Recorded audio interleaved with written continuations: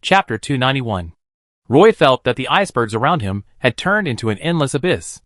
As the seawater around him gradually warmed up, a pair of invisible hands lifted him out of the sea, and at this moment a strange yet familiar voice gently called in his ear, "Roy, Roy, wake up." He felt the warm sunlight on his face, and the moment he opened his eyes, a beam of sunlight penetrated the woods and fell on him. Two half-blood elf boys wearing leather jackets and deer horn hats appeared in his sight, staring at Roy nervously.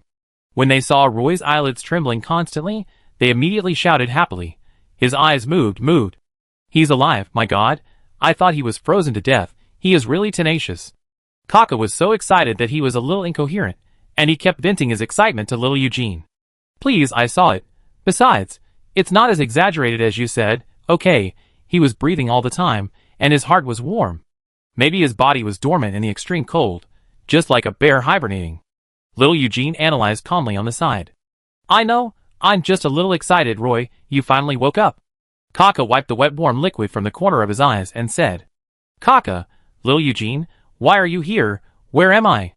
Roy remembered that when he fell asleep, he was still hanging on the handle of the magic broom. At that time, Benjamin was on the northern cliff of the Griffin Mountains, trying to jump over the Griffin Mountains, but he didn't know if he succeeded. It seemed that he succeeded, otherwise he wouldn't have met Kaka and little Eugene, and they wouldn't easily run to the north of the Griffin Mountains. "I saw you unconscious on the top of the mountain, so I secretly rescued you from the two bad guys while they were asleep," Kaka said quickly. Roy saw himself soaking in a warm pool of water. No wonder he had that strange feeling just now. He tried to move his arms. There were still black and purple bandages on his wrists. All the joints in his body were very stiff, especially his knees, which could hardly bend. He reluctantly leaned back to make himself more comfortable in the pool. "It turned out that you saved me. I thought I was dead this time. Thank you, Kaka, and thank you, little Eugene." "Why thank you? We are friends. Isn't it normal for friends to help each other?" Kaka said happily. Seeing that Roy was conscious and needed to recover, he told him how they met Roy. Roy then realized how unlucky Benjamin and Abbott were. They happened to meet Kaka and little Eugene in the Griffin Mountains that stretched for hundreds of kilometers. Perhaps the potion that Kaka gave Roy to drink had some effect. Roy felt a tingling pain all over his body, but at least he could move slowly. Unfortunately, he couldn't cast the secondary healing spell on himself yet, so he could only soak in the water. "What happened? Who are those two bad guys who caught you?" Kaka asked Roy. He and little Eugene were sitting on the grass nearby, grinding a kind of herb.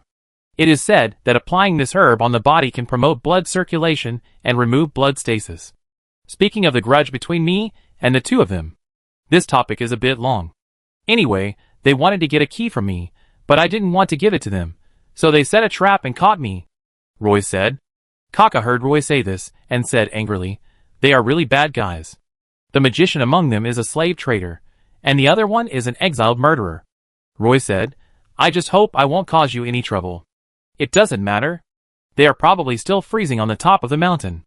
Since they are slave traders and murderers, there is nothing to pity. Let them stay on the top of the mountain for a while," Kaka said casually. Kaka and Eugene did not bring Roy back to the village. They built a very simple cabin for Roy by the pond, and Roy soaked in the pond. The pond seemed to have some healing power, and Roy could feel a trace of life force constantly nourishing his body. After hearing Kaka say that Benjamin and Abbott were trapped on the mountain, Roy did not ask in detail what happened. After he woke up, he felt as if he was pierced by countless needles. After he said a few words, his eyelids became heavy, and he fell asleep again unknowingly. When Roy woke up again, it was completely dark.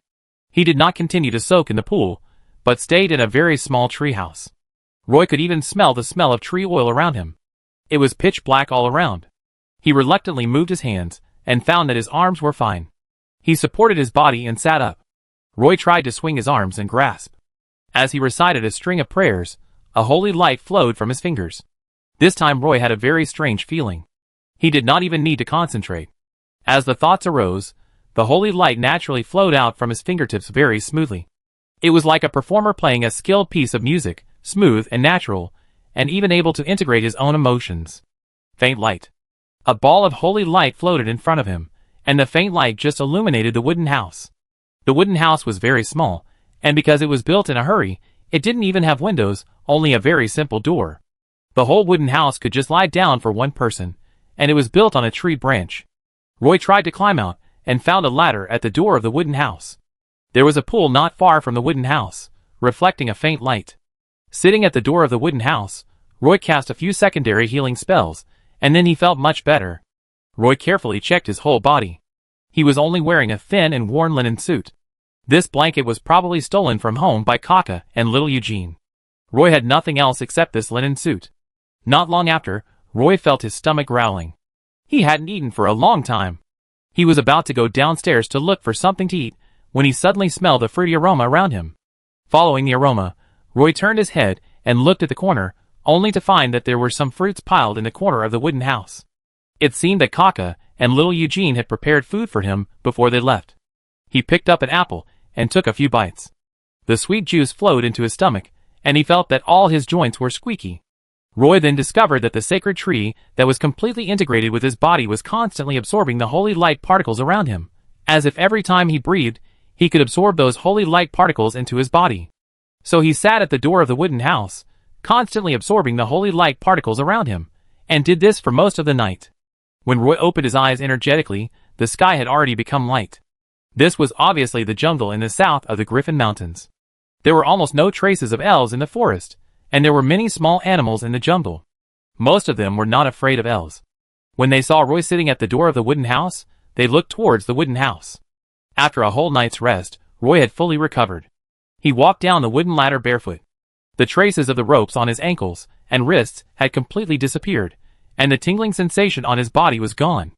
After walking around the clearing in the forest, he saw the towering Griffin Rampart Mountains to the north. Roy squatted by the pond to wash his face, then moved around a little in the clearing in the forest. Looking at the towering Rampart Mountains, Roy was a little worried, wondering how he could get back to Rampart Village. Instructor Nora must be worried. "Roy, are you okay?" Kaka ran out of the forest quickly with a lot of fruit in his pocket, looking at him in surprise. Roy stopped, turned his head and said to Kaka, "It's okay now." Kaka put the fruits in his pocket into the wooden house and said, "I thought you would live in this tree house for a long time. Little Eugene and I wanted to decorate the tree house, but now it seems unnecessary. I was brought here by those two guys from the foot of the North Mountain. I don't know how chaotic the barrier village will be. Instructor Nora and the others must be very anxious. Can you send me back with a griffin?" Roy asked. "Of course, but I can't cross the boundary of the barrier mountains.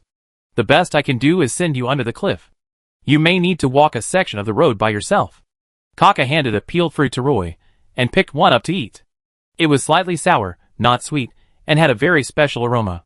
"Last time, didn't you say that if you come here again, you go around the jungle in the south of the barrier mountains, and it would be best if you could fly to the beach? Now you haven't seen anything yet, so you're going back?" Kaka stared at Roy and asked. "Well, I won't go this time," Roy said. "Okay then, when little Eugene comes, we set off. It's too cold on the mountain, and your thin clothes won't work. I get you a blanket later." Kaka agreed without thinking. Not long after, little Eugene came over. Kaka came back and brought Roy a fur cloak and wrapped it around him. Then, Kaka called out his griffin and comforted the uneasy big guy. Roy rode on the griffin's furry back, and Kaka also rode on it. After both of them were ready, the griffin lying on the ground suddenly jumped into the sky, spread its wings, and flapped them violently for more than a dozen times. The huge body of the griffin carried Kaka and Roy and slowly flew out of the woods, gliding forward continuously. Every time it flapped its wings, it would fly several dozen meters straight ahead. The warm wind blowing in his face made Roy feel relaxed and happy. The jungle gradually became smaller, and Roy could clearly see its general outline. Unfortunately, there were many clouds in the morning sky. When the griffin plunged into the clouds, Roy could not see the jungle below. The griffin flew faster and faster in the air. At high altitudes, it could glide with the air currents. Little Eugene followed Kaka silently all the time. After flying for a long time, Kaka took Roy to the top of the cliff where he was found. There was a cliff, a stone platform protruding from the mountain, which looked only a few dozen square meters. Usually little Eugene and I would stop there. I found them there yesterday morning. I wanted to see the burning metal plate, but I saw you lying unconscious on the ground next to the fire. Your whole body was frozen," Kaka said to Roy. At this moment, the griffin's 4 sharp claws firmly grasped a smooth cliff. Kaka and Roy hugged the griffin tightly and secretly peeked at the stone platform not far away. The bonfire on the stone platform had gone out. What Kaka and little Eugene could not have imagined was that in just one day, there was only one half-blood elf left on the cliff. The human magician had become a corpse with a dagger stuck in his chest. The half-blood elf was holding a skinning knife and dismembering one of the magician's arms. The corpse had frozen hard, and the cut arm did not bleed. Kaka, little Eugene and Roy, who were lurking beside the cliff, were dumbfounded. They did not expect that Benjamin would die in just one day. How did he die? With a dagger stuck in his chest, he shouldn't have died of cold and disease, right? What on earth was that half-blood elf doing? Kaka kept muttering. Although they knew the answer, they just didn't want to believe it. Can you help me catch him? I want to take him back and let him stand trial at the Elders' Council Tribunal. Roy sat behind Kaka, hugged the griffin tightly, and said to Kaka, "Go." Kaka shook the reins in his hand, and the griffin bounced off the cliff, spread its wings, and fell sharply, then turned in the sky before rising again. Roy was already dizzy after just a simple turn in the air. The griffin let out a shrill cry, folded its wings, and a layer of iron appeared all over its body. Iron will. Before Roy could react, the griffin hit the platform like a cannonball, and the huge impact smashed a large piece of rock. Stone chips and ice flew everywhere. Abbott was in the rubble, and was pushed by the huge impact force, and fell directly against the wall. He fainted in the flying rocks.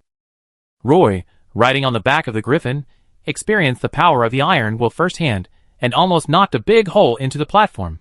Sure enough, under the protection of the iron will, Kaka and Roy were not injured, and the griffin struggled to climb out of the big hole. Kaka took Roy off the back of the griffin, braved the cold wind, stepped on the rubble, and quickly came to Abbott. "This guy is not dead," Kaka said in surprise. Roy didn't care how badly he was injured. He tied up the bloody Abbott with the rope he had prepared. He also took the opportunity to take off the 2 magic waist bags on his body, and quickly tied them around his waist. Roy found the magic rune board next to Benjamin's body. He threw the rune board to Kaka and reminded him, "Every time this thing is turned on, it will continuously consume magic crystals.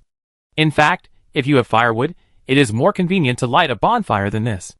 Kaka took the rune board and couldn't take his eyes off it. At this time, Eugene's griffin also landed on the cliff. Kaka and Roy carried the bloody Abbott to the back of Eugene's griffin. Roy checked Benjamin's body again. He should have died from being stabbed in the heart with a dagger. His body was frozen hard at this time. "Let's go!" Kaka and Roy rode on a griffin and flew to the top again. Kaka and Eugene didn't need to avoid the griffins deliberately, because the griffins hovering on the griffin nest on the top of the cliff ignored Kaka and Eugene. After spending most of the day, the griffin finally flew to a pass on the top of the mountain. After a short rest, Kaka fed the griffin a bag of dried meat, and then the griffin carried the 2 people to the bottom of the cliff on the north side. "We rarely fly here because we are worried about being discovered by the elves here. Roy, when you return to the fortress village, you must keep it a secret for us." As the griffin flew, Kaka told Roy very seriously. "Got it, Kaka. Can we meet again?" Roy asked Kaka. "Of course, I promised you that I would take you to see the fishmen on Sun Island," Kaka said readily. "Then how can I find you?" Roy asked loudly. "Go to the pass where we first met, and leave a letter for me at the place where we met. I will come to find you when I see the letter. Little Eugene and I will patrol pass number 3 every half a month, mainly responsible for cleaning up those black spiders," Kaka said to Roy. It was night when the griffin carried Roy from the barrier mountains to the foot of the North Mountain. At night, it was easy to identify the valley where the barrier village was located, because only there was light. Because it was night, Kaka rode the griffin to send Roy to the vicinity of the temporary camp of the negotiation team, and then through Abbott, who was tied up like a dumpling, to Roy. The 2 did not rest, and rode the griffin to leave at night. Roy waited for Kaka and little Eugene to fly far away, then blessed himself with the blessing of strength, and then dragged Abbott towards the temporary camp of the negotiation team. In fact, Abbott had already woken up, but his mouth was tied with a rope, and his hands and feet could not move, so he could only let Roy drag him all the way.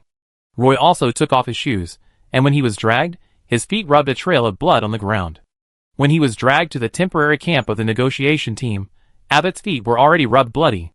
Roy was discovered by the Silver Pegasus warriors patrolling near the temporary camp of the negotiation team, and then escorted to the negotiation team camp by 2 Silver Pegasus warriors. It was already midnight, and the elves in the camp had already gone to bed.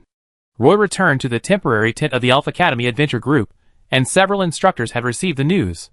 As soon as everyone came out of the tent, they saw Roy, who had lost weight, standing in front of the campfire in a mess.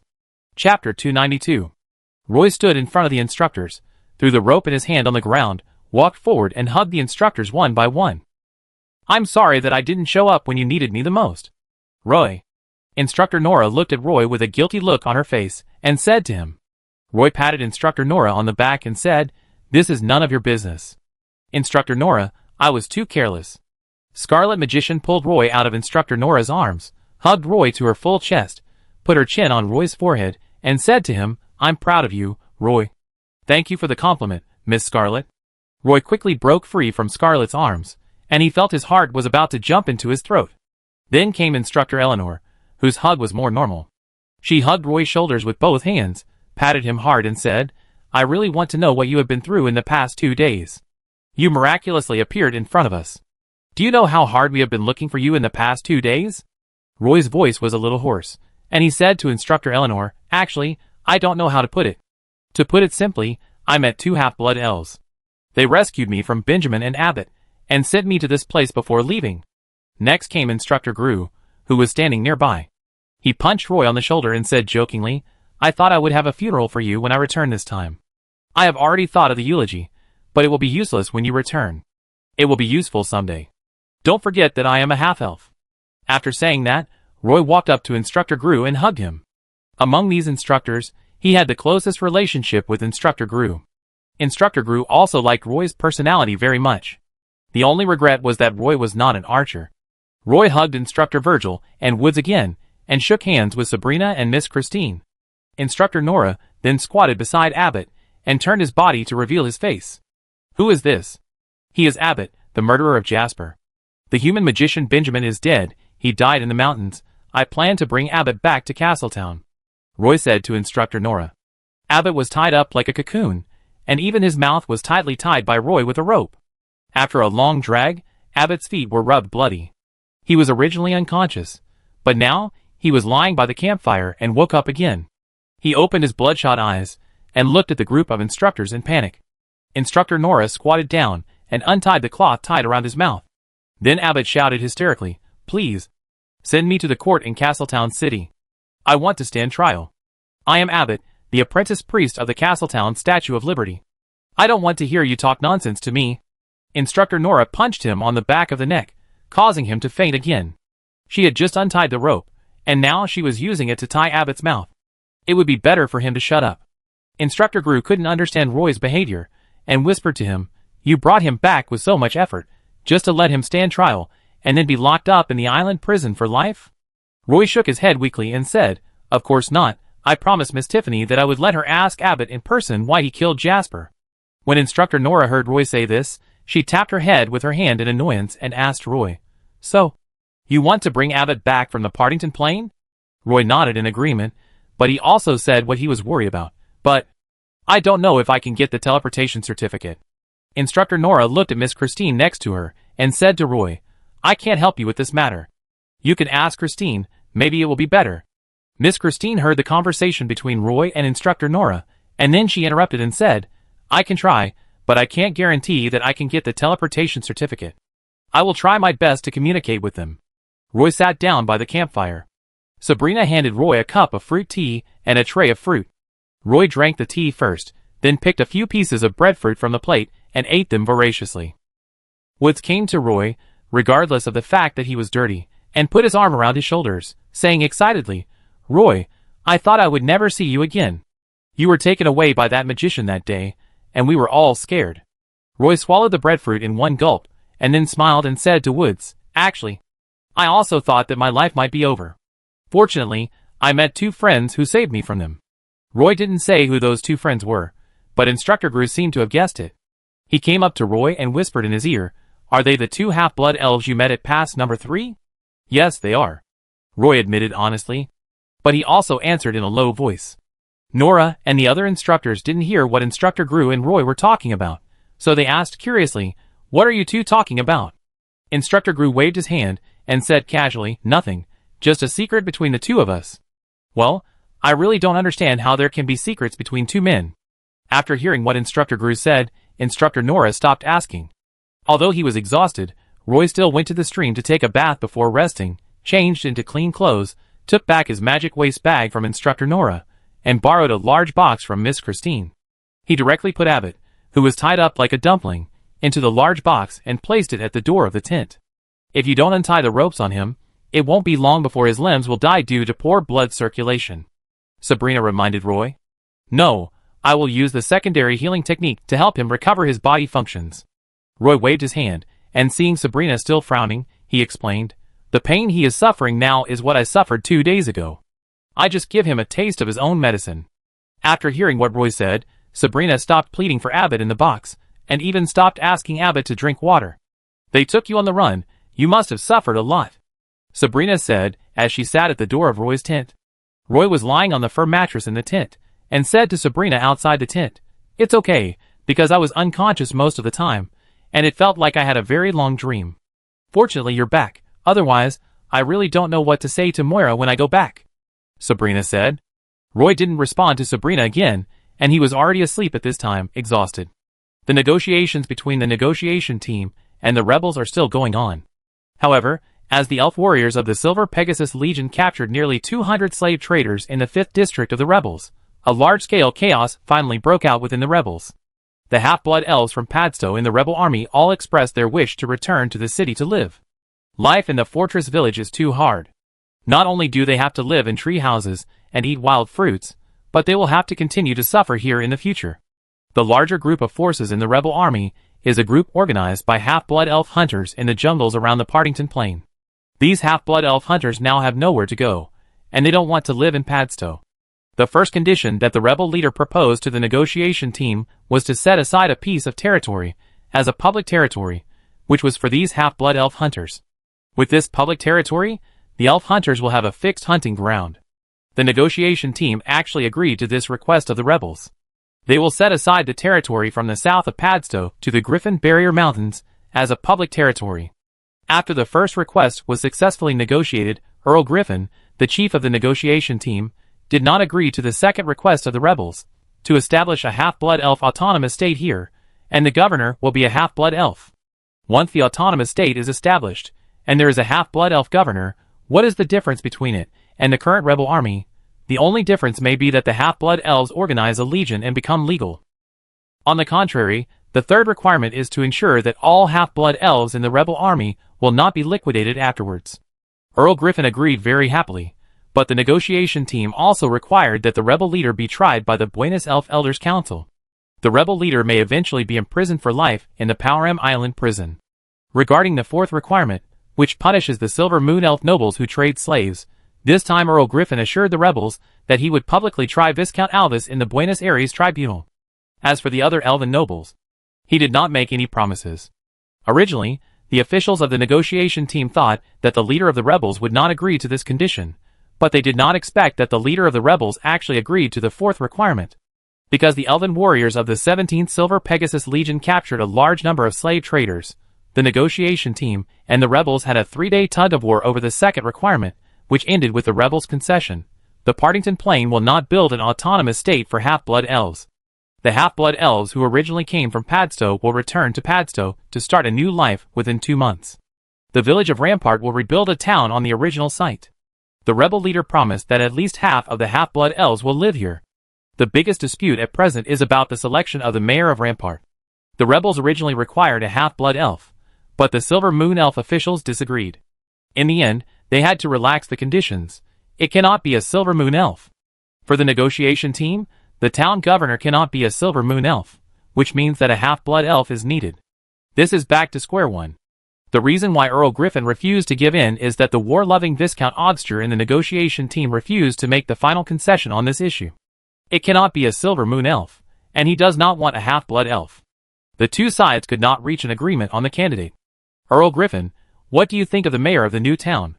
Viscount Euphilia, who has always advocated peace talks, walked on the grass beside the river and asked the white-haired Earl Griffin. Earl Griffin walked by the river with his hands behind his back, frowning, and said to Viscount Euphilia, "The matter of the town mayor is probably the last bottom line for Odster. He has been giving in again and again recently. If we continue to force him to compromise on this matter, this negotiation may become more difficult to end. I think it is easier to persuade the rebels. Don't you say? The rebels are full of slave traders? Is it possible to persuade them to give in? They are worried that if the town is managed by the Silver Moon Elves, it will become the second Padstow city.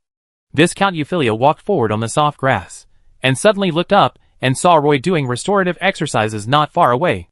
His human face gradually became clear in Viscount Euphilia's eyes. Thinking of the way Miss Christine and Roy sat together and chatted that day, Viscount Euphilia immediately had an idea in his mind. "My Lord Earl, what do you think if the governor of this town is a half-elf?" Viscount Euphilia asked with a smile. "Is this half-elf a resident of the Silver Moon Elf Kingdom?" "Yes." "Has this half-elf received education from the Silver Moon Elf?" "Is he receiving?" Count Griffin opened his eyes, looked at Viscount Euphilia, and said with a smile, "It is not impossible to let a half-elf who has received education from the Silver Moon Elf since childhood serve as the governor of the fortress town, but where can we find such a half-elf at this time?" Viscount Euphilia pointed at Roy and whispered to Earl Griffin, "That young half-elf was sent by Earl Swinburne to catch the slave traders. I think the success of this town governor must be inseparable from the support of Earl Swinburne, so he should be a good candidate." Earl Griffin raised his head and looked at Roy with a pair of burning eyes. "Please ask him to come to my carriage later. I think maybe I should have a good talk with him." After saying that, he stopped moving forward and turned back. Viscount Euphilia, who was following Earl Griffin, turned around and looked at Roy, with a faint smile on his face, and turned around and left the stream. Roy, who was doing recovery training on the grass, had no idea that when the two big men passed by the river just now, they chose him as the first governor of the barrier town. Such a young governor. Chapter 293. Instructor Nora came over from the camp with an elf guard, and said to Roy, who was stretching, "Roy, Lord Griffin wants to see you." Roy stopped and wiped the sweat off his face with a towel, and asked in confusion, "Instructor, are you talking about Lord Griffin, the head of the negotiation team? Why would Lord Griffin come to me?"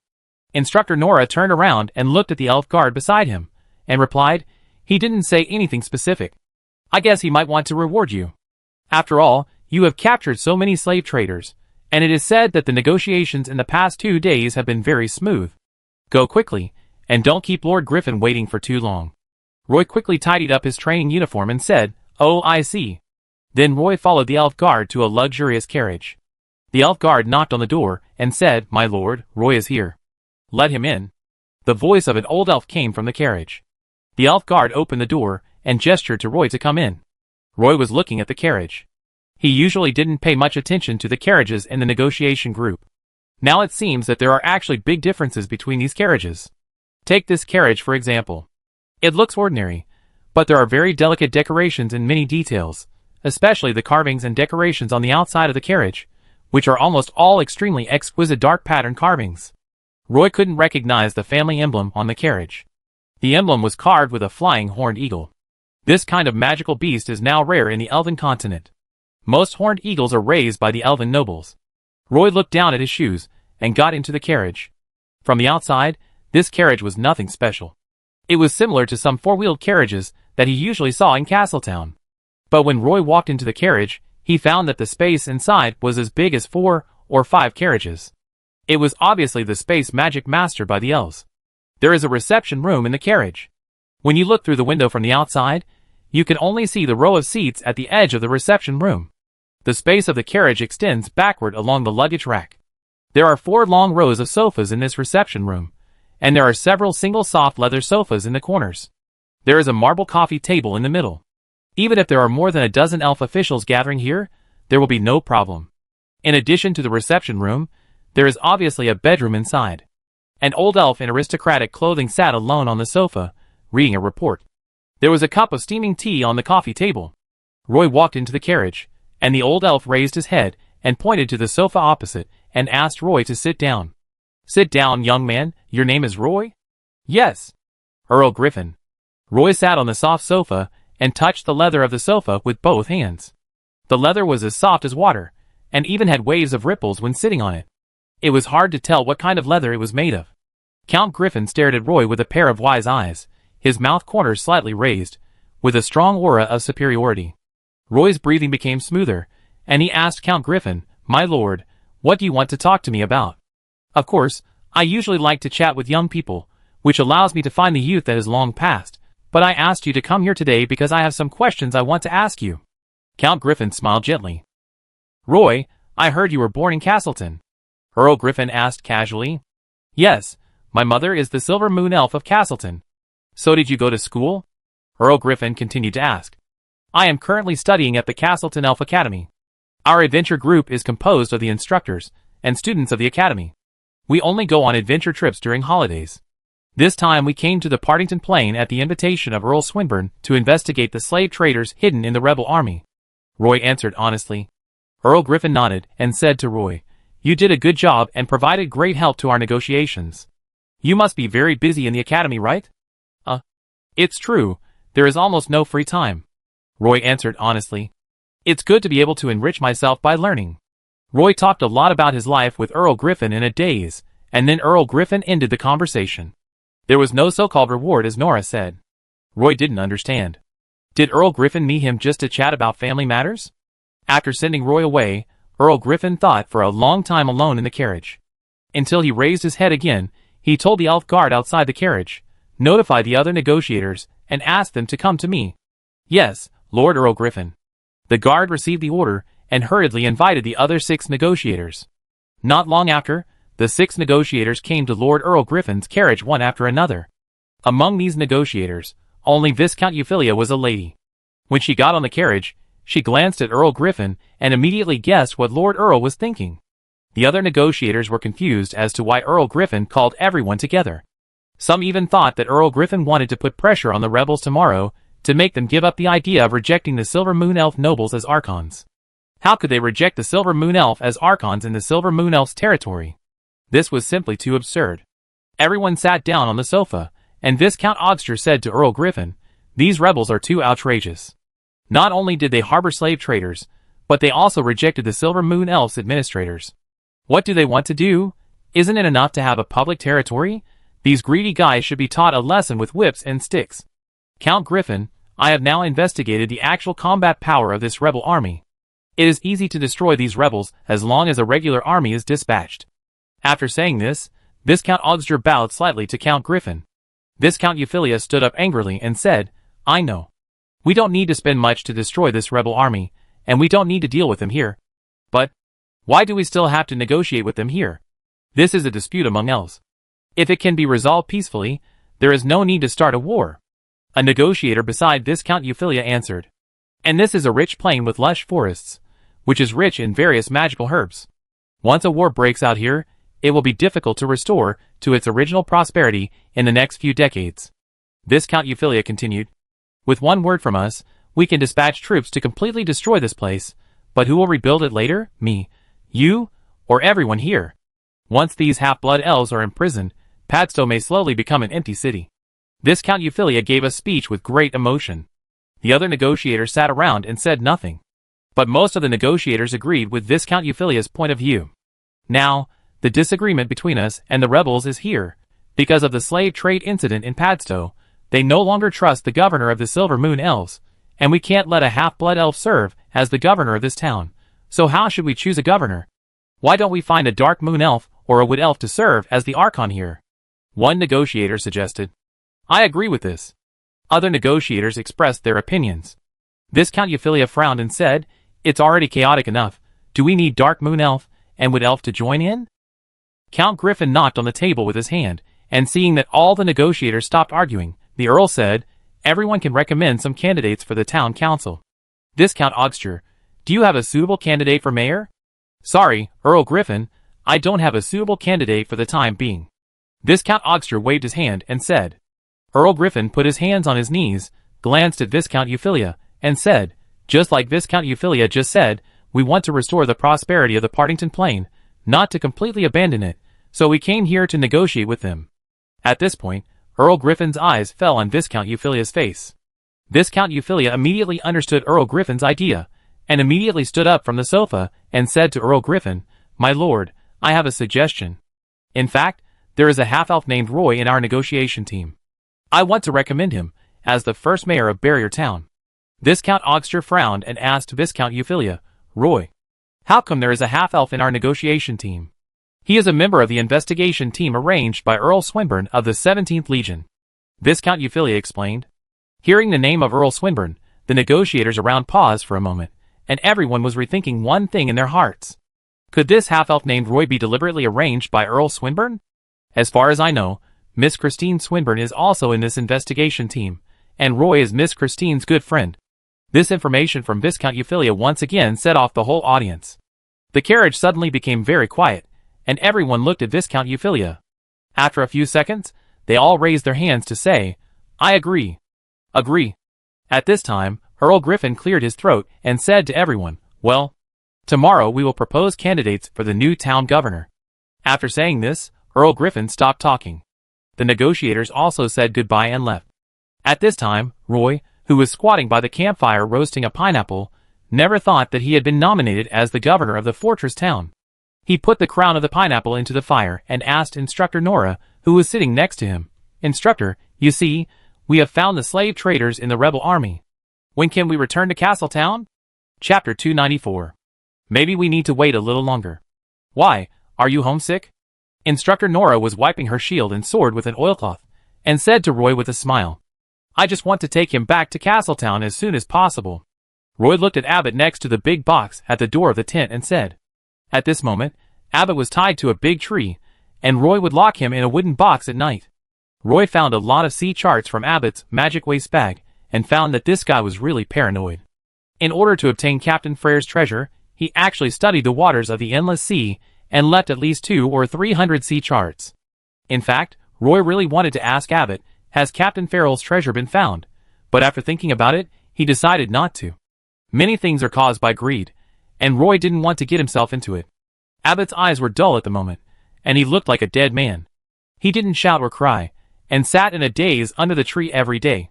Only Sabrina would give Abbott an apple every morning and evening to ensure that he would not starve to death. Roy thought it would be better to take him back to Castletown as soon as possible. But the negotiation team would not leave the fortress village without any results. At this time, 3 silver Pegasus elf warriors walked to the front of Roy's tent, looked at Abbott tied to the tree, and wanted to carry him away. Roy quickly put down the grilled pineapple and ran over. The elf warrior said to Roy, "We are going to take this prisoner away. He is not a slave trader, he is a wanted criminal I caught, involved in a murder case in Castletown City. I plan to take him back to Castletown City." Roy said, "His wanted poster is still hanging on the wall of each guard team in Castletown City." The elf warrior was a little hesitant when he heard what Roy said. "But the higher-ups have instructed that all prisoners here must be detained together, and we will also escort them," the elf warrior said. At this time, the instructors also came over from the campfire and explained to the elf warriors, "This half-blood elf was once a priest of the Statue of Liberty, and the priests of the Statue of Liberty must judge him." The elf warrior still disagreed and said, "But there are no priests here." Instructor Nora pushed Roy to the front and said to the elf warrior, "Roy is the priest of the Statue of Liberty, and he wants to take Abbott back to the Statue of Liberty in Castletown. You have no right to interfere." The elf warriors still refused to leave. Roy could only run back to the tent, put on a brand new priest robe, and walk out again, saying to the elf warriors, "Now you should believe it, he is just a wanted criminal who escaped again. I will take him back to Castletown. He is not in the same group with those slave traders. Go back. If there is any problem, I will explain it to Captain Terrence." Miss Christine walked out of the tent and said to the 3 elf warriors, "Yes, Miss Christine." The 3 elf warriors obviously knew Miss Christine's identity, and when they saw her coming out to intervene, they turned around and left. The next morning, Roy was practicing the divine art of wisdom blessing in the woods. Instructor Nora stood at the edge of the camp and called him, "Roy. Roy. The higher-ups have notified you to attend the negotiations." "Got it." Roy hurried back to the tent and prepared to change into the standard armor of the guards. I remember that in the first 2 days of the negotiations, Roy was wearing this set of armor and standing with the elf warriors of the guard team. No need to change into standard armor, they said you will attend today's peace talks. Instructor Nora chased after Roy and said. Roy was wearing ordinary leather armor with a sacred scepter hanging on his waist. He turned his head and asked Instructor Nora, "Then I wear this to attend the peace talks?" "It's up to you. I just said you don't need to wear the uniform." Instructor Nora waved his hand at him.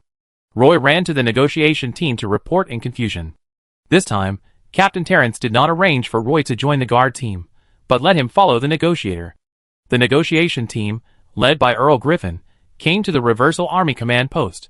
Roy was going to stand guard outside, but Count Griffin stood at the door of the command post, waved to Roy, and said, "Roy, come with me."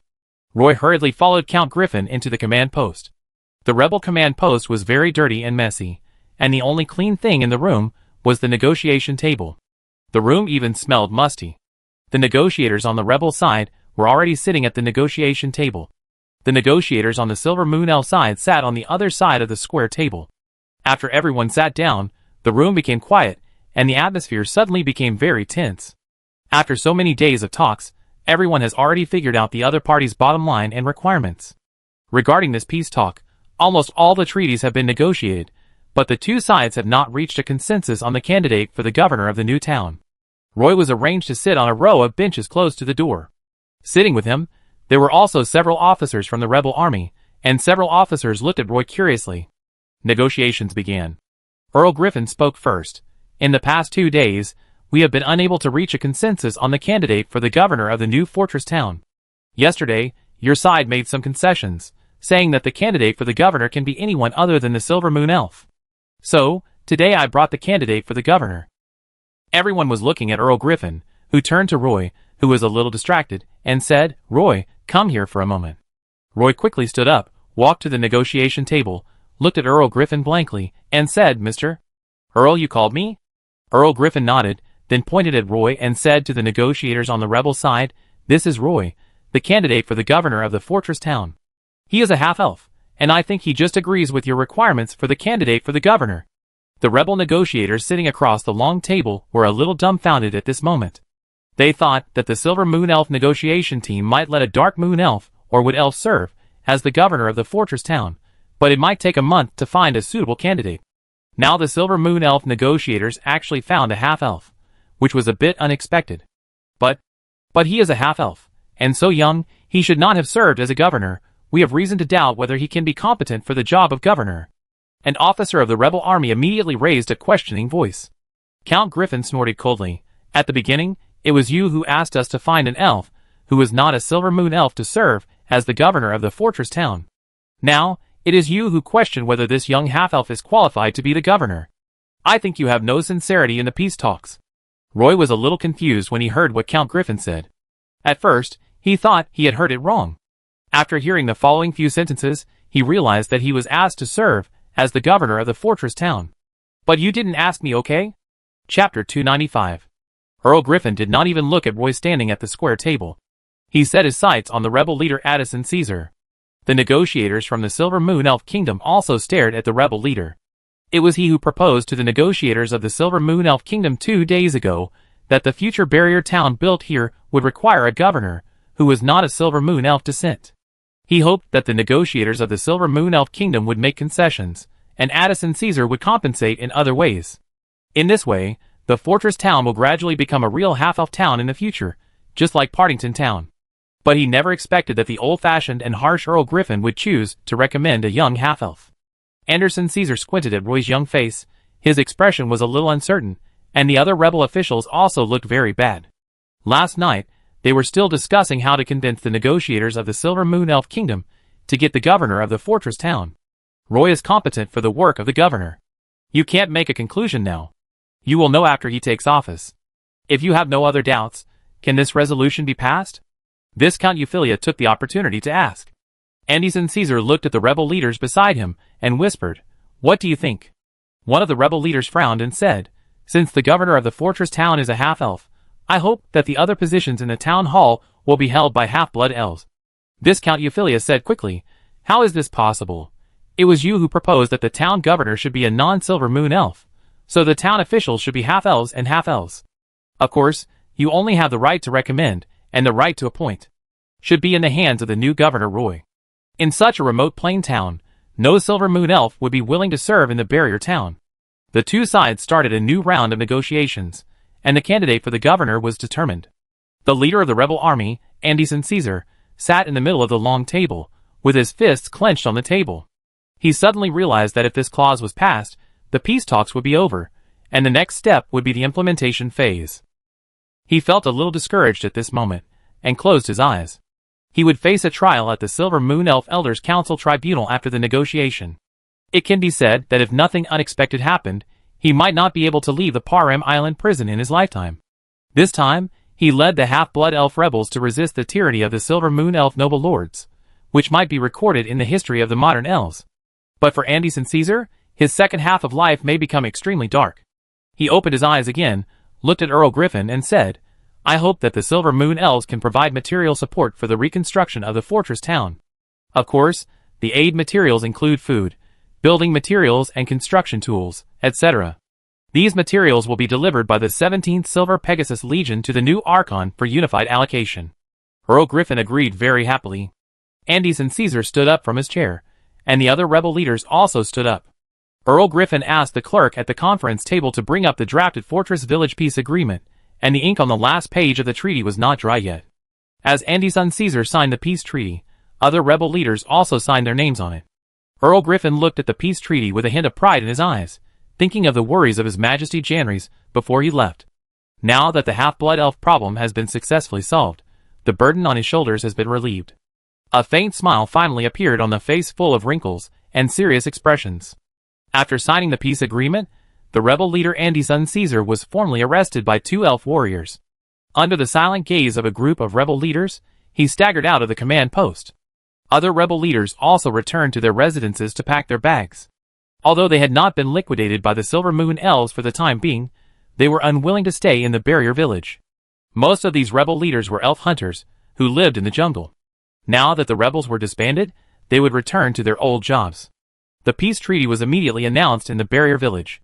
Although the Silver Moon elves promised not to liquidate the half-blood elves in the rebels, a large number of half-blood elves still left the barrier village in groups.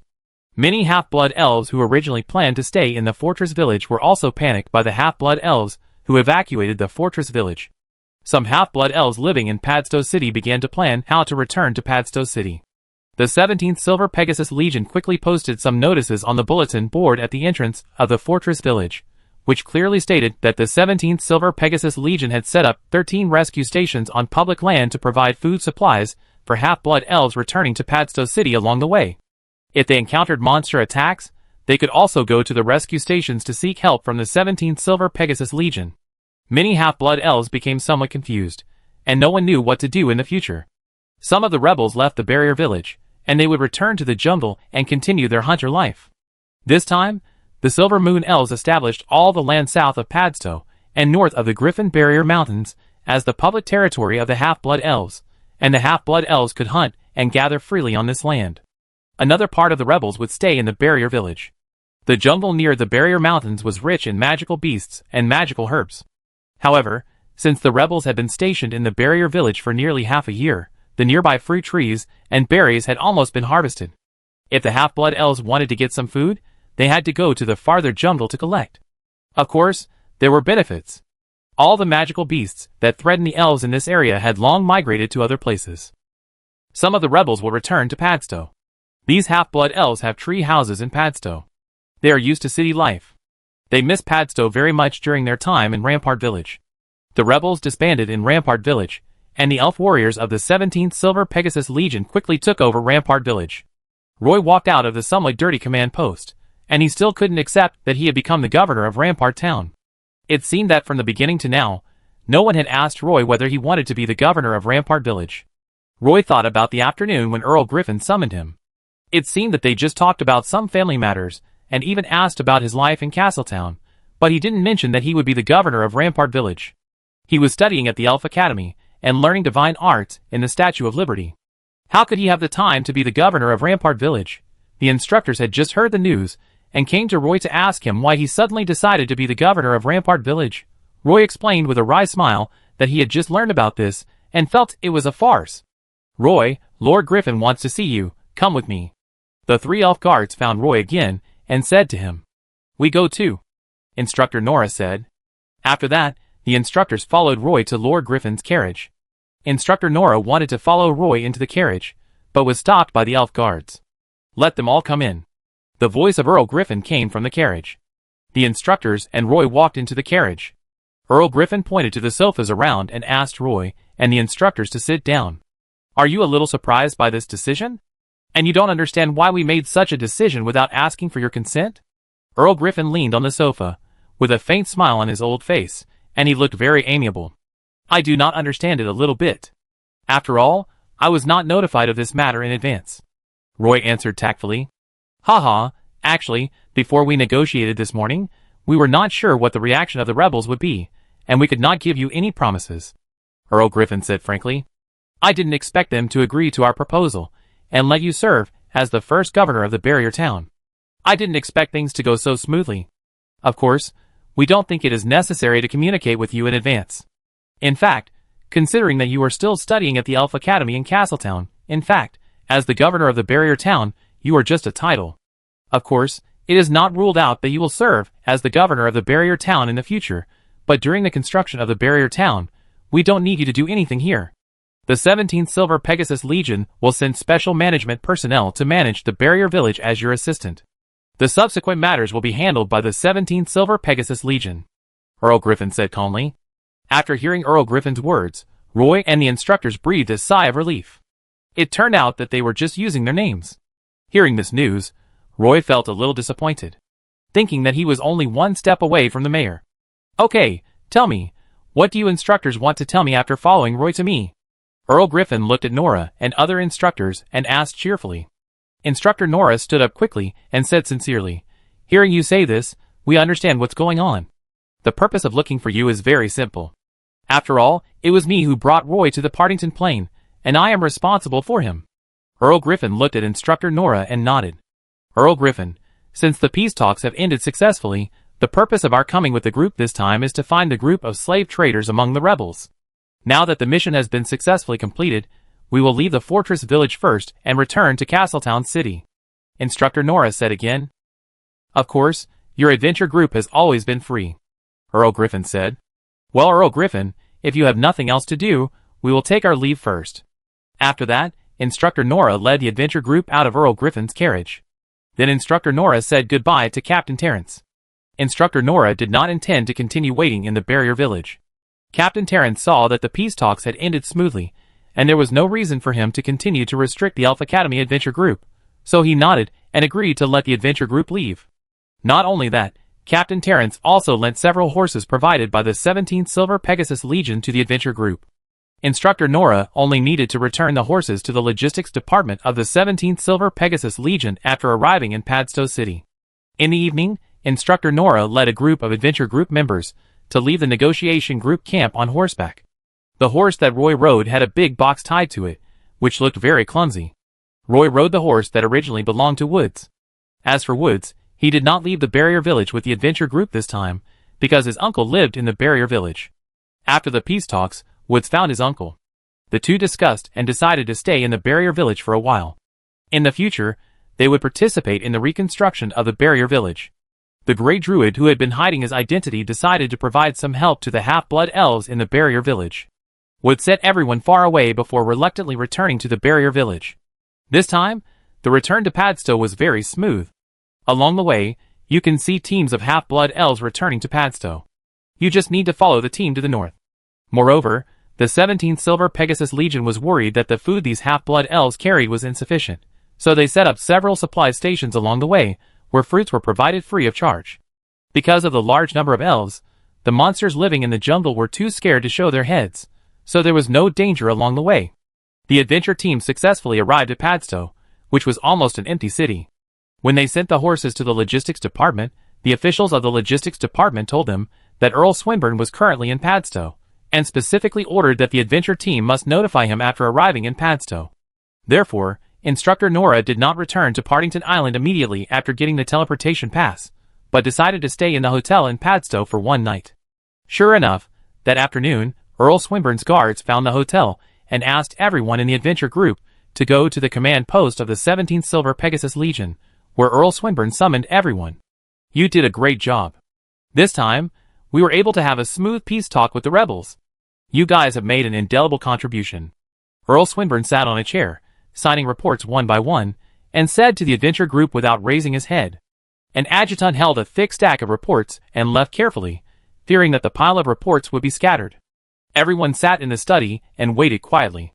No one spoke. Even Miss Christine sat obediently in the chair. Everyone only occasionally communicated with each other through eye contact. After a while, Earl Swinburne finally signed the documents. He raised his head, stretched his stiff neck and arms, then stood up and led everyone out of the study. This is a tree house building like a castle, with many rooms. Earl Swinburne led everyone through a long suspended passage and came to a tree house opposite. There were 2 guards guarding the door of the tree house. When the guards saw Earl Swinburne, they saluted him. Earl Swinburne asked them to open the door, and then led everyone into the room. There were more than a dozen rows of shelves in the room. Each row of shelves had 5 layers, and they were filled with suitcases of various models, which looked like high walls. There were also various labels on the shelves, which looked like a material warehouse. And judging from the style of the suitcases, they should contain some high-end goods. Sure enough, at this time, Earl Swinburne turned around and said to everyone, "These are some of my treasured magic items on the shelves. You can all pick one you like and take it away." The instructors looked at the labels on the shelves around them. This kind of reward. No one would be polite to Earl Swinburne. Roy planned to follow Instructor Eleanor, as he thought that Instructor Eleanor would definitely find the best thing. But Earl Swinburne did not give Roy this opportunity. He stood at the door of the warehouse and shouted, "Roy and Sabrina, follow me." Roy and Sabrina stopped immediately. The instructors ignored them and went to find gifts that suited them. Only Miss Christine gave them a look that urged them to follow quickly. Roy and Sabrina were taken to a room next to the warehouse by Earl Swinburne. The room was not big and should be a lounge. There was a suitcase on the ground.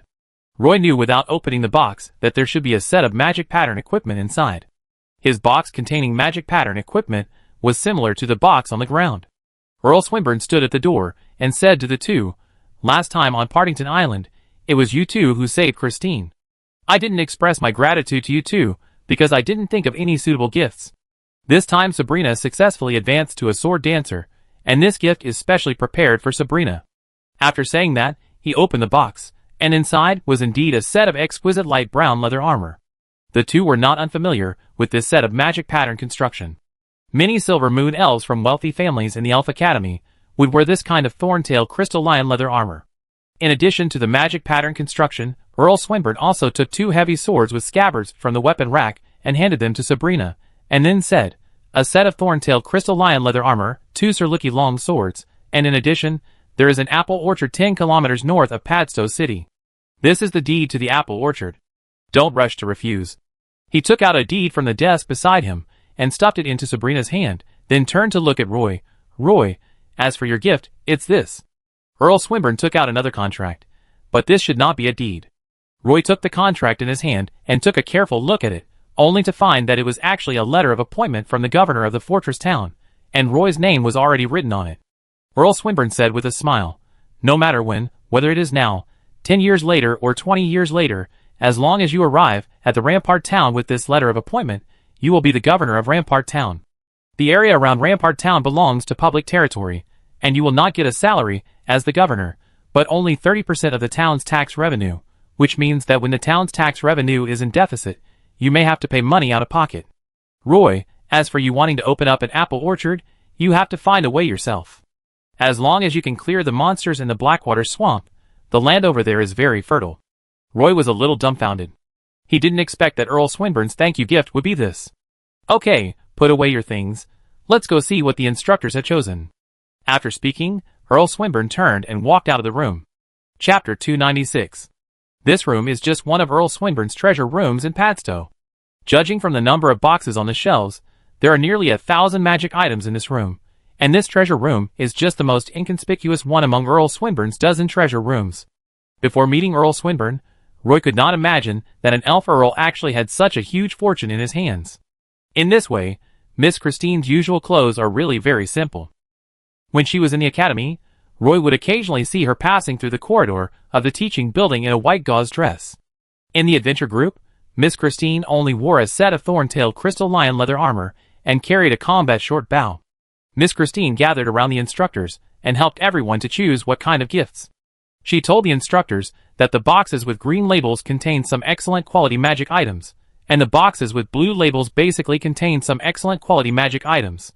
However, the fact that a magic item of excellent quality can be placed in this room is enough to show that the properties of this magic item are very good, and even from a certain perspective, it completely surpasses the magic items of excellent quality.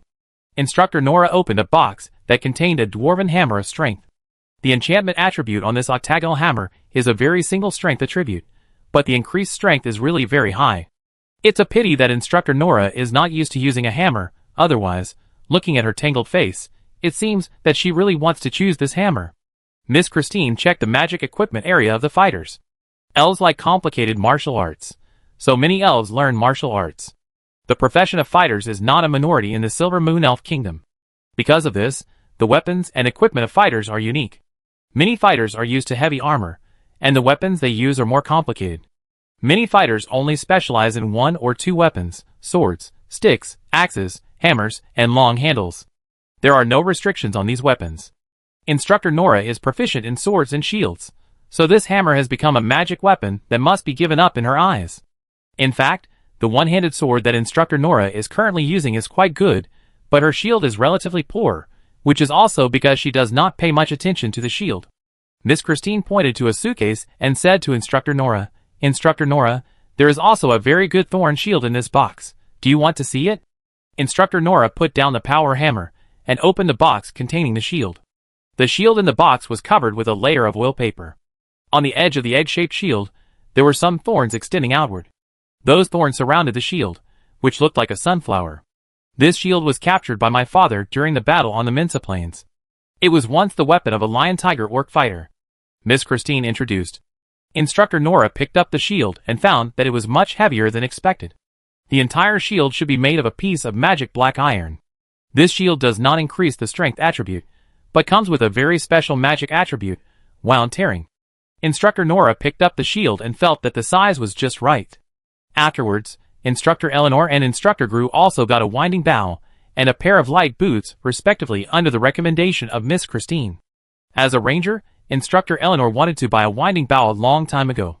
Instructor Virgil is an avid sword collector. He was born in a wealthy noble family in Castletown.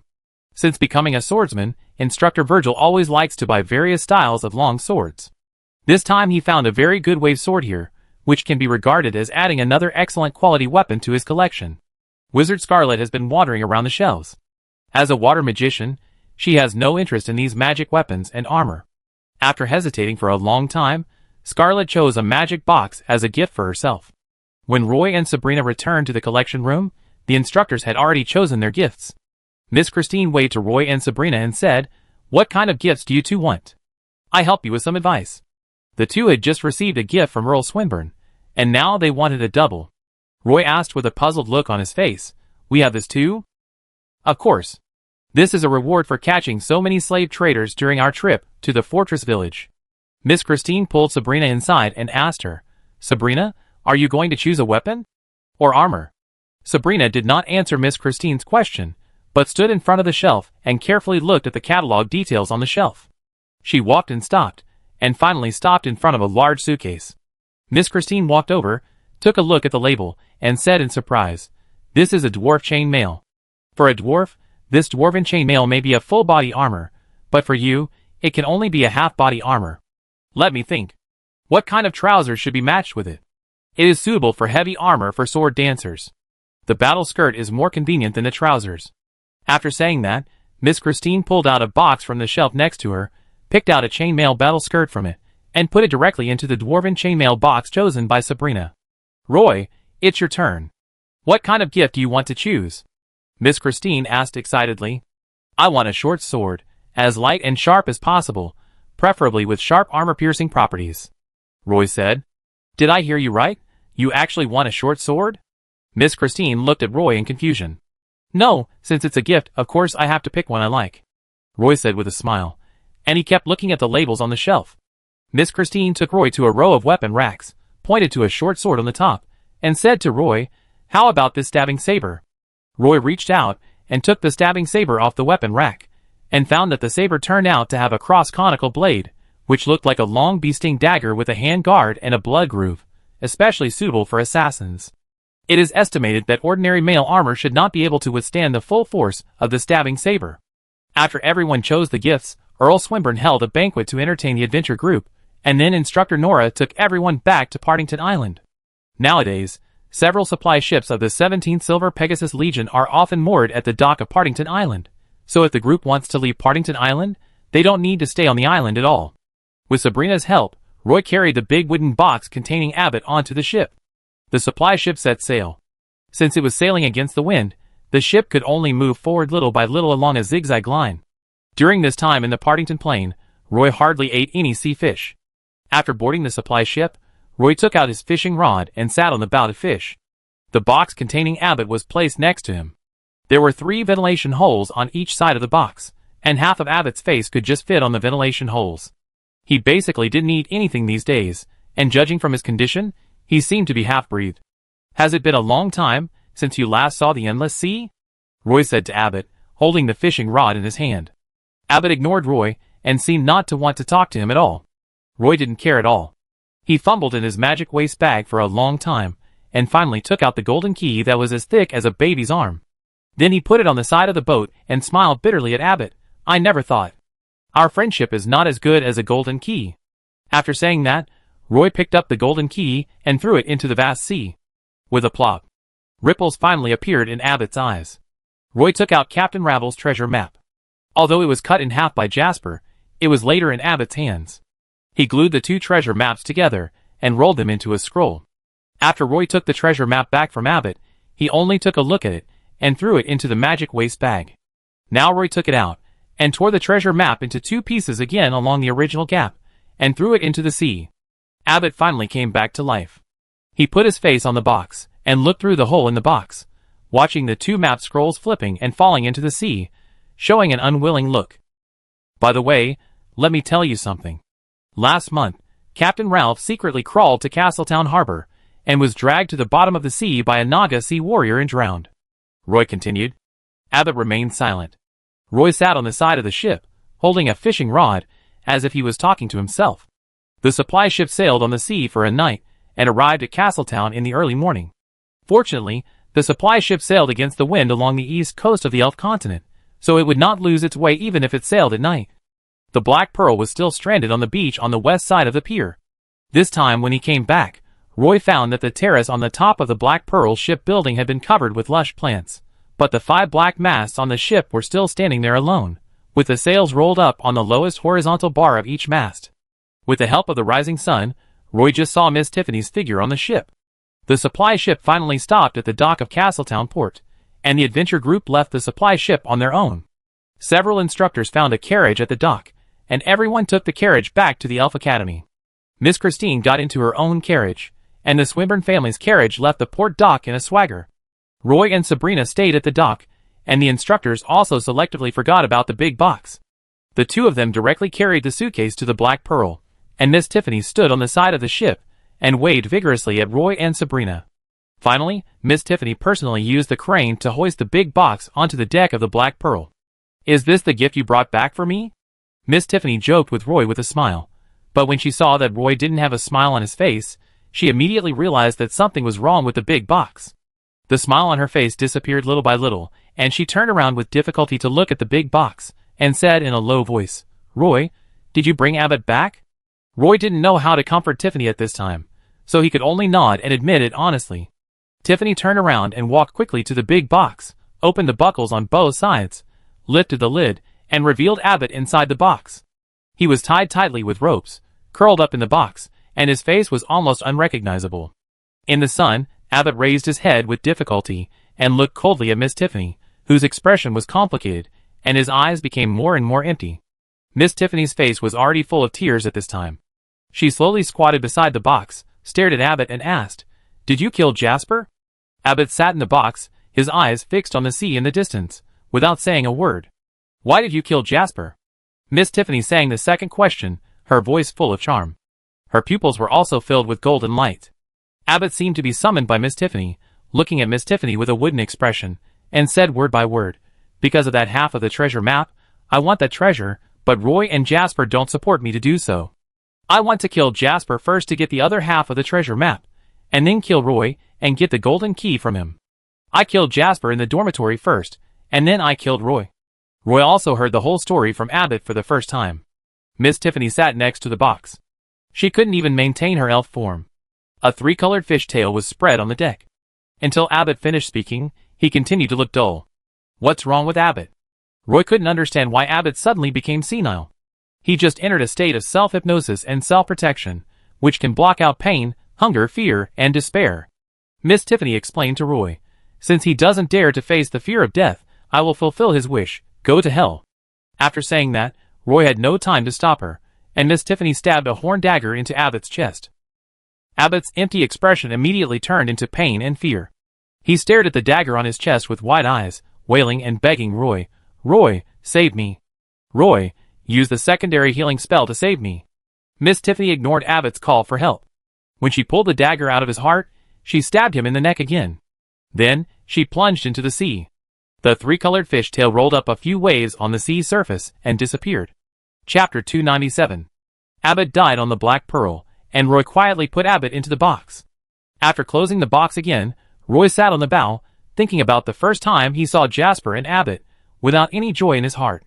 The melodious bells of the Statue of Liberty in the distance sounded, and this might be the farthest distance covered by the bells. Roy leaned against the bow ram, and opened the sea charts that Abbott had sorted out.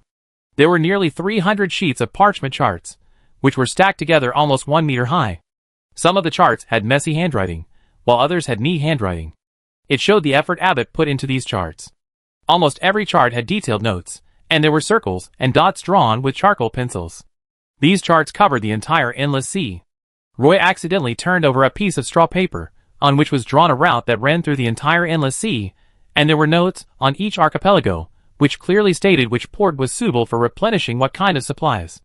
Roy looked down at the Black Pearl below him. The sea had receded, revealing a rocky beach below. Originally there were 3 friends on the Black Pearl, but now he was the only one left. He felt a little depressed just thinking about it. Miss Tiffany didn't know where she swam to. She disappeared all of a sudden. Roy waited on the Black Pearl for a long time. It was not until the afternoon that he called a carriage and ran to the coffin shop. He spent 200 coal to buy a coffin. He put Abbott in the coffin, and the carriage carried the wooden coffin into the cemetery. Roy bought a piece of land next to Jasper's grave. For this, he paid the gravekeeper 50 coal and buried Abbott in the cemetery. Finally, he planted a cypress tree in front of Abbott's grave. The plaque read, "Abbott's grave, a fool who spent his life seeking the treasure of the dwarves." Roy placed 2 bottles of orange wine in front of Jasper and Abbott's graves, stood in front of their graves for a long time, and finally muttered, "Don't do such stupid things in the next life." After that, Roy turned around and walked out along the forest path of the cemetery. Roy was alone from beginning to end. The sun shone into the quiet woodland, leaving countless spots in the woodland. The wet sea breeze blew on my body, and I felt an indescribable discomfort all over my body. When I returned to my home on Brown Street, I didn't expect that there was a thin layer of dust on the tables, chairs, and sofas in my home. It seems that Miss Belinda has not been back recently. Sure enough, Roy found several letters from Miss Belinda sent back from Buenos in the mailbox in the yard. Roy opened the latest letter. Miss Belinda said in the letter that she found a very good art gallery in Buenos, and her works were appreciated by the curator. The curator recommended her works to participate in the largest art fair in the elf world. This month she may go to the wood elf city of Darnassus. Miss Belinda's words revealed joy and happiness. Looking at the empty room, Roy touched his forehead helplessly. At this time, he wanted to find someone to chat, just about anything.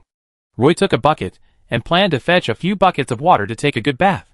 When he walked out of the house, Moira was standing by the wall, looking at the door of the house expectantly across the wall. Roy suddenly found that Moira, who used to stand on tiptoes on a small stool to show her little head from the wall, has now become taller than the wall. Her arms can be easily placed flat on the wall, and her big blue eyes are full of agility. Seeing Roy coming out of the house, Moira smiled sweetly and whispered to Roy, "Roy, you're back." Roy walked over with a bucket. "Moira, how have you been recently?" "Not bad, Tiffany, and I have been helping you take care of the green plants you keep on the boat," Moira whispered. "Thank you very much. By the way, here's this." After saying that, Roy took out the stabbing saber and handed it to Moira. "I think this is suitable for you." Moira took the stabbing saber and whispered, "Did you and Sabrina discuss it?" "What did you discuss?" Roy asked in confusion. Moira looked back carefully and confirmed that Sabrina was not behind her, then said, "She gave me a very precious set of leather armor in the morning, and then you gave me a short sword in the afternoon, which is enough for a whole set. I really didn't discuss it. This is a reward from Earl Swinburne. I just thought you could use it, so I brought it back to give it to you." Roy laughed, turned around and walked out of the yard to get some water. "I'm going to go to the Elf Academy in a few days," Moira said loudly behind Roy. Roy turned his back to Moira, waved at her, and responded, "That's great. We can go together in the morning. Recently Moira may have been influenced by Miss Tiffany, and her personality has become much more cheerful. But Miss Tiffany seemed to have turned into Bubbles. After Abbott was killed by her, she disappeared. The Black Pearl became empty again. Only Roy and Moira occasionally went to clean the Black Pearl and take care of the green plants on the rooftop. Sabrina would occasionally come to help. More often, Roy would see her squatting in the market, selling fish with Ms. Jillian. Roy came to the Statue of Liberty and found that some weeds had grown in the cracks of the stone slabs in the yard, and the gatehouse was empty. It was unknown how long it had been since the rally was held, and the pool in the front yard was filled with rainwater. The main hall door was locked tightly. Roy walked around the tree wall and came to the backyard. High Priest Reed was actually packing his luggage in the study. Several huge boxes were placed in the room. He was putting thick books into the boxes. Many books were covered with metal. It was obviously a strenuous job to move these books. Seeing Roy standing outside the door, High Priest Reed smiled. He breathed a sigh of relief and said to Roy, "I thought you couldn't get back before I left. Has the conscription order come down?" "Yes, let me arrive at the Golfito headquarters before the end of July." High Priest Reed's tone revealed a hint of reluctance. "What should we do here?" Roy asked again. High Priest Reed looked around and said casually, "This is the land provided by the Castletown Elf Elder Council. After I leave, this place will be returned to the Castletown Elf Elder Council. I heard from somewhere else that this place will be transformed into a half-blood elf shelter, specifically for those homeless half-blood elf children." After that, he patted the books on the bookshelf and said, "I can't take all these books away. You can look through them and take some you like." After that, he walked into the depths of the bookshelf. His back was actually lonely. Not long after, High Priest Reed came out from the bookshelf, holding a thick stack of books in his arms. He put the books on the round table, turned around and searched inside again. He searched back and forth 5 times, and the whole round table was filled with books before he stopped. "This is the magic I master. Since you want to continue along the path of the priest, take it." High Priest Reed said, "Unfortunately, I have not been able to get in touch with high-level magic. I have only heard of the names of prayer, great prophecy, and resurrection ceremony, and I have never even seen the bishop perform them." He paused. The study became extremely quiet. High Priest Reed smiled reluctantly. "In the future, I am afraid that the temple will completely disappear from the elf continent. When you have a higher achievement than me and want to master more advanced magic, you might as well go to Roland Continent to have a look. Maybe there is the light magic you need there." Hearing that High Priest Reed was about to go to Golfito, Roy suddenly felt reluctant. Thinking of Jasper's original request, Roy couldn't help but say, "Teacher." As soon as he said a word, he was interrupted by High Priest Reed. "Give up this idea. The Dark Land is not a good place. Only those of us who pursue the faith of the goddess will enter that place like moths to a flame." After saying that, High Priest Reed patted Roy's shoulder vigorously. With Roy's help, High Priest Reed took 2 days to pack his luggage and list the items in the temple. After closing the windows, he locked and sealed every door in the temple. The suitcases that High Priest Reed wanted to take away were also piled in the yard. High Priest Reed sat on the steps at the entrance of the main hall and talked with Roy for a long time. He wanted to teach Roy the Holy Light technique and the blessing of protection, but it was too late. High Priest Reed took out the yellow-orange Holy Grail of Wisdom from his arms, and Roy could clearly feel the power of the Holy Light emanating from the Holy Grail. This is just a replica of the artifact, the Holy Grail of Wisdom, Karadar. It is under the slow infiltration of the Holy Light that it has a trace of the source of Holy Light. High Priest Reed looked at the Holy Grail of Wisdom in his hand and explained to Roy, "I can't leave this Holy Grail for you. The Dark Land isolates the power of Holy Light. Every Holy Grail of Wisdom is the source of divine power in the Dark Land. We need to rely on the Holy Grail's power of Holy Light to continue to fight in the Dark Land." The big iron door of the temple was completely closed, and Roy locked it himself. Then he dragged a few boxes of books home with a flatbed truck and placed them in his room. He lay on the bed in a daze. Ms. Belinda went to Darnassus, and I don't know when she will come back. High Priest Reed went to Golfito again, and he probably won't come back. Roy's heart suddenly became empty, and he didn't feel like doing anything for a while. Chapter 298. It was another early morning. Roy carried a small bucket and took Mrs. Winnie's night-blade leopard to the beach for a walk.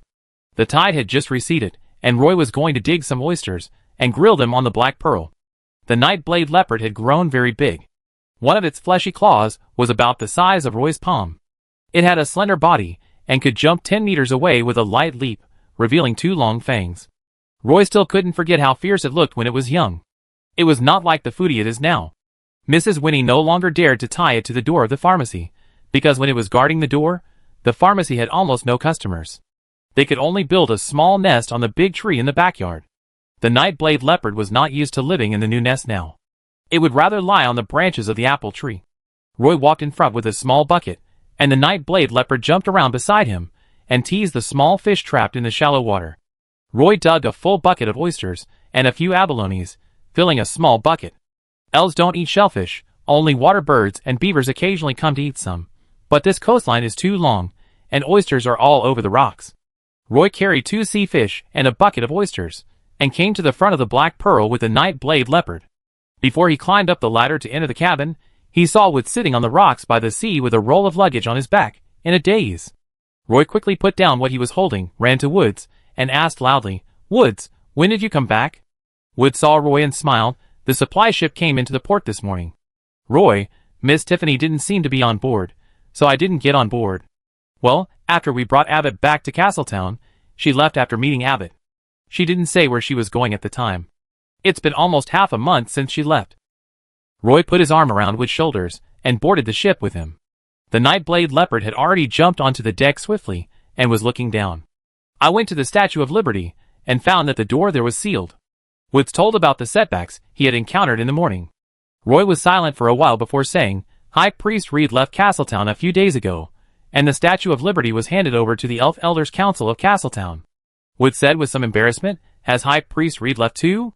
Roy took Woods' luggage roll, pulled him into the cabin, and said, "Don't worry, you can live on the Black Pearl, or at my house. Anyway, I live alone now."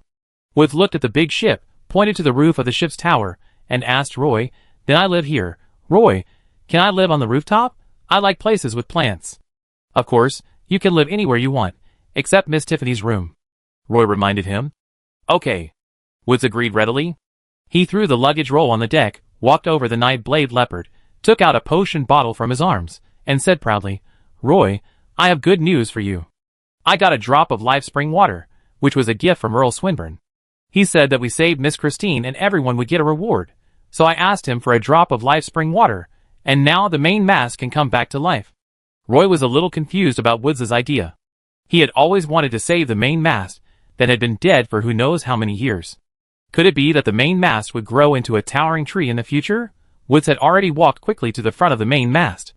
Even the night-blade leopard was attracted and lay on the deck beside him, staring at Woods curiously. Woods carefully dripped a drop of life spring water that he had worked hard to get on the main mast, and then held a very solemn resurrection ceremony. Sure enough, the main mast actually showed signs of life. Although he did not see it turn green and take root, Roy could feel the strong breath of life. Woods drew another rune on the mast, and then stopped contentedly. Not knowing what the future would look like, Roy was a little worried that the ship might turn into a tree in a few years. "I'm going to go to the hillside to find some leaf humus. The ballast stone in the bottom cabin under the main mast needs to be replaced with a cabin of nutrient soil, so that the root system of the main mast can grow stronger," Woods said to Roy proudly. Roy began to set up a barbecue grill on the deck. The night-blade leopard then stood in front of the 2 sea fishes, and swam around Roy and Woods with vigilant eyes. "You two, come and help me quickly." Miss Tiffany's voice came from the bottom of the cabin, which scared Roy. Roy walked to the door of the ship's building, and saw Miss Tiffany carrying a heavy suitcase, staggering on the stairs. Her 2 large suitcases were not only covered with kelp, but also wet on the surface, as if they had just been fished out of the sea. Roy ran down quickly, and Woods followed him without any delay. They each carried a heavy suitcase and took great effort to get to the deck. Miss Tiffany was also wet, and she returned to the room with a tricolor fish tail. When she came out of the room, she turned into an elf beauty. Roy and Woods looked at each other on the deck. They didn't expect Miss Tiffany to come back. "Tiffany, I thought you went home." Roy sat in front of the grill and cooked grilled fish for the night-blade leopard first. Miss Tiffany came out of the room and was wiping her wet hair with a dry towel. Woods looked at the beach and could still see 2 traces of struggling to drag on the beach where the tide had just receded. Thinking about Miss Tiffany's 2 extremely heavy suitcases, Woods could only swallow his saliva. "I went home, packed some luggage that I would need on a daily basis, and then came back. School is about to start, and I will take the elf literature and history elective this semester," Miss Tiffany said to Roy and Woods while wiping her hair. On the deck, Only the night-blade leopard was guarding the two grilled fishes intently. In any case, the Black Pearl suddenly returned to its former bustle. 2 days later, the Elf Academy started. This semester, Roy still signed up for Instructor Nora's martial arts training class. In addition, since he did not need to work part-time at the Statue of Liberty, he had more time to study, so he also signed up for 5 courses: Naga language, Gemini Sea geography, astrology, and astrology related to astrology. Woods decided to study botany, magic potions, and animal behavior this semester. Moira entered the Elf Academy and became inseparable friends with Miss Tiffany. Roy couldn't understand how the two girls, who had completely opposite personalities, could become close friends. One was a half-elf, the other was a Naga Sea tribe member, one was a natural assassin, and the other was a natural water magician. Moreover, the courses these two girls signed up for also confused Roy a little. They actually signed up for landscape art and architecture. Well, it's normal for elves, with a lifespan of 800 years, to be a little willful. On the first day of school, when Roy saw Claire, he found that he was surrounded by a group of Silver Moon elves. They surrounded him like stars, and asked him all kinds of questions along the way. Claire responded very patiently one by one. He is not only a celebrity in the Elf Academy, but also the youngest musician in Castletown. Roy wanted to go up to Claire and say hello. He tried several times, but was squeezed out by the group of Silver Moon elves. Claire was surrounded by a group of Silver Moon elves, and had no way to squeeze out of the crowd. This semester, except for the martial arts training class, all other courses were related to music. This semester, although Roy had 2 more elective courses, he did not need to work part-time at the Statue of Liberty, which gave him more time to study. Usually, he was either in class at the academy or reading in the library. His life was busy and fulfilling. Princess Ophelia occasionally saw Roy in the academy and would stop to chat with him. Miss Edith and Roy continued to maintain their friendship and occasionally invited Roy to a dance. Instructor Nora would notify the members of the adventure team to have a small gathering in the tavern next to the library every 2 weeks. Roy would take 1 day every month to go to Wellington Castle to tell Earl Amelia about the interesting things happening in Castletown City, and would also write to Xavier about the various situations in Castletown City. Chapter 299. Roy, your letter. In the morning, the postman stopped at the door of Roy's house on his horse, took out a letter from his briefcase, and handed it to Roy in the courtyard wall. Roy was preparing to go to school, and he met the postman when he walked to the door of his house. Roy opened the envelope and saw the name of the great priest Reed, and his heart warmed. Roy, I have received your letter. Everything is going well in Golfito. The magicians of the Astrologers' Union have repaired the time and space gate leading to the Dark Land. Next month, we will go to the Dark Land, where we will look for the whereabouts of the Statue of Liberty. The first 2 batches of advanced troops have found important clues. This time we must follow the footsteps of our predecessors, and spread the seeds of light in the Dark Land. I heard that you have mastered the Holy Light, Wisdom Blessing and Punishment Hammer. I will list the points to pay attention to when drawing the Hammer of Punishment divine mark below. The handwriting of High Priest Reed on the seaweed paper was still so meticulous, but the content of the letter could not make Roy happy. The Statue of Liberty in Castletown has been closed for 3 years, but because the teleportation gate in Golfito was destroyed by dark creatures, the 3rd Expeditionary Force has been stranded in Golfito, and this wait lasted for 3 years. Fortunately, the wealth accumulated by the Statue of Liberty Church is enough, and a large number of priests are stranded in Golfito City, which is not affected at all. The only trouble is that the 2 advance armies that went out before were trapped in the Dark Land, and they have not been able to obtain supplies from Golfito City for 3 years. Now that High Priest Reed is finally going to leave with the Expeditionary Army, Roy is still worried about him. In Roy's heart, he hopes that the time and space gate will never be repaired. He is not a believer of the Statue of Liberty, so he naturally doesn't care much about the life and death of the goddess. The shelter that the Silver Moon Elf Elders Council agreed to establish is still under construction. Every time he passes by the gate of the Statue of Liberty, Roy will see that the courtyard of the temple is full of vines and weeds. Roy stood against the wall, reading the letter from High Priest Reed carefully. Roy, Tiffany and Wiz are waiting at the intersection. Let's go quickly. Moira wore a brown thorn-tail crystal lion leather armor, with a stabbing saber hanging on her belt, and stood gracefully at the door next door, calling out to Roy. Coming. Roy folded the letter in his hand, put it in his chest pocket, and followed Moira to the intersection. Moira recently cut her hair short, which is rare among elf girls, but she looks much fresher and more lively. The reason for cutting her hair is that she ranked 2nd in the final exam of the martial arts class this semester. Moira thought that the ponytail affected her movements, so she cut her hair short. In fact, there was something Roy didn't tell her. The Silver Moon Elf, who won the first place in the martial arts class assessment, was a member of the Wellington family and Edith Wellington's cousin. Roy had seen the guy twice at the dance party hosted by Edith. He was a very proud young elf. Although he looked polite, he was arrogant in his bones. Moira had changed a lot in the past 2 years. Her round face with some baby fat had turned into a melon-shaped face. Not only did she grow a little taller, she also became a little slimmer, which was probably related to her practice of assassin's martial arts. Miss Tiffany wore a long dress with a mermaid pattern, holding 2 magic books in her arms, and waved to Moira, who had just walked out of the house from a distance. The long carriage that arrived late stopped at the intersection.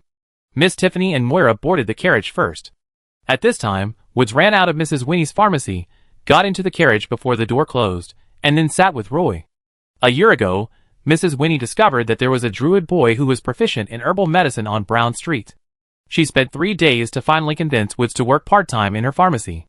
Now Woods is the chief potion master in the pharmacy, and is responsible for taking care of the big black cat. Roy thinks that Mrs. Winnie's investment is a big profit. Roy will take the final exam of astrology this morning. He has studied astrology for 3 years. If he fails the exam, he will have to spend another 3 years to retake it, so he is fully prepared this time. Tiffany and Moira also have to take the assessment of garden artists. Woods, have you asked for leave from Mrs. Winnie? The long carriage slowly moved forward, and the scenery outside the window kept changing. Roy asked Woods, who was sitting next to him. It's already been agreed, and I have rushed to make a batch of magic potions these days, enough for the pharmacy to sell for 2 months. Mrs. Winnie also asked me to help her bring goods from Padstow, Woods said happily. Roy rolled his eyes, and complained in his heart that Mrs. Winnie was so calculating. I was nervous for the whole morning. After finishing the final exam of astrology, Roy walked out of the classroom. He dared to walk in the corridor, holding the railing and looking towards the courtyard full of green plants, taking a deep breath of fresh air. If I had known that astrology required memorizing so many star maps, I would never have considered learning it. It was too torturous. A group of elf students came out of the examination room one after another, and everyone was talking about this exam. Roy was also among a group of half-blood elves, chatting casually. Arriving at the entrance of the academy, Roy was waiting for Woods, Moira, and Miss Tiffany to go home together. Claire walked out of the elf academy surrounded by a group of Silver Moon elf students. Claire was like this wherever he went. Including this year, he has won the title of Castletown City's Outstanding Musician for 3 consecutive years. At the beginning of the year, he also held a concert in Castletown Grand Theater. Claire saw Roy through the crowd and stopped immediately, but he couldn't come over. Because no matter where he walked, the group of elves around him would move parallel to him. He didn't want to be like last time, when he almost pushed Roy against the wall. Roy, do you want to go to the opera house together? Claire waved at Roy vigorously, and shouted loudly. Roy waved his hand and responded, I have something to do in the afternoon, you guys go.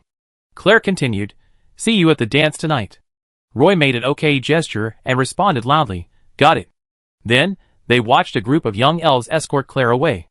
The Silver Moon elves worship musicians and artists, but Roy had never thought they would be so fanatical. They felt like a group of fanatics. Castletown was still the same as it was 3 years ago. Roy had become a middle-level student in the Silver Moon Elf Academy, and had his own social circle. Instructor Nora walked out of the academy, and saw Roy leaning against the wall. She stopped, walked up to Roy, and said to him, Roy, I heard that you have formed an adventure group and are going to go to the Partington Plain for training?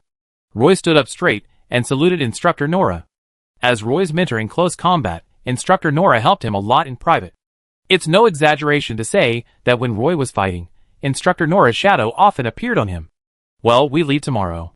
We go to Padstow first, and then stay in Barrier Town for a few days. Roy said honestly. Instructor Nora asked curiously, are you going to explore the Blackwater Swamp? The reason why Instructor Nora asked this was entirely because the route Roy described was just suitable for going to the Blackwater Swamp. Roy shook his head without thinking, denying, not this time. We are not yet able to deal with poisonous horned black anacondas and dragonflies. We plan to go west along the Griffin Mountains this time. If possible, we want to go to the Pagisto Plateau. Roy has a clear understanding of his newly established adventure team. He doesn't want to do something risky on his first adventure. Instructor Nora was relieved when she heard Roy say this. She smiled and nodded, and patted him on the shoulder. No matter what, you must pay attention to safety. I will, Instructor Nora. Instructor Nora chatted with Roy for a while, and then left. Because Roy saw instructors Eleanor, Virgil and Gru waiting on the other side of the street, these three instructors had some different opinions on Roy's departure, so they usually avoided him as much as possible in the academy. Since the rebels in the Partington Plain accepted the peace talks, the barrier town in the Partington Plain has been in trouble.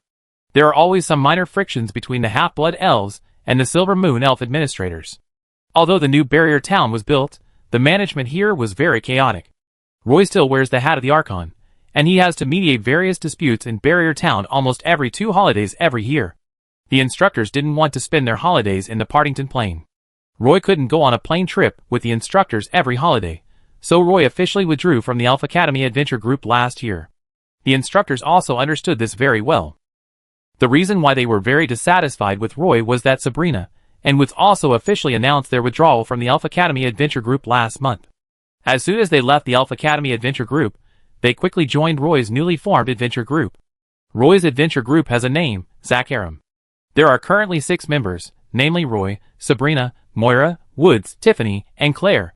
After Roy waited for Woods at the entrance of the academy, the two ran to a trading house next to the central square of Castletown City and purchased some fine linen ropes, some skinning knives, and hoes and sickles for collecting magic herbs. In addition, there were some Glauber's salt for leather processing and several other solvents. Roy bought these supplies according to a list. So we need to buy so many? Woods was a little worried when he saw such a large pile of supplies. Some scattered supplies were directly put into the magic waste bag by Roy, and the rest of the supplies were discussed with the manager of the business, and they would be delivered to the dock of Castletown Port tomorrow morning. Roy, are we going to transport these supplies to Barrier Town? Woods asked in a low voice. Yes. But don't worry, when this batch of goods arrives at the dock, we just need to find a way to move them to the ship, and then arrive at Partington Island, and then hire a carriage to transfer to Padstow City. We can find a carriage shop in the city and rent a carriage to transport them to Padstow, or we can entrust them to the caravan and ask them to ship them to Barrier Town, which will not cost much. Roy explained to Woods in a low voice. Hearing Roy come up with a complete transportation plan, Woods finally breathed a sigh of relief. Let's go quickly. We still have to attend the school dance tonight. Didn't you say last time that you secretly like a half-elf girl? You can ask her to dance and see if you have a chance. Roy said as he walked. How could I say that? Woods muttered, but his steps didn't slow down at all. Do you still want me to tell you the girl's name? Roy chuckled. At the end of each semester, the Elf Academy would hold a dance. Only students of the Elf Academy could attend this dance, but due to the large number of students in the Elf Academy, the scale of each dance was very large, and the dance floor could only be on the grass in front of the main teaching building of the Academy. In recent years, the Elf Academy's end-of-term dance has become more famous because Wagner Clare, the youngest musician in Castletown, would play piano music at the dance. 2 pieces were played the year before last, 3 pieces last year, and it is said that there will be at least 3 piano pieces this year. This kind of free concert is what many elves dream of. When Roy and Woods arrived at the academy, many students had already gathered on the playground. Roy did not wear a dress, so he and Woods found a remote place and put on the magic pattern structure. Wearing a leather armor magic pattern structure to attend a dance is barely acceptable. A soothing music sounded, and Roy and Woods mixed into the lively crowd. The elf girls wore beautiful long skirts, with light makeup on their faces, revealing large areas of snow-white skin, and the smell of flowers and perfume was everywhere. Roy and Woods finally found Tiffany and Moira, and Miss Tiffany was soon invited to dance by an elf student. Moira stood on the edge of the grass with some excitement, holding the fence with both hands, looking into the dance floor. She has really changed a lot in the past few years. The half-elf girl, who was a little autistic and didn't like to communicate with strange elves, can now participate in such a lively dance. In fact, Moira is more excited. She can finally go on a playing adventure with everyone, and Ms. Jillian also agreed in person. The climax of the dance was when Claire appeared in the band. This time, with the cooperation of the band, Claire played 3 songs in a row, which pushed the atmosphere of the dance to its peak. Moira's face turned red due to the atmosphere of the dance, but she would never dare to dance on the dance floor, even with Miss Tiffany's encouragement. Roy didn't care, but when Miss Edith came over to say hello, she asked her to dance. There was a sudden chaos in the crowded dance floor. Many dancing elf students stopped and gathered around one area. Roy and Moira watched the excitement at the edge of the dance floor. They didn't know what was happening over there, and they didn't plan to go over. At this time, Woods came out from nowhere, grabbed Roy's arm and ran towards the crowd, saying as he ran, "Roy, go over and take a look, Sabrina is in trouble." Chapter 300. Many elf students gathered in the northwest corner of the dance floor, and cheerful violin music flowed in the air. Sabrina was surrounded by a group of Silver Moon Elf students. She stared fiercely at the Silver Moon Elf noble opposite her, tied her long hair like a waterfall into a ponytail, and had no intention of retreating. When her girlfriends saw that the matter had become serious, they were so scared that they all ran away with their long skirts lifted up. What made Sabrina angry was that even the troublemaker girlfriend quietly ran away, and she was surrounded by a group of Silver Moon Elves alone. 2 male Silver Moon Elves came up and reached out to pull Brianna's arm, but were pushed away by Sabrina. They didn't expect Sabrina to be so strong. Her back hit her companions, making the Silver Moon Elves angry, and unable to hold back their anger, they surrounded her forcefully. An ice shield suddenly appeared on Sabrina, scaring the 2 Silver Moon Elves. Miss Tiffany held a magic book to her chest, pushed away the elf students watching on the side, and squeezed in from outside. She didn't even ask Sabrina what happened. She saw her draw a magic pattern on her chest, and Miss Tiffany's body suddenly gathered countless water vapors, and an ice ball slowly formed on her head. A group of Silver Moon Elf students retreated, fearing that they would be affected when the ice ball exploded. An ice pattern also appeared under Miss Tiffany's feet, forcing the elf students to retreat. She held the magic book in one hand and whispered to Sabrina, "There are many of them. Let's find a way to leave here." In fact, there are always some small disputes at the college dance every year, but those disputes in previous years had nothing to do with Roy, and Roy was too lazy to even look at them. Now that the time has come, Roy has to rush forward. The incident happened a little suddenly. When the incident happened, although Woods was not with Sabrina, he saw the whole thing. One of Sabrina's best friends was dancing, and she might have been too involved and didn't pay attention to the surrounding situation. When she stretched her elbow back to expand her chest, she accidentally bumped into a Silver Moon Elf noble. Not only did the friend not apologize, she also said something very unpleasant. When she turned around, she found that there were several Silver Moon Elf nobles behind her, and she was so scared that she stuttered. Several Silver Moon Elves chased after her relentlessly, scaring the friend to scream. Sabrina of course had to stand on the side of her friend at this time. During the dispute, Sabrina slapped a Silver Moon Elf noble, which made the group of Silver Moon Elf students explode. Sabrina's friends saw that things were not going well, and they all slipped away. Wood saw that the matter had become serious, and hurriedly asked Roy for help. He led the way in front, and simply told Roy the whole story. Moira followed Roy, her face pale with fear. Claire squeezed in from nowhere, and he and Roy exchanged glances. This kind of thing must not be made a big deal on campus. Fighting at the dance on campus is strictly prohibited by the Elf Academy. No matter who is caught by the Academy, the whole Academy will be notified at the least, and expelled from school at the worst. Squeezing into the group, Roy found that Miss Tiffany was actually with Sabrina. Sabrina was blocked by an ice shield in front of her, and Miss Tiffany had an ice ball hanging above her head. Sabrina tore the slit of her dress to her thighs, and took a fighting stance. Amid the boos from the surroundings, the 2 male Silver Moon Elf classmates approached Sabrina cautiously, but they were no match for Sabrina at all. They were beaten back by Sabrina in just a few moves. A dozen Silver Moon Elf nobles surrounded Sabrina. The handsome young noble of the Silver Moon Elf opposite had a clear red handprint on his face, and the anger in his eyes was about to overflow. Roy had never dealt with this Silver Moon Elf noble before, and he estimated that the other party would not listen if he tried to persuade them. Roy lowered his voice and said to Woods quickly as he squeezed forward, "Woods, if the 2 sides cannot reconcile, I will drag Sabrina out later. At that time, you will be responsible for leading the way and rushing to the gate of the Academy. Moira, you take Miss Tiffany with you and must follow us." "Yes." Woods and Moira agreed at the same time. After saying that, Roy cast a blessing of strength on Woods, and a sacred fist disappeared above Woods' head.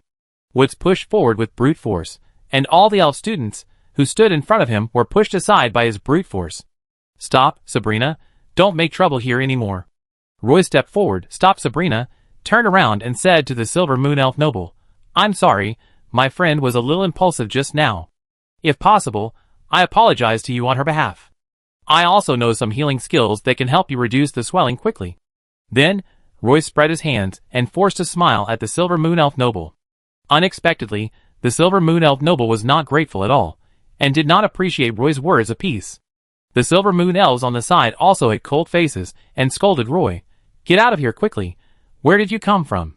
Two Silver Moon Elf nobles tried to push Roy away, but Roy lowered his head and dodged them skillfully.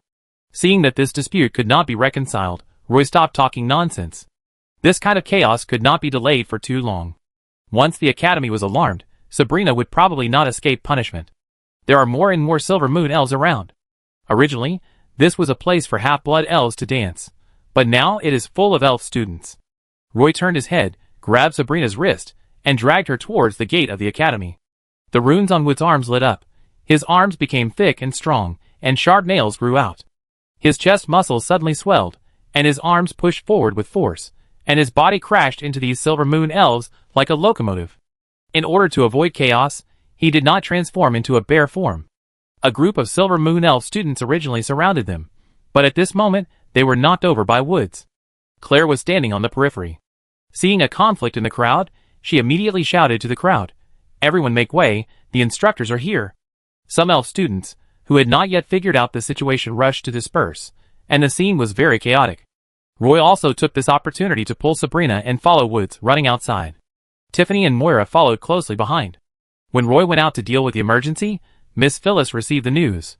He quietly asked Miss Edith, "Edith, do we need help?" Edith stood in another corner of the dance floor.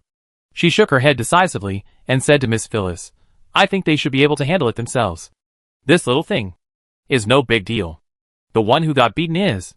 Miss Phyllis leaned close to Miss Edith's ear and whispered. Miss Edith's eyes widened, and she forgot what to say for a moment. At the same time, Miss Christine was on a terrace in the teaching building. She held the railing with both hands, and was chatting and laughing with a group of friends watching the excitement downstairs. She was surrounded by senior elf students. For students in the 7th grade and above in the academy, the venue for the final dance was on the terrace on the 3rd floor of the main teaching building. After a while, someone came over and whispered something in her ear. Miss Christine was stunned for a moment. When she looked downstairs again, she found that the dance floor had become a mess.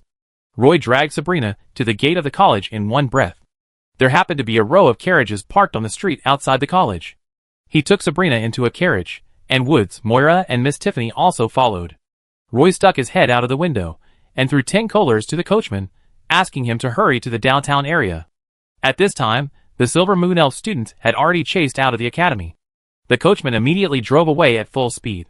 "Do you know who the Silver Moon Elf noble you just beat was?" Roy finally breathed a sigh of relief when he saw the carriage leaving the Elf Academy.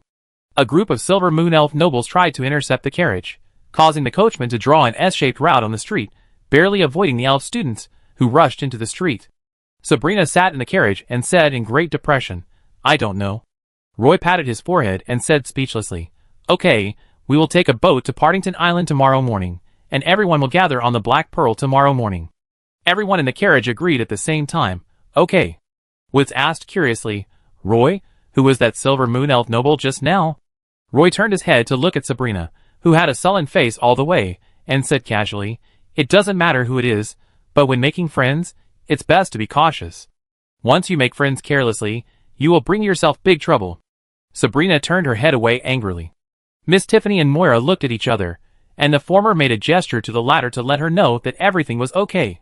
The carriage soon arrived at Brown Street, and everyone got off at the intersection. The next morning, Roy, Moira, and Sabrina came to the Black Pearl.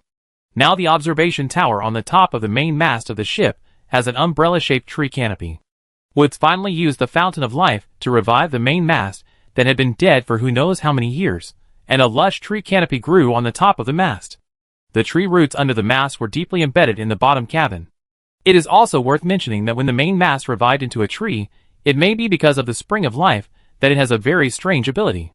The wood of the entire ship is slowly becoming a part of it, and these woods are also revived. Now the keels and planks around the main mast are emitting a fragrance of tree oil. Woods told Roy that if it is cultivated well enough, the ship may become a tree in the future. Woods has been living on the top of the ship for the past few years. He has turned it into a small garden. The 19 pots of light flowers have grown into more than 50 pots. The copper human-shaped ram on the bow has almost become a diving platform. Miss Tiffany has dug a large deep pit on the beach below. Even if the tide is low, there will be some seawater in the sand pit below. When Miss Tiffany is bored, she will stand on the bow and keep diving. Not long after, Claire also came in a carriage. After everyone gathered, they came to the dock of Castletown Port, where Roy had to receive the goods. The other partners boarded the supply ship to Partington Island. Claire followed Roy and kept telling him what happened at the dance after they left last night. Not long after you left, the instructors from the academy came over. Fortunately, you left quickly, otherwise Sabrina might be in trouble. Claire whispered to Roy while carrying the wooden box. We have to be careful now. I found that the relationship between the Silver Moon Elves and the Half-Blood Elves in Castletown is getting worse and worse. It's probably affected by the Partington plane. Roy said with some concern. I think it's okay. The Academy won't feel anything. Claire said. You are surrounded by a group of Silver Moon Elves all day long. What can you feel? Roy said bluntly. Claire was not angry, and said proudly, Everyone likes me, what can I do? You didn't tell anyone about your training in the Partington plane, did you? Roy asked with some concern. Of course it's confidential, don't worry about that. Claire vowed, I will definitely have an unforgettable plane trip this time. It will make you feel unforgettable. Roy laughed. Have you planned where to go? Claire asked. Roy put the wooden box under the supply ship and pulled it up with the pulley crane above. Of course, this is a plan that should be made before departure. We are going to Pagisto Plateau, Roy said. Roy, it seems that someone is coming over there. Woods came up from behind alone, holding a large wooden box, and pointed to the east of the dock and said to Roy, It seems to be the group of Silver Moon Elf nobles last night. How did they find this place? Roy stopped and looked at it, frowning. What should we do? Woods asked a little nervously. Don't worry about them. Let's move these supplies onto the ship first, Roy said. The three of them moved the supplies purchased yesterday onto the ship, and then boarded the supply ship. The group of Silver Moon Elf nobles rushed to the deep water dock. Roy didn't want to pay any attention to the Silver Moon Elves, so he returned to the cabin to rest. The Silver Moon Elf nobles probably saw Roy and Claire boarding the ship, and they also wanted to board the ship, but they were stopped by the elf warriors guarding under the sampan. This ship was a military ship, and they were not allowed to board without the military's permission. Therefore, a group of Silver Moon Elves could only stand on the dock in great anger, watching the supply ship carrying Roy and his party slowly leave the port. Roy lay in front of the window in the cabin, watching the Silver Moon Elves stamping their feet in anger, saying, I hope that in 2 months, they can forget all these unpleasant things. Hee, no matter who is slapped by the person they love, how can they forget such a thing? Claire said with a chuckle. Chapter 301. Sabrina held the railing of the supply ship with both hands, looking at the endless sea. The sea breeze made her long hair a little messy. She pursed her lips, feeling very bad, and even a little angry in her eyes. Moira and Miss Tiffany sat at a square table on the deck, staring at the sails swollen by the sea breeze, and felt that sailing on the sea was very interesting. Miss Tiffany told Moira that in the past, when she passed the sea area, she almost swam under the sea. Obviously, Moira was also very curious about the underwater world. Miss Tiffany readily agreed to let Moira go to the bottom of the sea to see it if she had the chance. This is a supply ship of the 17th Silver Pegasus Legion. Roy asked Miss Christine for help to get a ticket to board the ship. This time, the group left Castletown City and felt much more relaxed. Roy, Claire and Wood stood on the top of the ship. I heard that this season is the migratory season of killer whales. They have to swim back from the endless sea to the frozen sea. If you are lucky, you can see the whales swimming northward in this sea area. Claire and Roy stood together. Claire closed his eyes and felt the sea breeze blowing in his face. After a while, he opened his eyes and turned to look at Roy and asked expectantly, Roy, have you heard the notes of nature? Roy glanced at Claire. This guy must have been accustomed to the identity of a musician. This time when I went to the Partington Plain, I tried to listen to more melodies of nature. Claire hugged Roy contentedly and said in a good mood, I knew you were still reliable. To be honest, I have been trying to compose some songs myself recently, but without the melodies you gave me, I found that the songs I composed were too mediocre. Roy said with a guilty conscience, composing music requires constant practice. Maybe one day you will get inspiration. I think this kind of thing requires talent. For example, Roy, you are very talented, Claire said with some envy. Come on, I can't even read the music score. I have told you so many times that the melodies I hum to you were not created by me. I heard them from various places. Roy explained to Claire. He didn't know how many times he had explained this to Claire. Then why can't I hear it? Claire was a little unconvinced. Roy turned around and condensed a ball of holy light in his palm. The white flame seemed to be burning. Claire, can you see it? Roy's eyes fell on the flame and asked Claire. Claire looked at Roy with a strange expression and said, How could I not see such a large holy light? Roy clenched his open palm into a fist, looked around, and asked Claire, "Can you see these holy lights floating in the air like fireflies?" Claire had no affinity with the holy light, so how could he see the holy light particles? However, he understood what Roy meant at this moment. "Well, okay, I really can't see it." Roy could actually understand his friend Claire's troubles. The young musician from Castletown City was obviously in a state of self-doubt. Wood stood on the other side of the ship's tower, pointing to the sea in the distance, and shouted excitedly, "Roy, Roy, it's a group of whales, a group of killer whales." The supply ship arrived at Partington Island in the afternoon. Roy ran to the dock and hired a carriage to transport all the supplies he bought to the central square of the town. Because it was difficult to obtain a pass to Partington Island recently, the square was empty, and no other businesses were queuing here. Roy took the teleportation pass signed by Earl Swinburne, walked to the guard at the teleportation gate, and handed it over. The guard immediately stepped aside, and Roy and his party successfully entered the Partington Plain. Although the rebellion in the Partington Plain had been quelled 3 years ago, but the portal on the plain has always been controlled by the military.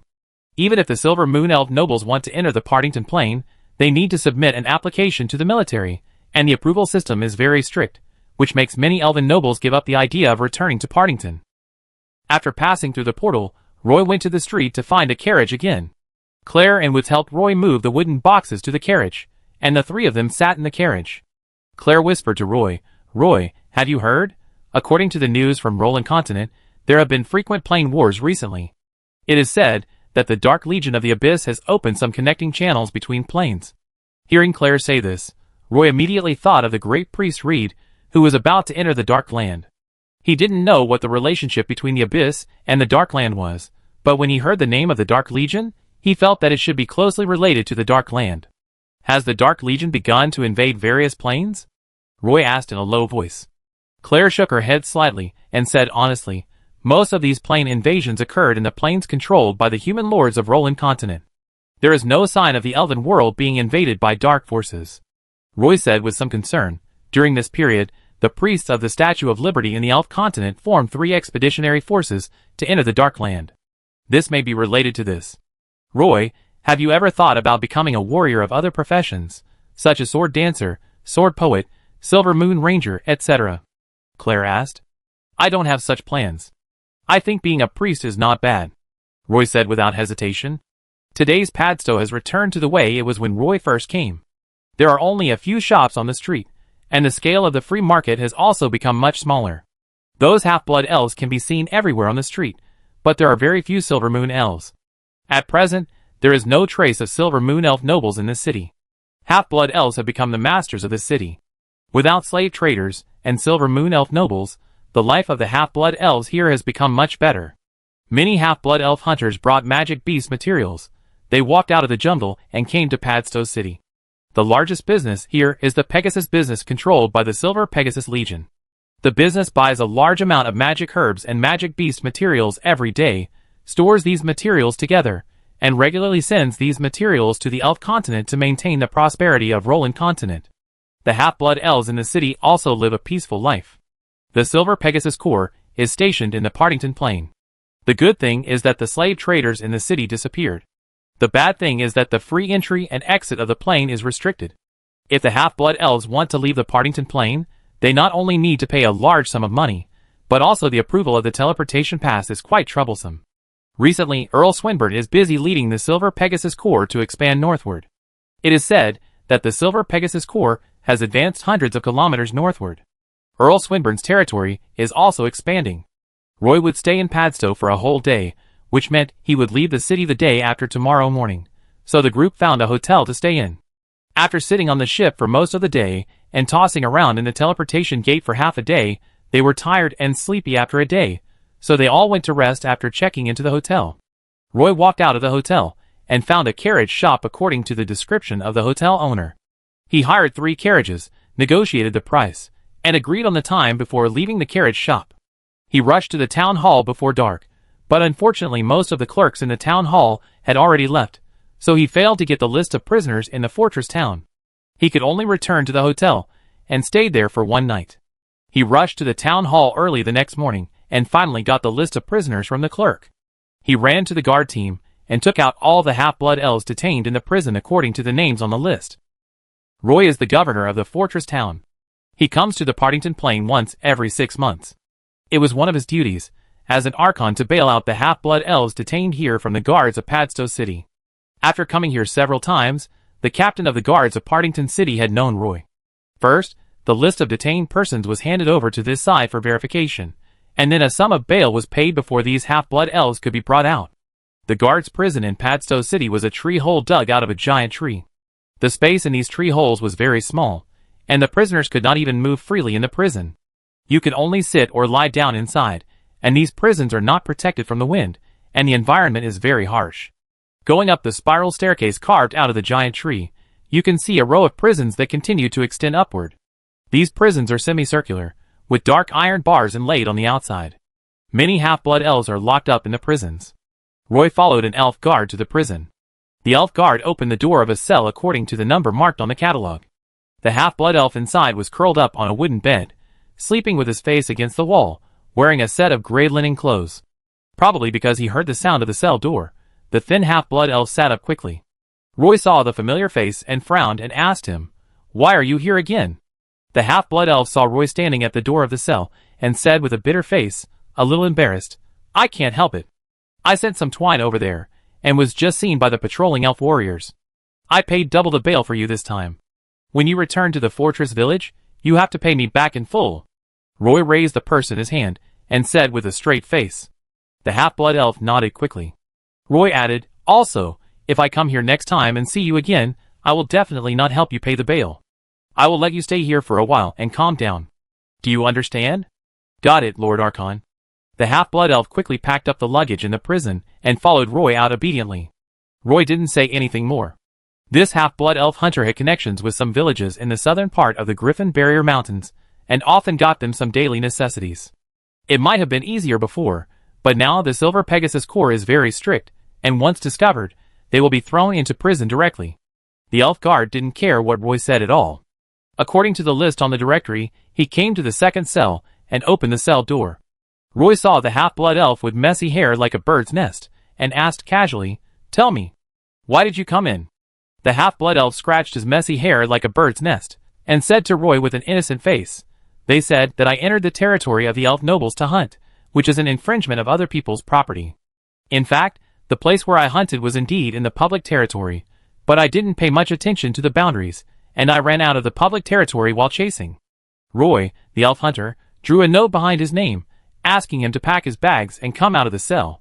The half-blood elf hunter was still muttering, "I heard that only the Blackwater Swamp and Pagisto have not been occupied. Next time I hunt, I will try my luck in undeveloped places." Roy turned his head and looked at him, saying, "If you go to the Blackwater Swamp, try to call more people and make full preparations." The third half-blood elf, who was imprisoned, looked very young, but his crime was fighting. "Your crime is fighting. This time, I can bail you out because you are a first-time offender. If you do this again, I will let you stay here," Roy said to the third half-blood elf. He took out all the prisoners on the list, and led these half-blood elves out of the guard prison, and took them to stay in the hotel for one night. After staying in Padstow for a whole day, Roy took a full car of supplies, and a car of half-blood elves, who were bailed out, and went directly to the fortress village. After the rebels disbanded in the barrier village, although nearly 3/4 of the rebels left the barrier village within a few days, more than 10,000 rebels chose to stay in the barrier village. These half-blood elves spent several months rebuilding the barrier town, including the tree house in the barrier town, the apple orchard outside the town, etc. The current barrier town is a large town with more than 10,000 half-blood elves. Although Roy is the governor of the barrier town, he is not responsible for the daily management of the barrier town. The only thing he can do is to rescue people from the guards of Padstow City. The current barrier village is still very large, but there is no market in the village. The two businesses of Warcraft materials and magic herbs have almost appeared in a monopoly form during this period. After the carriage entered the barrier town, the half-blood elves jumped off the carriage and went home. Roy led the adventure group to his tree house, which is almost the highest point in the barrier town. Standing on the tree canopy, you can overlook the entire lush barrier town. Afterwards, Roy will take the list of detainees to the town hall for handover. He will stay in the barrier town for about 3 days, and then he will lead the adventure group to the Pagisto Plateau. As soon as he walked to the door of the town hall, he saw the elf warriors put several half-blood elves in a wooden cage. Chapter 302. Roy walked into the lobby of the town hall and walked around the front desk to the guard team's information room. The room was filled with information cabinets, and there was a desk next to the window at the door. Miss Carlyle and Orsia were clerks here, and they were responsible for managing the personal files of the half-blood elves resident in the barrier town. "Roy, it's time for you to come." Miss Carlyle turned around and greeted Roy, who was standing at the door. Roy handed the list of bailed persons to Miss Carlyle's assistant Orsia, who was standing at the window, and could still see several wooden cages in the clearing in the woods. "What happened?" Roy asked curiously. Miss Carlyle said helplessly, "I heard that these elves were suspected of being involved in the slave trade." Roy didn't expect that those half-blood elves were actually slave traders.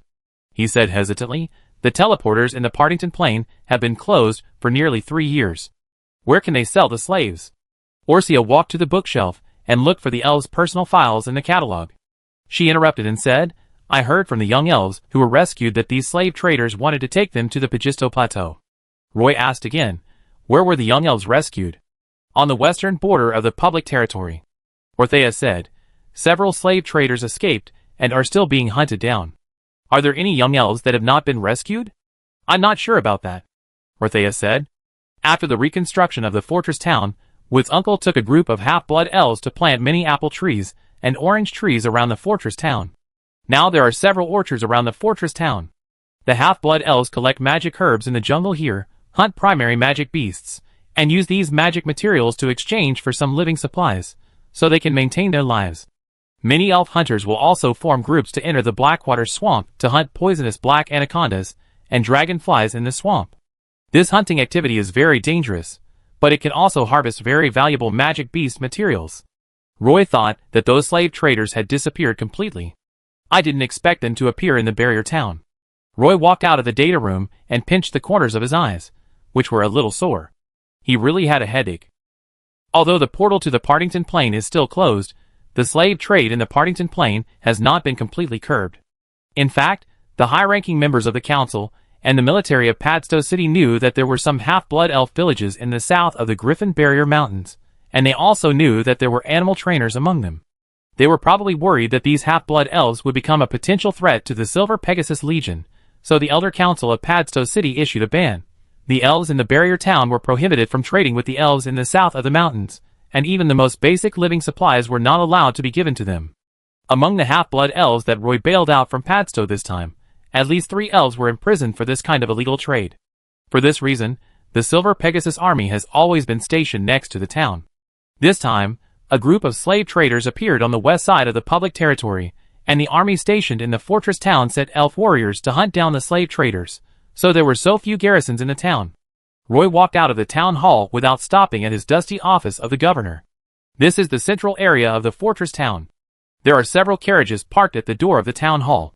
There are neatly arranged wooden boxes in the trucks, which should contain some magic materials. Half-blood elf hunters are also queuing up to sell magic materials.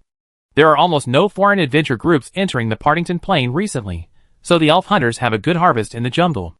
Although the purchase price is a bit low, it is acceptable.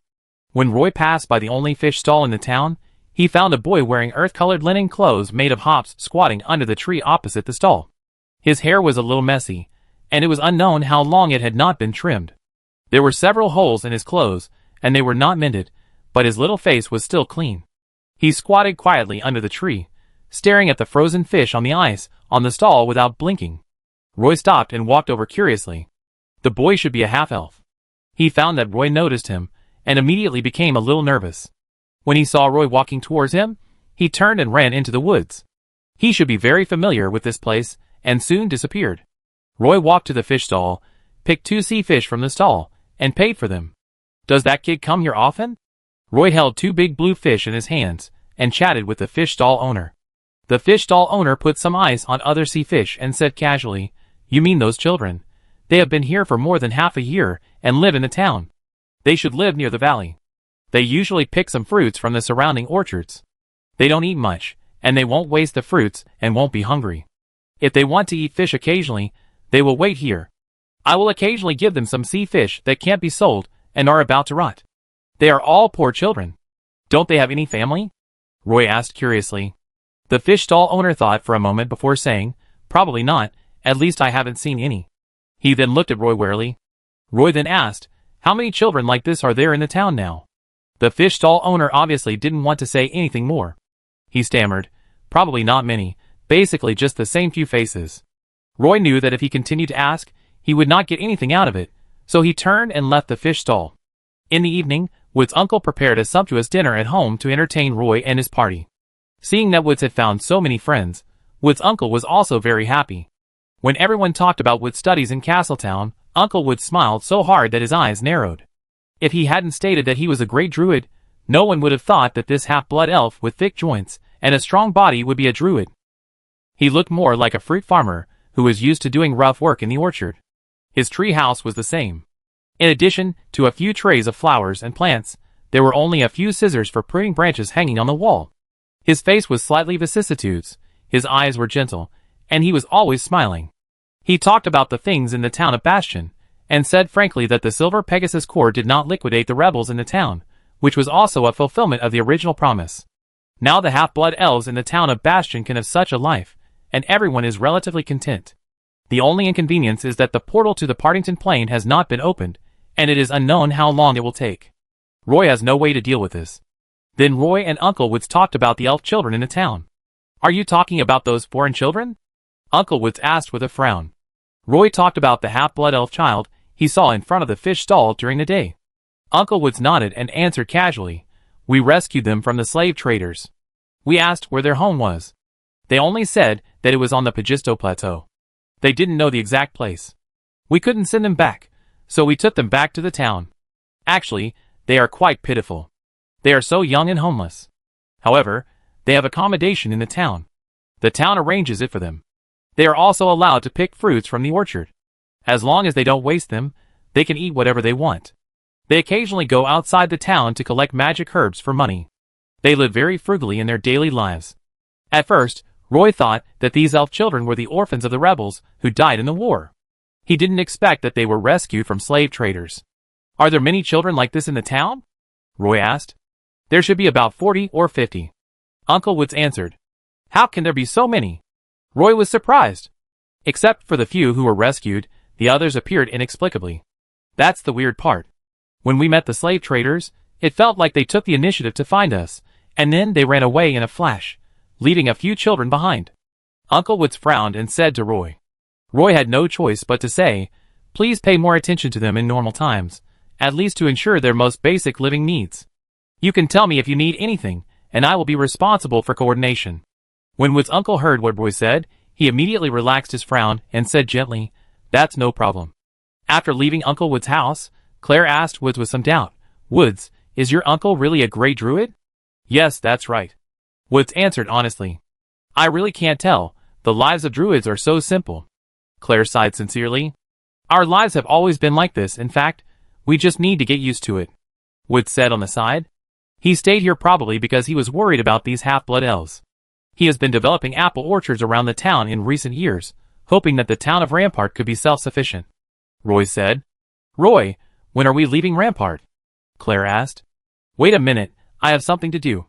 Roy looked at the Griffin Rampart Mountains in the south and said casually. On the day he arrived at Rampart Village, Roy passed on the message, but he never waited for Kaka and little Eugene to show up. Now that Claire asked, Roy became a little anxious. Back at his residence, Roy was sleeping soundly in bed when he suddenly heard an owl cry outside the window. Roy suddenly woke up from his sleep. He sat up from the bed, put on the magic pattern structure randomly, looked out the window for a few times, and saw an owl with a white crescent pattern on its chest on the horizontal branch outside the window. Then he supported himself with one hand on the windowsill and jumped out, chasing after the owl. Chapter 303. The owl passed through the woods of the barrier town and brought Roy all the way to the outside of the town. It fluttered its wings and flew to a branch, and then stopped to wait for Roy for a while. Roy almost trotted all the way to the woods of the barrier town. Until the owl landed on a big tree, Roy stopped under the tree. He sat quietly under the tree and waited for a while, and Kaka and little Eugene came out of a bush. Roy knew that their griffin mounts were nearby, but because they were worried about being discovered by the elf warriors of the barrier town, they had to hide and be cautious in any action. It was only because they came from the south of the Griffin Barrier Mountains, and they were two animal trainers, and the griffins were the natural enemies of the Silver Pegasus, that the elf warriors of the 17th Silver Pegasus Legion were full of hostility towards these animal trainers. They even stationed an army in the barrier town, and also implemented dual control over the population and materials of the barrier town. At first, Roy thought that the 17th Silver Pegasus Legion did this to strangle the half-blood elf rebels in the cradle. But later Roy realized that the 17th Silver Pegasus Legion didn't care about the rebels at all. In their eyes, the rebels were just a mob. What they really care about is the half-blood elf trainer south of the Griffin Barrier Mountains. In the past 2 years, the Silver Pegasus Corps has been increasingly strict in controlling various supplies, probably because they don't want the elves south of the Griffin Barrier Mountains to get sufficient supplies. Last spring, Roy contacted Kaka and little Eugene in Barrier Village, and they told Roy about the difficulties they were facing. Every time Roy came to Barrier Town, he would bring them some daily necessities. Roy's identity was special, so no elf warriors went to check his luggage.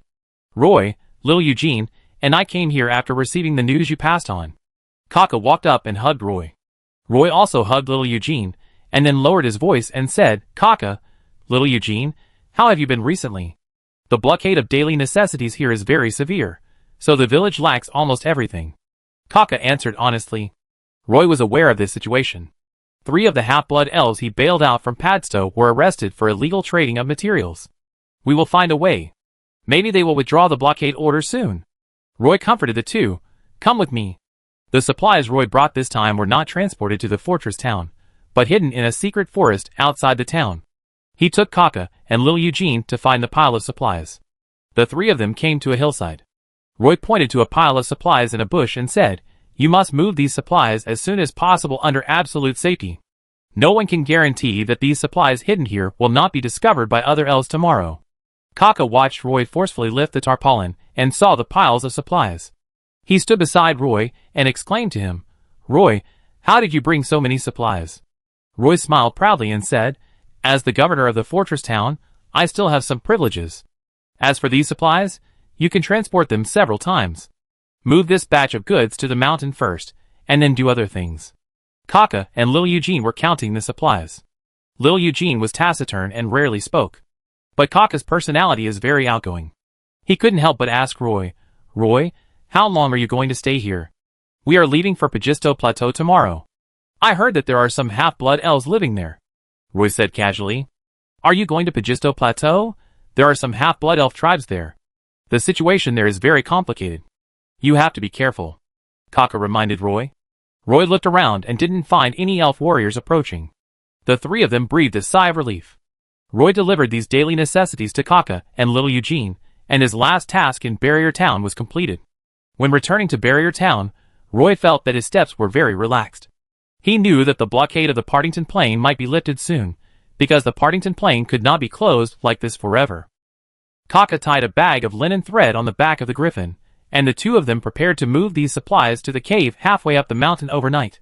Because Roy prepared too many supplies, Kaka and Eugene flew 5 times in a row, but still half of them were not transported away.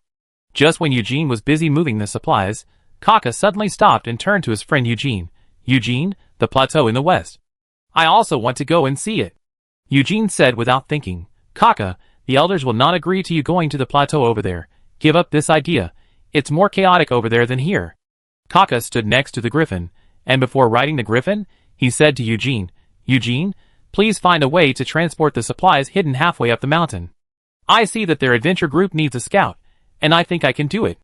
You know how dangerous the mine owner over there is. You'd better not go to such a dangerous place." Little Eugene was startled and quickly grabbed Kaka's arm with both hands. Kaka smiled proudly. "Okay, I promise you, I will be very careful." Roy's adventure group left the barrier town on the morning of the 3rd day after arriving in the barrier town.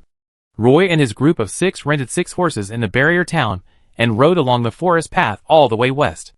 There are actually very clear forest paths near the barrier town, and these paths are not difficult to walk.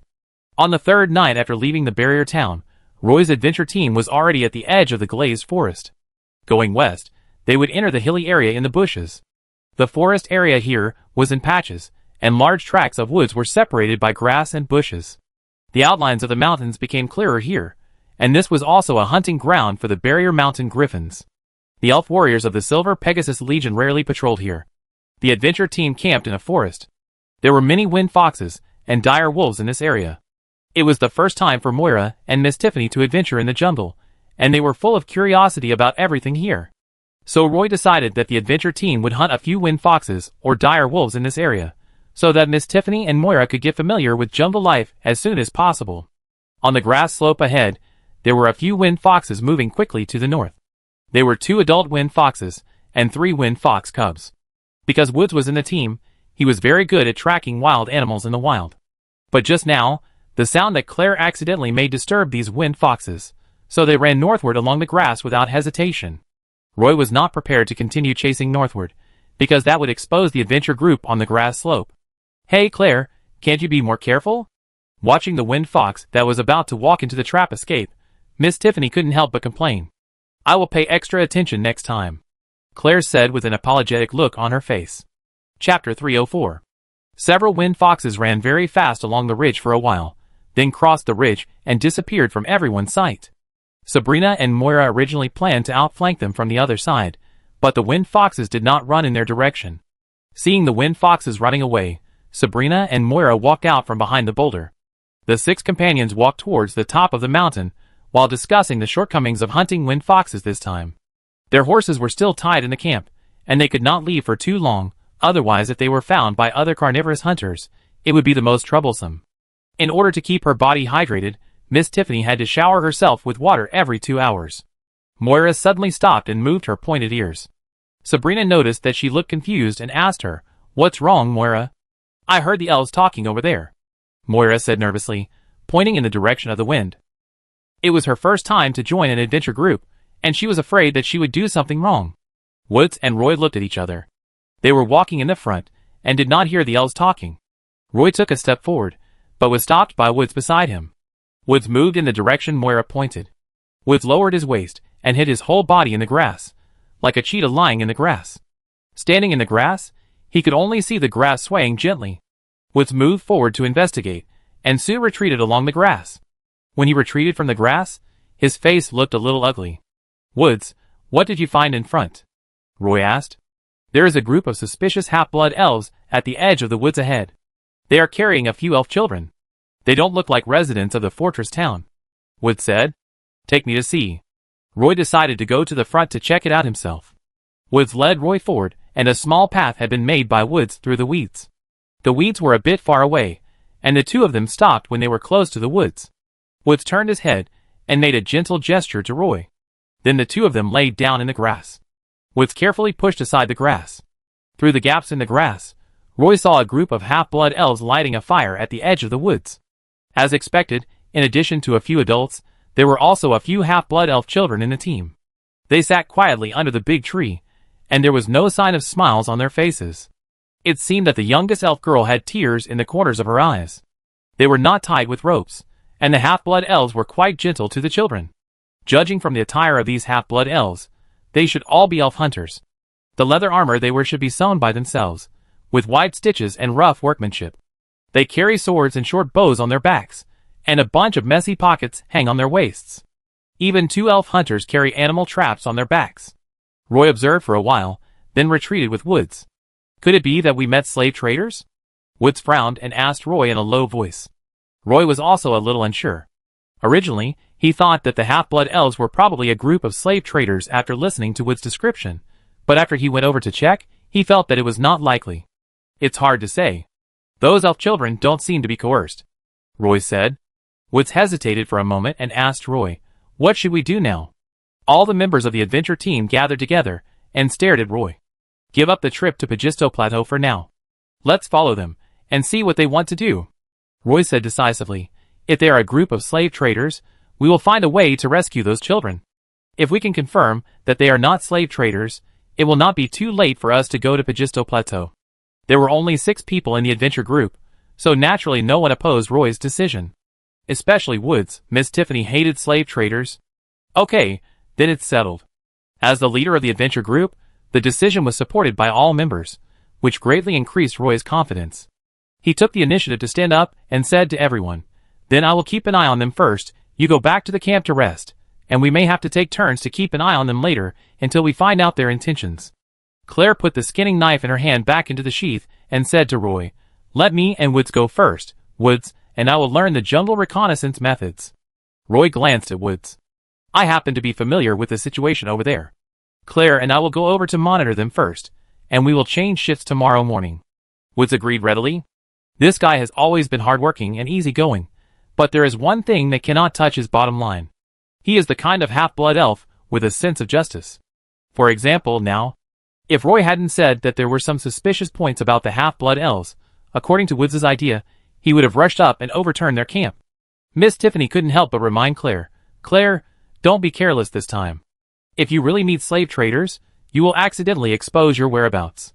Those slave traders are all cruel and ruthless. Miss Tiffany was once imprisoned on the Sea Wolf for almost 20 days, and the number of Naga sea tribes that died at that time was far more than those imprisoned in the bottom cabin. Claire sorted out her weapons and equipment, stood beside Woods and said, I will be careful. Roy took the other members of the adventure team back to the temporary camp, but he didn't expect Kaka to be waiting in the camp. Roy was startled, thinking that something had happened, and Kaka came to Roy for help. Kaka, why are you here? Roy asked nervously. Kaka stood up from the tree root, wiped his hands, and smiled at Roy. Little Eugene, and I came to find you after transporting the supplies to the mountain. Roy, I am going to go to the Pajisto Plateau with you. Roy certainly welcomed this. Ah, do you want to join our adventure group? Roy was ready to confirm again, because Kaka's joining might mean that the secret of the elf tamer hidden in the southern part of the Griffin Barrier Mountains could no longer be hidden. In fact, this is no secret to the military of the Silver Pegasus Corps. It's just that ordinary elves don't know much about these things. Yeah, I don't know. Is it possible? Kaka asked shyly. Roy extended his hand to Kaka and said, Welcome to join our adventure group, but I can't help you register as a member of the Adventurers Guild for the time being. I can only wait until this adventure is over. If you have this idea, I will take you to join the Adventurers Guild. Kaka nodded stupidly. He was very happy to join Roy's adventure team. Then Roy introduced Kaka to other members of the adventure team, Sabrina, Moira, and Miss Tiffany. Miss Tiffany looked at Kaka curiously when she heard that Kaka was a trainer.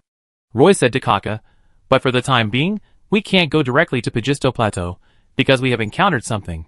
Then Roy told Kaka about a group of half-blood elves they found nearby. After Kaka heard this, he frowned. Do you suspect they are a group of slave traders?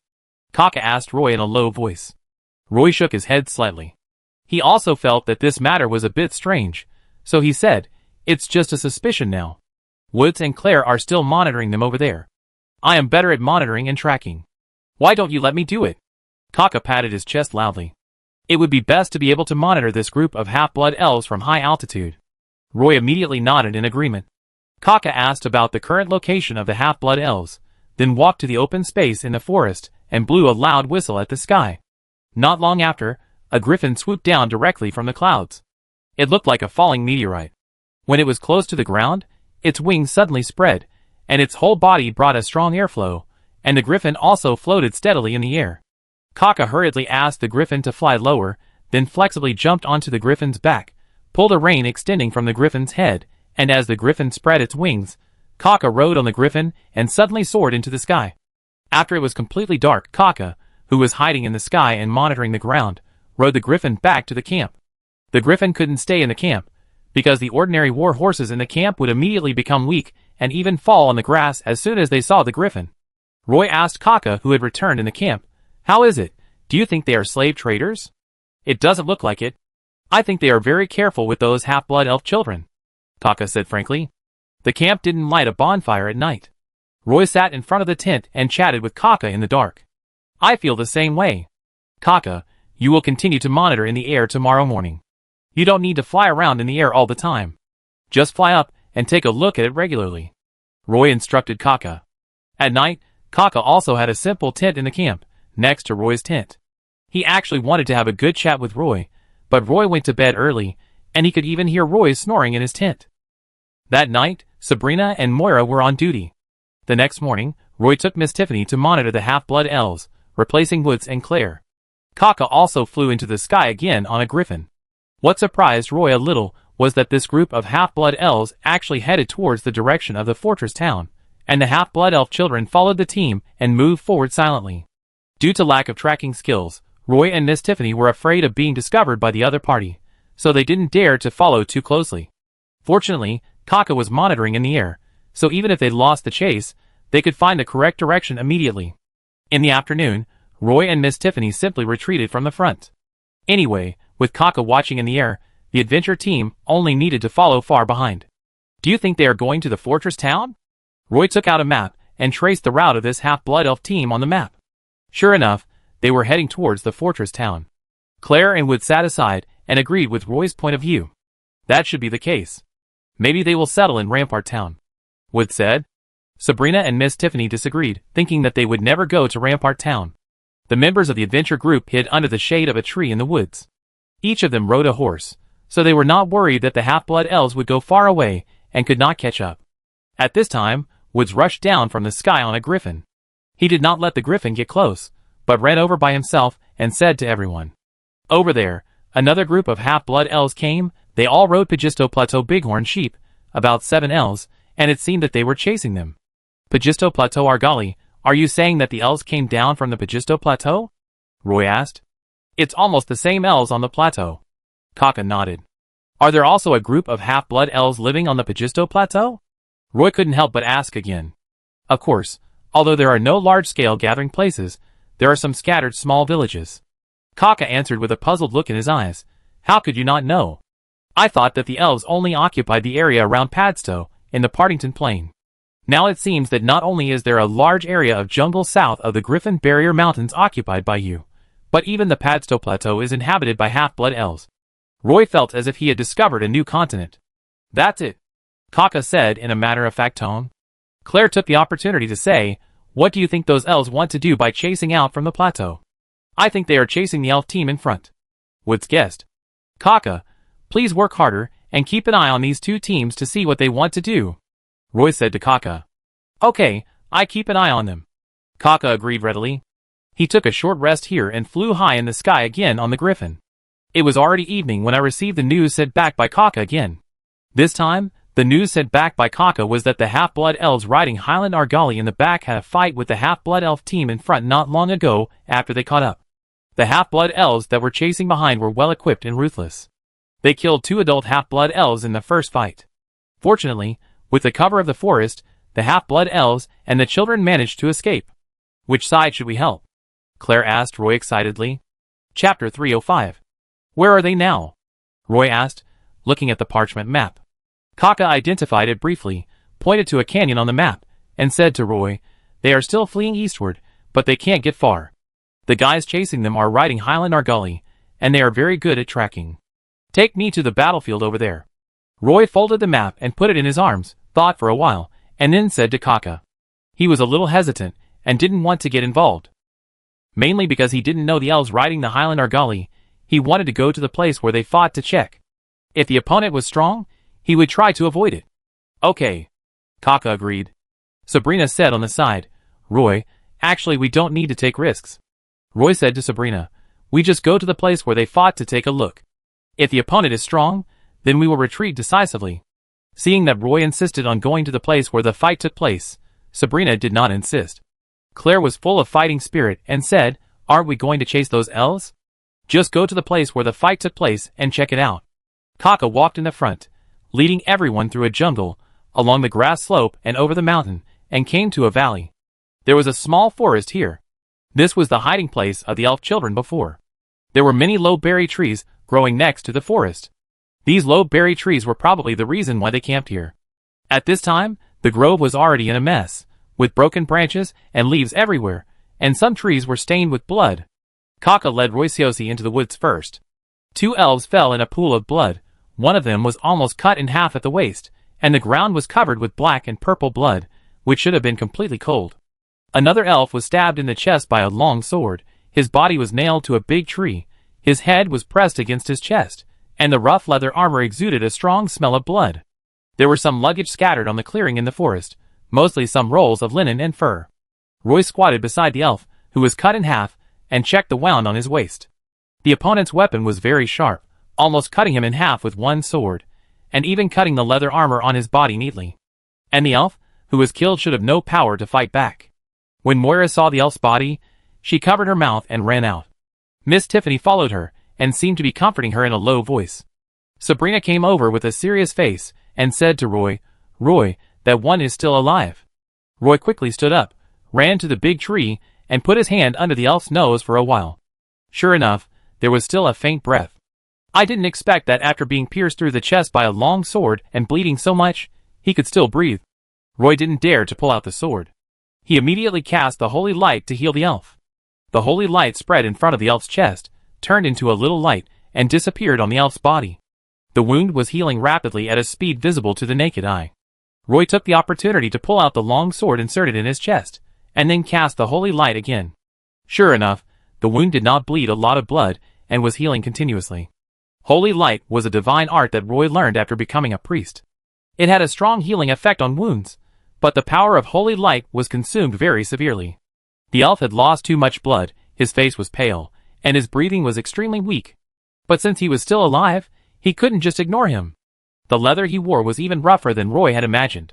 It wasn't even cooked, and it was stiff when worn on his body. The seams were all finger-sized holes. The leather was tied together with hemp ropes made from vine bark to form leather armor. This kind of leather armor could hardly resist the bite of the wind fox, making Roy feel as if he had returned to the Stone Age. Roy, Woods, and Kaka took turns carrying the injured elf back to the camp. Kaka rode the griffin into the sky to find the elves riding near Gully. Before dark, Kaka rode the griffin back to the camp. They caught up with the elf children and captured them all. They are now heading west along the mountain range in front, probably preparing to return to the Pajisto Plateau. Kaka brought back some bad news. Roy asked Kaka, will they pass the place we just visited on their way back? Probably not, we need to take a detour, Kaka said. Roy was a little worried, and after thinking about it, he decided to change the campsite. Everyone was ready to rest, especially Miss Tiffany, who had just taken a shower, and Claire, who had changed into her elegant pajamas, and was hiding in the tent to modify the music. When Roy called everyone out of the tent, they were reluctant to change the campsite. After all, it was dark, where could they go in the dark? Sabrina supported Roy's decision, so they changed camping sites overnight. The adventure team worked until dawn, and then set up a few tents on a hillside near the Barrier Mountains. The seriously injured and unconscious elf miraculously woke up in the morning. Although his breathing was weak, he was very conscious, and could make intermittent hoarse sounds. The half-blood elf was lying on a firm mattress, his head resting on a dead tree. From his expression, it was clear that he was in great pain. Roy came over and checked his injuries. It was unexpected that he could survive such a serious injury. Roy guessed that the sword should not have hurt his heart, otherwise the holy light would not have been able to save him. We are an adventure group from Padstow City. We rescued you when we passed a valley. Where are you from? Roy squatted beside him and asked him. The injured elf pointed in the direction of the Pajisto Plateau vigilantly, and did not speak. Pajisto Plateau? The injured elf nodded slightly. What are you doing here? Roy continued to ask. The injured elf opened his mouth, like a fish out of water. Sneak. Across. Roy was slightly stunned. He did not expect the injured elf to say this. In fact, he just asked casually, and did not expect the injured elf to tell any secrets. Hearing the injured elf say this, it aroused some of his interest. After rummaging in his magic waste bag for a while, he took out a bottle of life potion. Roy used a dagger to pick open the cork, and poured the whole bottle of healing potion into his mouth.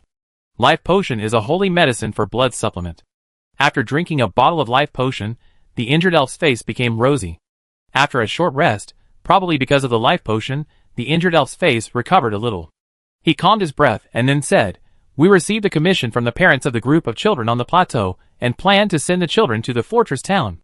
Roy knew that there were some elf children in the town of Bastion for no reason. He was investigating the origins of these elf children a few days ago. Unexpectedly, some of the elf children came from the Pajisto Plateau. Why do you do this? Roy couldn't understand why those elf children, who were still so young, left their parents and ran to the town of Bastion to make a living. The injured elf made a bitter face and responded in a very low voice. We just hope that they won't have as hard a life as we do in the future. Roy could guess something from the tattered leather armor he was wearing, but he still asked curiously, Are the elves on the Pajisto Plateau having a hard time? After letting the injured elf drink the life potion, his mental state obviously improved. He said to Roy, Recently, some elf headhunters have been catching miners everywhere on the plateau. Once they catch us, we will be thrown into the dark mines to dig for ore until we die. Because there are Silver Moon elves stationed here, those elf headhunters dare not come here, so we have to find a way to send the children here. Then why don't all people move here? Roy asked in confusion. Only the elf children will not be deported. The elf warriors in the army think we are a group of slave traders, and have captured many of our companions. If they are caught, they will probably be imprisoned in the Parim Island prison," the injured elf said. When leaving the fortress town, Roy actually saw the elf warriors capture several slave traders. Roy sighed and asked casually, "Are those guys riding Argali the headhunters on the Pagisto Plateau?" The injured elf nodded with difficulty. "Why did they capture you and take you down to the mine?" Roy asked. The injured elf replied, "The mine owners are short of miners, so they need us to fill the gap." "Has it always been like this?" The injured elf shook his head and said, "It wasn't before. In the past, the mine owners bought elven slaves from slave traders. In the past 2 years, not only can they not buy slaves, but they can't even see slave traders. So hundreds of headhunters suddenly emerged on the Pagisto Plateau. They specialize in catching miners for the mine owners. Once they arrive at the mine, they will be thrown into the mine by the mine owners. It's more like a prison, and you may never be able to get out again in this life. Every morning and evening, supervisors deliver meals at the wellhead. Only miners who dig up or can eat. Those who don't dig up or will go hungry." The injured elf introduced the miners' lives to Roy, making Roy feel that these mines are more like alternative elf prisons. For elf headhunters hid in the trees, staring at the camp with 7 marching tents from afar. They followed the traces all the way here, and after discovering Roy's adventure group, they hid in the trees and observed quietly. Everyone's face was painted with green juice from the trees, and there was a very strong smell of tree oil on their bodies. The elf headhunters, carrying their hunting bows, discussed in a low voice, "The members of this adventure group are a group of young elves. They seem to have little experience in surviving in the wild. There are no warning traps set up around them. Didn't they say that the portal to Padstow City has been closed? Maybe they are a group of young elves in Padstow City, and they come here just for experience. There is actually a human in the team. What do you think? Should we take them back to Pagisto Plateau as well? It doesn't matter whether I take these young elves with me or not. The main thing is that I am attracted by their horses. Riding Argali all day long doesn't match my temperament at all. If we take those horses to the plateau, maybe in the near future, we will have our own herd. Boss, you really think long term. Phil, you are responsible for dealing with that human. Sam, you go and deal with the 2 half-elf girls in the tent. Proda, go and deal with the silver moon elf, and I will deal with the strong half-elf boy. Don't waste time anymore. If they resist, we will decisively deal with them. We must end the battle quickly. Our target is the horses they brought." "Okay. Got it. Got it, boss." "Boss, should we call everyone over and start? Will you spit out the strawberry you put in your mouth and give me half?" "Boss, if you really want to do this, I will." "You are such an idiot." "Okay, everyone listen to my command and follow me." The branches swayed slightly, and several elf headhunters quickly merged with the bushes and slowly moved towards the adventure group camp. They found that an elf body was missing from the camp last night. After some investigation, they found that the elf was rescued by an adventure group. The 4 headhunters monitored for a whole day and found that except for an elf trainer riding a griffin, who was very experienced, the other elves had almost no experience in wild survival. They were so young, which gave the 4 headhunters some bold ideas. Moira opened her eyes suddenly, grabbed the stabbing saber hanging on the tent bracket, squatted in the tent like a cheetah, and then pushed Sabrina, who was sleeping beside her, to wake up. Sabrina woke up and saw Moira pressing her lips with her hand and quietly pointing to the door of the tent. Sabrina quickly grabbed the Saruki sword lying under the mattress and quickly put on the dwarf chain mail. Moira also put on the hedgehog crystal lion skin armor and found a figure quietly coming to the tent entrance. A sharp sword lifted the tent curtain, and Moira pressed her body tightly against the tarpaulin. The moment the curtain was lifted, Sabrina raised the Saruki sword and chopped it towards the elf at the door. The elf standing at the door of the tent also reacted quickly, blocking Sabrina's sword with the sword in his hand, and the sword took advantage of the situation and stabbed Sabrina's wrist like a spirit snake. Sabrina didn't even try to dodge, and the Saruki longsword swept towards the elf's chest. Sabrina's arm made a ding sound, and the longsword was entangled in her black iron wrist guard. The dwarf chain mail was strong enough, and even the wrist guard was wrapped with metal wrist guards under the chain mail. Headhunter Sam failed to cut off Sabrina's hand with a sword, and his heart was a little cold. He didn't dare to go into the tent again, and his body retreated to the outside. The marching tent was split open by Sabrina's sword, and an elven sword dancer holding 2 swords appeared behind Sabrina, and then merged with Sabrina. Sabrina held a Saruki longsword in each hand, and the 2 swords cut towards the neck of Headhunter Sam at the same time. Sam blocked with his sword again, and the elven longsword in his hand bounced away. Just as he raised his leg to kick Sabrina's lower abdomen, he felt a slight chill in his calf. There was a sharp bayonet stuck in his long leather boots. The Wind Fox leather boots were as fragile as paper. Sam screamed, "Ah!" Chapter 306. Roy suddenly woke up and found a long sword hanging above his head. In a panic, he touched the Book of Judgment on his right hand and blocked the copper-covered Book of Judgment against his chest. The long sword stabbed the cover of the Book of Judgment, creating a series of sparks. Roy quickly rolled to the left, and the long sword in the hand of the elf headhunter named Phil stabbed into his wolfskin mattress along Roy's arm. Phil's skills were also very agile. He stabbed the air with his sword and then drew his sword to sweep across. The long sword immediately cut a large hole in the marching tent, and Roy was forced into a dead corner while holding the prayer book. Phil held the long sword and cut towards Roy's throat.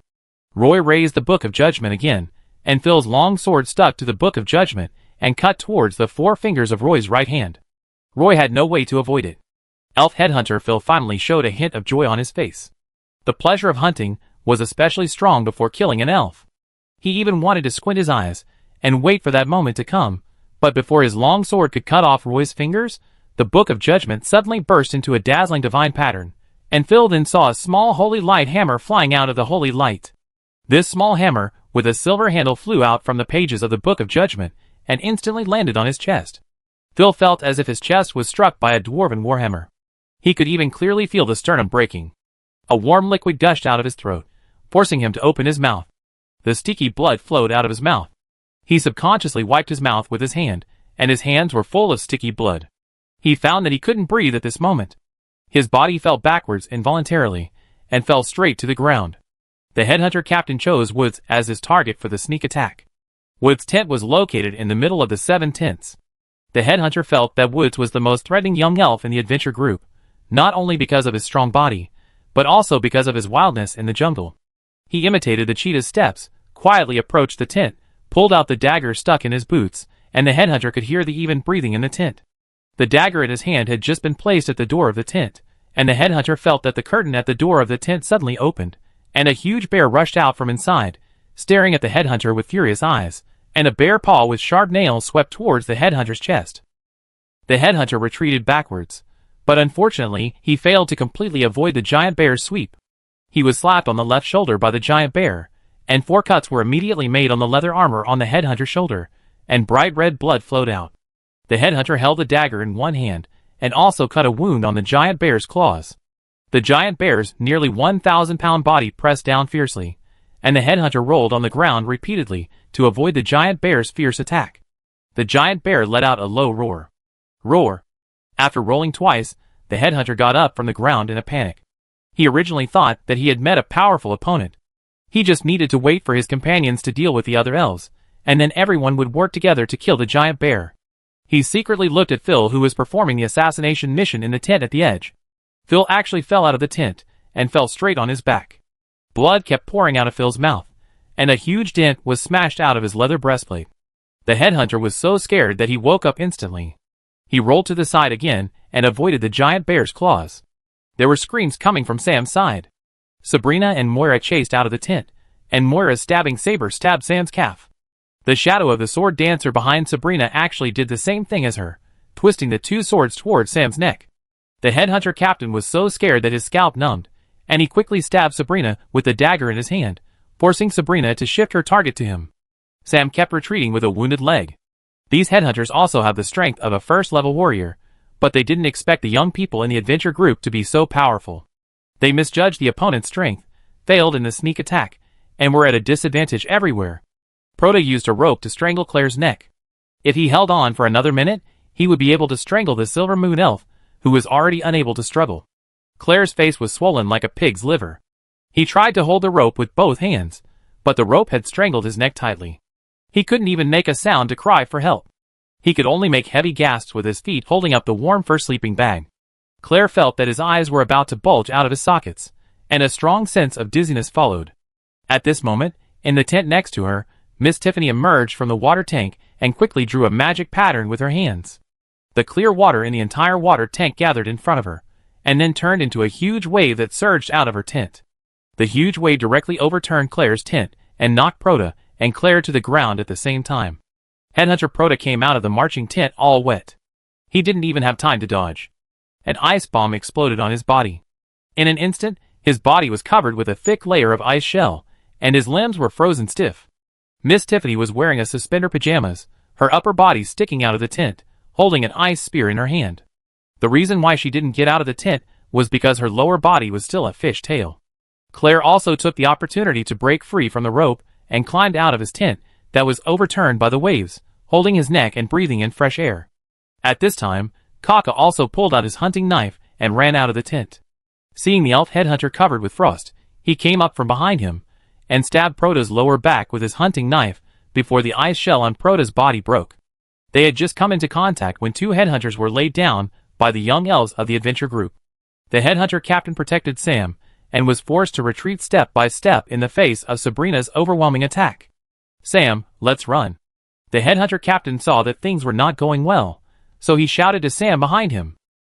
Sam's calf was pierced by Moira's stabbing saber, and he limped when he ran. As the headhunter captain blew the whistle, four Argali with huge horns on their heads rushed out from the darkest part of the forest.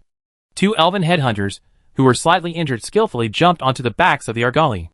The Argali avoided Woods' giant bear, Miss Tiffany's ice spear, and Sabrina's interception. After several turns and jumps, they fled to the west. The camp was in a mess. Especially Claire's tent. It felt like it had been hit by a flood and then a frost. Claire was wearing a wet pajamas, squatting in the water to fish out the music scores that were soaked in the water.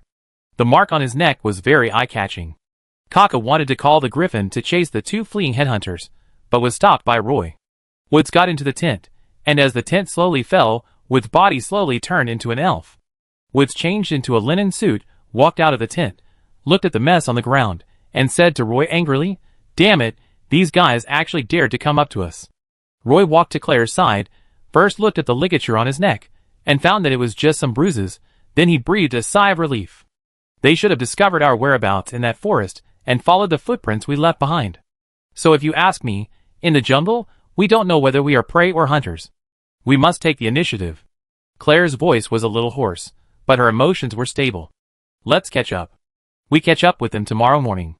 They dared to reach out to us, so let's take them all back to Bastion Town, Roy said hatefully. He then walked to the injured elf, sat on a tree root, looked at the injured elf's somewhat excited face, and asked, "Can you tell me about those elf headhunters, anything you know? I don't know where they came from. More than half a year ago, they suddenly appeared on the Pagisto Plateau. Maybe they existed before, but we didn't find them, and they didn't do anything to us," the injured elf said to Roy. "During the past 6 months, they have almost become the strongest armed force on the Pagisto Plateau. Usually, the mine owners dare not provoke these headhunters. I estimate that they have at least dozens of headhunters. Not only are they cruel and ruthless, but each headhunter has rich jungle survival experience." After hearing the injured elf say that the headhunting gang actually had dozens of members, Roy hesitated a little. This time, they came down from the plateau, and there should be only one team, the injured elf said again. Roy did not clean up the messy camp, but directly spread out a map, raised a ball of holy light, and looked at the distance from here to the border of Pagisto Plateau. "Then we will find a way to intercept them before they return to Pagisto Plateau," Roy said. There were still 2 bodies of elf headhunters left in the camp. One body had a heart that Roy smashed with the hammer of judgment, and the other body was frozen into an ice block by Miss Tiffany, and Kaka finished off from behind. Roy had experience in killing people, so he didn't have a strong reaction to killing an elf headhunter this time. Miss Tiffany had also killed the half-blood elf abbot, so she didn't feel any burden.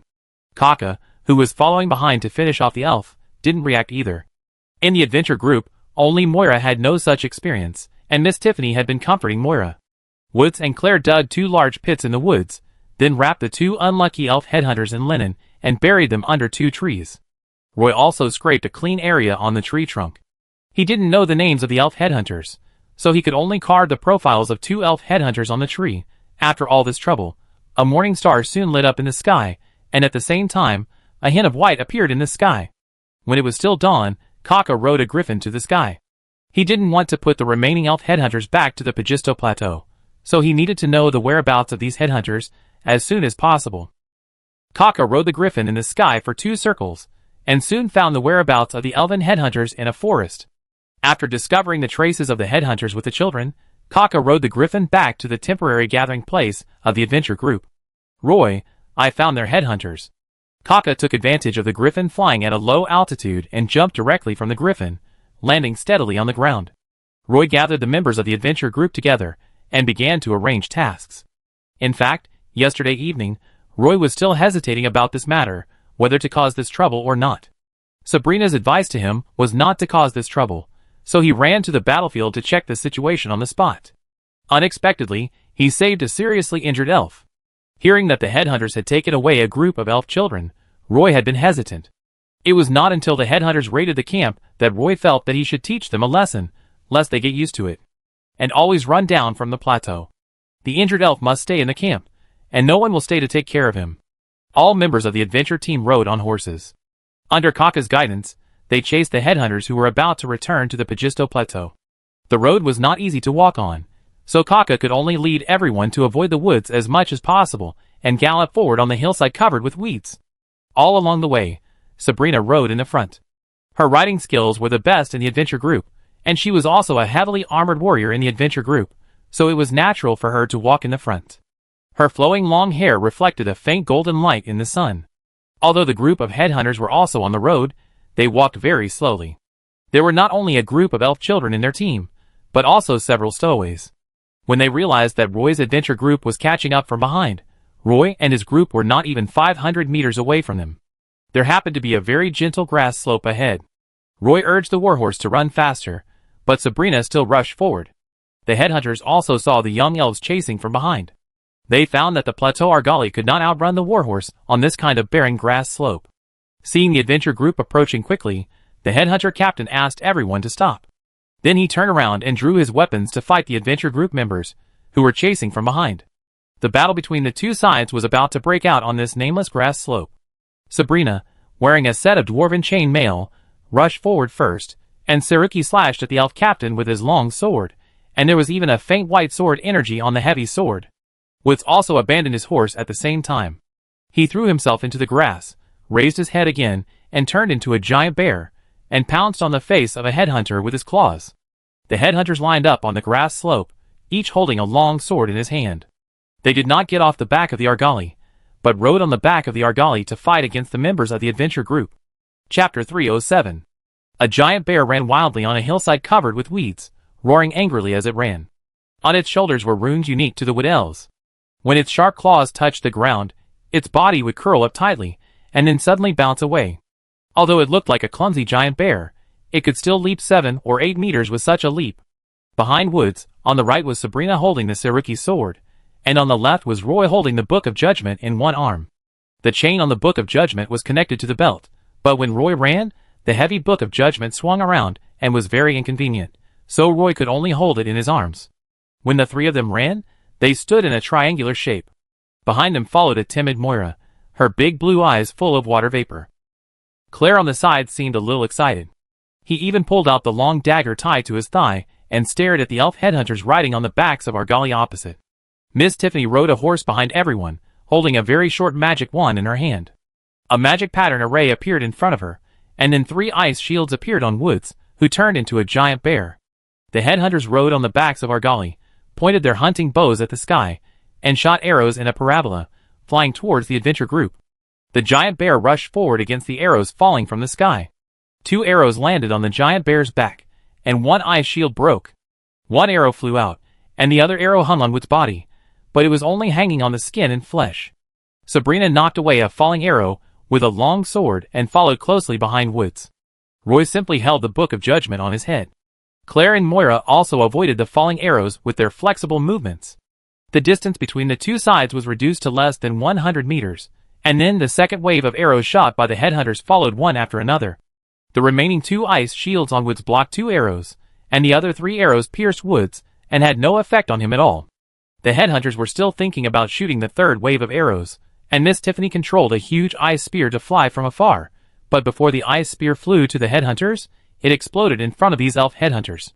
Several headhunters, who were frightened by the ice spears, breathed a sigh of relief and rode their Argali directly into the mist created by the ice spears.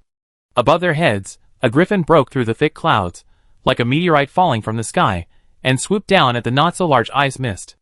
A layer of golden light appeared on the griffin's body, which was a bit dazzling in the sky. The elven headhunters were shrouded in ice mist, and did not see the griffin. When they rushed out of the ice mist, the griffin had already pounced on the headhunters' heads. The griffin was like a large cannonball hitting the hillside covered with weeds. A headhunter didn't have time to dodge, and was smashed to pieces by the griffin's dive. Even the hillside was hit by the griffin, and a big hole was created. Kaka grabbed a hunting bow, jumped from the griffin's back to a headhunter, put an arrow on the bow, and shot a bloody elf headhunter to the ground. The other headhunters surrounded Kaka, and Woods rushed up from the opposite side, and a thick claw slammed the climbing shoulder and neck under the crotch of an elf headhunter. The Argali let out a miserable cry, the bones of the neck were broken, and it fell to the grass all of a sudden. The headhunter riding on the Argali rolled out in a panic. Two headhunters riding on Argali rushed to Woods' side, raised their sharp blades, and stabbed Woods' ribs. Woods had no time to dodge, so he could only turn his head and bite the elf headhunter on the right. At this time, Sabrina had followed from behind, and the long sword in her hand blocked the sharp blade of the elf headhunter on Woods' left. The Argali under the elf headhunter's crotch suddenly swung its huge curved horns and rushed towards Sabrina's chest. Sabrina quickly dodged, and the elf headhunter's sharp blade cut Sabrina's shoulder.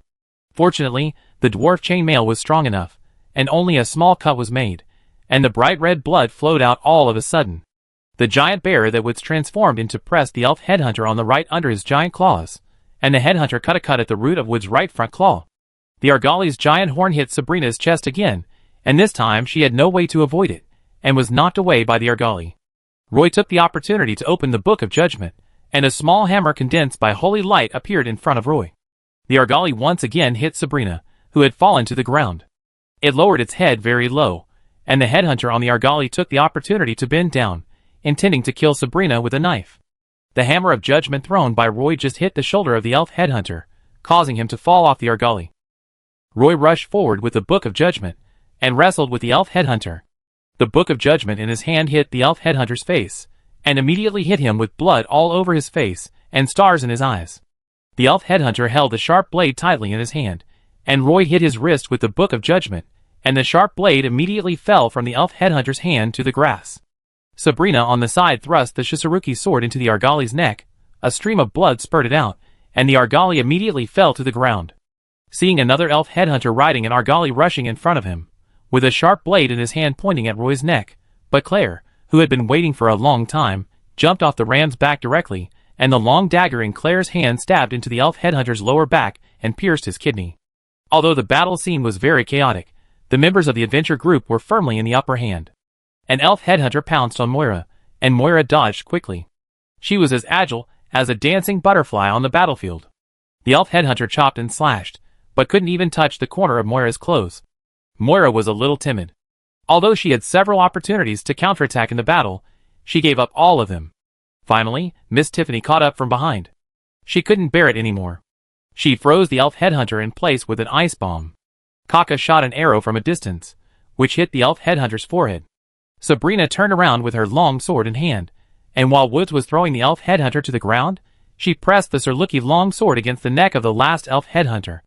The battle lasted for just a quarter of an hour before it subsided. 5 of the 6 headhunters who rushed over died, and the last one was also pressed under Woods looking dying. The elf headhunter stared coldly around, and he almost used up his last breath, stretched out his hand to grab Sabrina's long sword, and pressed it against his neck. The grass was covered with the blood of the headhunters. Kaka, who was standing by, let the griffin fly back into the sky.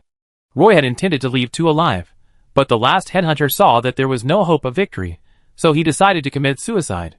Roy could even see the indifference to life and death in his eyes.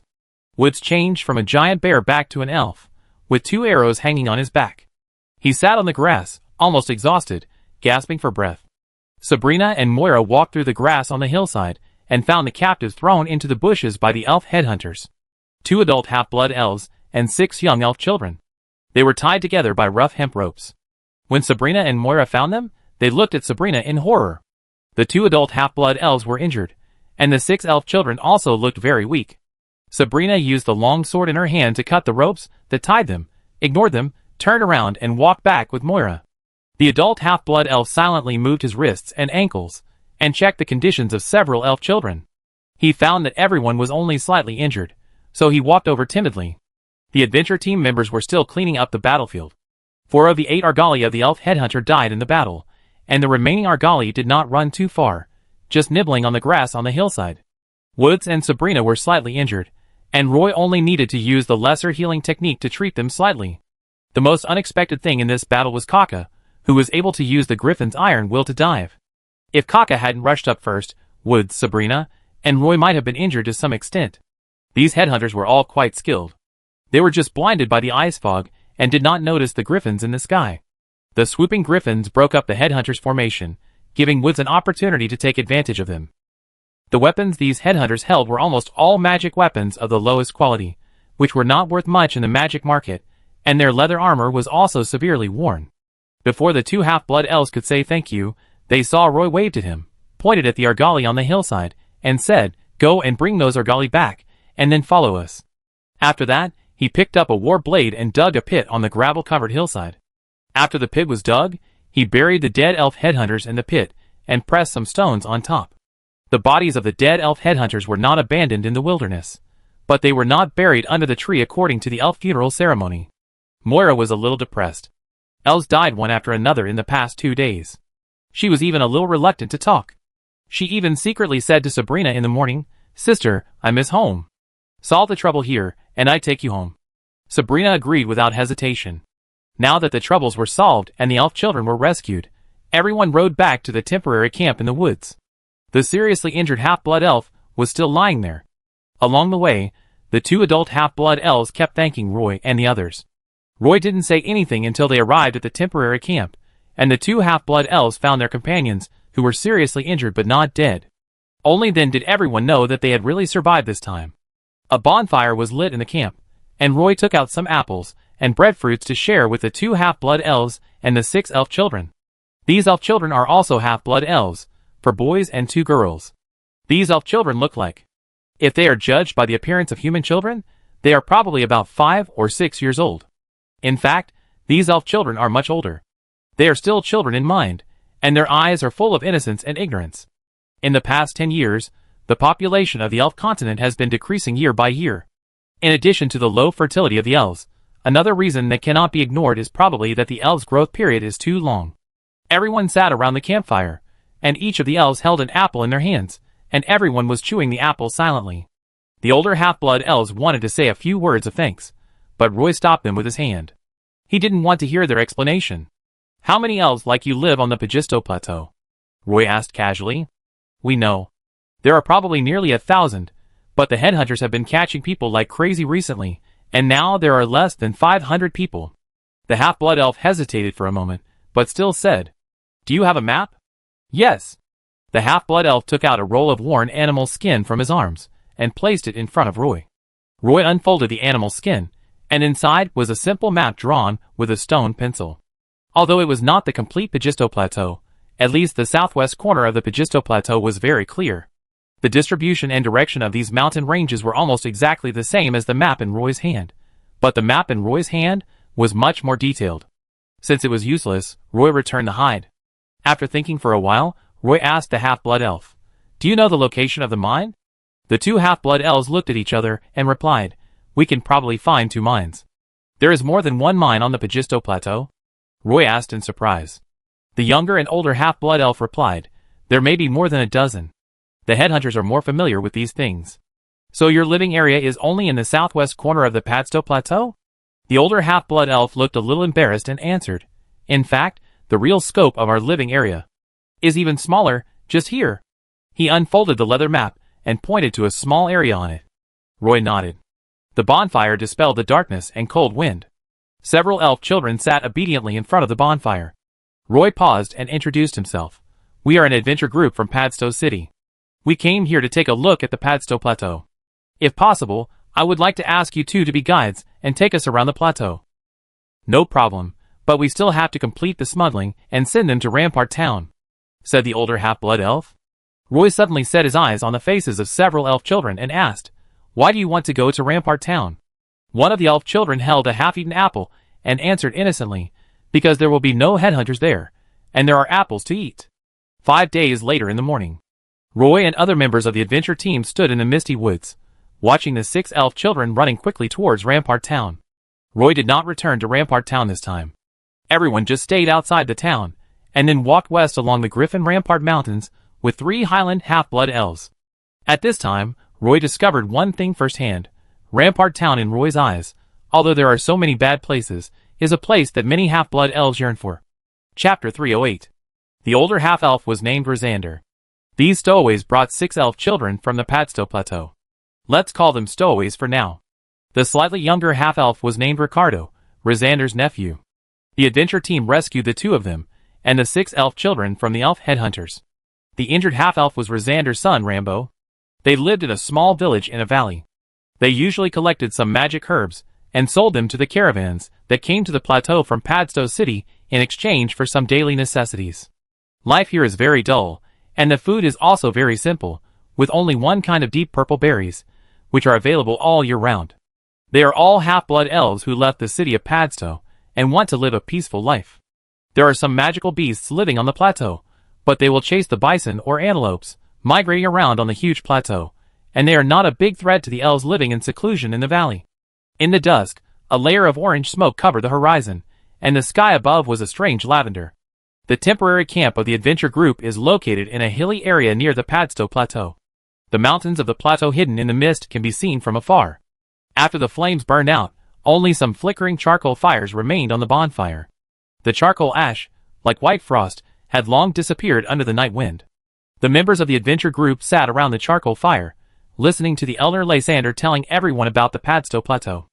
Everyone knew very little about this plateau. Before this, Roy even thought that the Padstow Plateau was an unexplored unknown area. This was what he learned in the city of Padstow. It is said that only a few adventure groups have entered the plateau, and at least 3 adventure groups have disappeared on the plateau. Some elves even speculate that the plateau is one of the territories of the Griffins. Now it seems that elves have lived on this plateau for a long time, and some elves have even opened mines here. Lysander rubbed his dry hands and looked at the plateau mountains that almost merged into the night. It was a long time ago. The plateau is rich in a kind of topaz, which should be considered a kind of magic crystal. The first half-blood elves who came here discovered these mineral deposits. They occupied the places where the mineral deposits were and became mine owners. At first, these half-blood elves only dug the mines themselves and mined a small amount of topaz. Later, they slowly accumulated capital, and the mines developed and gradually evolved into what they are today. Later, the mine owners paid the surrounding elves to dig for them, but the mines became deeper and deeper, and the mines became more and more dangerous. No elves around were willing to work as miners in the mines anymore. Those mine owners tried to buy some slaves from outside. They changed the mines into dungeons and locked the slaves in. Only the slaves who dug a certain amount of ore every day had the right to eat and take a bath. Slaves who could not pay for the ore could only starve and wait to die. Some time ago, riots broke out in Padstow, and the slave trade of the mine owners was interrupted. The mine owners could not buy slaves, so they hired those elf headhunters to capture the elves who lived in seclusion on the plateau. We saw that those elf headhunters could run into the mountains and hide, but those children could not run away. So we tried to send them to Padstow for refuge, but there were too many Silver Pegasus warriors there, and they would be captured immediately if they were discovered. Later, we had to settle for the next best thing, and send these children to the fortress town. Their life in the fortress town was relatively stable, so we tried to send more children here. Although it was a bit dangerous, it was better than waiting to die on the plateau. The older half-blood elf Lation spoke with a dry throat. He picked up the kettle, took a big sip, and moistened his throat. Everyone was quietly listening to Lation's description of the life of the plateau elves. Roy, Sabrina, Moira, Claire and other elves have lived in Castletown since they were young. The city is divided into upper and lower urban areas.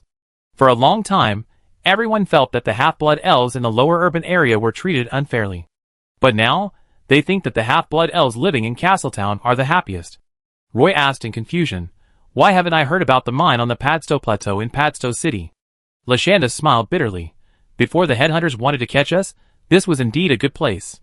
No one wanted the secret of the Padstow Plateau to be spread. There were adventure groups that came to the Padstow Plateau to explore. It is said that these adventure groups mysteriously disappeared deep in the plateau. This secret is rarely known by elves outside. Even if some merchants knew it, who would tell the secret to the Silver Moon elves? It is better for the mine to be controlled by the half-blood elves than by the Silver Moon elves. But the situation is different now. The slaves in the mines cannot be replenished. The mine owners are greedy and let the headhunters capture the half-blood elves who live in seclusion on the plateau. We have to find a way to resist. From the map, the Pajisto Plateau is very large, covering an area almost equal to the area of the jungle around Padsto City. And this plateau is surrounded by mountains. There are only some dense forests at the foot of some mountains. Most of the area is endless grassland, swamps, lakes, and even hills are rare. The elves still like to live in the woods, and few elves pay attention to the Pajisto Plateau. Roy has always felt that only the Silver Moon elves would constantly exploit the half-blood elves, making them do the hardest work, live in the worst houses, and eat the cheapest fruits. Now he suddenly discovered that the half-blood elves treat their compatriots in a more despicable way.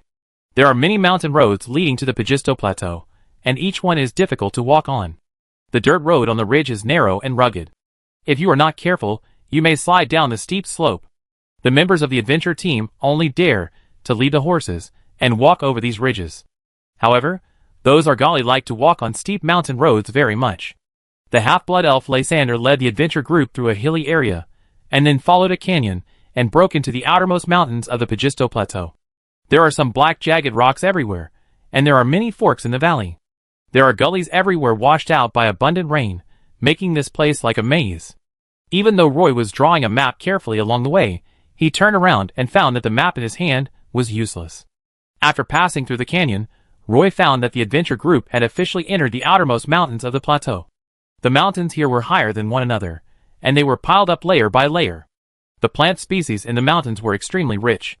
Although there were no towering trees suitable for building tree houses, there were dense coniferous forests. Low-level magic herbs such as silverleaf grass and kudzu root could be seen everywhere in the woods, as well as some magic herbs that Roy couldn't even name. Woods was collecting magic herbs almost every day. Of course, they would occasionally encounter some monsters, some of which were even hundreds or thousands of monsters, and everyone could only avoid them from a distance. The members of the adventure team even saw a group of giant deer on the opposite side of the mountain. The king of giant deer standing on the cliff of the stone peak had antlers on his head that looked like two small trees entangled together. When it ran on the top of the mountain, the spiritual power on the antlers turned into white ribbons, floating in the woods on the hillside. Lation was very familiar with the environment here. The elves would hardly encounter other monsters on the route they took. Woods also found two very rare blood-sucking vines in this dense forest. This kind of plant-based monsters had very precious magic materials. The adventure team spent half a day to get a blood-sucking vine and collected a lot of vines. It took about a week to cross the mountains on the edge of the Pajisto Plateau, but the front was still not the hinterland of the plateau, but a series of belt-shaped mountains.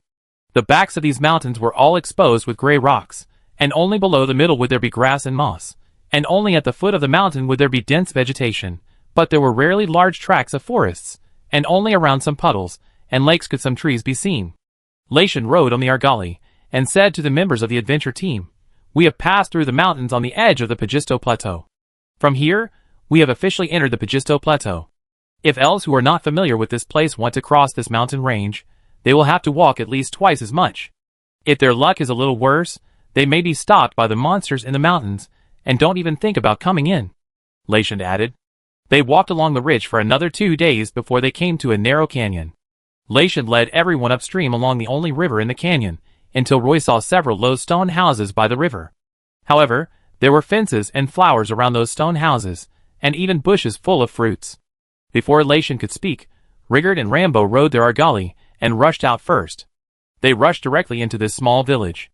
The shouts of the two called out some half-blood elves. When the elves saw Rigard and Rambo, they surrounded them and asked him, "Rigard, did you send those children to the fortress town?" "Sent it over." Rigard jumped off the Argali, let it go, and walked to a female elf in a linen dress. He said to the expectant female elf with a sad face, "Sorry, Auntie, we couldn't bring Parker back. We met a group of elf headhunters on the way. Parker and Rambo were chopped down by the headhunters, while covering the elf children's retreat." He turned around and pointed at Roy and his group, and said to the elves around him, "They saved Rambo, but unfortunately they couldn't save Parker." The linen elf immediately covered her face with a handkerchief and cried.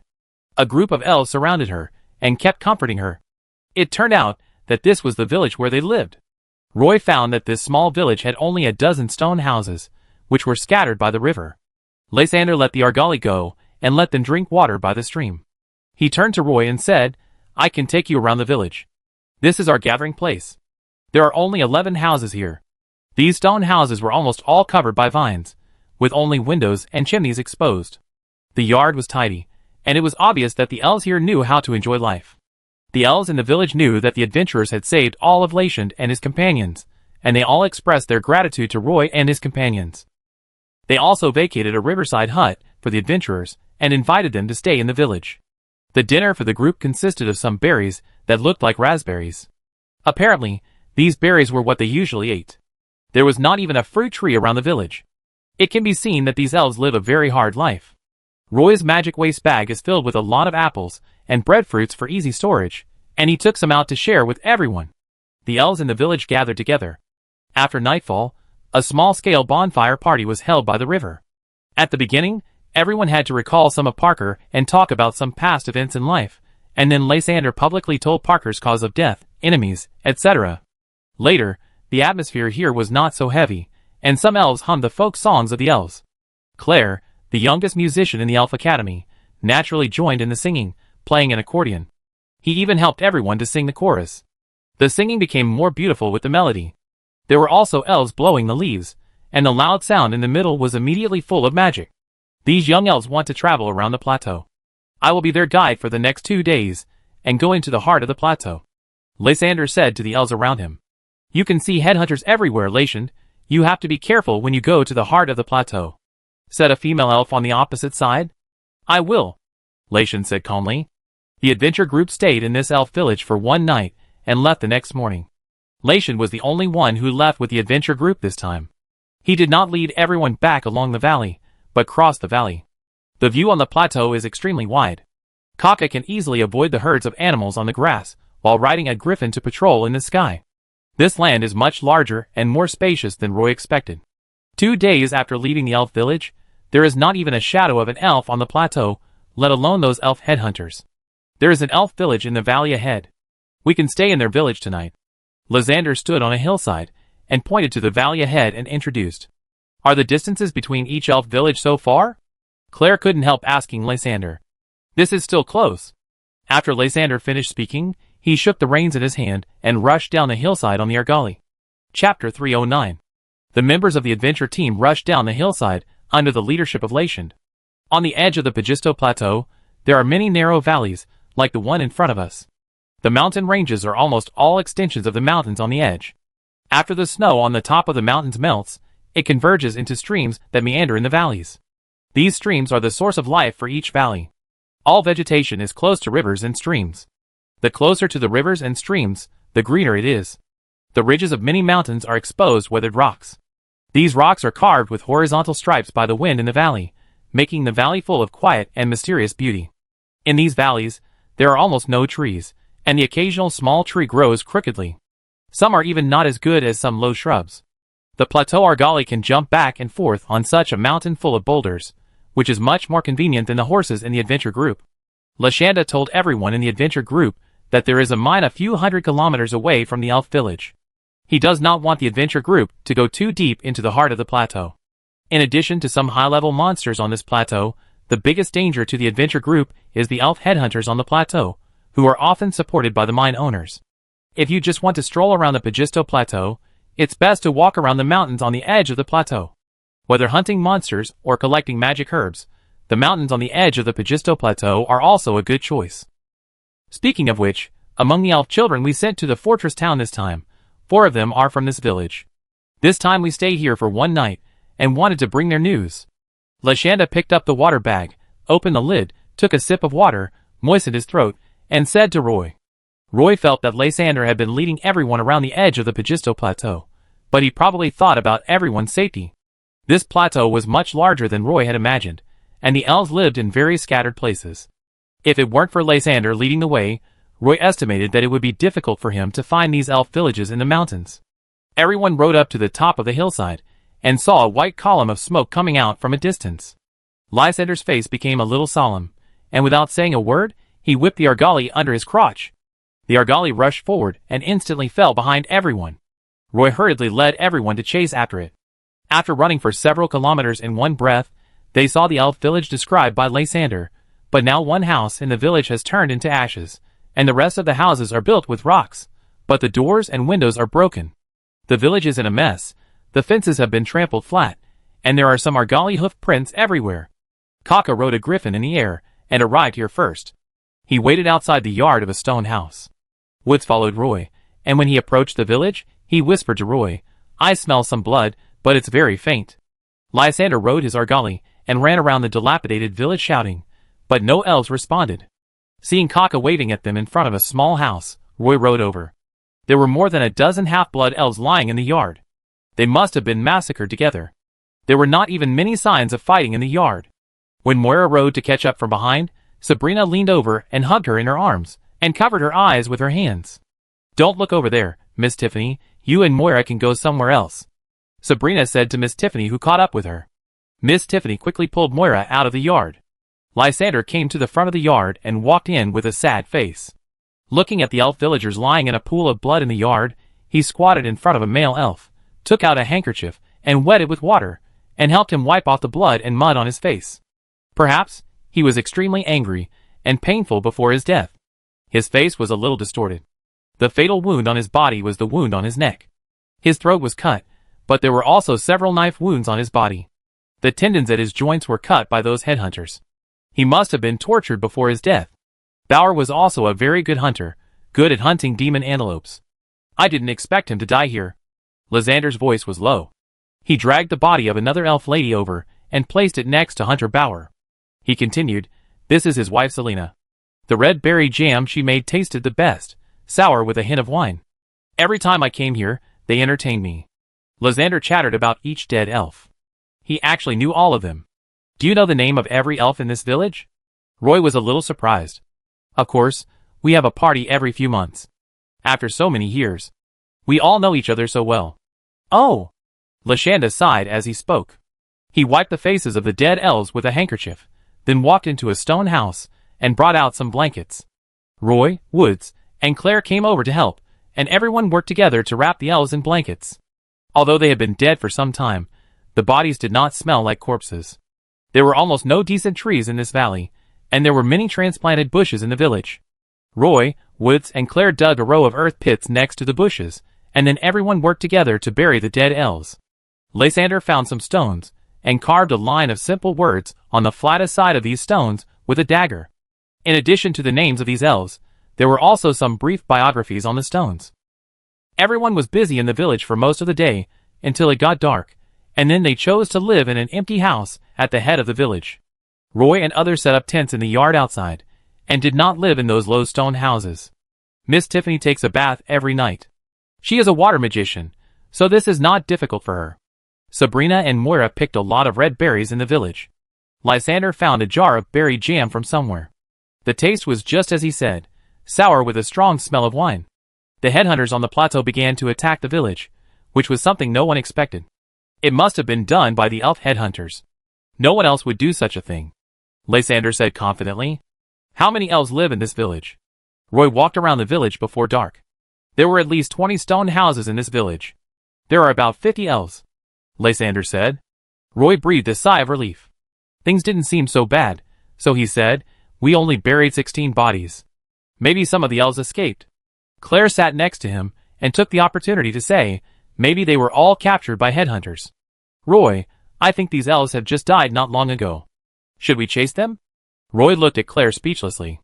Kaka hesitated for a moment and whispered to Claire, "To be able to slaughter an elf village in one breath, these headhunters must be very strong. Why should we go after them? We have to do something," Claire said indignantly. Moira lay in Sabrina's arms and listened quietly to everyone's chat. This experience allowed her to see many things she had never thought of before. If it weren't for Miss Tiffany's constant guidance every day, she might have returned to her previous autistic state. Moira's eyes suddenly opened, and her clear eyes looked at a shadow on the side of the stone house. The members of the adventure team did not need any language communication. Everyone knew that Moira had super keen perception, and even the slightest movement could not escape her ears. Woods and Roy stood up at the same time and walked towards the shadow on the side of the stone house. "Who is there?"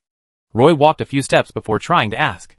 Sure enough, the outline of a female elf emerged in the shadow, holding a spear in her hand.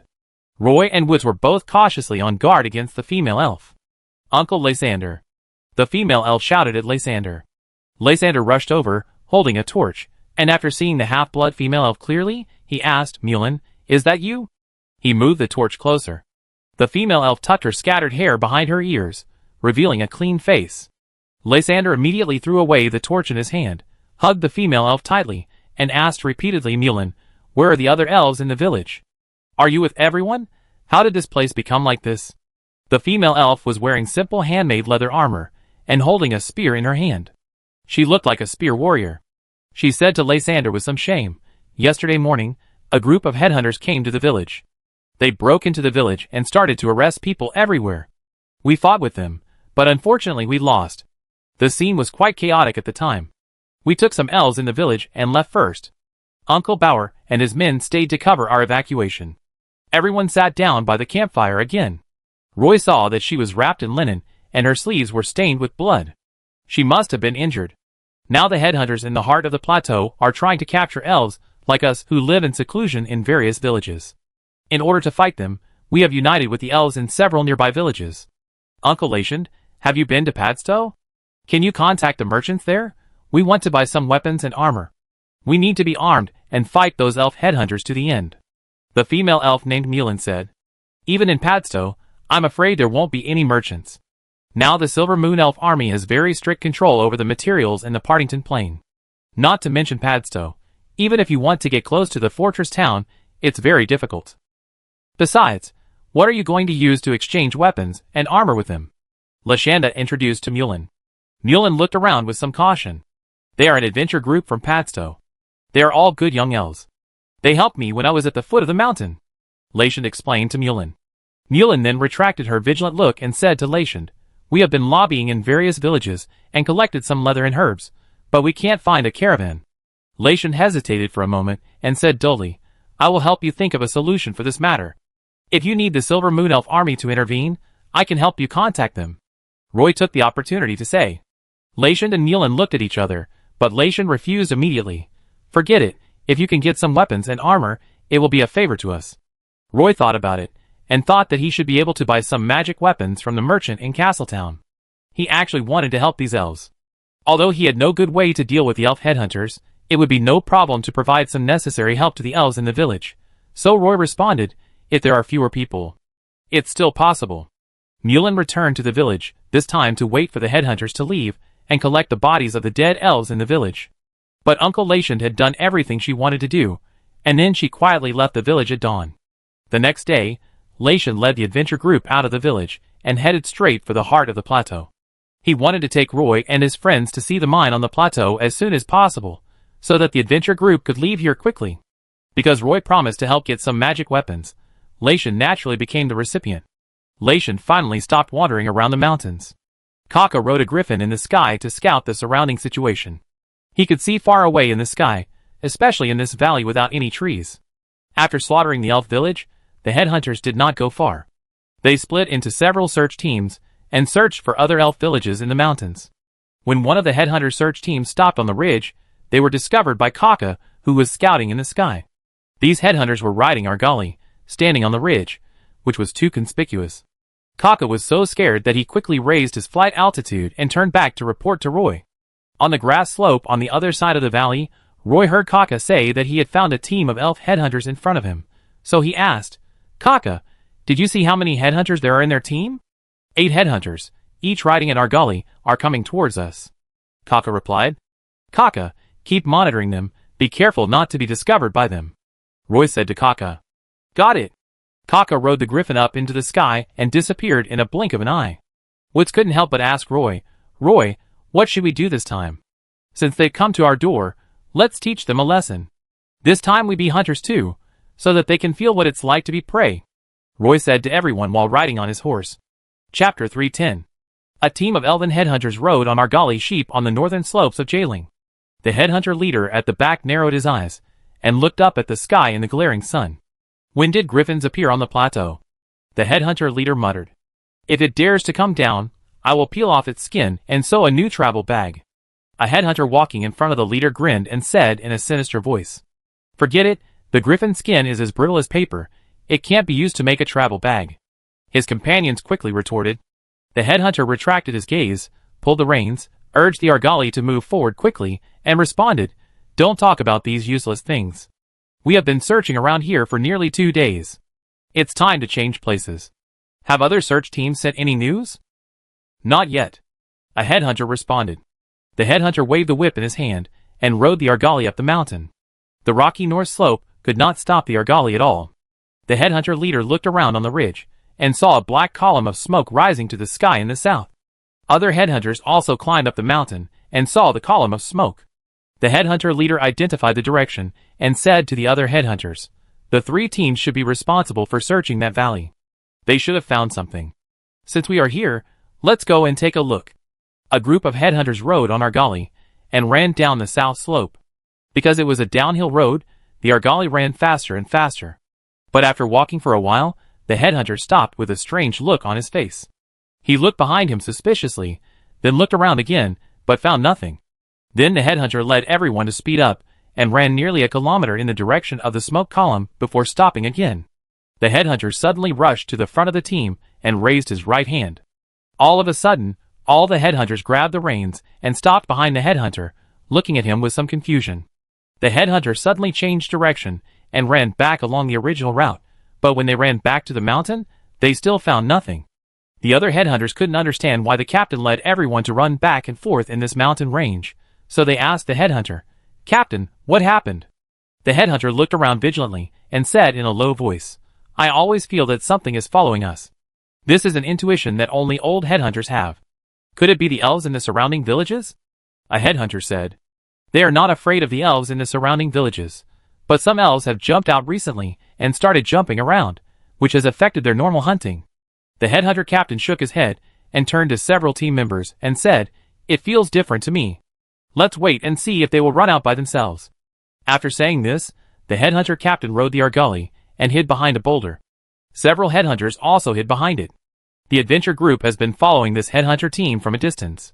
Roy can't see the headhunters. He relies on the Kaka in the sky to transmit the movements of the headhunters before taking the next step.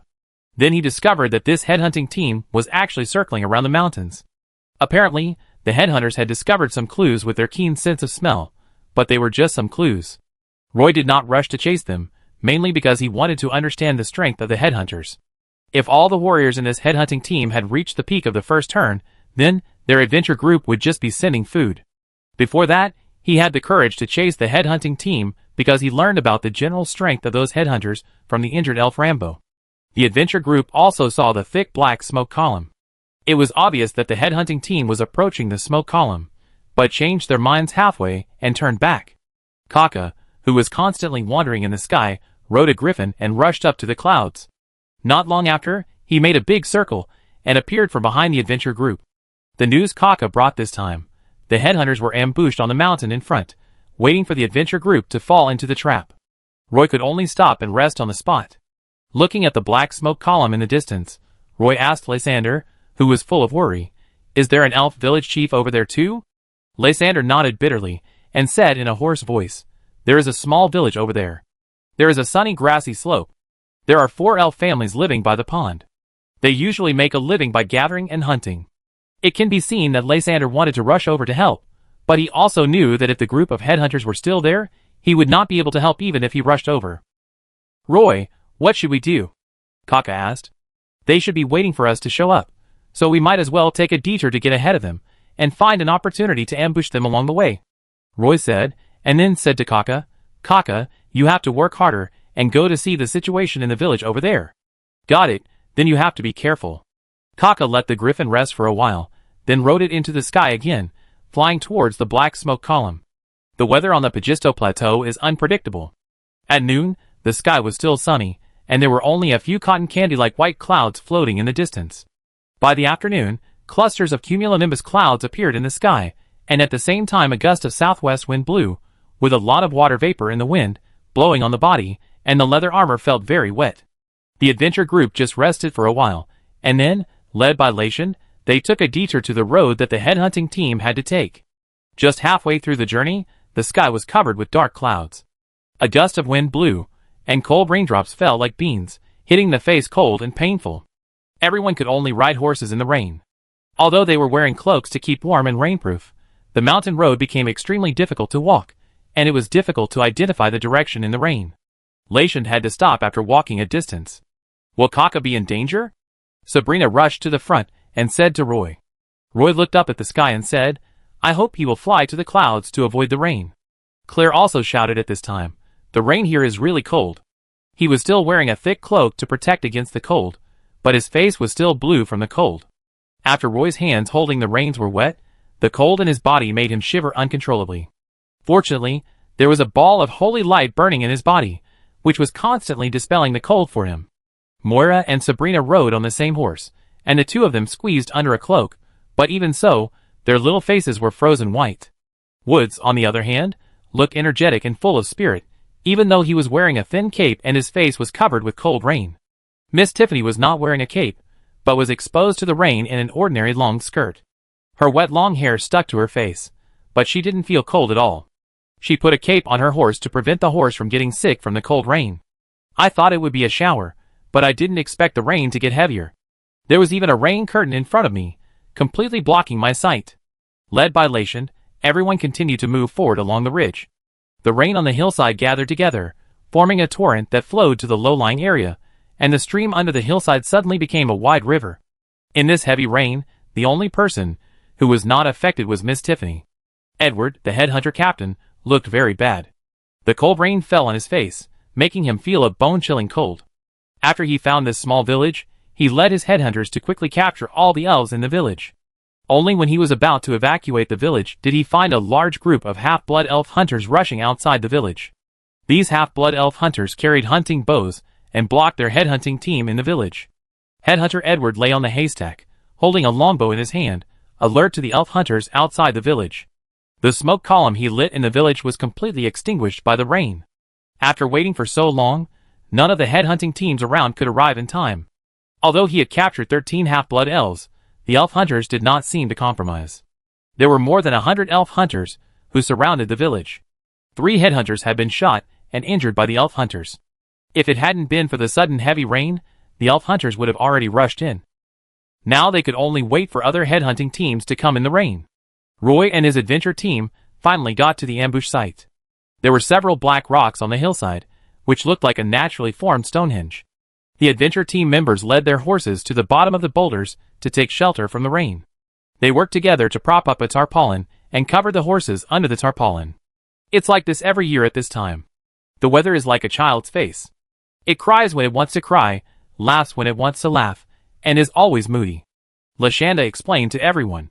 He opened the rain hood on his head, looked around again, and said to Roy, who was holding the edge of the tarpaulin with both hands, "If those guys still want to go to the elf village over there, they will definitely pass by here." Without Kaka scouting in the sky, Roy was a little worried. Even if the headhunting team passed by, they would not be able to find it. In this kind of weather, it is also difficult to ambush an experienced headhunting team. Claire wrapped her cloak tightly around her body, moved closer to Roy, and whispered, "Roy, do you hear the beautiful melody of nature now?" Roy glared at Claire and replied helplessly, "No. I suddenly seem to understand why you always run out to take risks. Maybe this way you can really hear the beautiful music of nature." Claire muttered softly. "Take care of yourself when you fight those headhunters later," Roy told Claire. "Got it, don't worry about me." Claire closed her eyes and listened to the sound of raindrops hitting the tarpaulin. "Roy, I heard the sound of horse hooves over there. Someone is coming," Moira whispered. All members of the adventure team became alert, and everyone hurriedly covered the tarpaulin on several horses. Everyone hid behind some black rocks wearing a rain cloak. Sure enough, everyone didn't wait too long. A headhunting team appeared in the rain. They rode on Argali and wore black cloaks. It was raining, so they were not moving fast. A black rock appeared in front of them. The headhunting captain looked around. The surrounding hillsides were covered with gravel, and there was a steep slope several meters wide. It seemed that they could only pass through this stone forest. The headhunting captain slowed down and entered the stone forest. As soon as the headhunting team entered the stone forest, pieces of ice beams fell from the sky. These ice beams hit the leather armor and broke apart immediately, and ice water splashed everywhere. Originally, it was a cold rain. After mixing with hail, a thick mist was filled around the boulder. A layer of white frost was also condensing on the ground of the stone forest. This damn weather. Someone in the headhunting team couldn't help but complain. Obviously, they were also expressing their dissatisfaction with the headhunting captain. They had to travel in the rain in such a bad weather. Hold on a little longer. Since the third team has sent out the assembly signal, we have to find a way to rush over. This is the rule set by the leader. The headhunting captain wiped his almost frozen face again and said to everyone. At this time, he suddenly found that a layer of white frost had condensed on all the team members. How could there be white frost under the heavy rain and hail? He quickly touched the leather armor on his body, and sure enough, the white thing on the leather armor was not hoarfrost, but a layer of white ice shell. As the temperature continued to drop, all the headhunters' hands and feet became a little stiff, and everyone took out some blankets and prepared to wrap themselves up to keep out the cold. Roar! A huge bear suddenly appeared behind the boulder, knocked Argali to the ground with its paw, and then opened its bloody mouth to bite the headhunter's neck. All the headhunters were shocked by this sudden scene. There had never been a giant earth bear on the Pagisto Plateau, but now, a giant earth bear appeared in front of everyone, and it pounced on a companion in the first place. The headhunter subconsciously drew his sword to block, but the giant bear bit the scimitar. The giant bear's heavy body pressed on the headhunter, and one of its sharp claws scratched the headhunter into a bloody mess. Several headhunters behind rushed up one after another, intending to rescue their companions. A Saruki longsword cut through a piece of rain curtain and slashed towards a headhunter, who quickly drew out his scimitar to block. The longsword flashing with a faint blue light collided with the scimitar. With a click, the scimitar broke, and the Saruki longsword split the headhunter's breastplate and cut a bloody wound on his chest. The headhunter captain reacted instantly and realized that he was ambushed. He wanted to take a step back on his Argali to see the enemy clearly, and then organize a counterattack. But before he could turn around, a warhammer wrapped in holy light flew out of the ice mist and hit him hard on the head. The hunter captain dodged the small hammer emitting holy light, but the headhunter behind him could not dodge it. The hammer hit the collarbone of the elf headhunter, and immediately smashed the headhunter's shoulder into a bloody mess. Chapter 311. In the cold rain, the headhunter captain woke up from his initial panic. He raised the scimitar in his hand and chopped it down towards Roy's chest. A shadow of a big demon holding a sickle appeared behind the headhunter captain. The big demon also raised the sickle high at this time, and chopped it down towards Roy's body in the same action as the headhunter captain. In an instant, 3 ice shields covered Roy. Roy raised the scepter emitting holy light in his hand at the same time to block the headhunter captain's scimitar. The demon in the shadow chopped down the giant sickle, and the moment it touched Roy, the sickle condensed into a solid body.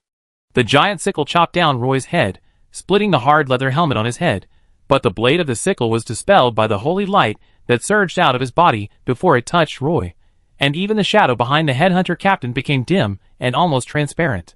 Roy felt that his head was hit hard, and his body fell backwards uncontrollably. Being supported steadily by Claire, who rushed up from behind, the headhunter captain took a half step forward, picked up the long dagger in Claire's hand, and stabbed the two with the scimitar. This is the absolute crushing of a first-level warrior over an ordinary warrior in terms of strength. Although Roy is a priest and has mastered some divine arts, he is weaker than the headhunter in terms of strength and speed. More importantly, Roy has not yet mastered his own momentum.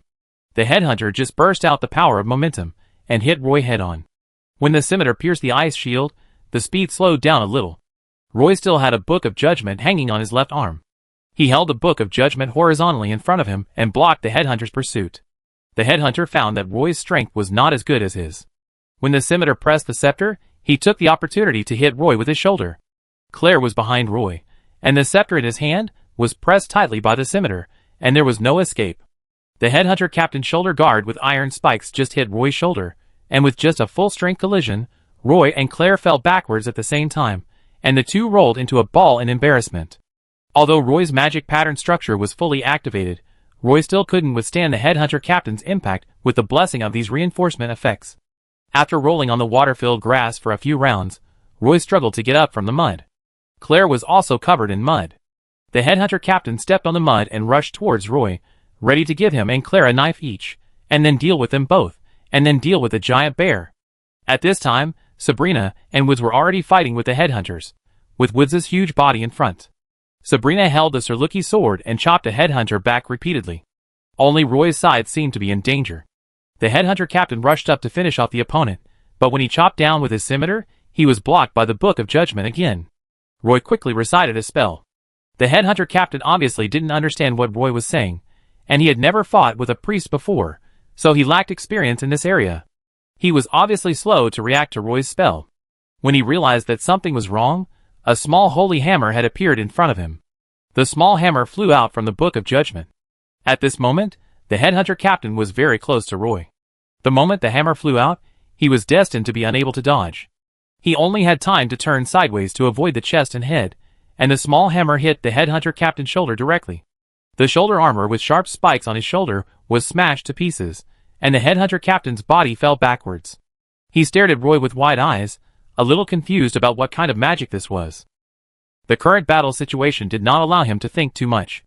Seeing his left arm hanging down uncontrollably, the headhunter gritted his teeth and took a step back, pouring a bottle of magic potion from his waist into his stomach, and wanted to pounce on Roy again.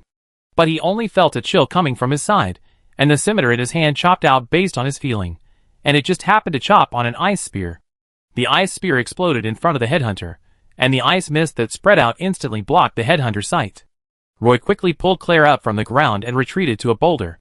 A faint shadow flashed in the ice mist, and the headhunters had no time to see it before it disappeared. If he had dodged a little slower, his thigh would have been cut by the shadow. Just now, the headhunter captain even felt a hint of danger. But before he could chop with his scimitar, the shadow had disappeared, and there was a cut on his trouser armor. Although his leg was not injured, the headhunter captain was also scared and broke into a cold sweat. There was another scream from the headhunters behind him. Apparently, the headhunters he led were in trouble. The headhunter captain decided to give up on Roy. He rushed out of the fog and killed the giant bear. Miss Tiffany stood in the rain, her whole body was soaked by the rain, and she appeared from the side of the headhunter captain, with a water ball floating above her head. When the headhunter captain saw Miss Tiffany, he immediately stopped and rushed up with the scimitar. For a water magician, a rainy day is like his home court. Miss Tiffany pointed the ice spear in her hand at the headhunter. She threw it directly. The headhunter immediately took a big step to the right, and knocked the ice spear away with the back of the knife, narrowly avoiding the ice spear. But he did not notice the water ball above his head. It was originally such a rainy day, and there was a large water ball floating above the headhunter's head, but the headhunter did not notice it at all. The moment the water ball fell, Miss Tiffany's open palm immediately clenched into a fist. The moment the water ball swallowed the headhunter's body, it actually condensed into ice, freezing the headhunter solidly inside. However, as soon as the water ball condensed into ice, countless cracks appeared immediately. 2 seconds later, the ice that froze the headhunter broke. The headhunter quickly moved his stiff hands and feet. Although he was also paying attention to his surroundings, he did not notice the black shadow coming up from behind him. A dagger was wiped on the headhunter's thigh again. The blade of the dagger accurately followed the gap between the leg armor and left a wound on the headhunter's thigh. The headhunter continued to retreat. Moira appeared on Tiffany's side, and Roy and Claire appeared on the other side. The four surrounded the elf captain in the center. The headhunter took an offensive stance again, but he found that his feet seemed to be a little uncomfortable. When he lowered his head, he found that his feet had condensed into a thick layer of ice crystals at some point. He took a step forward and almost slipped. The demon phantom behind him had also disappeared. The headhunter was a little flustered. He looked to the left and right with the corner of his eye. A 2-meter-high wave appeared behind Miss Tiffany, and after a short spell, the wave rushed towards the headhunter captain. The headhunter captain wanted to split the huge wave with a knife, but when the huge wave touched the headhunter captain, it miraculously condensed into ice again, freezing the headhunter captain inside. Moira turned into a black shadow, cut the headhunter captain's legs twice in succession, and then disappeared in the rain like a ghost. Blood flowed from both thighs, mixed with the rain, making the 2 legs covered with light red blood. The headhunter captain finally had the intention to retreat. He looked at his companions beside him, and found that at this time, the female elf sword dancer had forced the last 2 headhunters to retreat step by step, and the rest of the headhunters were lying in a pool of blood. The cold rain washed away the last bit of blood on the dead headhunters, and their faces were pale. The headhunter captain drank a bottle of reckless potion, and his body could not feel any pain. Even if his thigh was cut, it had no effect on him. He turned around and ran into the rain behind him, but was shot in the back by an ice arrow, causing him to stagger and fall into the mud. Woods, who came over, pressed a claw on the headhunter captain's waist, and Lysander, who came out of nowhere, wiped the hunting knife in his hand steadily on the headhunter captain's neck. Sabrina killed the last headhunter with her sword, and the ambush was over. In the messy pile of boulders, the rain washed away the faint bloodstains, and the bodies of 8 elf headhunters were placed side by side. The adventure team members set up an awning behind a boulder, and all members hid under the awning to avoid the rain. What the adventure team members didn't know was that a fierce battle had also begun in the elf village less than 10 kilometers away from them. The half-blood elf hunters from various villages united to block a headhunting team in the small village. Taking advantage of the heavy rain falling from the sky, a group of half-blood elves came from all directions outside the village to kill. Since the number of half-blood elf hunters was more than 10 times that of these headhunters, and it was raining heavily, the headhunters could not escape even if they wanted to ride on the Argali. Almost all of the headhunters had the strength of a first-level warrior, and their fighting skills were many times higher than those of these half-blood elf hunters. Nearly 30 hunters were injured before these headhunters were completely eliminated. There were also 4 headhunting teams on their way, and they were delayed due to the rain, and could not reach the village in time. After the elf hunters surrounded and killed this group of headhunters, they ran into the village to avoid the rain and figured out how to ambush other headhunting teams. A simple awning was erected next to the pile of rocks. Since there was no dry firewood to be found, Miss Tiffany took out a scroll of fire gathering, placed it on a stone, and lit a magic bonfire. Everyone gathered around the bonfire to keep warm. Roy took the opportunity to heal himself. Woods, Sabrina, and Claire, Miss Tiffany, Moira, and Lysander were not injured. "Miss Tiffany, you are so amazing," Claire said with some admiration.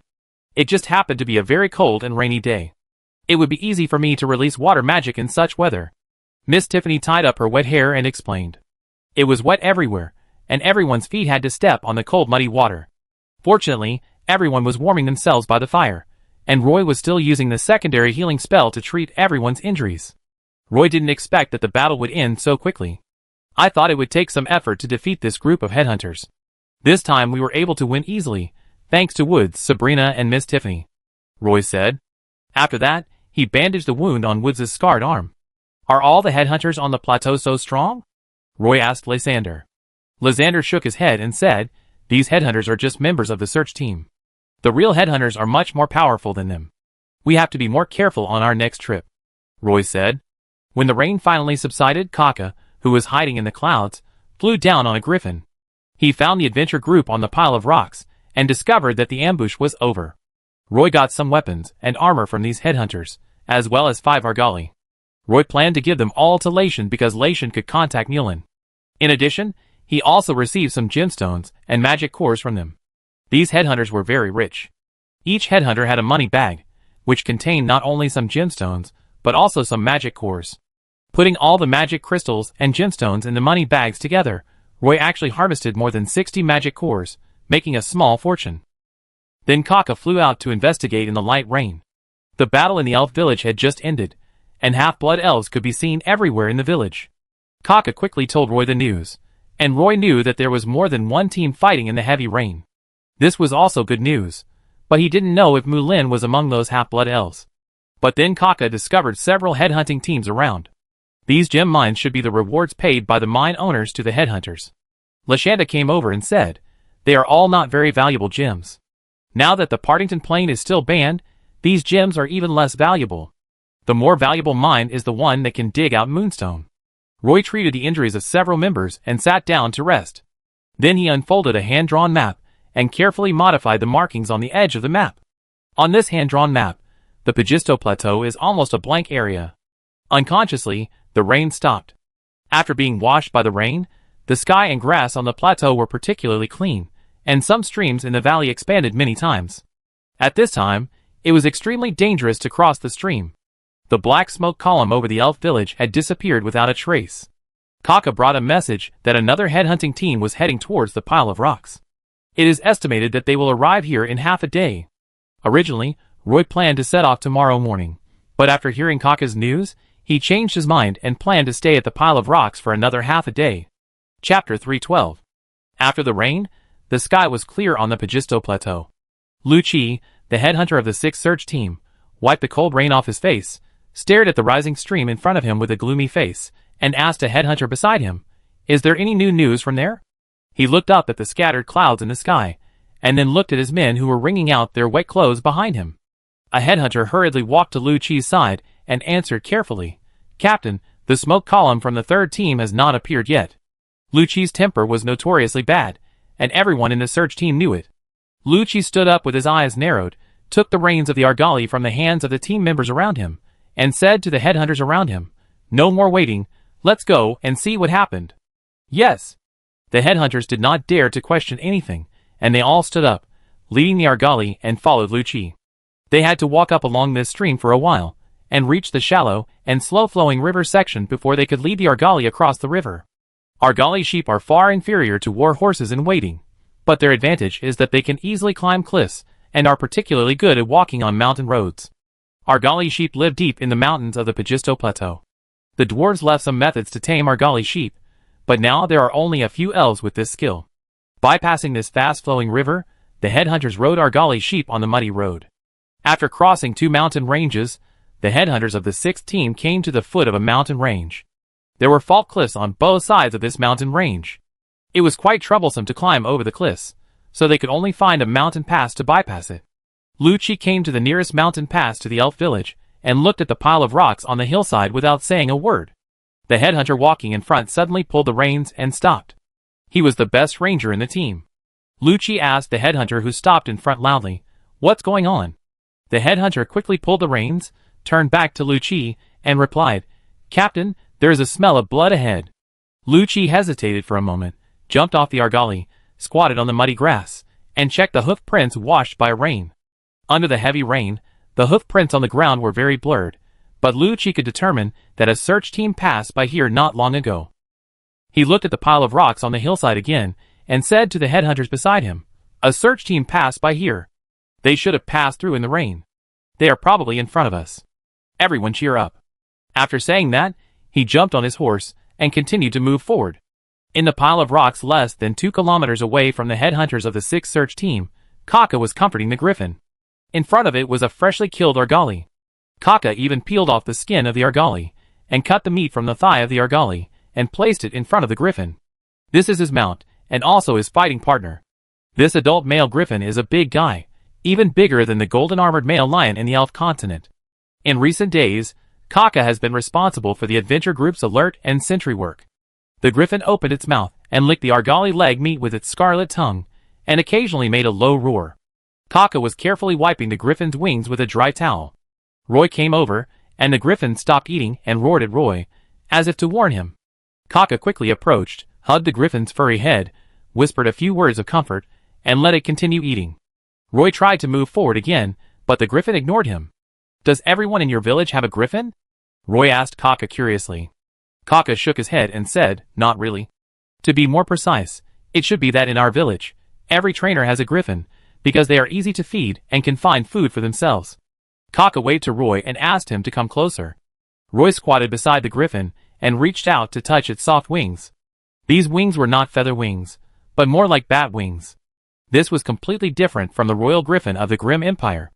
The royal griffin was covered with feathers, had a head like a bald eagle, had a sharp beak, and wings were also bird feathers. The griffin squinted its eyes, licked the delicious lamb leg, and observed Roy with the corner of its eyes. Sabrina was behind a rock, drying Moira's wet hair. Moira sat on a rock and whispered in frustration, "Sister, am I useless?" Sabrina came over and hugged Moira, then said to her, "How could it be? This is your first adventure. There is always a process of adaptation. You are doing very well now." Moira pouted and said aggrievedly, "I have participated in 6 field practice classes in the Elf Academy, and I have excellent results every time."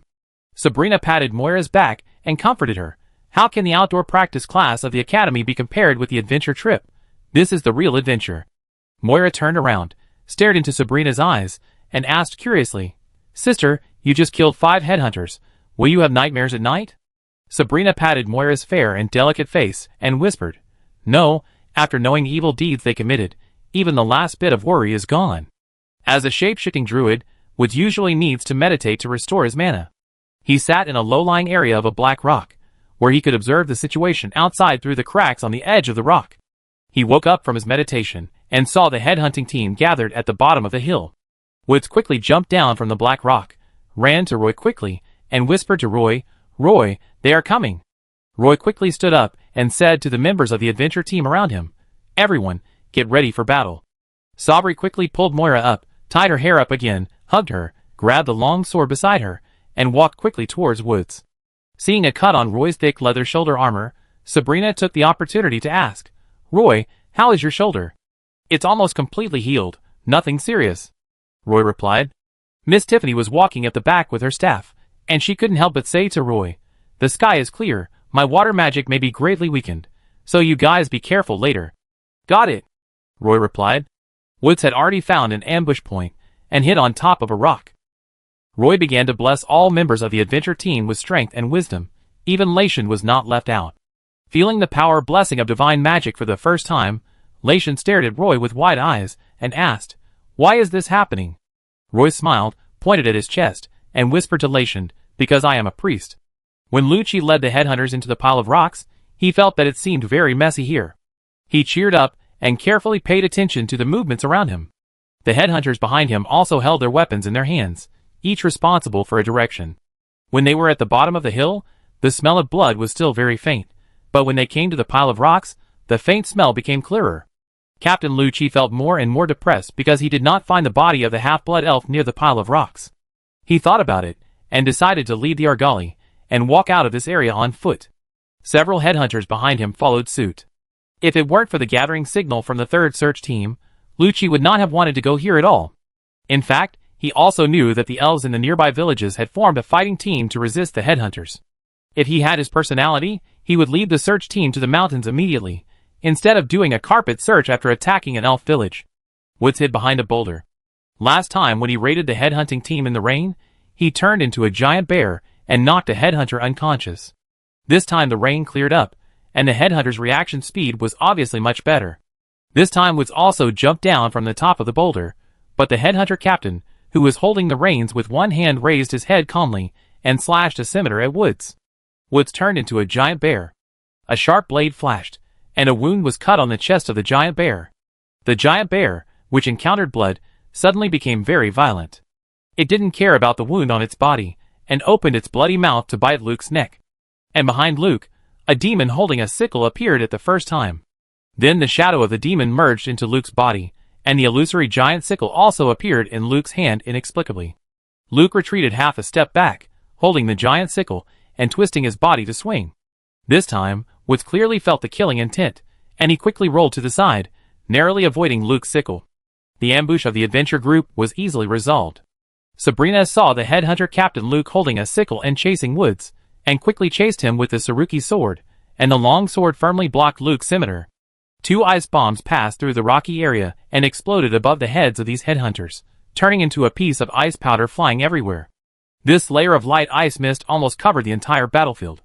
At the same time, Kaka in the sky rushed out of the clouds again and rushed towards the area covered by Miss Tiffany's ice fog. The griffin activated the iron will to protect Kaka. The griffin, which fell like a cannonball, hit a stone pit in the ice fog. This also killed 2 headhunters in the ice fog and injured one, and the other 4 headhunters luckily escaped Kaka's attack. Roy followed Sabrina, and the 3 of them worked together to kill the headhunter Captain Lucci. Claire, Moira, Lysander, and Miss Tiffany followed closely behind, and everyone planned to kill their headhunter captain before the headhunters rushed up. This battle was much more dangerous than the one in the rain just now. 9 people worked together to kill the headhunter captain.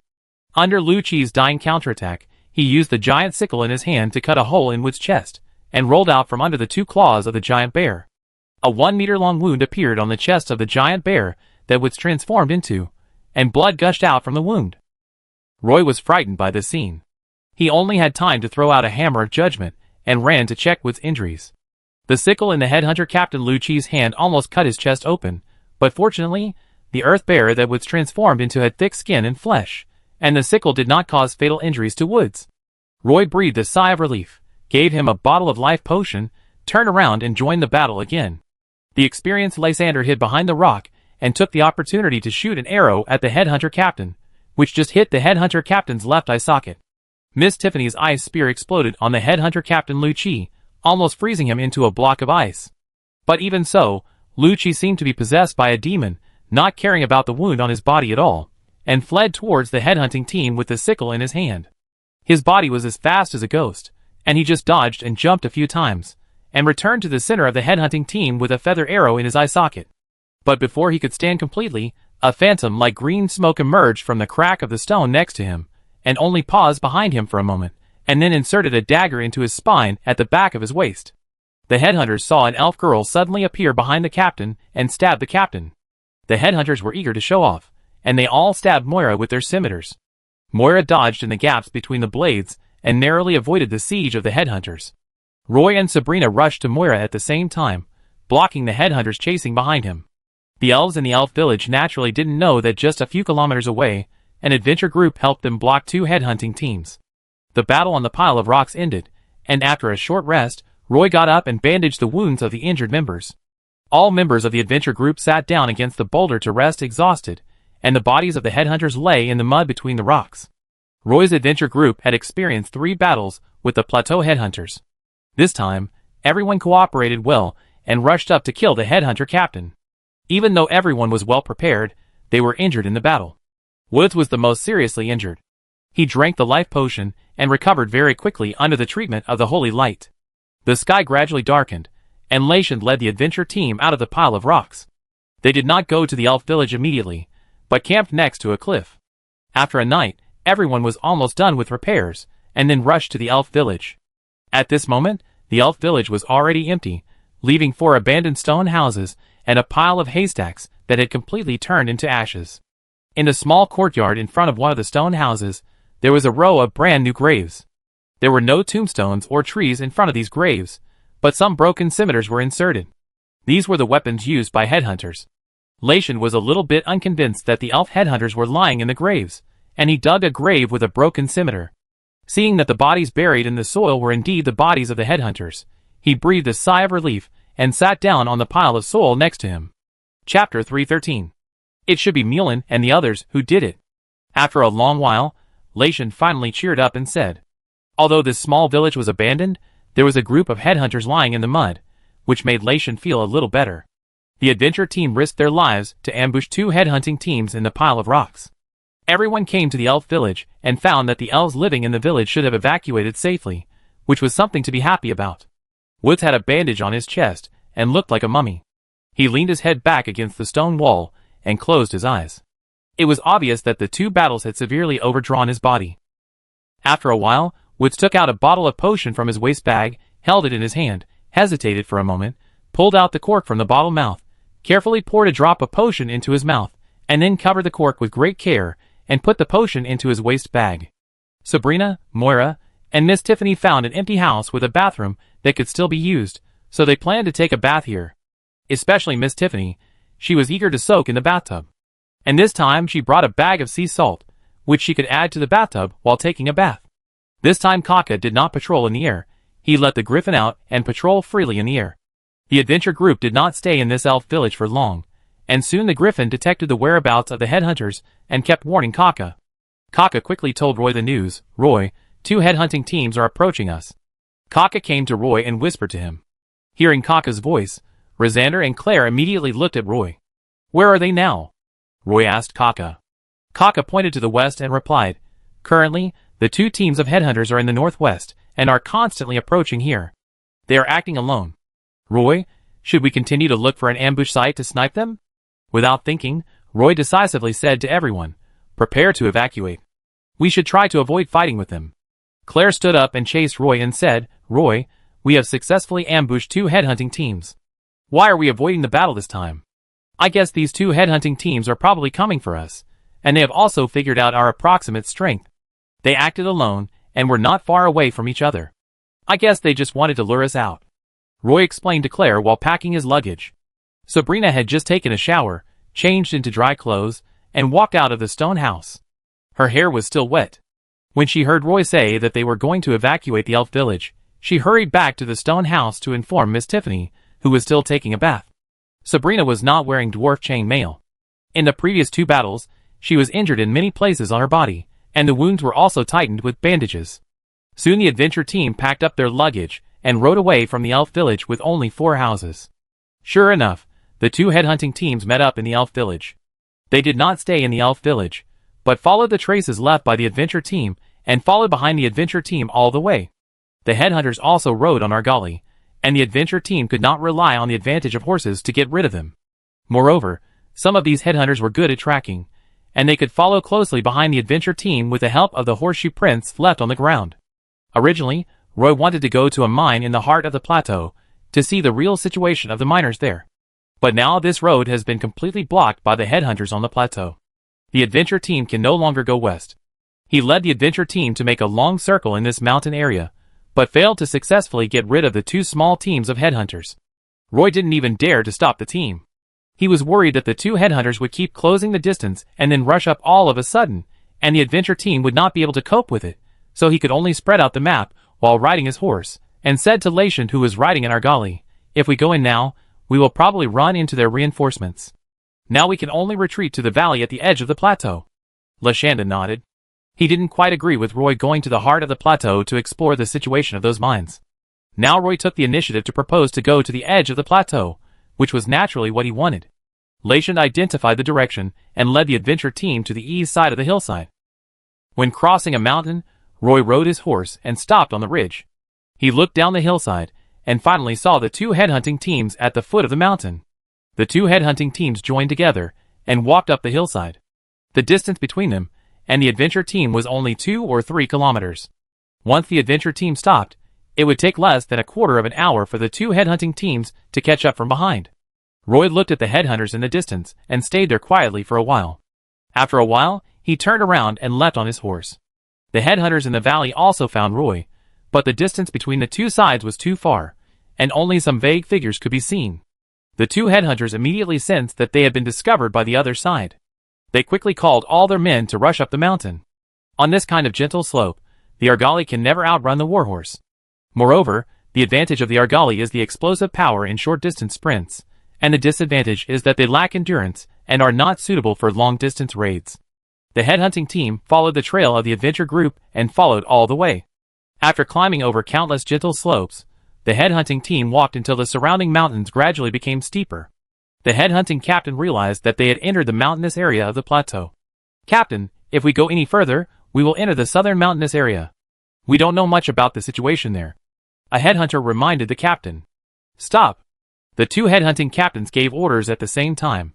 The mountains ahead blocked their view, so the headhunters lost the trace of the adventure group again. Fortunately, the hoof prints left on the ground were still clear. After entering the mountainous area of the plateau, some large forests began to appear at the foot of the mountains on both sides. The headhunters also began to be cautious, fearing that a group of half-blood elves would emerge from the forest and surround and kill them. So the two headhunting captains gathered together and discussed in a low voice. The final order was, "Let's go, the situation in the mountains here is complicated, let's go back." The headhunters returned empty-handed this time, and the headhunter captain walked in front with a cold face. "Roy, they didn't catch up, should I go back and lead them back?" Kaka asked Roy loudly. "If they didn't catch up, forget it." Roy waved his hand, signaling everyone to stop and rest for a while. Lashand was very familiar with this valley. He even knew where to find wild fruits and where to collect berries, so this forest was also the food source for the elves. Unfortunately, the season is not right, the pears here are sour and bitter, and not ripe yet. Finally, after getting rid of the headhunting team behind them, the adventure team continued to move forward for a while, and then chose to rest at the edge of the woods at the suggestion of Lashand. The headhunting team has been chasing behind the adventure team for the past 2 days, and everyone can only have a chance to rest when the headhunting team stops. Roy sat on the roots of a big tree and took out the map from the magic waste bag and carefully filled in the blanks on the map. Lysander got off his horse, tied the horse to a big tree, pointed to a high mountain in front, and introduced to Roy, "Roy, the base in front is where Mulan established the resistance army. The last time I saw Mulan, she invited us to visit their base." Roy hesitated. "Is it convenient?" Lysander was also a little uncertain. It should be possible. Since they have come here, Roy plans to go to the resistance base to take a look. The original intention of this resistance army was to resist the headhunters on the plateau, but this resistance army lacks various supplies. Roy also promised Mulan that he would bring back some magic weapons and armor for her. Lashanda only heard from Mulan that the rebels' base was in this mountain area, but it was still very difficult to find it. The adventurer spent nearly a day in this mountain area. In the evening, he met a patrol team and found out that the adventure team had been wandering on the west slope of the mountain, which was still some distance away from the rebels' base. So Lashand asked about the specific location of the rebels' base, and brought everyone to the base of the tree house in the forest. Although this is the base of the rebels, Roy feels that it is more like a refugee camp. Many half-blood elves have built simple tree houses in this forest. Old people, women and children can be seen everywhere in the base. The members of the adventure team walked into the base, and were immediately welcomed by the elves in the base. Mulan happened to be in the base. When she heard that Roy and Lashand were coming, she immediately ran out to greet them. Mulan led the members of the adventure team to her tree house. This tree house has only one room, and there is almost nothing else in it except a blanket. Mulan asked everyone to sit down on the floor of the house with some embarrassment, and then asked Roy curiously, "Roy, I heard that you ambushed 2 headhunting teams near the pile of rocks on the number 7 ridge." Roy looked at Mulan and said, "Lashanda told you?" Mulan's figure can only be described as very well proportioned, with bulging muscles in her arms and thighs, and she looks like an explosive female elf warrior. "Lashanda said it, Roy, thank you." Roy asked casually, "How is the evacuation of the half-blood elves on the plateau going?" Mulan shook her head helplessly and said, "Everyone lives too scattered. We can't notify all the villages. Our warriors usually operate in the southwest of the highlands and are familiar with the environment here, so we only notified some of the elf villages here." Mulan's eyes fell on Roy's back. "Sabrina, Moira, Miss Tiffany, Claire and Woods, etc. How about it? Are you interested in joining our organization?" After retracting his gaze, Mulan asked Roy. Roy was a little surprised. He pointed at his nose and asked Mulan, "Me or the adventure group?" "It's okay. We are all welcome." Mulan smiled and said. Roy thought about it carefully before saying to Mulan, "School will start in another month. We came to Pajisto just to take everyone on a plain adventure. We don't plan to settle here." Hearing what Roy said, Mulan didn't ask any more questions. Roy thought of the group of headhunters chasing them. Each headhunter was very powerful, so he explained, "And with our abilities, we may not really be able to help you." Mulan's eyes dimmed, and then he asked Roy, "Didn't you say you would help us purchase some weapons and equipment?" Roy quickly said, "I promise this. When we leave here, I will let Lation go with us to Padstow City. At that time, I will give these supplies to him, but he needs to find a way to transport them back." Mulan nodded, and the expression on his face was a little relaxed.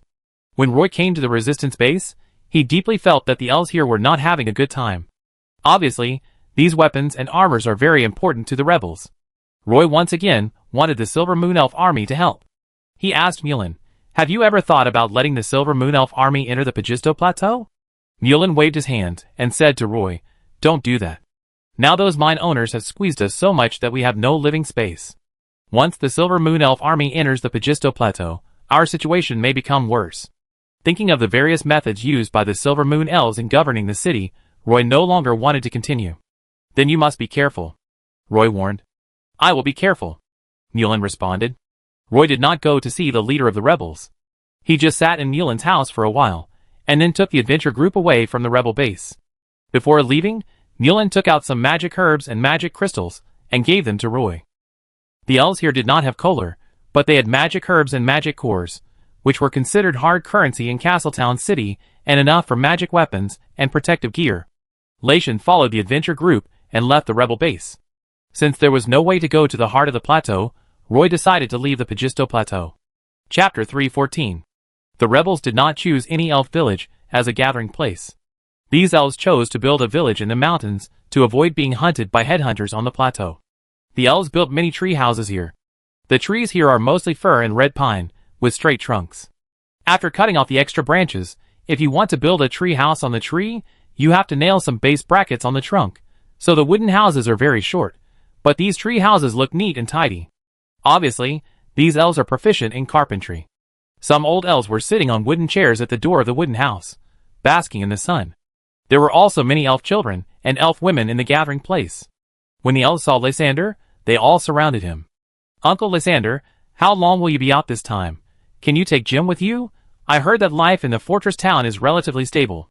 An elf woman with a head scarf on her head blocked Lysander's way, with a flattering expression on her face. Right in front of her stood a half-grown elf boy. This elf boy looked a little timid, thin, and delicate, with golden hair on his forehead.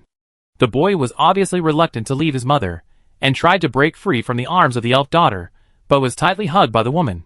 The elves around were also staring at Lashand, and everyone wanted to hear from him about the situation outside. Lashander touched his nose, pondered for a while, looked at the elves around him, and said to everyone, "I'm going to Padstow this time, and I'm probably going to bring back a batch of supplies. I'm afraid I can't bring the children to the fortress town." The elves around looked disappointed, but some elf children cried out in joy. The elf woman asked Lysander with some reluctance, "Lysander, if you go to Padstow, can you take Jim with you? I heard that there are no slave traders in Padstow anymore." The elf woman bit her lip. "Although I was reluctant, I had to find a way to send my son away whenever I thought of the headhunters on the plateau. Only by leaving here can we escape the clutches of the headhunters. Lysander looked at Roy, who was walking in front of him hesitantly.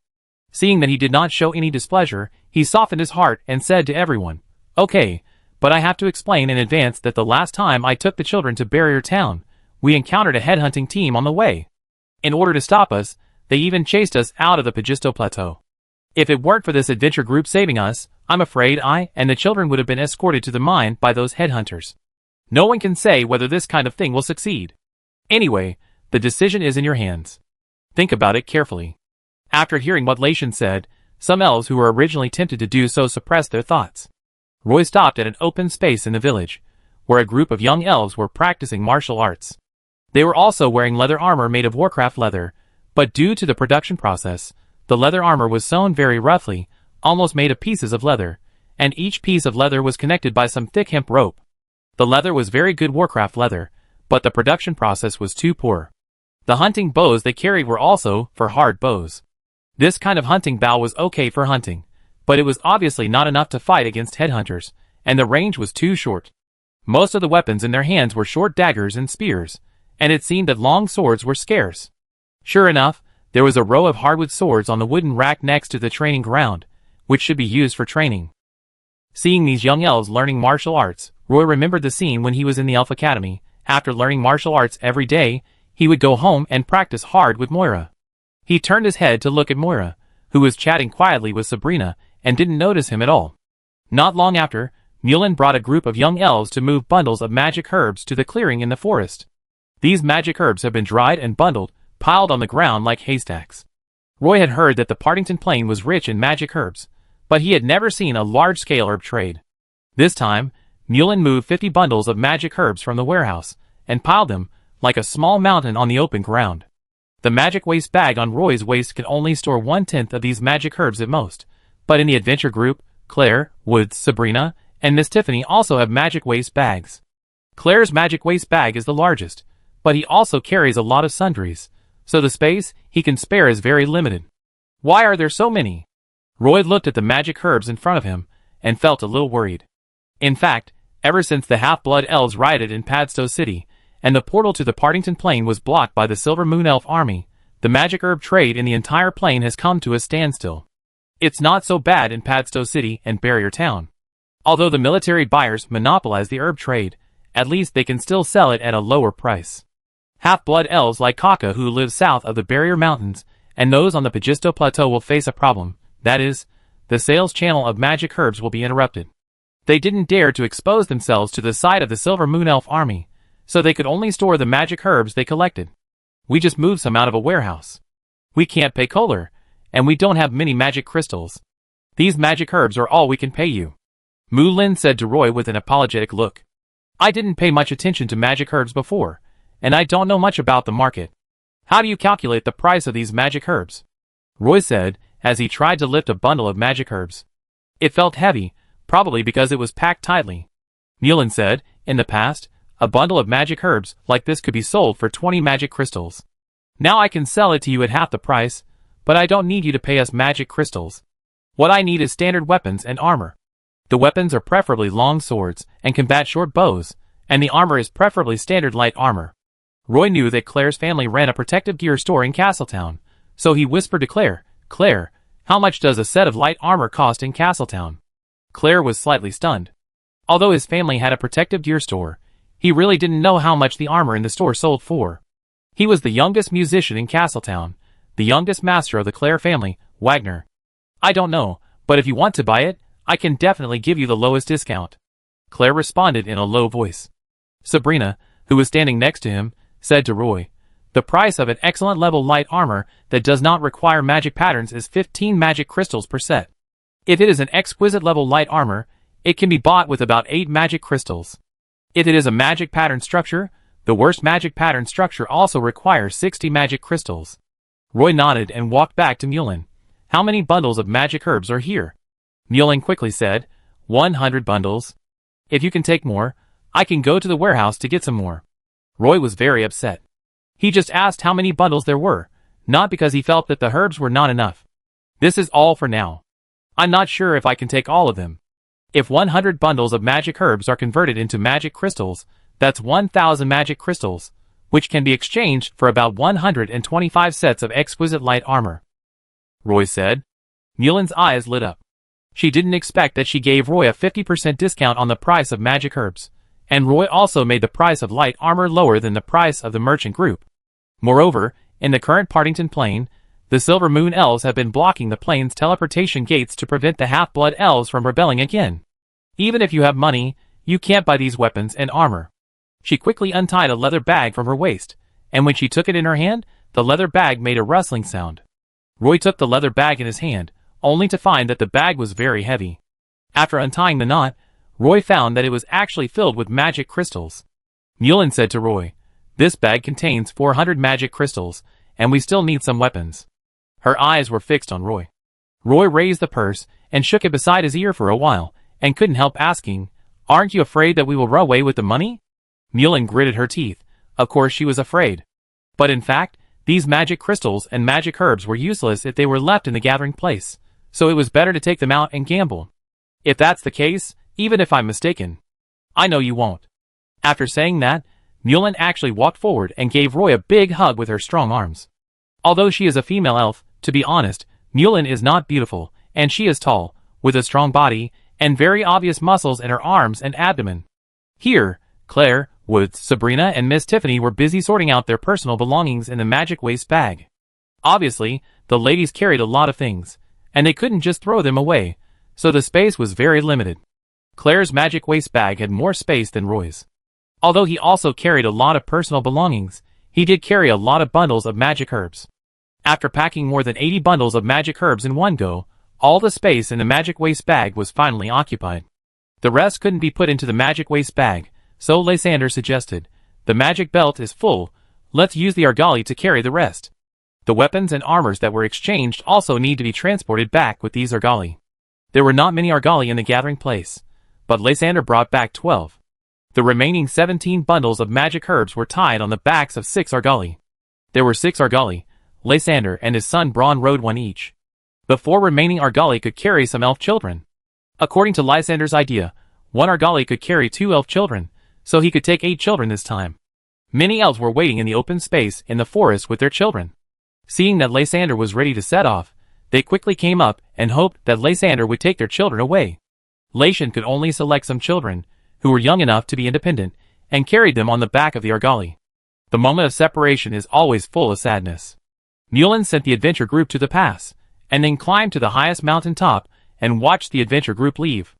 The adventure group walked very far, and when they looked back, they could still see Mulan's figure on the top of the mountain. The adventure group walked along a forest road hidden in the dense forest for 2 days, and finally walked out of the mountains on the edge of the Pagisto Plateau. Then, the adventure group went down the mountain along a winding mountain road. On this mountain road, the advantage of the argali was obvious. They could almost walk freely on the rugged mountain road, and the war horses on the adventure group became cautious. Lashanda and his son Rambo followed the adventure group to Padstow City. Roy did not plan to pass through the barrier town this time, but Latian brought a group of elf children, so he had to take a detour through the barrier town. The adventure group left the Pagisto Plateau, and did not meet the headhunting team. They passed through the hills below the plateau smoothly all the way. As they got closer to the fortress town, Kaka's expression became more and more serious. Kaka was going home. As they were about to part, everyone in the adventure group was in a low mood. Fortunately, Kaka joined this adventure, otherwise Roy and his team would definitely not be able to deal with those Highland headhunters. Kaka not only took on all the reconnaissance tasks, but also gained something every time he rode a griffin to raid the headhunters. After walking out of the hilly area, the fortress mountains hidden in the twilight in the distance became clear. Going a little further ahead, we will reach the airspace occupied by the griffins. Under this sky, the Silver Pegasus warriors had to retreat. We will come back after the end of the next semester. By then, we can bring you some supplies. If you have any additional needs, please write to me. Roy comforted Kaka. He put his arm around Kaka's shoulders, and the two walked to the side of the griffin. The griffin crouched beside Kaka and growled. Kaka quickly comforted the griffin, and then rode on the saddle. The griffin took advantage of the moment of leaping into the sky, spread its wings, and rushed to the top of the barrier mountains with Kaka.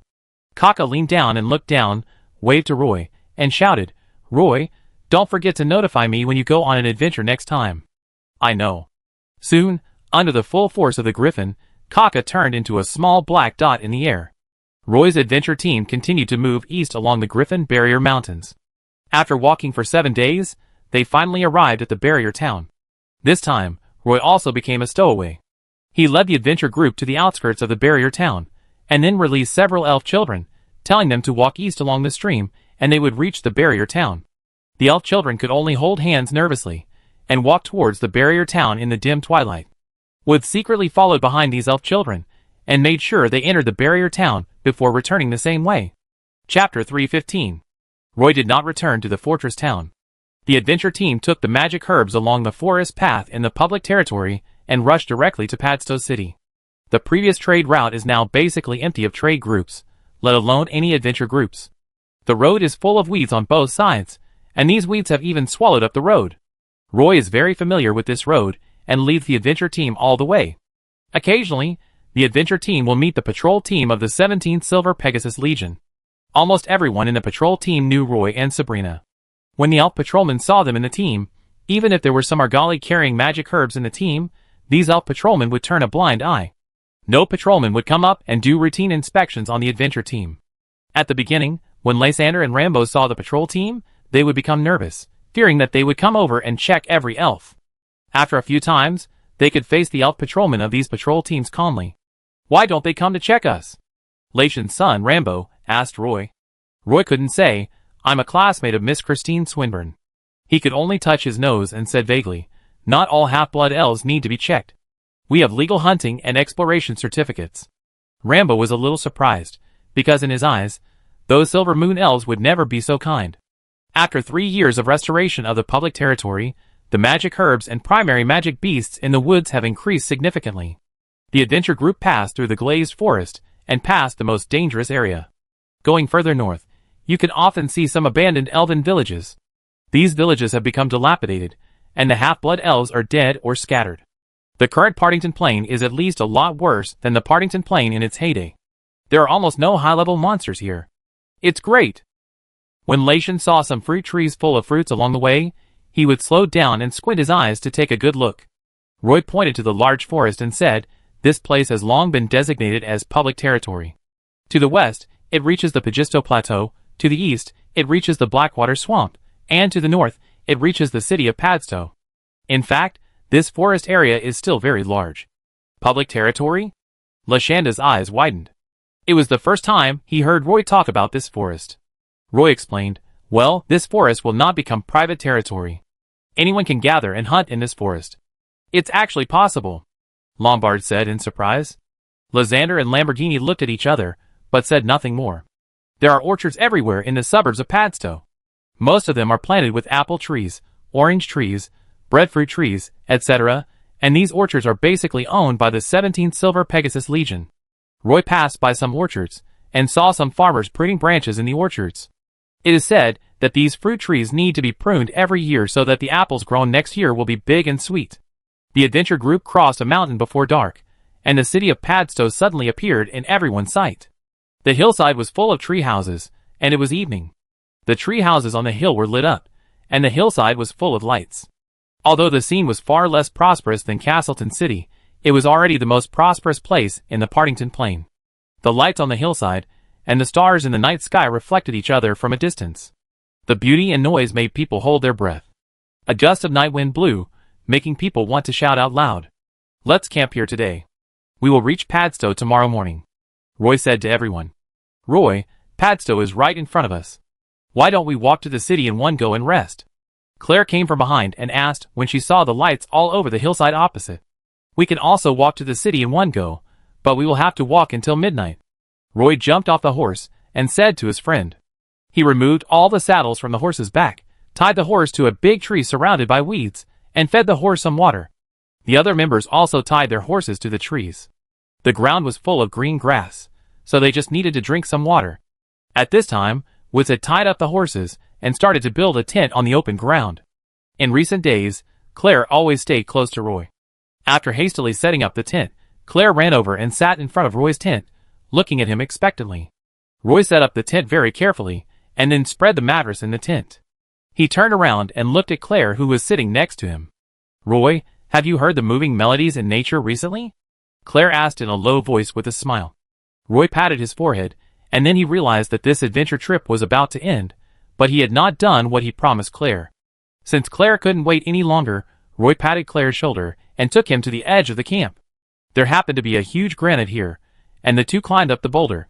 Sitting on the boulder, you can clearly see the beautiful night view of Padstow City. "Well, I did hear one. Listen carefully." Roy sat on the boulder, closed his eyes, and began to hum the song quietly. Claire sat aside and listened quietly. After Roy hummed a few sentences repeatedly, he couldn't help but hum along with Roy. After a while, Roy stopped, and Claire said with admiration, "Roy, this song is quite cheerful. Does it have a name?" "Claire Summer." Roy smiled and said, "My summer?" Claire was a little dumbfounded. At this time, a gust of wind blew, and the leaves in the whole forest rustled. "Well, listen, is this melody floating in the night wind in the mountains and forests?" Roy continued. Claire was a little dumbfounded. He really didn't hear anything. Only Roy could hum it softly, and Claire's face had a rich expression. It was a very cheerful song, and as long as you hear this melody, you can feel that summer. Claire also tried to close her eyes. But no matter how hard he tried, he could only hear the humming of the wind in the forest. As for the beautiful melody that Roy said, he could not hear it at all, no matter how hard he listened. "How? Can you hear it? Roy, I think you are the most talented composer I have ever seen," Claire couldn't help but say to Roy. Roy stopped, put his hand on his forehead, and thought about how to make up a more reasonable reason. "Well, I've already said that I can't compose any music. I just described the melody I heard to you, and what you need to do is to make this melody more complete and beautiful, and you are creating it," Roy explained. Claire saw that Roy was unwilling to admit it, so she had to say, "Slow down, hum it slower this time, I have to remember it again." "Oh, it may be a little different from what you just hummed, you just need to remember this melody, the rest is not important at all." Roy wiped the cold sweat from his forehead, and continued to hum the melody. "I guess Claire won't be able to sleep tonight. Fortunately, they will arrive in Padstow tomorrow, and he can do whatever he wants then." Seeing Claire sitting on the boulder, humming the melody continuously, and entering a state of ecstasy, Roy quietly slid down from the boulder. Moira was leaning in the shadow behind the boulder. Roy slid down from the boulder and landed right next to Moira. He almost stepped on her, which scared Roy. Moira looked at Roy with admiration. "Roy, can you write music?" "I really can't. I just heard this melody, and then repeated it to Claire, letting him play it himself." Roy waved to Moira and added, "Okay, it's so late, go to bed." Oh. Sure enough, as Roy expected, Claire spent the whole night arranging this music score. The next morning, Roy climbed out of the tent and found Claire still sitting on the boulder. His body was even covered with dew. He was writing a piece of music quickly, and his eyes were full of red bloodshot. Wood yawned and came out of the tent. Seeing Claire sitting on a boulder at the edge of the camp, he asked Roy, "Roy, what is Claire doing? It seems like he hasn't slept all night." Roy walked to the boulder, looked up at Claire, and then said, "He is creating music. Maybe he needs such passion." No one stayed on this mountain. As soon as the morning mist dissipated, the adventure team walked down the mountain along the path on the hillside. Just as Roy calculated, the adventure team walked until noon before they touched the edge of Padstow. Before entering the city, an elf patrol team stopped Roy's adventure group. This elf patrol team usually maintains the city's public order and occasionally investigates the goods of some merchant groups. They rushed out from a small road on the edge of the city and stopped Roy's adventure group in an instant. The captain of the elf patrol came over. He stared at Roy for a long time, then walked behind the adventure group, looked at the argali with curved horns on their heads, and tore off a few leaves from a bundle of magic herbs, put them under his nose, and smelled them carefully. Roy got off his horse and walked over, but before he could take out the portal certificate, the patrol captain pinched his nose and asked, "What are these?" Roy answered honestly, "Magic herbs." The patrol captain asked Roy with a cold face, "Where did you get these magic herbs from?" Roy said, "Rampart Town. I am the governor of Rampart Town. These are the herbs I have accumulated, and I am going to take them to Castleton City." At this time, the patrol captain took the pass from Roy, which also came with a letter of appointment from the governor of Rampart Town. As the mayor of Rampart Town, it was still no problem for him to bring some magic herbs out from the Partington Plain. The captain of the elf patrol only checked Roy's pass. When he saw the name signed on the pass, all the doubts on his face disappeared. He took the initiative to hand the pass to Roy, and then hurried away. Padstow City was still very lively. When the adventure group entered Padstow City, a group of half-blood elves immediately surrounded them. However, no matter what they asked, Roy was too lazy to pay attention to them. These half-blood elves basically wanted to know how to open up the trade route to the Partington Plain. There were even some half-blood elves who were trying to secretly look at the magic herbs on the back of the Argali. Everyone squeezed over, and Roy could only let the adventure team speed up. Entering the city of Padstow, the elf patrols did not stop them. The half-blood elves in the city actually stopped them. Roy stretched his neck and shouted, "Everyone, make way. We are going to the hotel to rest. If you have any questions, I will tell you after I wake up. Now please make way." The half-blood elves still refused to give way, so Roy could only lead his horse to squeeze forward. More and more half-blood elves gathered here, and the long face became a little chaotic. The patrol team that had just left came over immediately. They first dispersed the half-blood elves, and the adventure group was able to escape. The captain of the elf patrol did not leave in a hurry this time. He took a few elf patrols, and sent Roy directly to the hotel. This hotel was where Roy often stayed. When he walked into the hotel lobby, Roy greeted the hotel owner familiarly. "I want 2 rooms. I may have to stay longer this time. There are also more than a dozen Argali that need to be fed for a while," Roy said to the innkeeper. "I haven't seen you for a long time. So you went to buy magic herbs?" The innkeeper said casually, when he saw the big bundles of magic herbs on the back of the Argali. Then the innkeeper drove the Argali into the stable. Roy had to return these horses to the logistics department of the 17th Silver Pegasus Legion. He had borrowed them from there at the time, so he didn't bring them into the stable. "Just transporting a little back," Roy said with a smile. The innkeeper gave Roy a very fair price. After settling Rosander and Rambo, father and son, Roy asked everyone to go to the logistics department of the 17th Silver Pegasus Legion to return the horses there. Roy was already very familiar with this kind of thing, and the quartermaster of the logistics department also knew Roy, so the formalities were quickly completed. He returned to the hotel again to say goodbye to Rosander and Rambo. Roy needed to take away all the magic herbs. He had to transport them to Castletown City, and then find a way to deal with them, and use the magic crystals to buy weapons and armor. "I really want to take these magic herbs away this time. If everything goes well, I will probably be able to return in a week and deliver the weapons and armor to you. If it doesn't go well, it may take 2 weeks or even more time. If there is a delay, I will write to you and tell you that you can stay in this hotel for the time being and wait for my news." Before leaving, Roy said to Rosander. Chapter 316.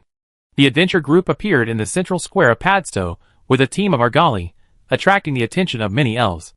You should know that since the portal was closed, only military merchants can freely enter and exit the portal of Padstow. An adventure group like this appeared in Padstow, which was already very eye-catching. Now they actually brought a team of Argali merchants. The elves in the city wanted to know how this adventure group could pass through the portal. When the adventure group walked on the street, some elves followed behind. Some elves even came over and asked Roy, "Do you want to go back to the Elven continent?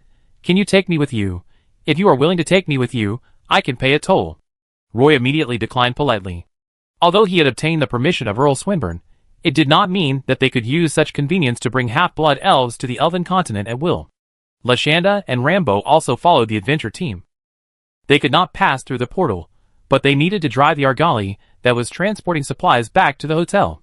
Although Padstow is still in a semi-banned state, most of the shops in the city have resumed business. It can be said that under the current military control, the order in Padstow is unprecedentedly good. There are also many outsiders, like Rosander and Rambo in the city. As long as they do not violate local laws, the elf guards basically ignore them. The management of outsiders in Padstow is much looser than that in Barrier Town. Rosander led Argali, and walked forward behind Roy. The bundles of magic herbs on the Argali's back were not covered at all, and they came directly to the central square. Seeing that an adventure group had actually brought a caravan to the square, 2 portal guards hurriedly came to meet the adventure group. "Stop, where are you from?" An elf guard put his hand on the hilt of the sword hanging on his waist, and asked Lysander arrogantly. He probably thought that Lysander was the oldest in the adventure group, and was naturally the leader of the adventure group.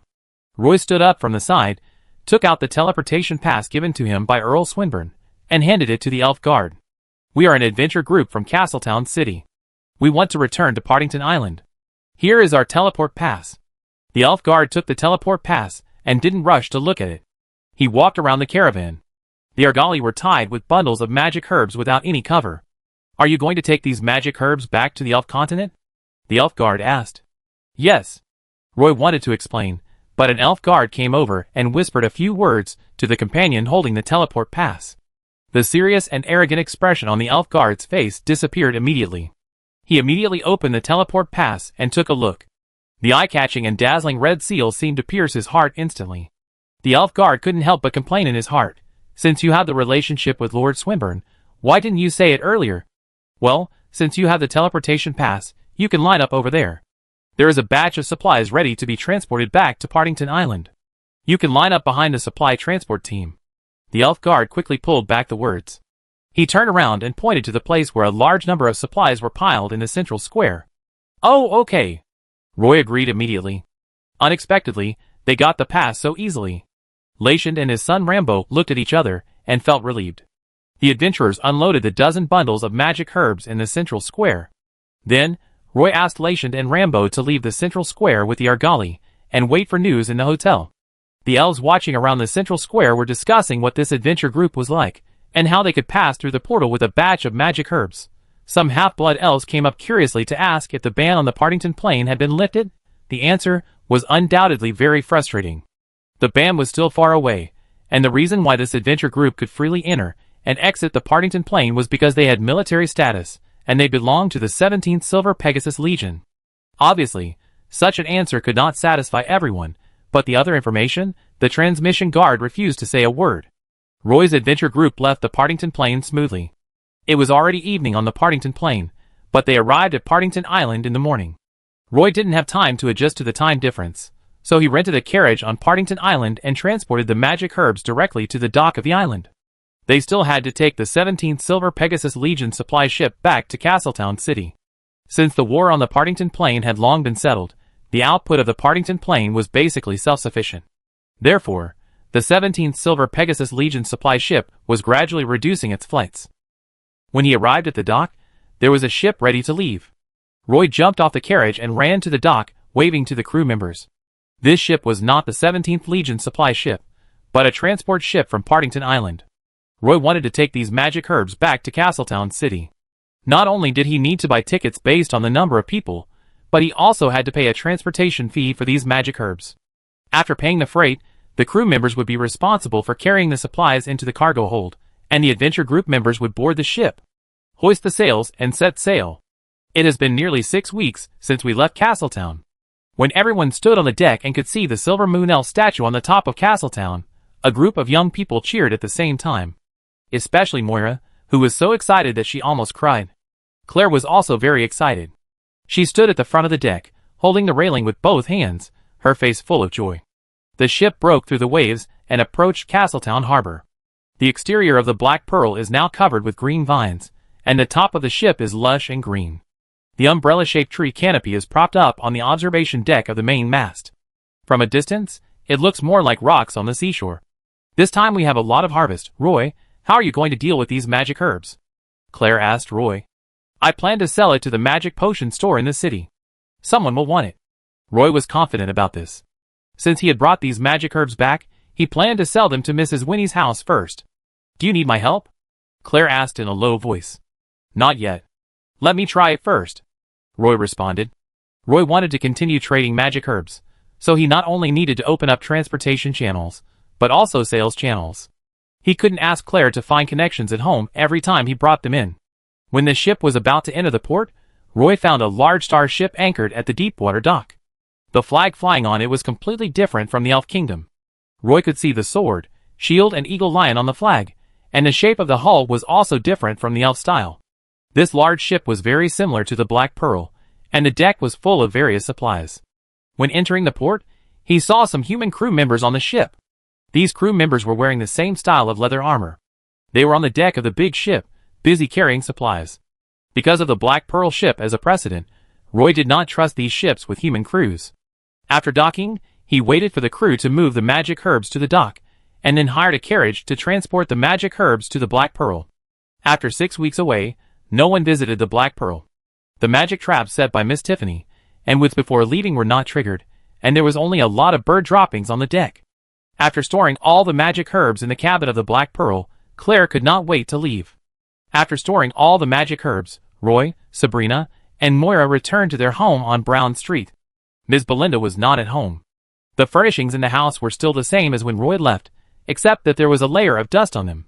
Roy took a few letters from Ms. Belinda from the mailbox. The letter from Ms. Belinda said that she and a few friends were currently traveling in the Wood Elf Kingdom and had no plans to return for the time being.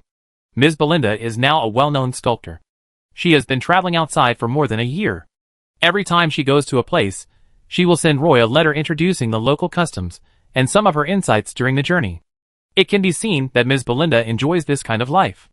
Unfortunately, Roy couldn't reply to her letter, because when the letter was mailed back, Ms. Belinda had already left there. In addition to Ms. Belinda's letter, there was actually a letter sent back by High Priest Reed. I thought the previous letter was the last one, but I didn't expect that he would be willing to send it back from Golfito. The first thing Roy did when he returned home was to fill the water tank on the rooftop terrace with water, so that he could take a bath in the bathroom. Lying in the bathtub, Roy took out the dagger and opened the envelope. Roy, when I walked into the dark gate, what came into my eyes was an endless scorched earth. There is no sunshine or green vegetation here. The earth is cut by rivers of lava, and the light here is the fire of the lava rivers. The earth is filled with toxic smoke. The road under our feet is the life of the advanced troops. The extreme environment makes our bodies worse and worse. Even if we enter the dark land, I still can't feel the presence of the goddess. A large number of monsters have appeared on the front line, and our expeditionary force is about to go to the battlefield. Now I understand why this place is called the place where angels never set foot. Because there is no life here, and there is no hope. Roy put the letter aside. He didn't even need to close his eyes to imagine what the dark place looked like. The next morning, Roy left home in high spirits. He planned to go to the magic shop in the city to inquire about the market of magic herbs, and also to go to the business to search for weapons and light armor. When he walked to the intersection to wait for the bus, he saw Mrs. Winnie standing at the door of her store, holding an account book in her hand. Woods had actually returned to the pharmacy to resume work. At this time, he and a shop assistant were moving wooden boxes out of the shop and carrying them onto a carriage. Roy waved at Woods and said hello. Roy, I heard from Woods that you brought back a batch of herbs from the Partington Plain. Are you going to sell them? Mrs. Winnie's voice was sharp and thin. Yes, Mrs. Winnie. Does your magic pharmacy want to purchase some herbs? Roy responded quickly. Mrs. Winnie is still very good at doing business, especially at bargaining. I don't mind you selling the magic herbs to me, but there is a better sales channel right now. A large ship has arrived at the port and has been buying magic herbs in Castleton in recent days. Many pharmacies sell magic herbs directly to them, which is more cost-effective than working hard to make magic potions. Mrs. Winnie said, if you also have a batch of magic herbs, I suggest you go and talk to them. Are you going to sell the magic herbs in these boxes to those people? Roy pointed at the wooden boxes that Woods was carrying and asked. Isn't it to sell them? Mrs. Winnie said. Woods and the shop assistants had already loaded all the wooden boxes on the flatbed truck. Mrs. Winnie called Woods and asked them to look after the store while she rushed to the dock. A long carriage just came from a distance. Roy waited for the carriage to stop and then got into the carriage. The street market in the lower city was still as lively as ever. When the long carriage passed through this long street, Roy saw the dazzling array of fruits on the stalls.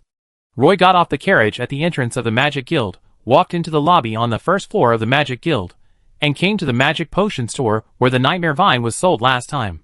He pushed the door and walked in, only to find that although the potion store was full of magic potions, most of the shelves in the magic herb sales area were empty. How can I help you? An elf waitress in the pharmacy asked kindly. How much is your royal bloodgrass? Roy asked curiously. Sorry, most of the magic herbs are sold out.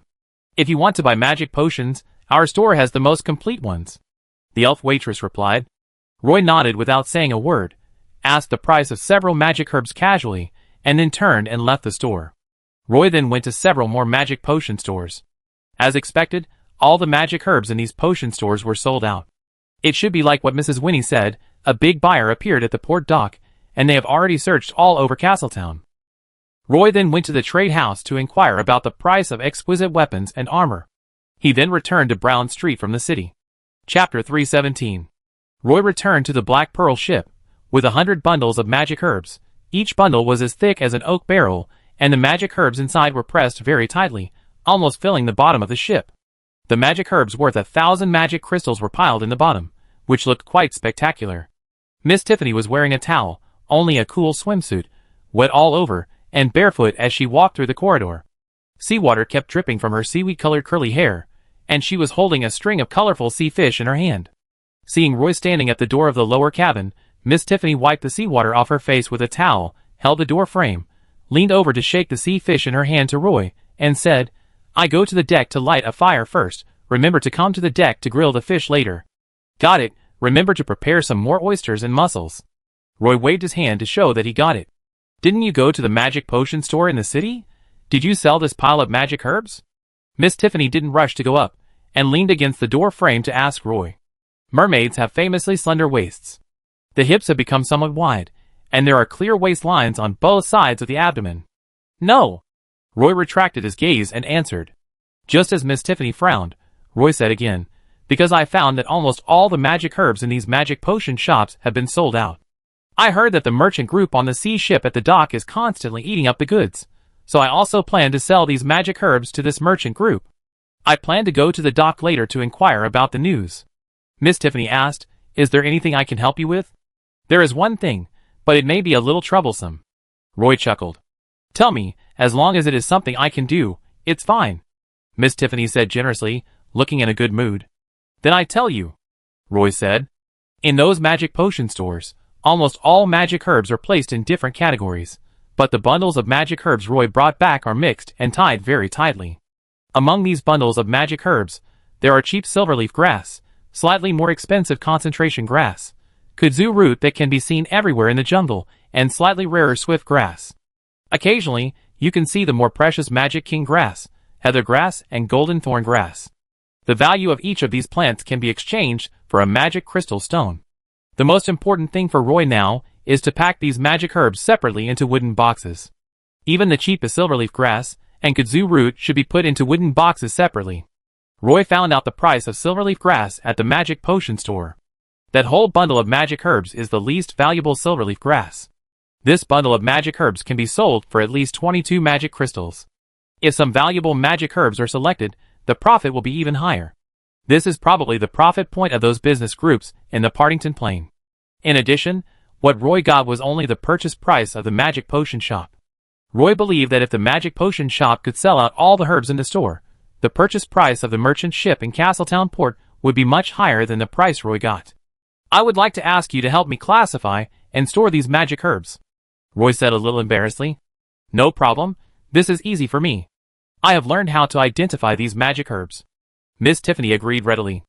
Everyone ate grilled fish on the deck of the Black Pearl, and even Woods, who had been busy in the magic potion shop all day, helped to select these magic herbs. Roy untied a bundle of magic herbs, and the tightly compressed magic herbs scattered on the deck, forming a huge pile. Miss Tiffany exclaimed, "How did it become such a big pile all of a sudden?" Hearing that everyone was selecting magic herbs on the Black Pearl, Sabrina and Moira also came to help. According to Ms. Jillian, even if the trip was over, they couldn't calm down because their hearts had been completely let go. After the magic herbs were unbundled and sorted, they were packed back into wooden boxes and piled in the cargo hold of the Black Pearl. Thinking that these were all brought back from the Padstow Plateau with great effort, everyone's mood was very high. Under the soft light, Earl Swinburne's face was shining with a light golden luster. He sat back in his chair. There were 3 maps hanging on the opposite wall. Originally, there were only 2 plain maps hanging on the wall in this study, and now the map of the Padstow area of the Partington Plain is also hung on this honor wall. This also means that the 17th Legion can obtain continuous blood transfusions from 3 planes, and the Silver Pegasus Legion can expand 2 more columns. There is a letter on the table. This is a job report letter sent from the Partington Plain, which is about the daily work of Padstow City. Earl Swinburne has no interest in this. His eyes quickly swept over these boring words. When he saw a line of text, his eyes suddenly stopped. He put down the quill in his hand, pinched the corners of his sore eyes, and looked at Adjutant Angie standing at the door. "Angie, what do you think of Roy using the teleportation pass to traffic in magical herbs from the Partington Plain?" Earl Swinburne asked. The fact that this report was placed on his desk explained something. As the governor of the fortress town, Roy really failed to live up to your expectations of him. Adjutant Angie responded immediately. He placed this report on Earl Swinburne's desk, and actually intended to let the Earl know the news. In fact, for Earl Swinburne, this was just a trivial matter that was not worth mentioning. But Roy's behavior seriously affected the interests of the officers of the 17th Legion, because the current trade of the Partington Plain was controlled by the 17th Silver Pegasus Legion, and the officers in the Legion could get a share of money from the Partington Plain every year. Now someone touched this piece of cake. After Adjutant Angie received this report letter, 3 senior Legion officials had implicitly reminded him that he must let the Earl accidentally see this letter.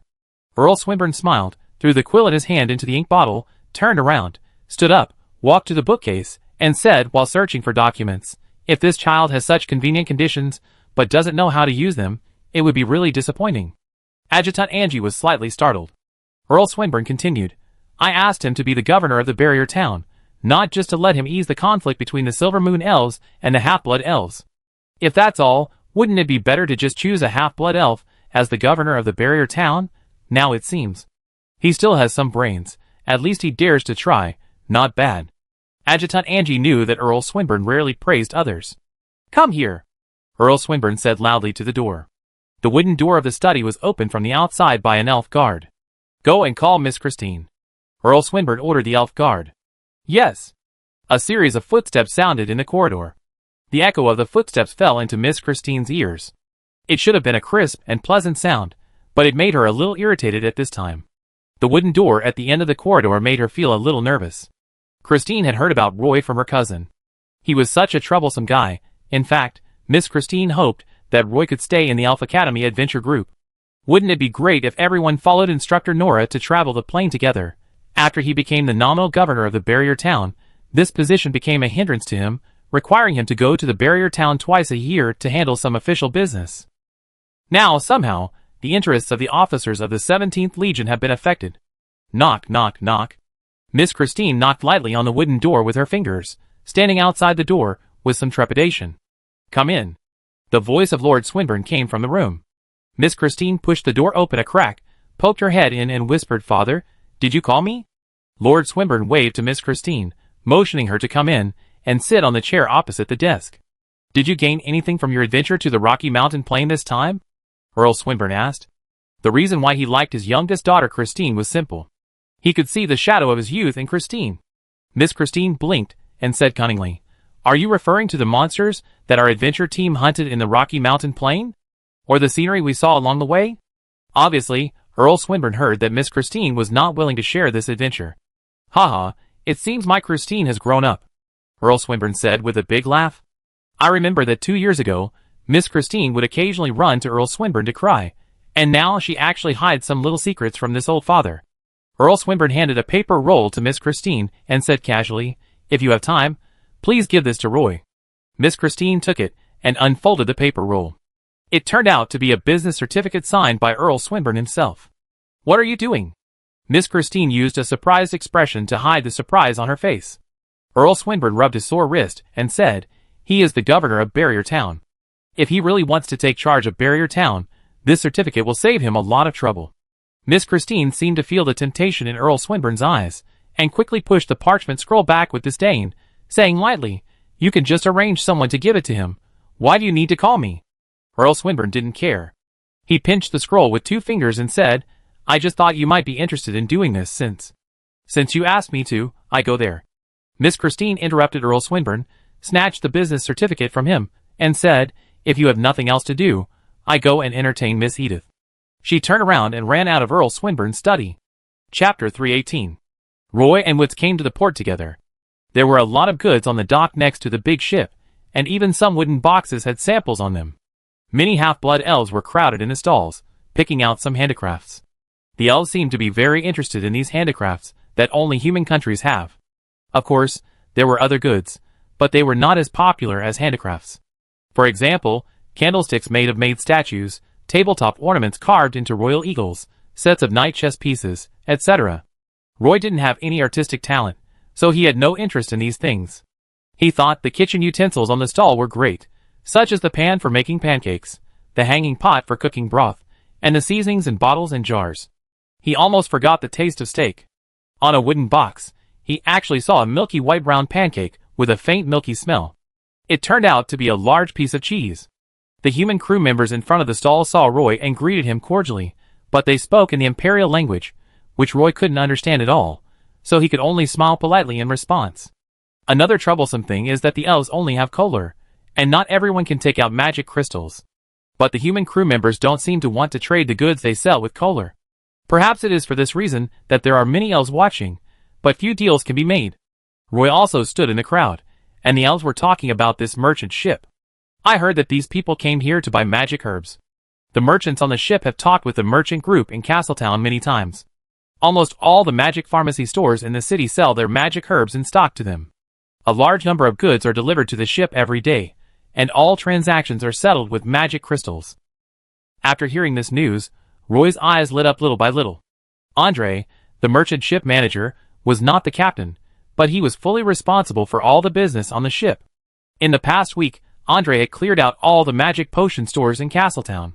He asked the crew to move the goods on the ship to the dock, because he found that even ordinary elves in Castletown had a very comfortable life. He wanted to sell all the goods he brought, including magic weapons and armor.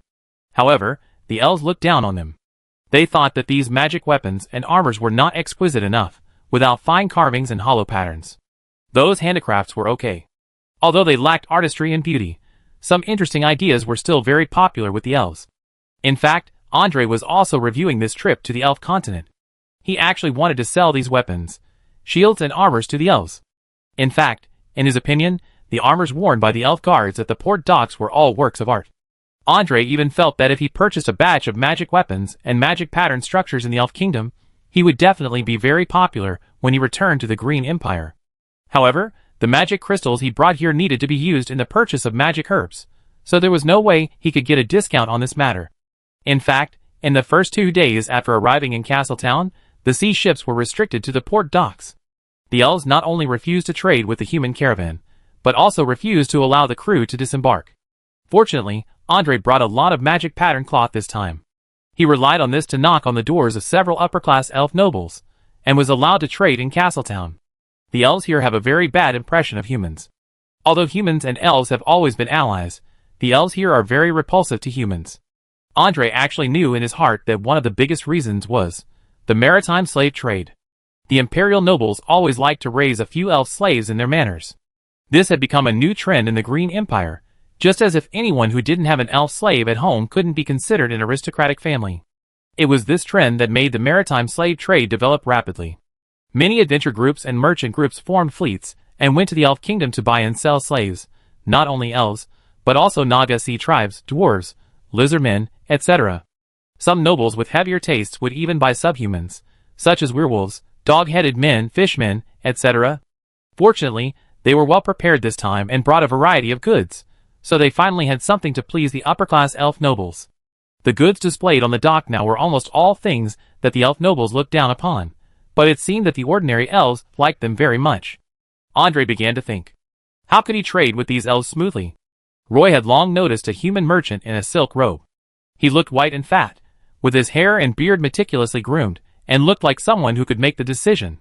He squeezed out of the crowd, and tried to get closer to the human merchant. No one stopped him. Woods followed Roy and looked around with a vigilant look. He heard some things about human slave ships from Miss Tiffany, Sabrina and Moira, so he was disgusted with human merchant ships from the bottom of his heart.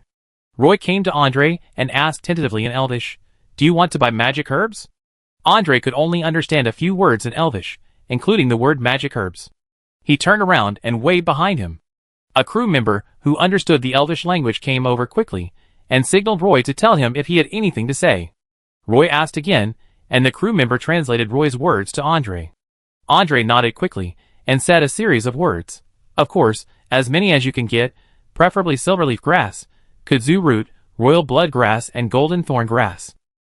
Although communication was a bit inconvenient, with the crew translating, at least he could understand what the other party was saying. Woods whispered behind Roy, "They want to buy magical herbs that can be used to make life potions." Roy didn't care about it at all. It was none of his business what potion the human merchant made with these magic herbs. Would you like to see the goods first? Roy felt it necessary to show them the magic herbs. Andre's eyes lit up when he heard the crew's translation, because he at least saw Roy's sincerity, so he quickly invited him. Of course, please come on board and try our Roland Continent specialty black tea. I can take out the purchase price list, and everyone can sit down and talk slowly. Roy was still very resistant to the invitation to board the ship. Let's talk here. Roy pointed to the dock. Andre didn't care about that. He turned around and shouted to a crew member on the ship, "Hey, go get the price list I asked you to leave in the captain's room." "Okay, big boss." The crew member who was leaning on the side of the ship to watch the excitement responded loudly.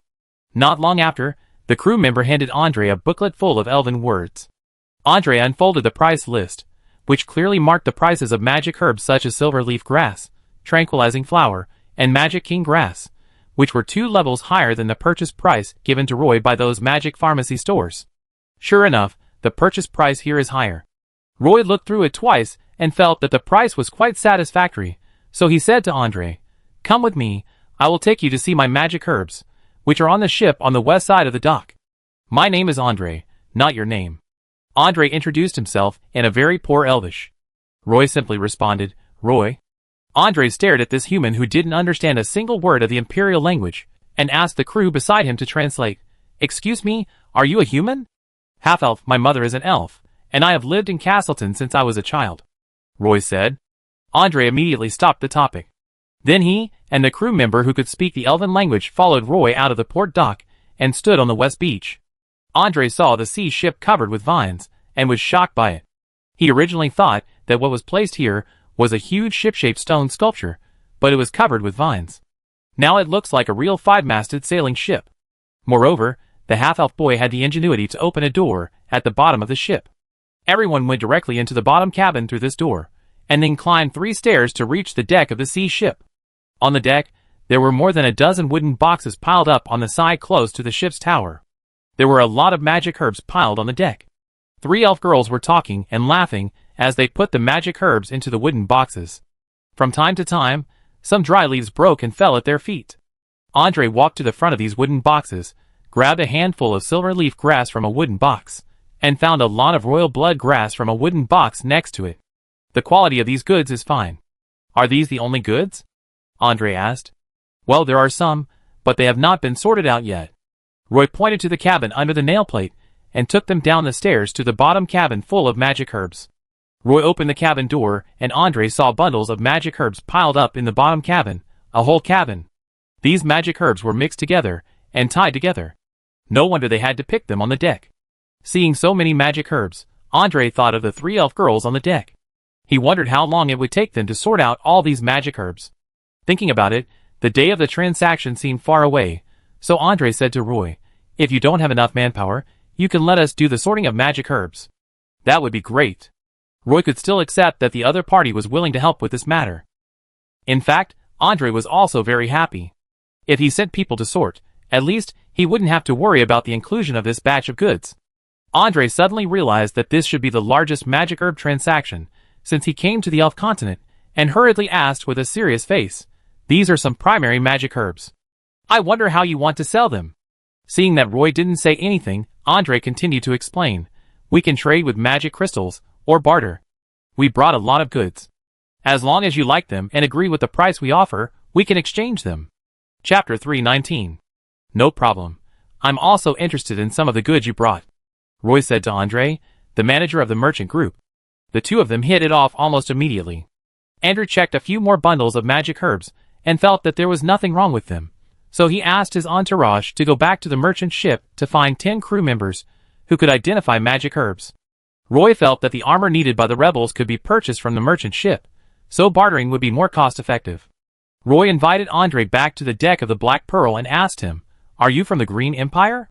Andre nodded and said, "Our merchant ship departed from the Chian seaport of the Green Empire and sailed for 2 years before arriving at the Elf continent."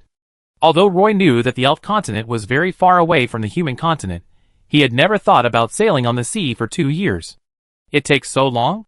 Roy exclaimed. Although Andre, the manager of the merchant group, did not know much about navigation technology, he left many footprints along the way. "Well, our 5-masted sailing ship crossed the endless sea and passed through dozens of islands. During this period, it underwent several repairs and a large-scale maintenance of the sailing ship. It took 2 years to reach the Elf continent. In my opinion, this is already very fast," Andre said. The translator beside him translated Andre's words, and Miss Tiffany couldn't help asking, "I heard that almost everyone in the Green Empire believes in the Statue of Liberty?" Andre heard this question and quickly stood up and answered with an extremely serious expression, "Yes, Almost everyone in the Green Empire is a believer in the Statue of Liberty.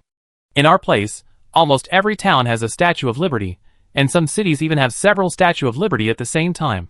Andre was very talkative. He told everyone about the customs and practices of the Green Empire.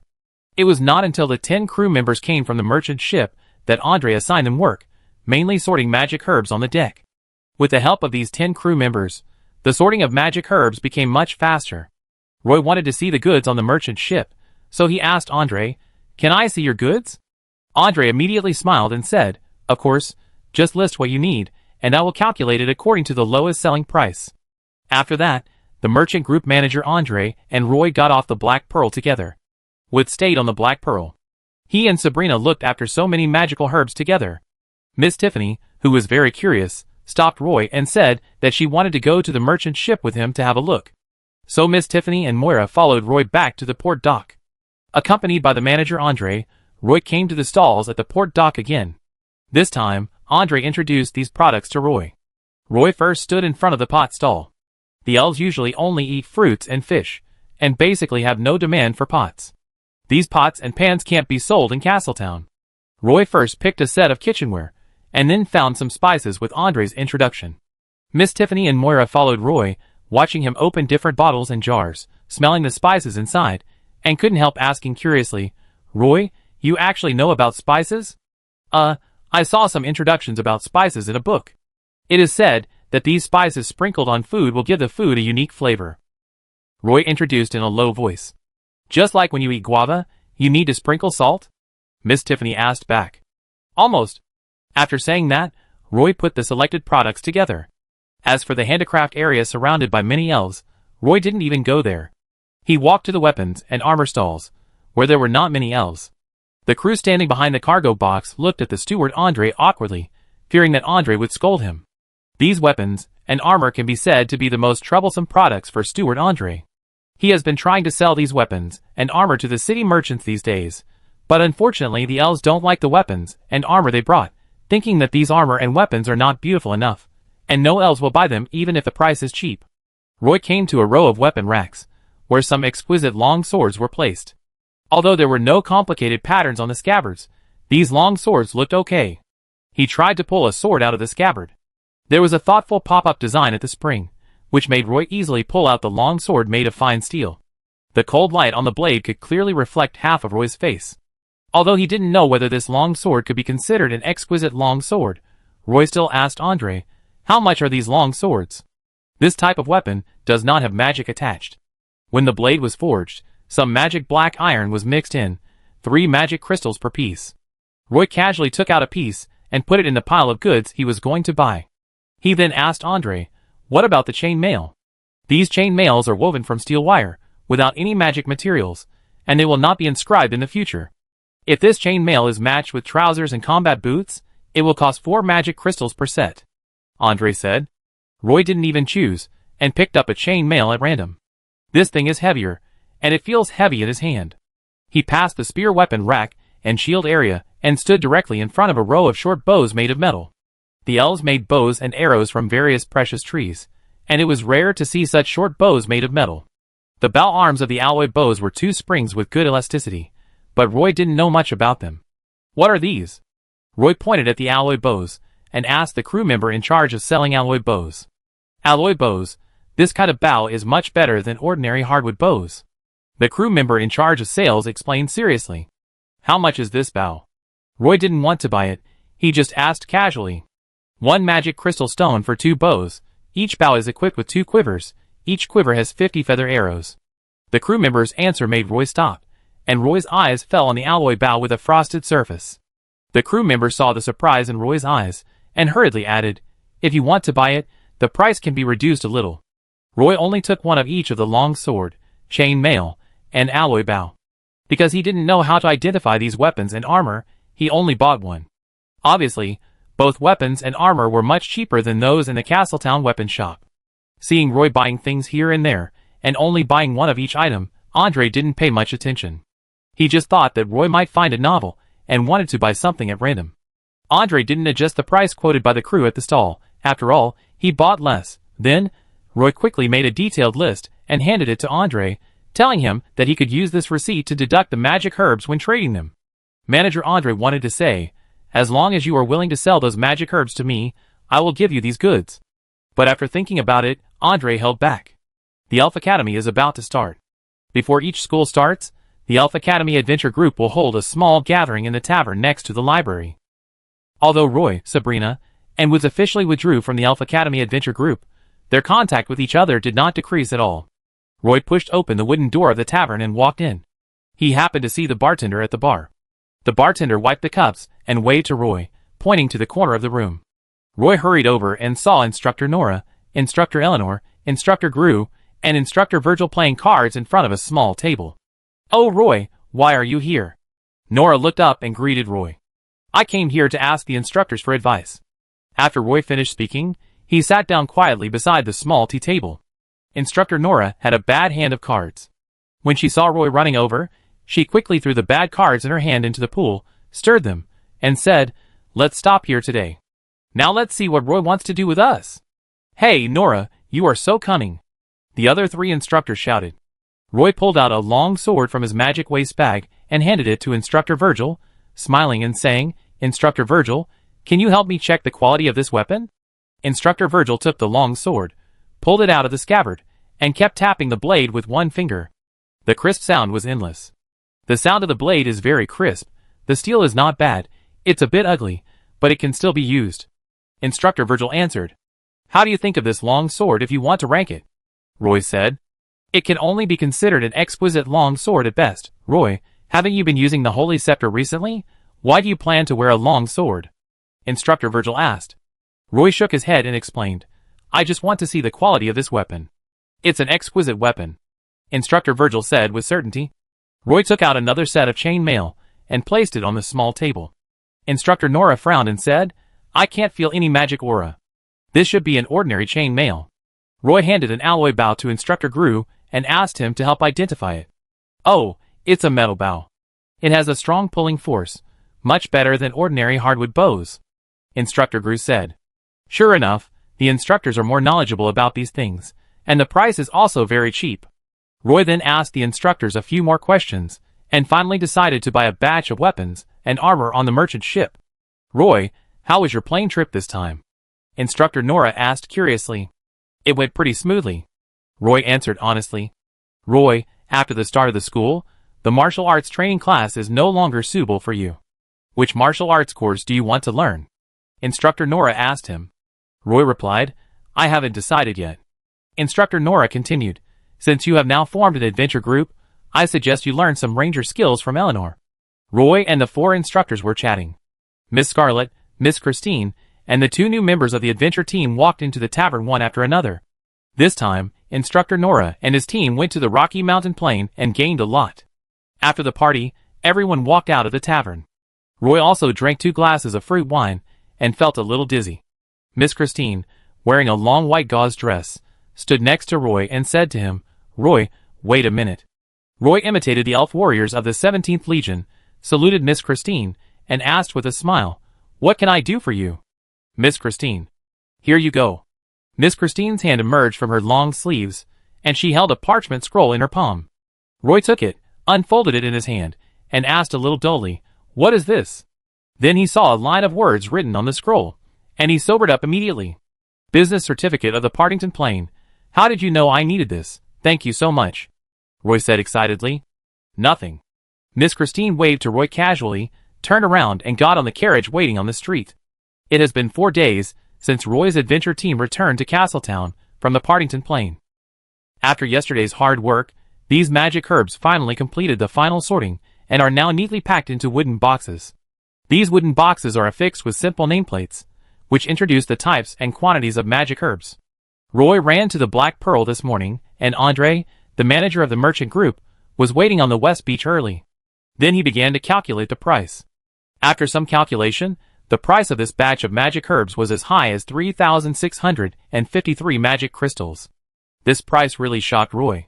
In fact, according to his idea, if this batch of magic herbs could be sold for 2,000 magic crystals, it would be very profitable. Unexpectedly, it actually tripled more than a little. Andre, the manager of the merchant group, readily took out a whole box of magic crystals And then some crew members began to check these magic crystals. Those goods yesterday, we will consider them as free gifts to you. This time we need to pay another 3,650 magic crystals, Andre said to Roy, holding the account book. Well, let's calculate the full amount. I only took a few samples yesterday. Now we can talk about those long swords, chain mail, and alloy bows. I plan to purchase 135 sets of each, Roy said, standing next to the wooden box. Are you serious? Andre asked Roy. That's right. Roy nodded firmly. These long swords, chain mail and alloy bows are worth a total of 1,000 magic crystals. In this case, I only need to pay you 2,650 magic crystals, Andre said with some surprise. After deducting the cost and shipping fee of these weapons and armor, the merchant group earned at least 500 magic crystals. Chapter 320. Andre did not expect that the young half-elf he met by chance at the port pier was actually his benefactor. He not only sold him a large number of magic herbs, but also bought the least popular weapons and equipment in the elf continent. Since Roy was his best business partner at present, Andre had to remind Roy, these weapons and armor are not popular at all in Castletown City. Don't try to open a business in Castletown City, because not many elves are willing to buy these equipment.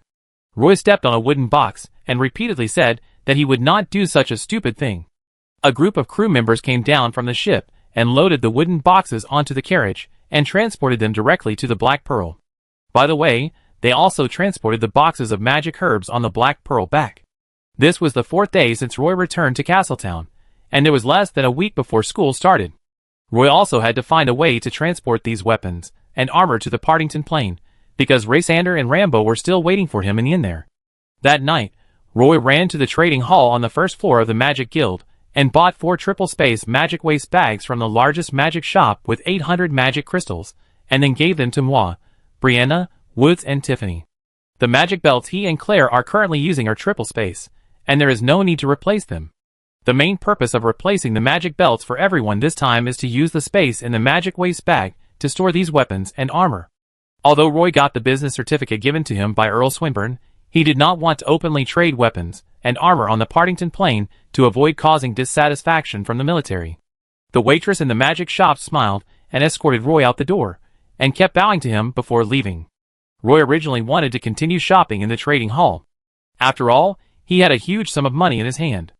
After becoming rich overnight, it would be difficult to calm down the excitement in his heart if he didn't spend money to buy something. At this time, Scarlet Magician suddenly appeared at the door of the inscription workshop. It seemed that she had just finished a day's work and was about to leave. Her dark green magic robe was very distinctive, and Roy recognized her from a group of elf magicians at a glance.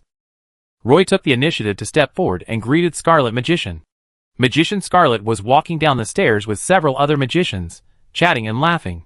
Seeing Roy and Sabrina standing on the shopping street below the stairs, she asked quickly, Roy, Sabrina, why are you guys here? Magician Scarlet crossed her arms over her chest and said to them.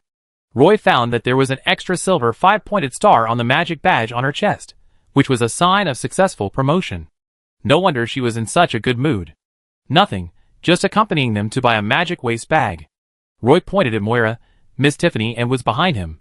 Scarlet Magician's female companions were waiting for her in front, but Scarlet Magician waved her hand and let them go first.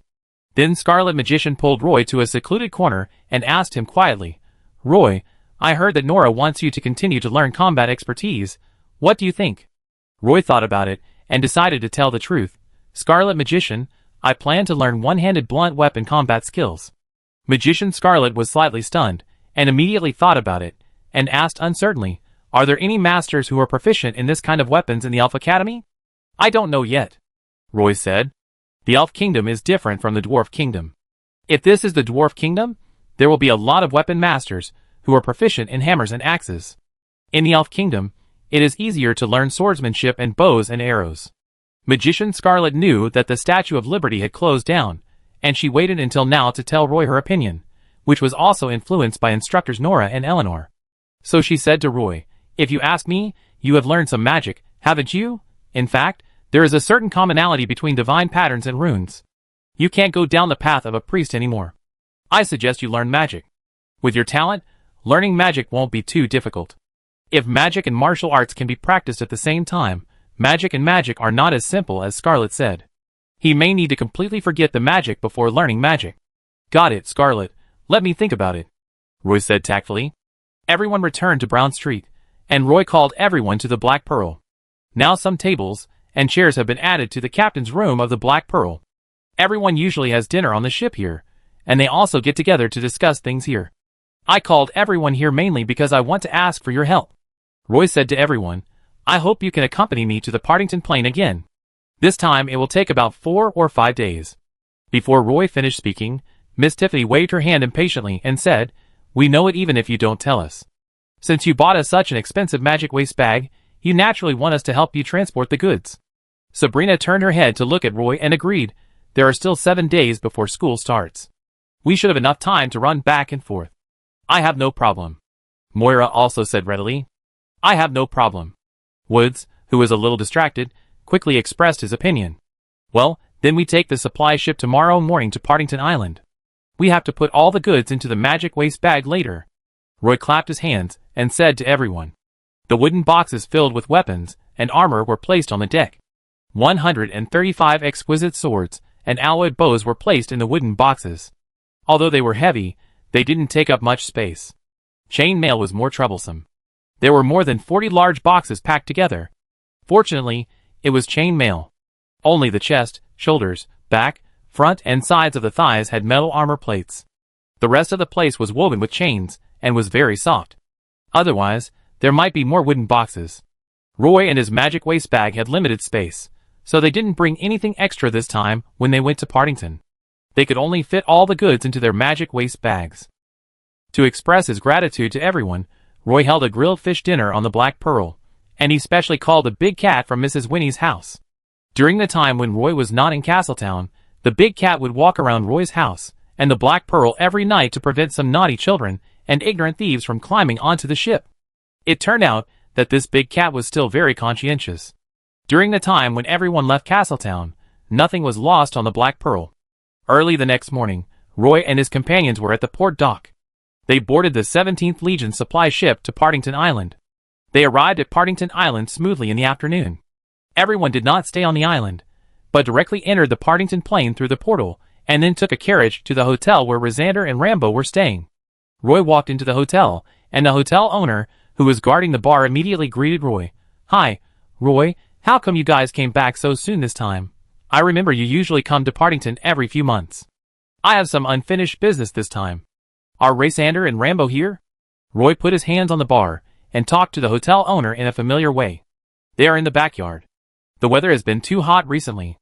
Their Argali sheep have all gotten sick. First of all, I want to make it clear that this is not because I didn't feed them well. I feed them enough grass every day. The hotel owner kept making excuses for himself. Don't worry, I won't put the blame on you. Roy waved to the hotel owner. The backyard of the hotel not only had a warehouse, but also a stable and a grocery room. This hotel has a total of 8 tree houses, 2 of which occupy one big tree.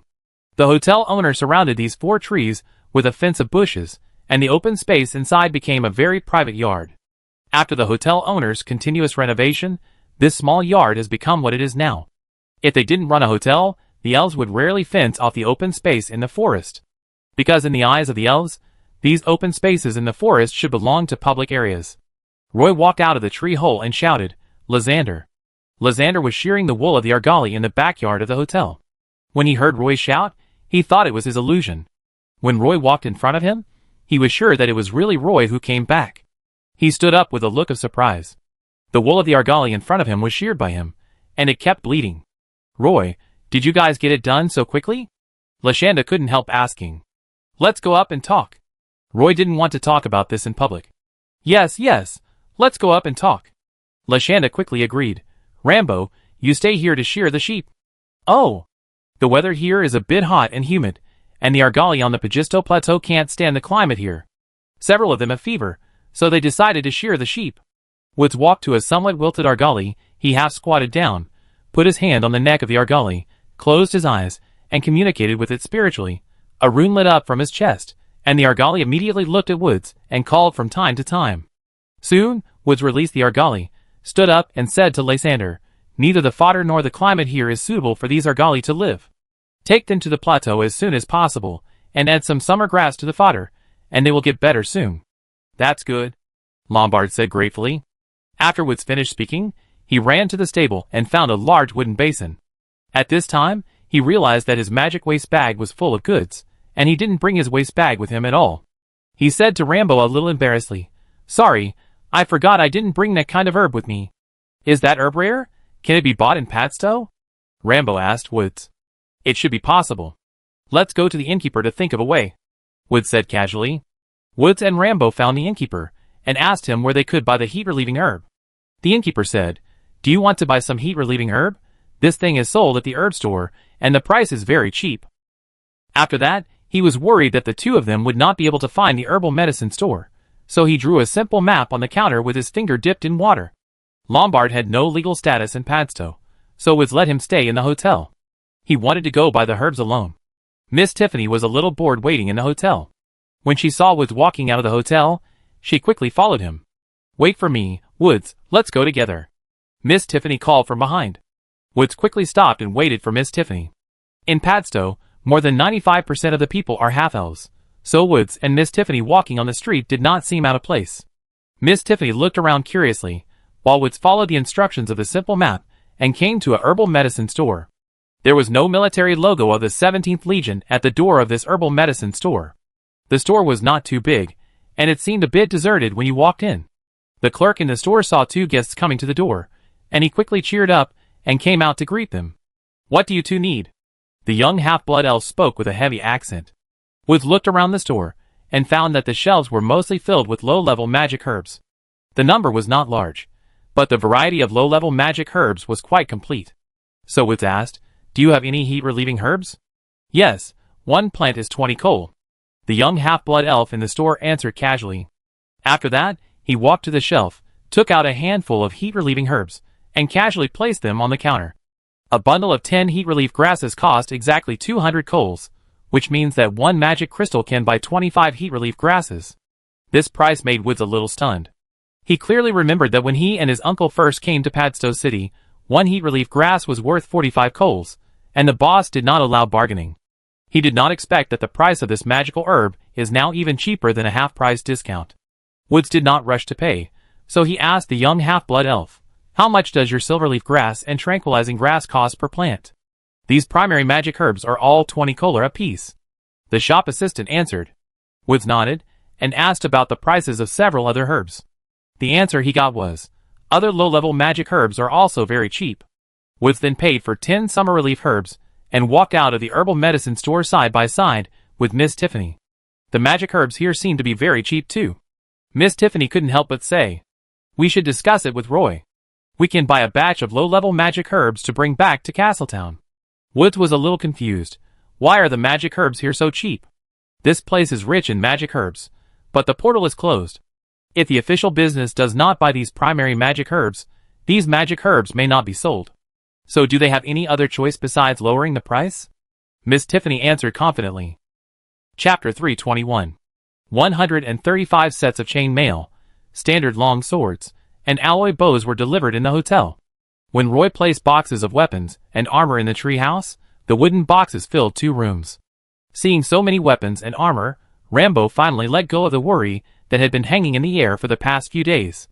He couldn't help but let out a low cry, took a step forward, hugged Roy, patted him on the back, and said, "Roy, thank you for helping us." "My friend, please don't say that. We just completed a mutually beneficial transaction. These magic herbs have brought us a fortune," Roy whispered to Rambo. Rambo's eyes lit up, thinking of the possibility of continued cooperation. With Roy's support, the half-blood elves on the plateau will have the confidence to resist those elf headhunters. Lation pried open the lid of a wooden box. The chain mail inside was actually covered with a thin layer of oil paper. Although the chain mail did not look so exquisite, it was strong and durable enough. Lysander grabbed the chain mail, pulled out a dagger, and stabbed it hard in the abdomen. The dagger drew a series of sparks on the chain mail, but only left a shallow mark. He opened another different wooden box, which contained rows of exquisite long swords. Although there was no magic light on the long swords, they looked of good quality. Although the scabbard was very ordinary, Lysander pulled a long sword out of the scabbard, and the smooth mirror-like blade reflected Lysander's face clearly.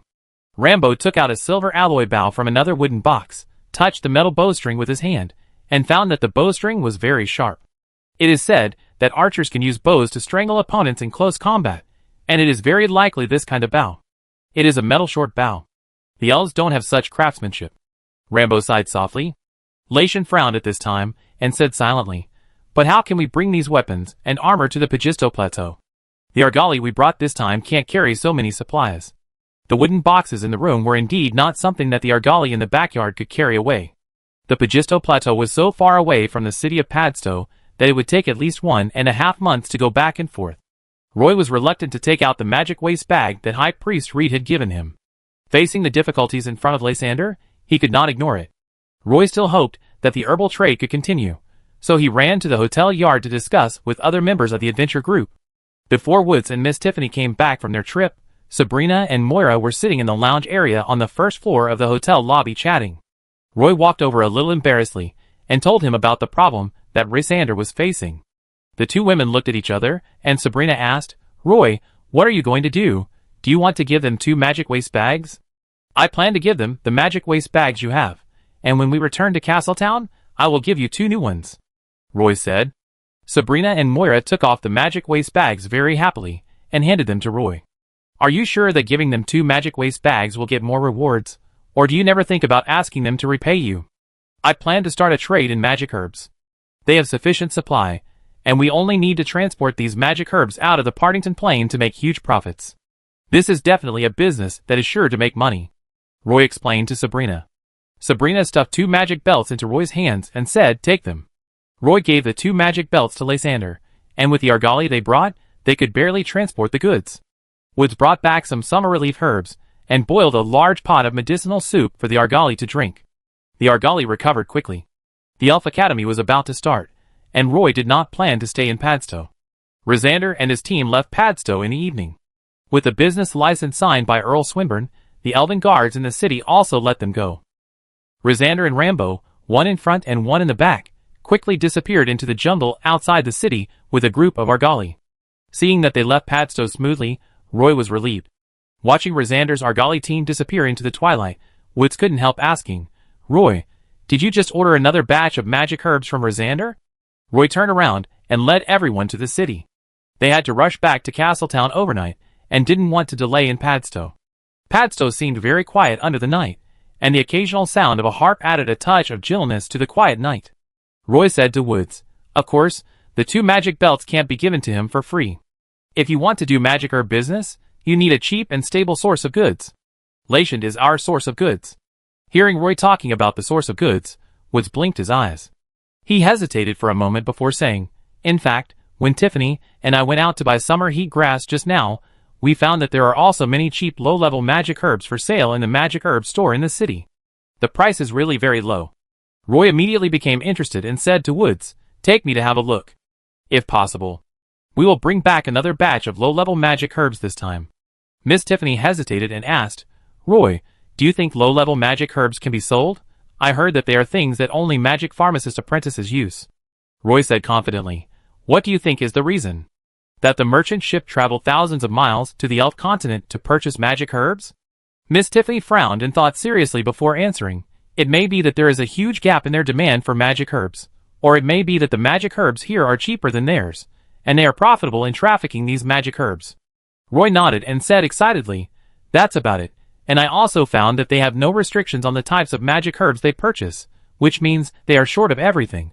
So this time we will bring back another batch and sell these low-level magic herbs to those human merchants to make another fortune." Many tree houses lit up, and through the dense treetops, dots of light shone through. Some plants that only spread their branches and leaves at night gave the streets of Padstow a different look. Those large-leaf dark grasses looked more like bananas, and in the dark, the main stems would actually light up with dots of night light. The clerk in the herbal medicine store was about to take down the signboard for business, and then go to lock the shops, so that he would be done for the day. As soon as his hand touched the signboard, he heard a call from the street in the distance. "Wait a minute, don't close the door yet." The young half-blood elf stopped and turned to look at the street. There were almost no pedestrians on the dim street. 2 figures then appeared in the half-blood elf's sight. Woods and Roy ran to the door of the store panting. The half-blood elf pointed to the sign that said it was open for business and said, "The store is closed." Woods stopped immediately, but Roy did not. He said to the store clerk, I want to buy some magic herbs. What do you want to buy?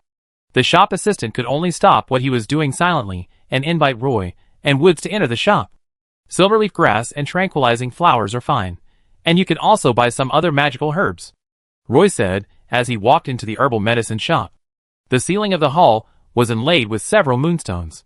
Although the light was not too bright, you could still see the shells against the wall. The shop assistant was a little speechless, thinking that he had met another guy who talked casually but refused to buy anything in the end. Sure enough, Roy stood in front of the shelf and kept asking about the prices of various low-level herbs. After asking, he went to check other types of magical herbs without making any comments, and had no intention of buying anything at all.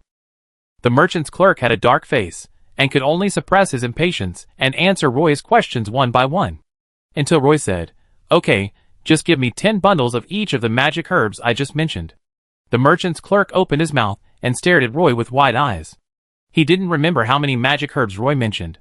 Now he could only say to Roy with an embarrassed look, Can you say it again? The merchant may not have that much stock. The shop assistant said, Okay, I say it again this time. If you can't remember, you can write it down with a pen. Silverleaf grass, tranquilizing flower, kudzu root, heather, Roy said quickly. The shop assistant quickly took out a piece of paper and scribbled down the magic herbs Roy mentioned. After a long time of busy work, the shop assistant finally prepared the goods. Roy put the magic herbs into the magic waste bag, then paid for them quickly, and then left the herbal medicine shop with everyone. Until Roy and his group disappeared in the forest road, the clerk standing at the door of the business was still a little confused. He never thought that this guy would actually empty all the stocks in the business just by saying buy some. Looking down at the bag of heavy magic crystals in his hand, the clerk's heart instantly settled down. If the clerk hadn't told him the reason, Roy would never have thought that these cheap low-level magic herbs were piled up in the business, because the Silver Pegasus Legion looked down on these low-level magic herbs. These low-level magic herbs can only be used to refine some secondary life potions. The Silver Pegasus Corps equipped the Elven Warriors with high-quality life potions, which are many times more effective than secondary life potions. It is precisely because the Silver Pegasus Corps despises these low-level magic herbs that the low-level herbs are piled up in the business. Roy thought that since the military despises these magic herbs, then doing business with this kind of magic herbs will not affect the interests of the military, which is probably what Earl Swinburne hopes to see. When passing through the portal, Roy took out 2 bundles of magic herbs. He and Woods each carried a bundle of herbs and strode to the front of the portal. This time, he handed over not only the portal pass, but also a business certificate to the portal guard. Seeing Roy's 2 certificates signed by Earl Swinburne, the portal guard decisively let him pass. In fact, even if Roy didn't take the business certificate, these guards would not have stopped him. After leaving the Partington Plain, Roy and his party returned to Castleton City by boat. What Roy didn't expect was that the merchant ship at the port had already left. There were only 2 elf ships at the Deepwater dock. Woods stood on the deck, looking at the empty berth in a daze, and asked Roy in a panic, Roy, what should we do? He knew clearly how many low-level magic herbs Roy bought in Padstow City. He originally wanted to sell them to the human merchant ship to make another profit, but he didn't expect the merchant ship to leave the port. Roy didn't expect that the merchant ship would leave the port so soon. Since there was no way to sell the magic herbs in his hand to the merchant ship, Roy could only scratch his head and said, Tomorrow I will try to sell them to the herbal medicine shops in the city. Okay, I can also ask Mrs. Winnie, Wood said immediately. Count us in, too, Miss Tiffany, Sabrina and Moira said at the same time. The 5 companions stood on the deck of the supply ship and put their hands together. Roy looked at Moira's change in surprise. He didn't expect that she would agree to go out and sell magic herbs. The Elf Academy ushered in a new semester. Roy was selling these magic herbs while attending school. Because the merchant ship had bought a lot of goods in Castletown before, the magic herbs in the city were in short supply. Roy happened to go to the Partington Plain during this period. They brought back low-level magic herbs. Many magic potion shops had not yet replenished their herbs. Roy went to various magic potion shops to sell low-level magic herbs, and each herb shop could keep 1 or 2 bundles. A little adds up to a lot. In just half a month, Roy successfully sold out all the low-level magic herbs in his hand. These magic herbs are not valuable in the Partington Plain, but the price in Castletown can easily double. Entering July, the rainy season in Castletown came, and it rained for 2 consecutive weeks in the city. Recently, Roy has been attending classes at the Elf Academy honestly, and occasionally he will go to the Black Pearl for a small gathering. This day, Roy returned home from the academy and habitually glanced at the mailbox. He saw a letter lying in it. He thought it was a letter from Miss Belinda. He took out the letter and found that it was not a letter from Miss Belinda. There was only a mailing address on the envelope, but no signature of the writer. When Roy tore open the letter, he found that it was actually a letter from Lation. During this period, we have fought several battles with the elf headhunters. Although we are still at a disadvantage, those elf headhunters dare not be so arrogant as to send some search teams into the mountains at random. I have transported the magic herbs to the outside of Padstow City. I hope you can come to Padstow City as soon as possible to trade with me. Lation. Chapter 322. A song called Claire's Summer once again ignited the entire Elf Academy. The rhythm of Claire's song is simple and bright, fresh and natural, lively and agile. Claire has become a big star in the Academy with a new style, and has become a leader among the celebrities in the Academy. In the Academy, many young elves are surrounded by Claire, and they call Claire His Highness Wagner. It is precisely because of Claire's outstanding performance that a concert was successfully held in the Academy. The only invited audiences for this concert were students from the Elf Academy, but even so, the entire Academy's playground was packed with spectators. In the past few years, Claire has 2 new works almost every year, each of which is excellent and varied in style, always refreshing the audience. When Claire played again at the Academy dance, Roy had already boarded the supply ship anchored at Castletown Port and headed to Padstow City in the Partington plane again. After Roy received the letter from Lysander, he waited until the weekend to ask for a day off from his mentors, and then took a military supply ship to Partington Island on Saturday night. After arriving at Partington Island, Roy did not dare to delay for a moment. He quickly passed through the portal and found a carriage in Padstow. He took the carriage and arrived at the place agreed by Lysander in the letter. This is a suburb of Padstow. Opposite is an apple orchard and on the other side is a dense jungle. Lysander has been waiting here for nearly half a month. Usually, he built a simple tent at the edge of the jungle, and the Argali carrying goods hid in the jungle behind. He didn't have the business certificate that Roy had, and was afraid that the military elf warriors would seize his magic herbs, so he never dared to transport them to Padstow. When he saw Roy jumping down from a carriage, Lysander jumped up from the tree stump at the door of the tent and walked quickly towards Roy. Lysander said to Roy with some joy, "Finally you are here. These days, we have been living in fear almost every day, fearing that the elf warriors would rush into the jungle and confiscate our Argali caravan." Roy patted Lysander's shoulder happily and said to him, "I rushed here as soon as I received your letter. Next time, I will be able to estimate the time. I will send someone to Padstow a few days in advance to send you a letter. When you arrive in Padstow, our caravan will arrive just in time, so it will be easier to avoid risks," Lysander said with a beaming face. "Even if a military patrol intercepts you, remember not to escape or resist. Keep an eye on your goods, and let them take you back to Padstow. If you can write to me as soon as possible to inform me. If you can't write to me, then you can wait for me in Padstow. I will come to Padstow every few months. I have a way to get you out of the military prison," Roy said to Lation. Lation quickly took note, then he picked up a bamboo whistle and blew it hard. The sound of gugugugu was like the cry of an owl in the forest.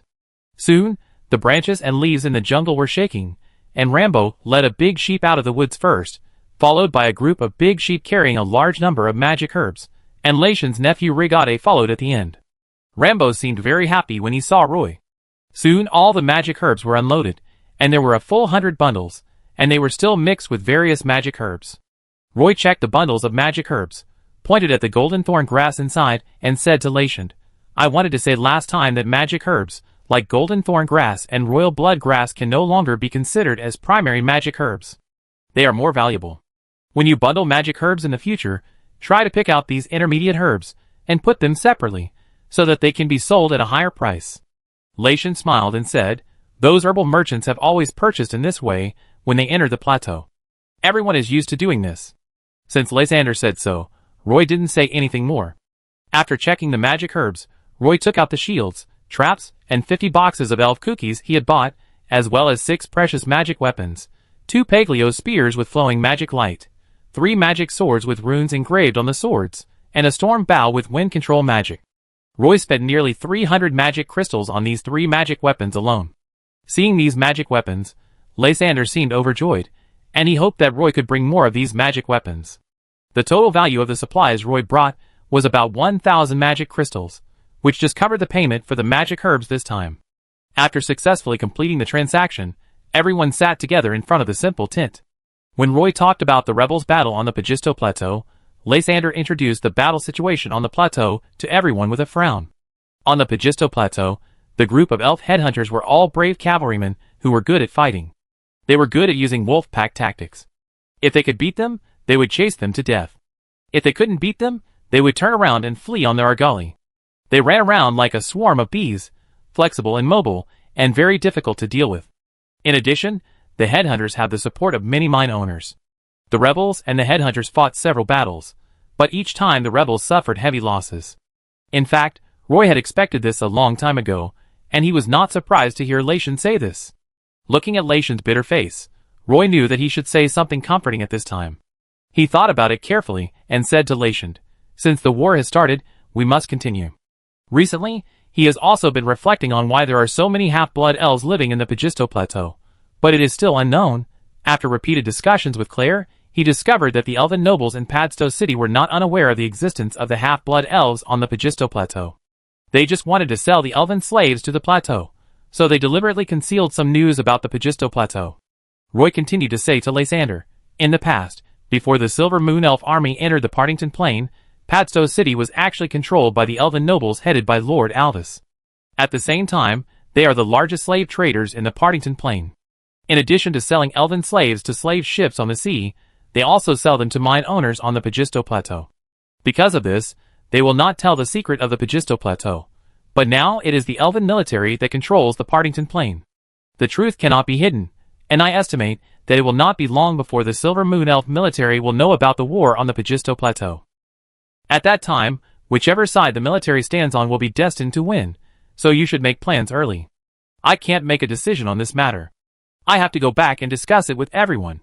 Lashanda seemed a little flustered and said worriedly. Before this, he obviously didn't realize that things would be so bad. If those plateau headhunters were connected with the military, the rebels might no longer have the power to resist. Roy then said to Lashand, "In any case, you must give me news as soon as possible. If you can't stay on the Pagisto Plateau, you can move to the forest north of the Griffin Fortress Mountains. I believe those plateau headhunters dare not run down from the plateau." Lysander could only nod and agree.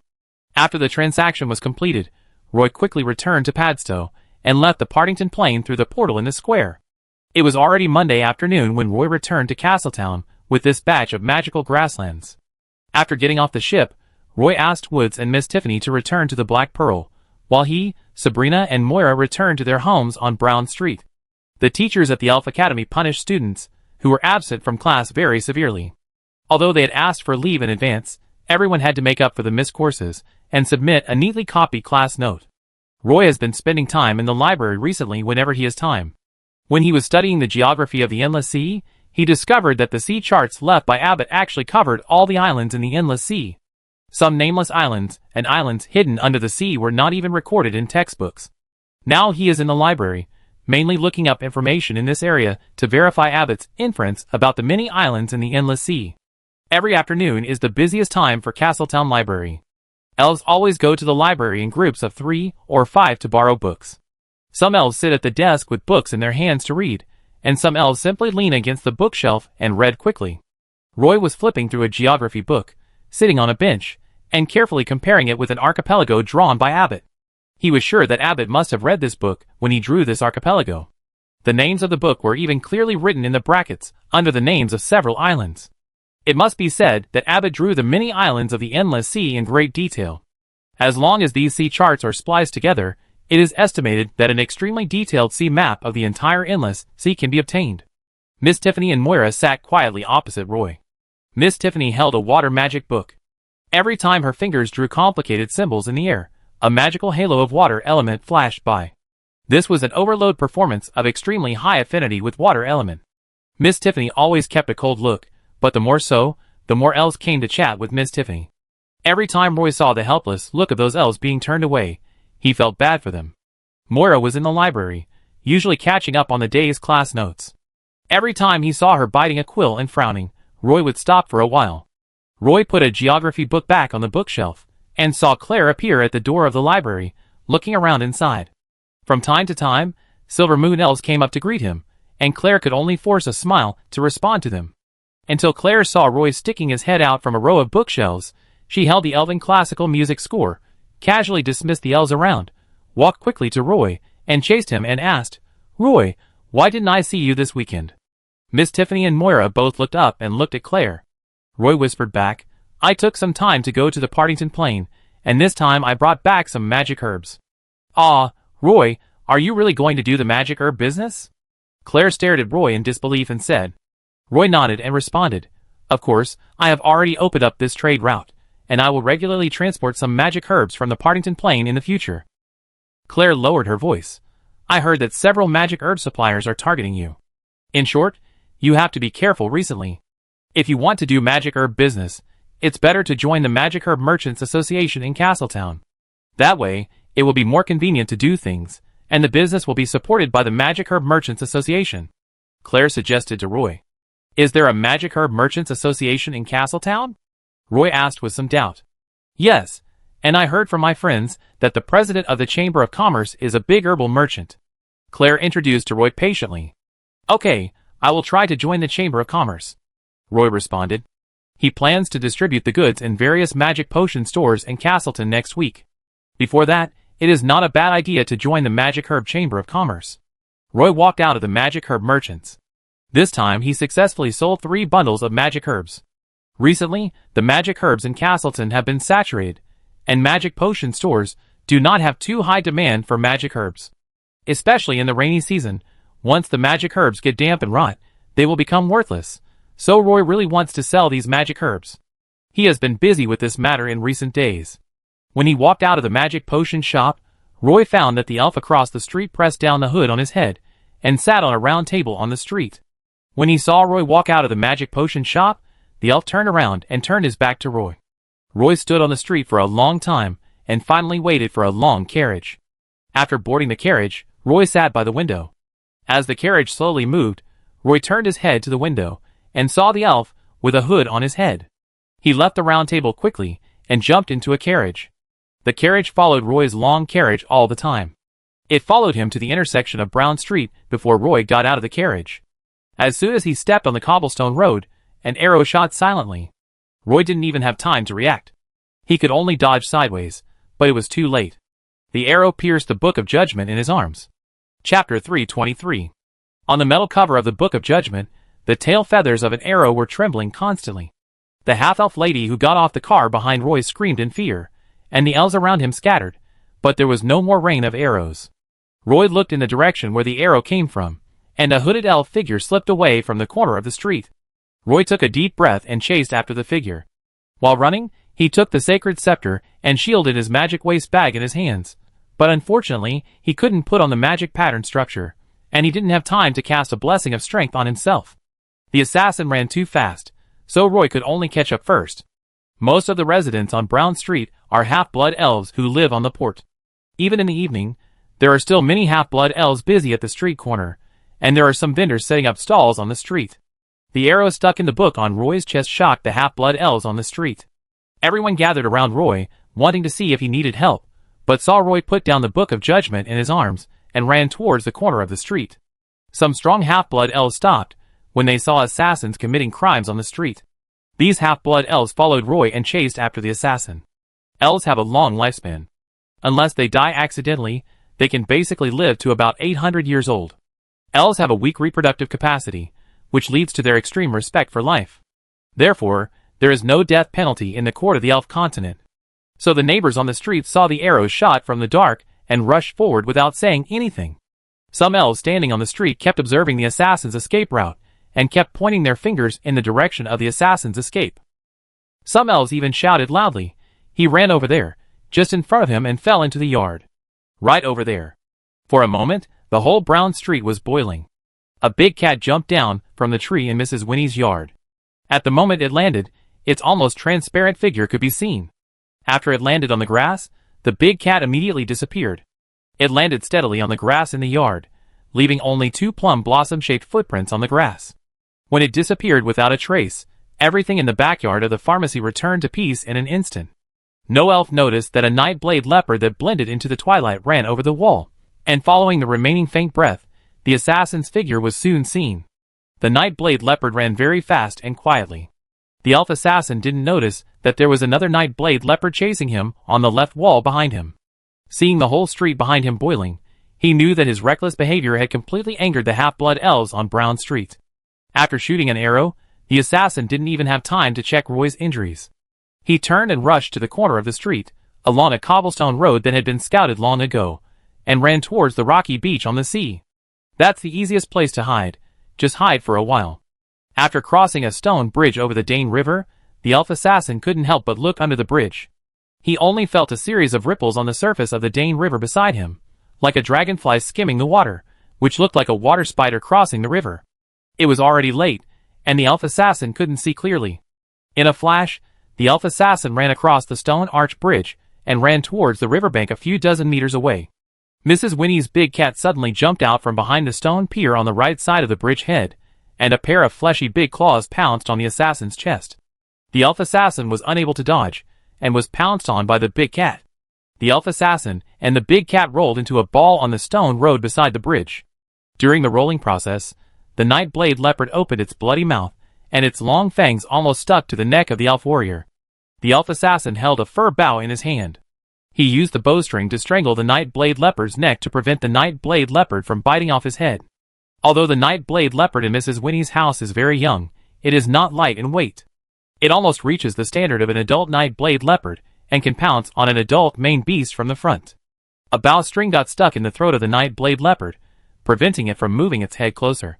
The night blade leopard roared, and the sound wave made the elf assassin sweat coldly.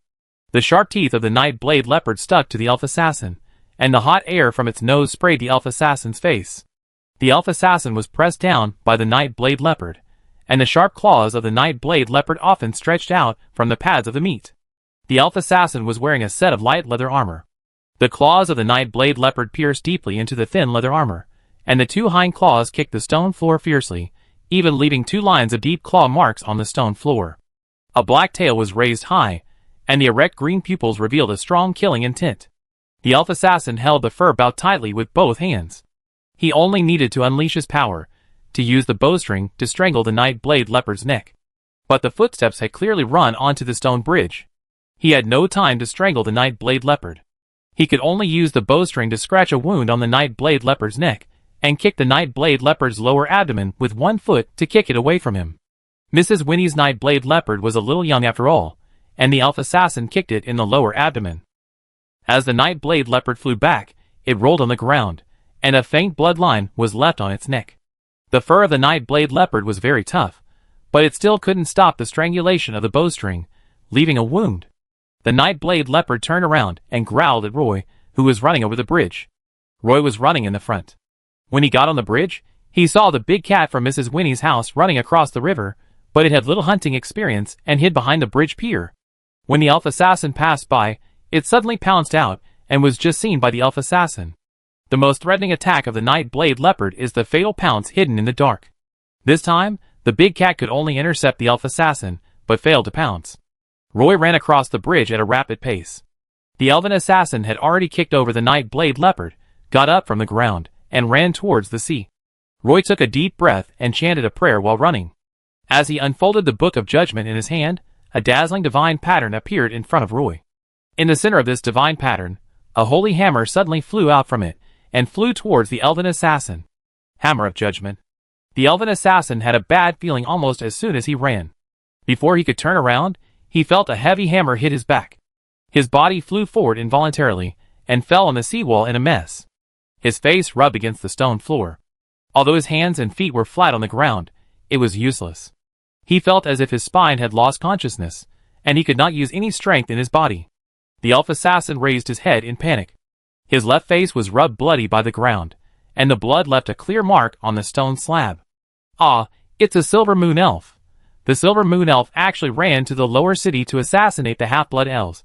One of the half-blood elves following Roy shouted loudly.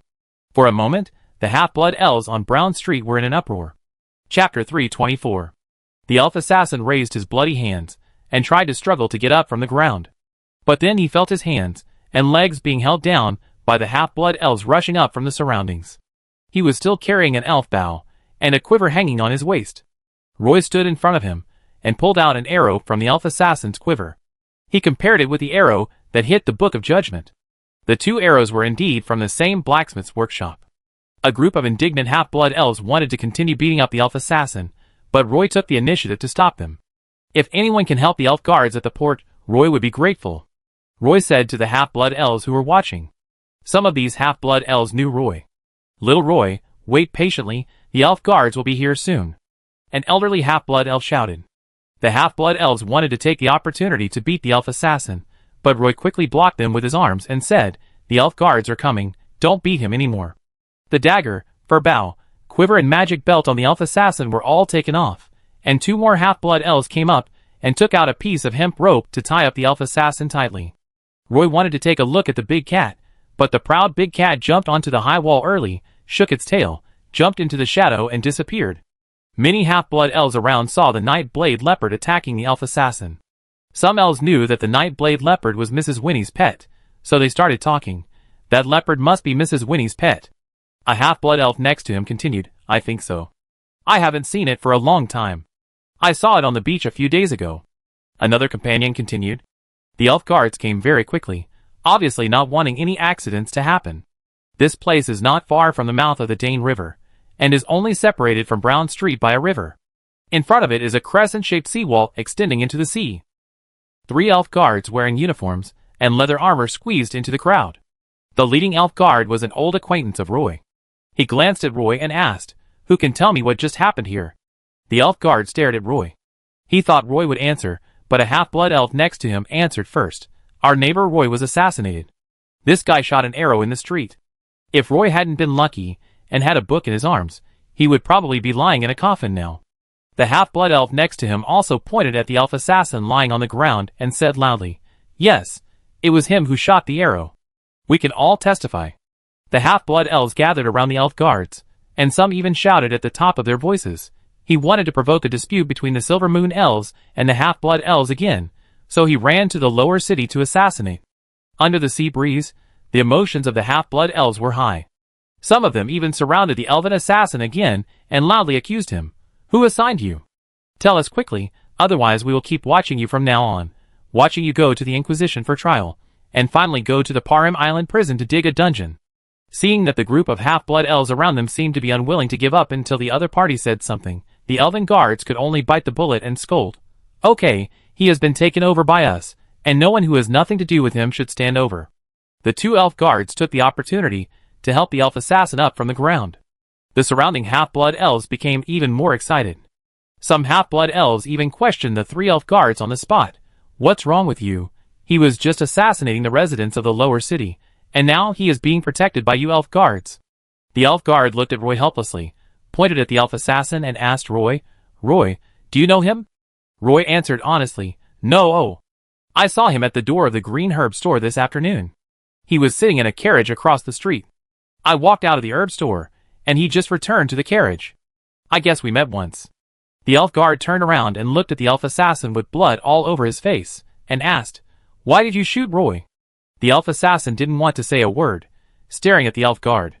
The elf guard waited for a while, knowing that he would not get any results, so he said to the 2 assistants, take him away. The 2 elf guards came over, and officially took over the elf assassin from Roy. Seeing that it was already dark, the elf guard said to Roy, Roy, we have to take this elf assassin away.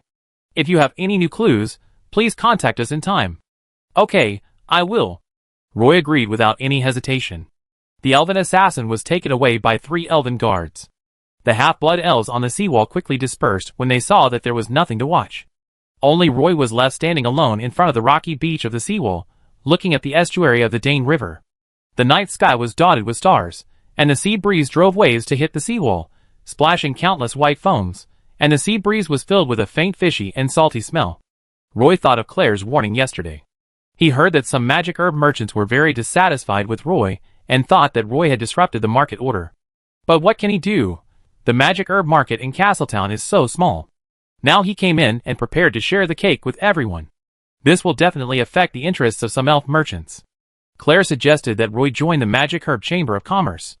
Roy had already found out that if he wanted to join the Castletown City Magic Herb Chamber of Commerce, he must have an introduction from a Chamber of Commerce member. Roy didn't have such connections. He didn't expect them to take action against him so soon. However, These herbal merchants underestimated themselves too much. They just sent an elf assassin and thought they could handle themselves. Roy pulled out the arrow stuck in the cover of the Book of Judgment, put it into his magic waste bag, and then turned back. Unexpectedly, the news that Roy was assassinated at the intersection spread on Brown Street in such a short time. When Roy opened the door, he saw Moira standing on the terrace of his house, wearing a simple and cool suspender gauze skirt, and asked worriedly, "Roy, I heard that you just encountered an assassination."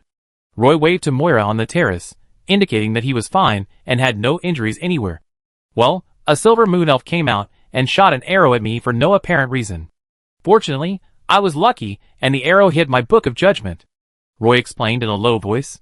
He shook the heavy Book of Judgment in his hand and answered with a smile. Sabrina also appeared on the terrace at this time. She must have just washed her hair, wrapped it in a towel, and wore a bathrobe. While hanging the washed clothes on the clothesline, she asked Roy, "Did he say who instructed him to do it?" The white arms glowed with the color of mutton fat at night. Roy shook his head and replied, "No." Sabrina hung up the last piece of clothing and said to Roy, "Starting tomorrow morning, we will go to the magic potion store with you to sell those magic herbs. It's not that serious, and I have almost sold all the magic herbs." Roy responded, "Being careful is always good." Moira was also persuading Roy. The weather was a bit sultry, there was no breeze on the sea, and the sea surface of the entire Castletown harbor was very calm. The dark clouds in the sky were pressing one layer after another, as if they could turn into a downpour at any time. The light in the classroom was a bit dim, and Teacher Harper hung a sea map on the blackboard in the classroom. He waved to the students in the classroom, signaling everyone to come over. "This is a sea map of the entire endless sea. The entire sea map is very complete, and it is equivalent to including all the archipelagos. Don't look at this map. It's not big, but it almost shows the approximate locations of all the archipelagos, and the specific locations of all the archipelagos are not guessed and hand-drawn. The locations of all the archipelagos have a basis to follow." Teacher Harper's eyes sparkled, and he excitedly said to the students, "What I want to tell you now is that the author of this sea chart is one of your seniors, who is currently a student at the Elf Academy. When he drew this sea chart, he didn't even enter the Endless Sea. He just looked up a lot of information about the Endless Sea, and then moved everything onto the sea chart. With this unique understanding of the Endless Sea, I can say for sure that he will definitely be an outstanding navigator in the future. I hung up this sea chart for you to see, just to let you learn from his spirit of hard work." Roy, who was sitting in the astrology classroom, did not expect that Teacher Harper would actually use his sea chart to openly inspire other elf students in geography class. The elf students were also confused, and they were wondering who was so perverted that they could piece together a complete map of the Endless Sea with only the sea charts and information in the library, and since it was praised by Teacher Harper, it meant that this sea chart had great value. Roy gave the sea chart to Teacher Harper, just to ask him to help identify how credible this sea chart is. "I didn't expect this sea chart to be so valuable." Claire sat next to Roy. The teacher on the podium was talking about the Silver Pegasus Star region, which made Claire drowsy. He had no interest in astrology, but Roy did. Now that Roy no longer followed instructor Nora to learn martial arts, Claire immediately signed up for this astrology course and became Roy's new deskmate. "I heard you met an elf assassin," Claire asked in a low voice. "What kind of assassin is he?" "He's just a petty thief." Roy kept recording notes on the blackboard and said casually, "Do you know who is behind this?" Claire continued to ask. "I don't know." Claire secretly pushed Roy. He didn't dare to move too much because he didn't know how many elves in the class would stare at him intentionally or unintentionally. "You didn't join the Magic Herb Merchants Association either?" Claire asked. "I haven't found a suitable introducer yet." Roy stopped and said, "I can help you find a way." Claire patted her chest and said, "There is a dance tonight. Do you want to attend?" Roy turned his head and looked at Claire. "This guy attends the dance every week." Roy shook his head and said with a smile, "Forget it." Only 2 days later, the elf guard sent news. The matter was soon found out, and the instigator was indeed the owner of a magic herbal medicine store. The main reason was that Roy occupied his low-level magic herb market. More importantly, the magic herbs Roy sold were too cheap. If the magic herb dealer wanted to sell magic herbs at the same price, he would not only not make any money, but would also lose a lot of money. He thought about talking to Roy, but later heard that Roy was just a half-elf born in a single-parent family, so what was there to talk about? A young half-elf student, what else could he talk about? It would be easiest to just find a hunter to deal with him.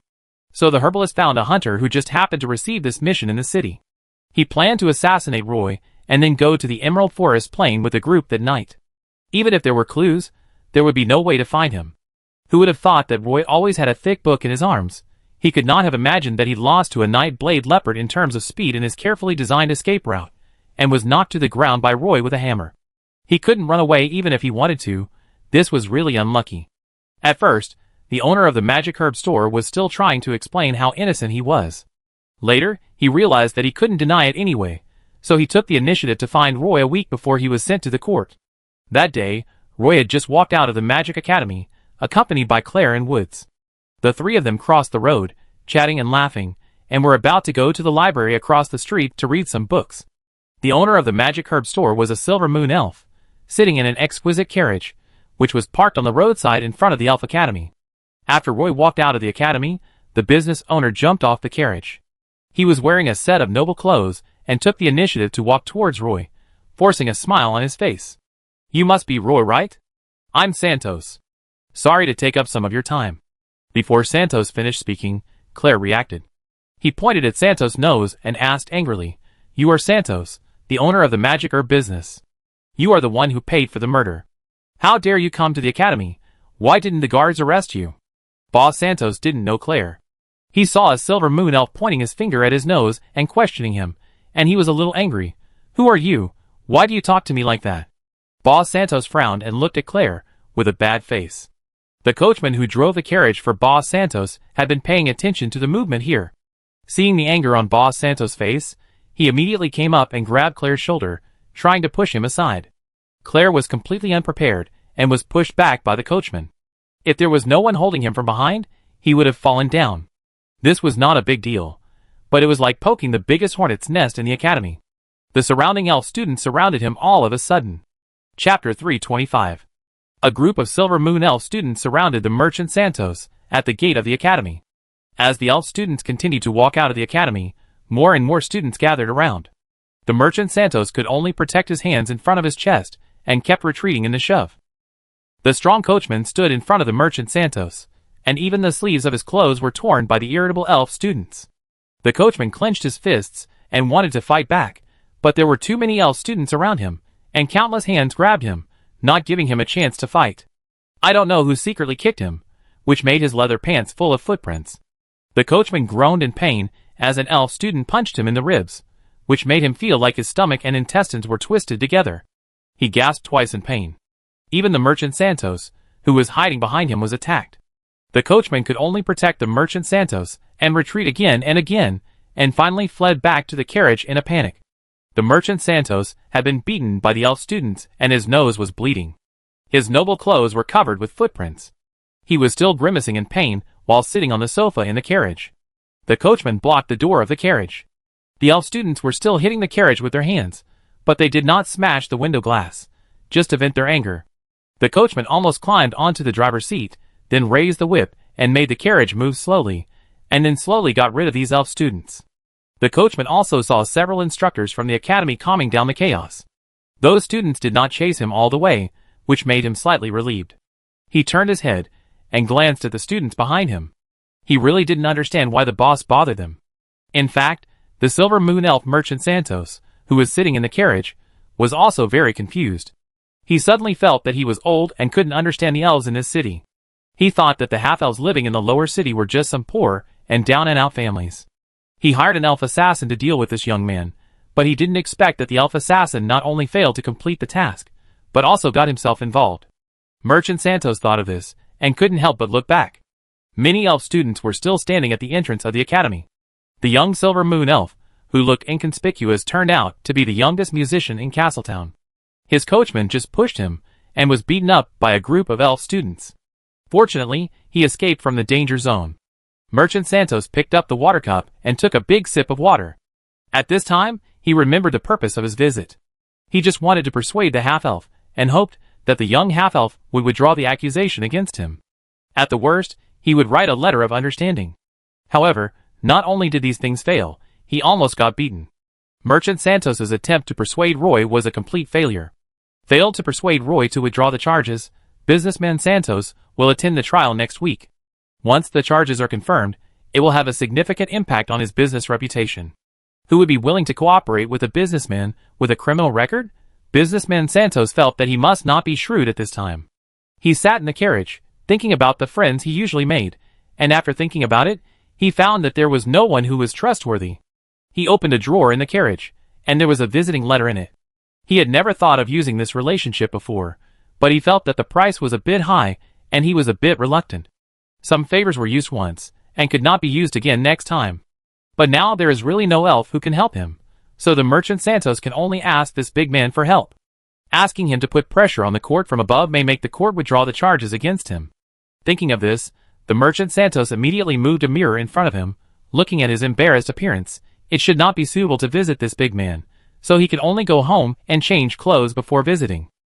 Miss Edith just walked to the entrance of the college, and saw an elf merchant with silver curly hair getting into the carriage in a panic. His panicked appearance made him look like a street rat.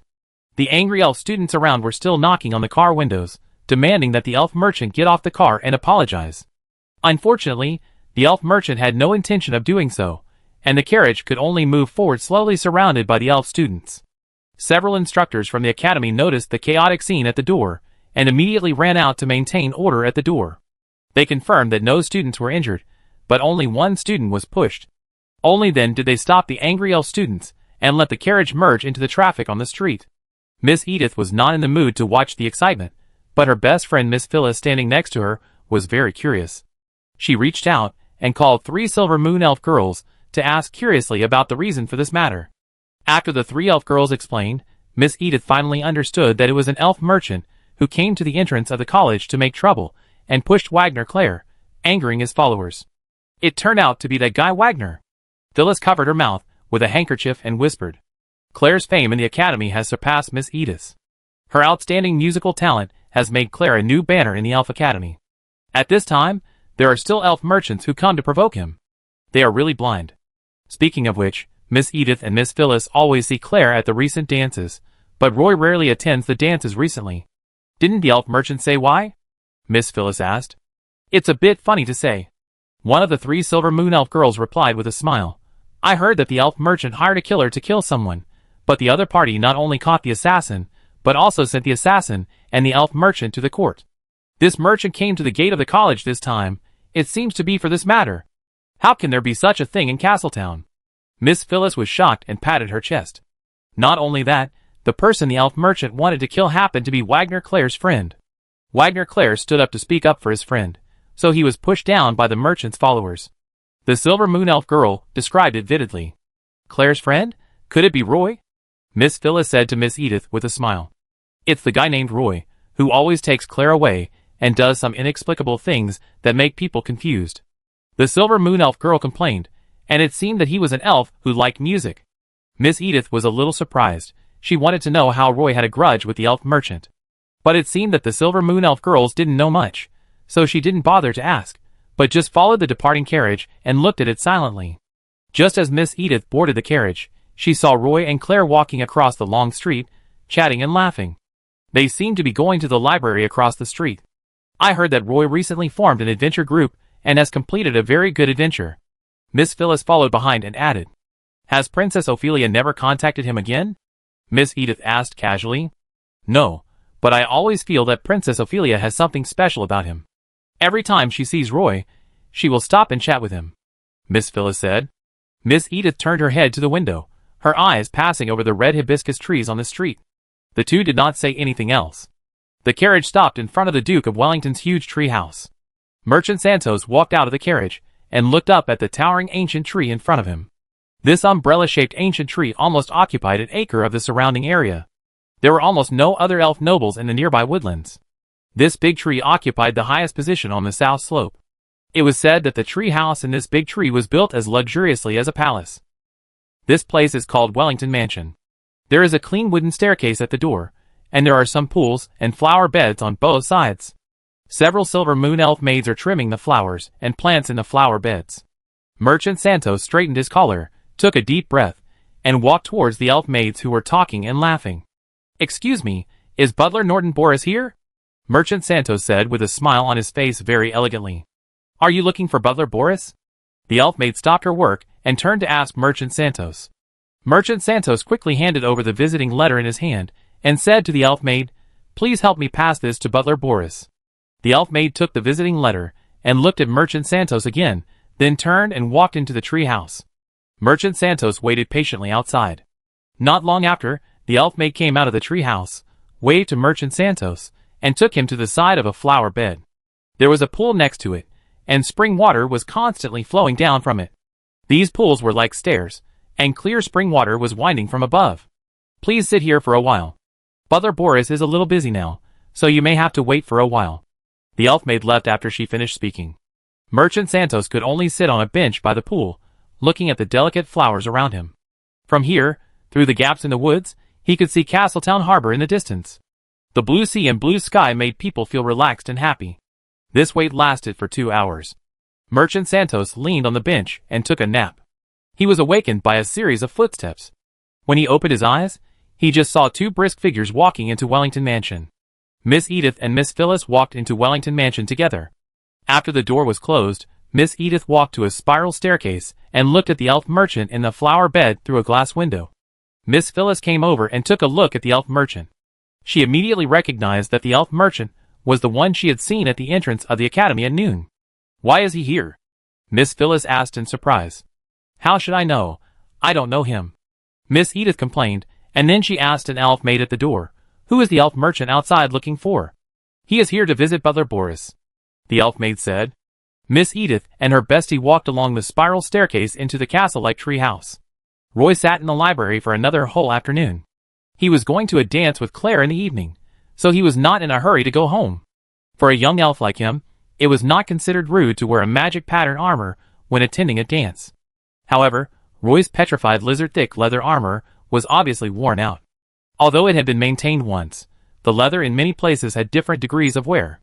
Besides, it's a hot summer day now, and wearing thick leather armor is definitely not very comfortable.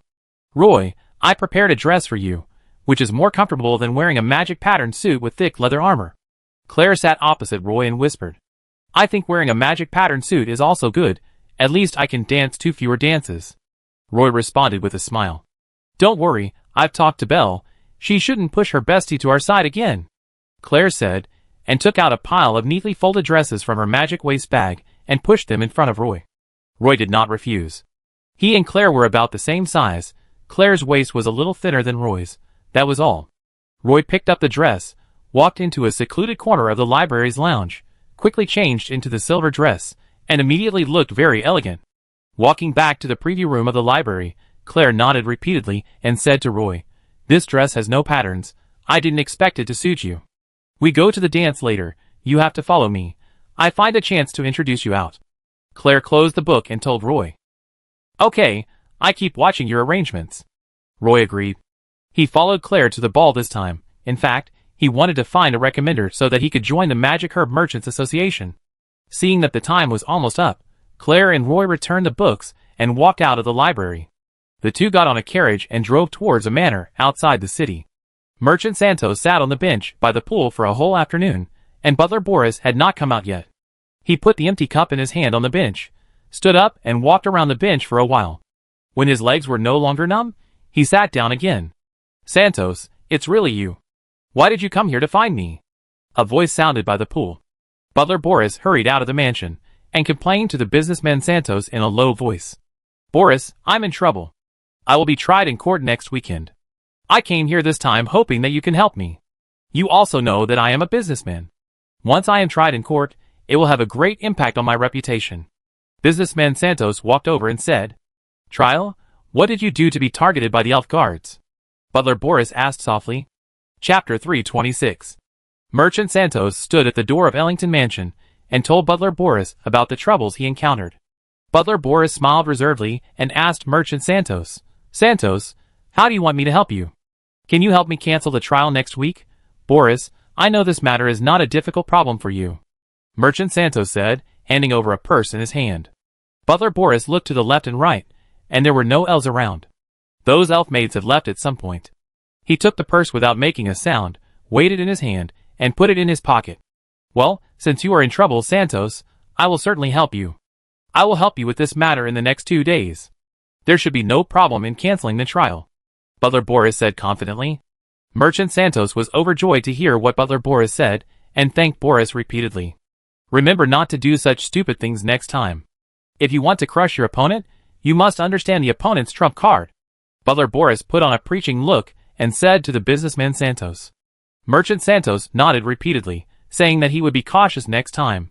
Butler Boris waved his hand to the businessman Santos and said, "It happens that I am on duty today, so I don't have time to entertain you.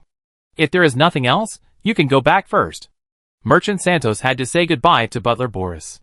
After sitting in Ellington Mansion for so long, he didn't even have a sip of tea and had to leave in disgrace. Merchant Santos was a little helpless.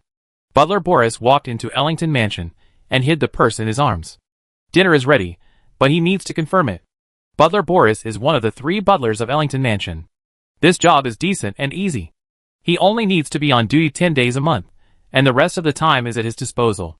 Boris often attends some dances, and occasionally goes to the pub to play cards. He and the businessman Santos met in a pub while playing cards.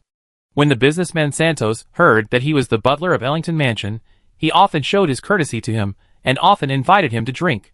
Once, when they were both drunk, Boris gave the businessman Santos a visiting letter from Ellington Mansion. In fact, he had no power to do so, he was just a butler.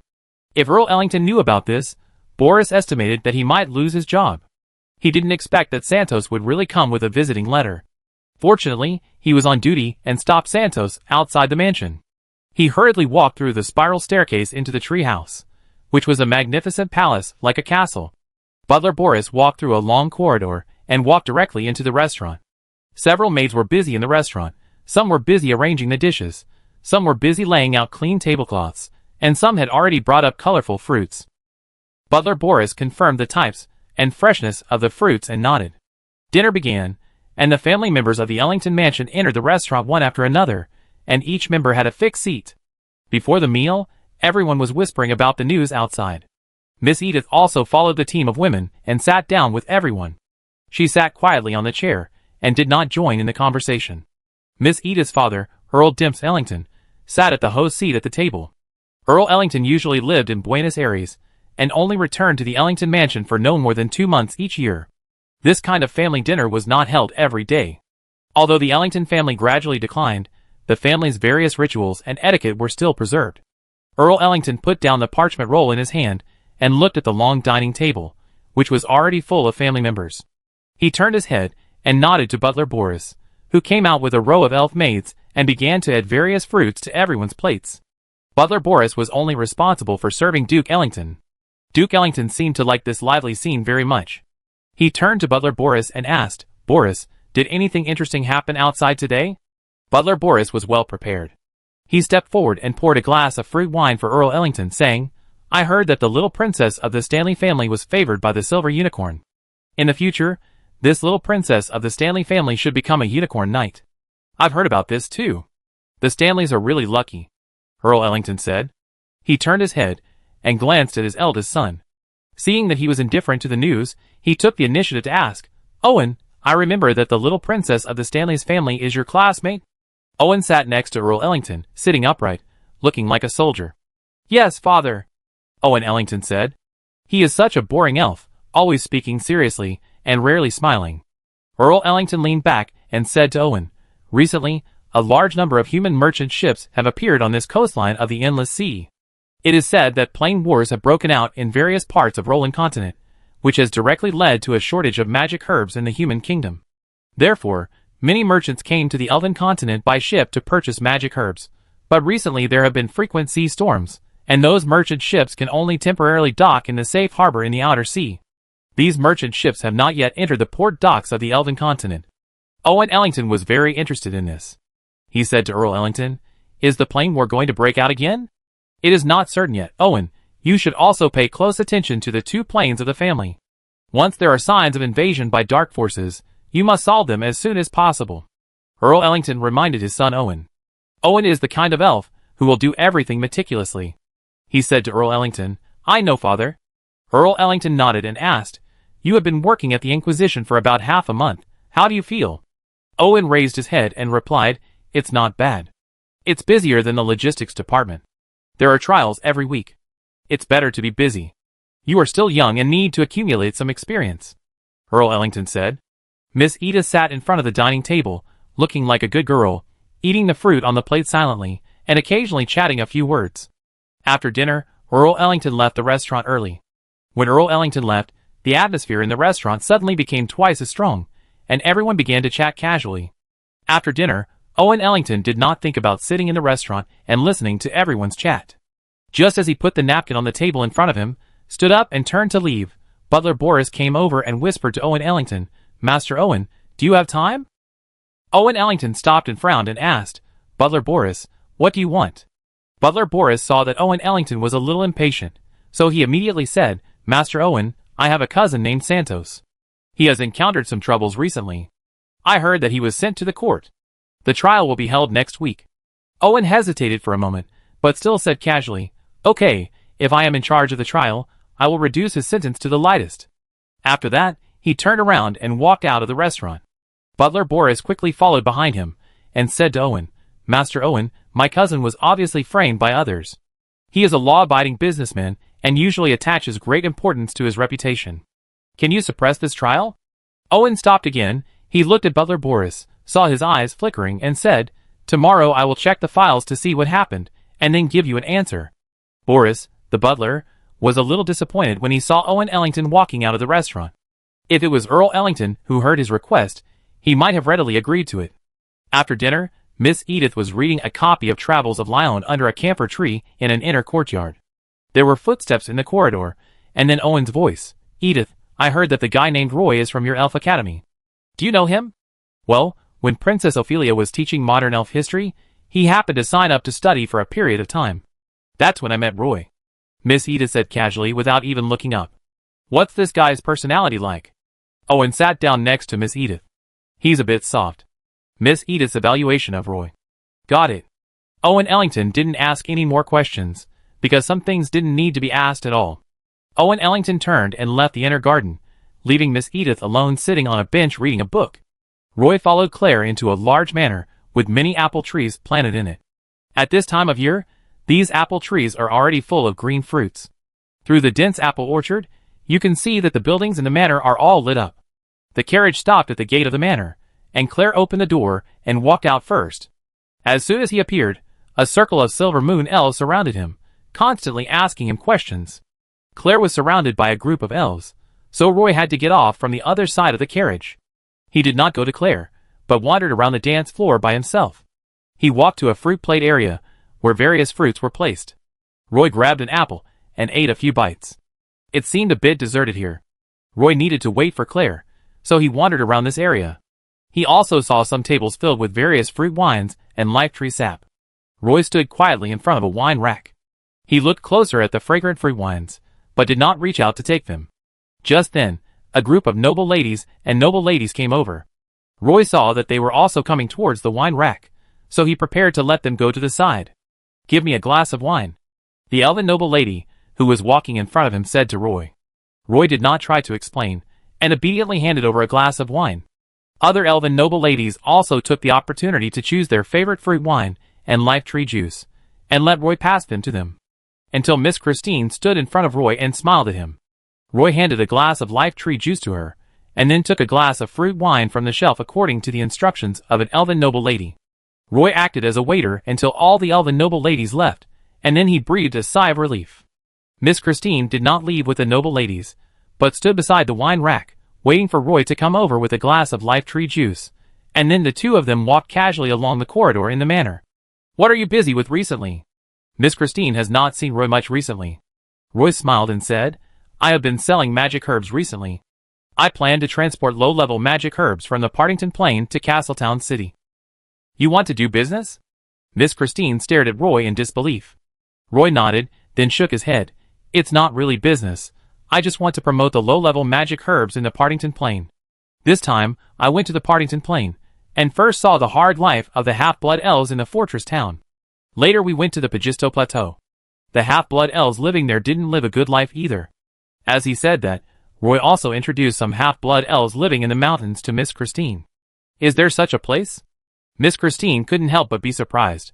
Roy stopped and said, "I plan to buy the magic herbs they collected and then transport them to Castletown City for sale. I think Their lives will gradually get better in the future. Then Roy patted his forehead and said to Miss Christine, "Oh, do I still owe you a thank you? If it weren't for the business certificate you gave me, maybe even if I wanted to do these, I would probably encounter a lot of trouble." Miss Christine waved her hands and said, "This has nothing to do with me. My father asked me to pass it to you." Claire's music came from the dance floor. Roy was already familiar with those songs. Every time Claire performed in public, she would win warm applause. Claire finished playing 3 songs and walked down from the stage. He searched for Roy in the crowd for a while, and finally found him. Claire grabbed Roy's arm and said to him, "Come on, I take you to see an elf noble." Roy followed her. Other cheerful music echoed in the dance floor. The two of them shuttled around the dance floor, and then came to a rest area where some elf nobles sat. If Roy was alone, he would never go to this area. But no one stopped him from following Claire into this area. Chapter 327. From here, you can overlook the entire dance floor. The cheerful music comes from the high platform, and you can hear it sitting on the sofa. Above your head is a bright starry sky. On this summer night, this platform is the best observatory.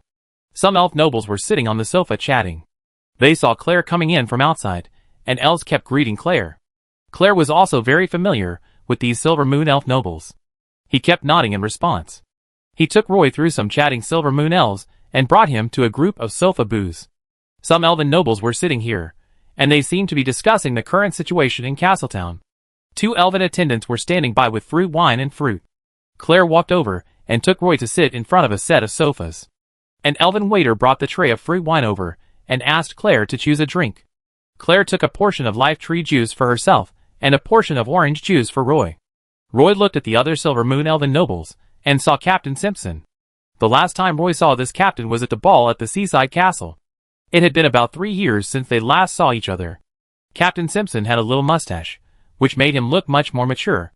He was wearing a neat magic pattern structure, and was the most elegant one among a group of elven nobles. Captain Simpson looked at Claire and praised him with a smile.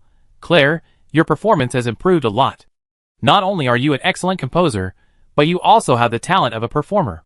Uncle Simpson, it's not easy to hear your praise," Claire said with a smile. Then he put his hand on Roy's shoulder and took the initiative to say to the elf nobles on the sofa, "This is my good friend Roy. I brought him here this time just to ask you for a favor. I hope you can recommend him to the Magic Herb Chamber of Commerce." Claire spoke to Captain Simpson straight to the point. Captain Simpson set his eyes on Roy, and only remembered Roy after seeing his face. "Oh, you want to do business in magic herbs?" Captain Simpson asked Roy. Roy quickly replied, "Yes, I can find a source of primary magic herbs in the Partington Plain, so I want to do business in this area." "Primary magic herbs? Partington Plain? I remember that it should be the territory of the 17th Silver Pegasus Legion, but since you two came to me, no problem, I will recommend you to the Magic Herb Chamber of Commerce." Captain Simpson agreed readily. Claire had actually prepared a set of arguments, but she didn't expect that Captain Simpson would agree directly without using anything. You should know that the number of recommendations for this kind of Chamber of Commerce is also limited. Claire remembered that the last time someone asked Simpson for this recommendation, they were rejected. "Thank you, Captain Simpson." Roy hurriedly thanked him. Captain Simpson waved his hand. "It's a small matter, Claire. You can take your friends around and have fun at night." "Okay, Uncle Simpson," Claire said, and then pulled Roy away from the corner. Claire brought Roy to the place where the young Silver Moon elves gathered, and many young Silver Moon elves gathered here to chat. Claire took a glass of life tree juice, took a sip, and then asked Roy, "Roy, do you know Uncle Simpson?"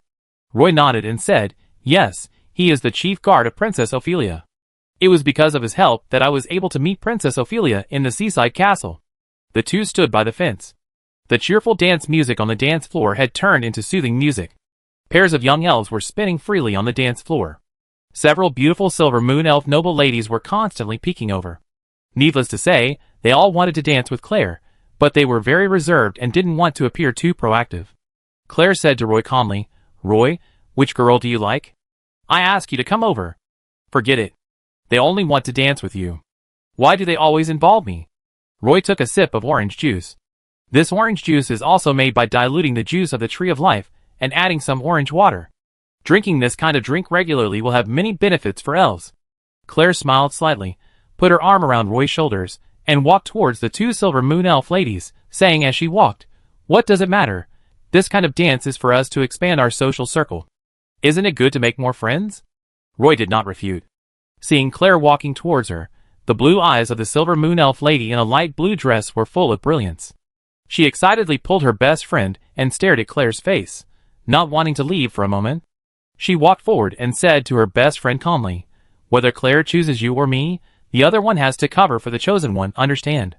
The best friend was obviously more impatient than the elf lady in the blue dress, and whispered, "Don't worry, just be ready to cover for me."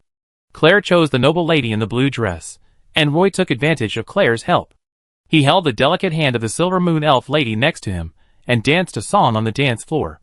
It must be said that these silver moon elf ladies are very good at dancing. They dance to the slow rhythm, just like feathers flying in the wind. What kind of friends are you and Claire? What kind of elf girls does Claire like? Are there other girls around Claire? Almost every time he attended a dance with Claire, Roy and the silver moon elf girls talked about these topics. As a good friend, Roy already knew how to answer. Not sure, don't know, don't understand. Claire has no shortage of pretty elf girls around her, but she has no close relationship with them.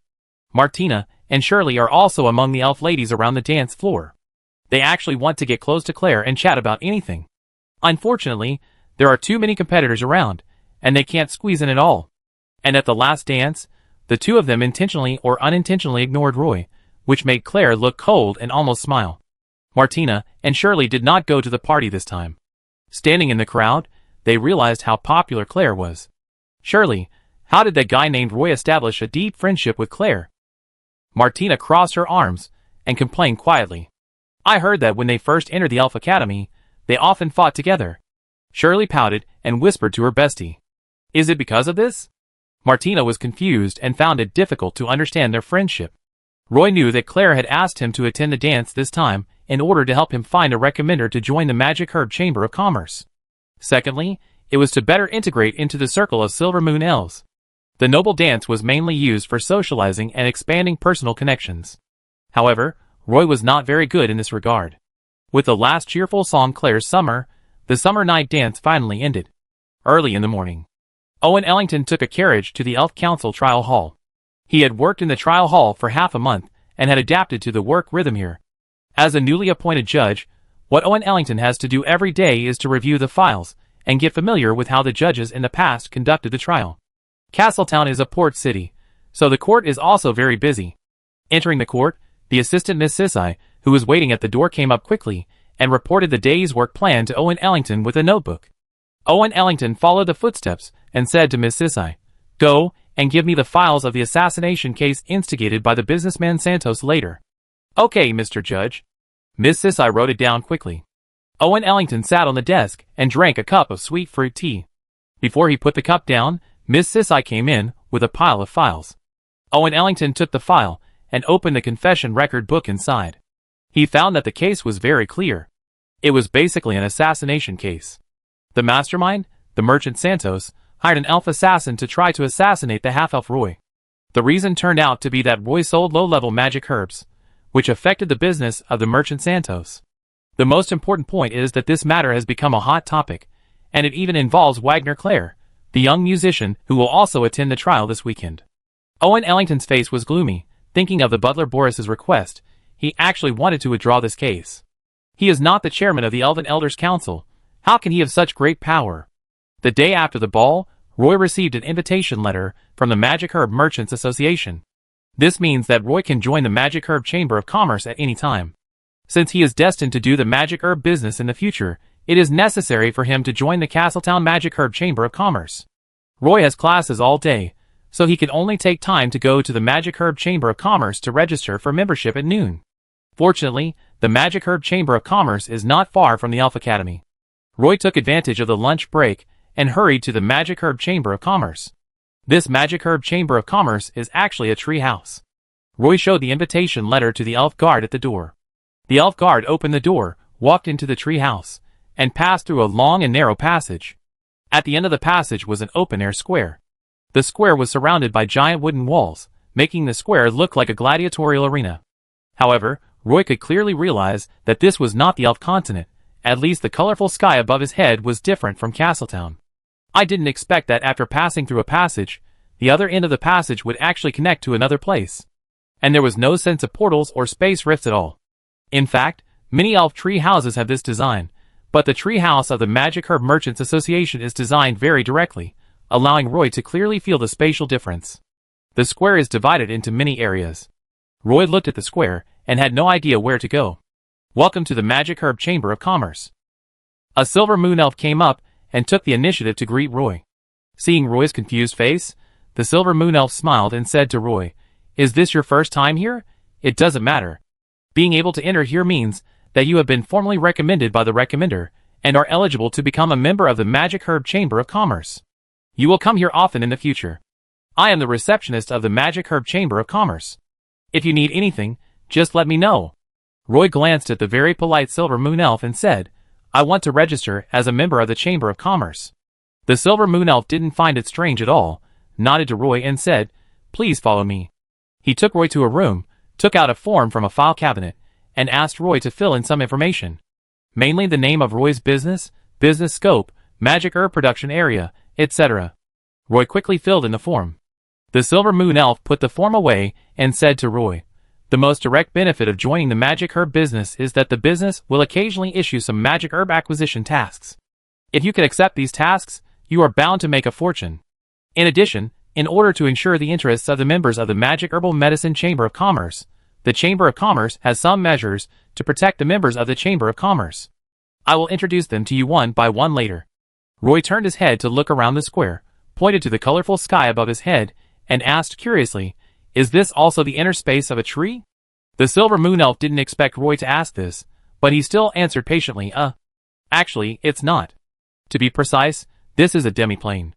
The designer used a space magic circle to connect the demiplane to the tree channel, which makes you feel this way."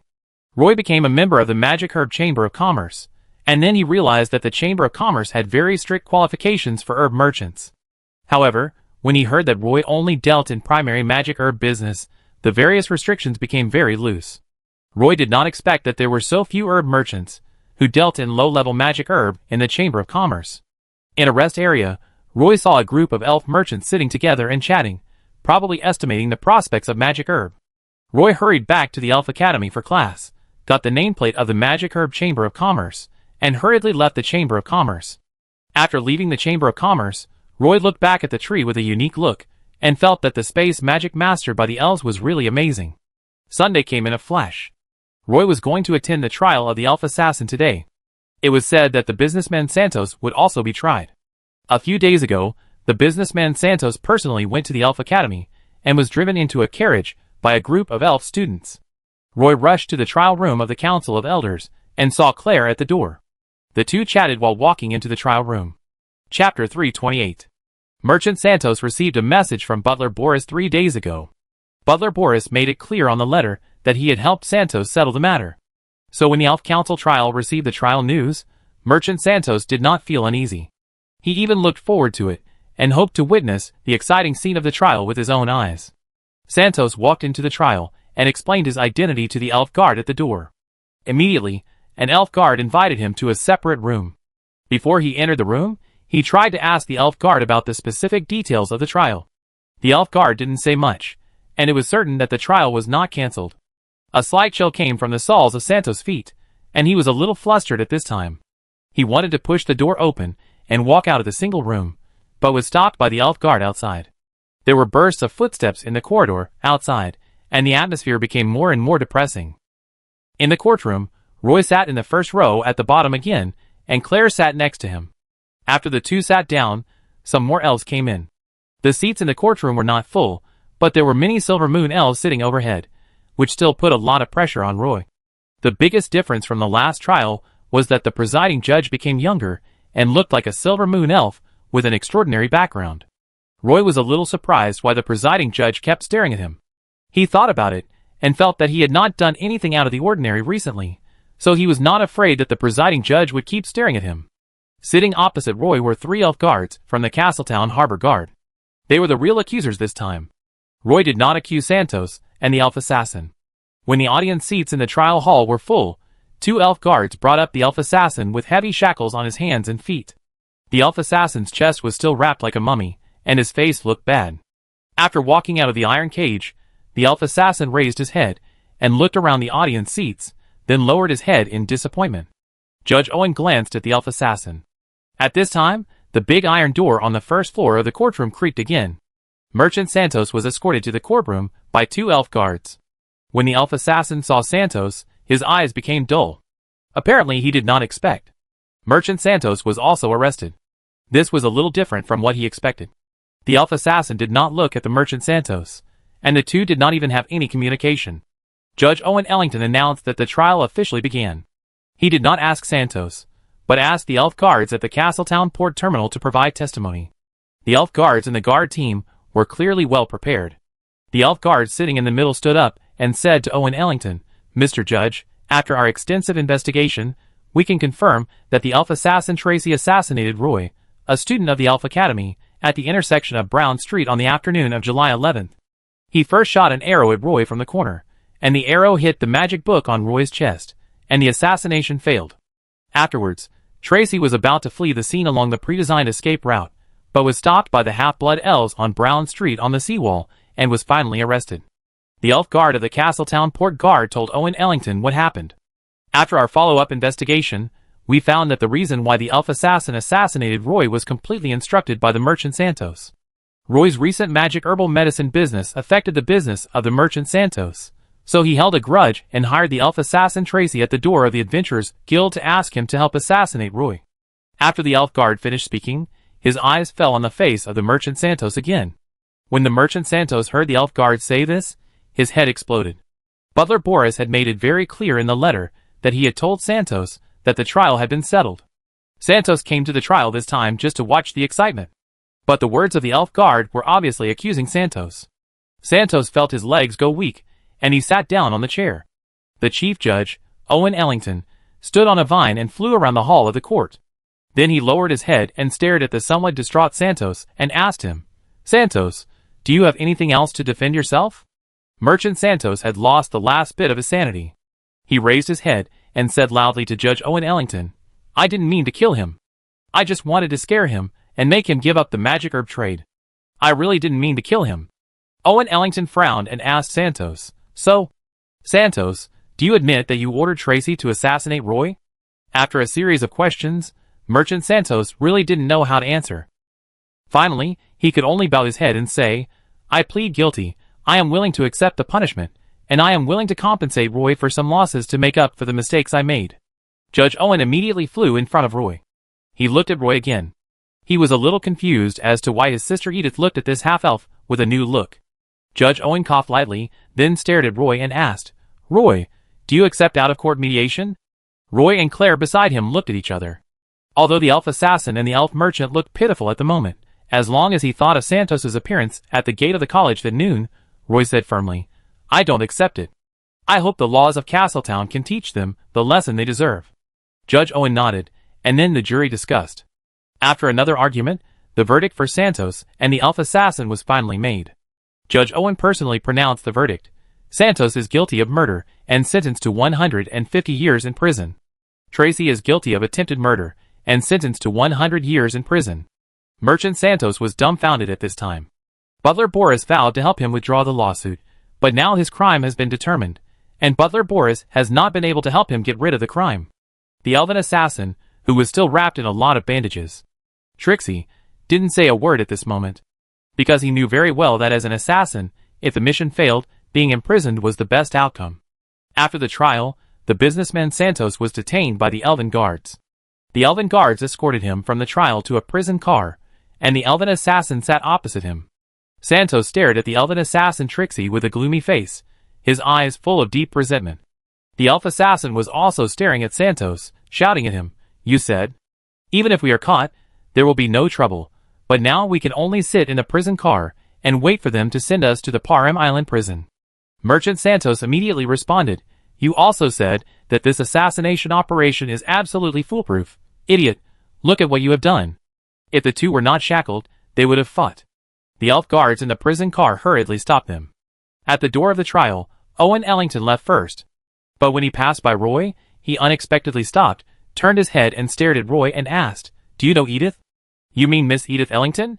Roy asked back. Owen Ellington nodded. Roy quickly explained, "She and I once studied together the modern history of elves taught by Princess Ophelia, and Miss Edith and I were in the same group, so Miss Edith always took extra care of me. At this time, a large number of Silver Moon elves were crowded at the entrance of the Court of Inquisition. Hearing you say that, I seem to remember this incident, Owen Ellington said. He did not dare to block the door for too long, and said to Roy, I am Edith's brother, Owen Ellington. Hello, Mr. Judge. Roy hurriedly greeted him. Owen Ellington nodded and left the Court of Inquisition first. After all this trouble, Roy became famous in the circle of magic herbal merchants in Castletown City. There were rumors everywhere that the young half-elf, who had just established a magic herb business, had actually defeated the magic herb merchant Santos, not only sending him to the Parim Island prison, but also occupying the market for a large number of primary magic herbs in Castletown. It is estimated that Santos will not escape from the prison in the short term.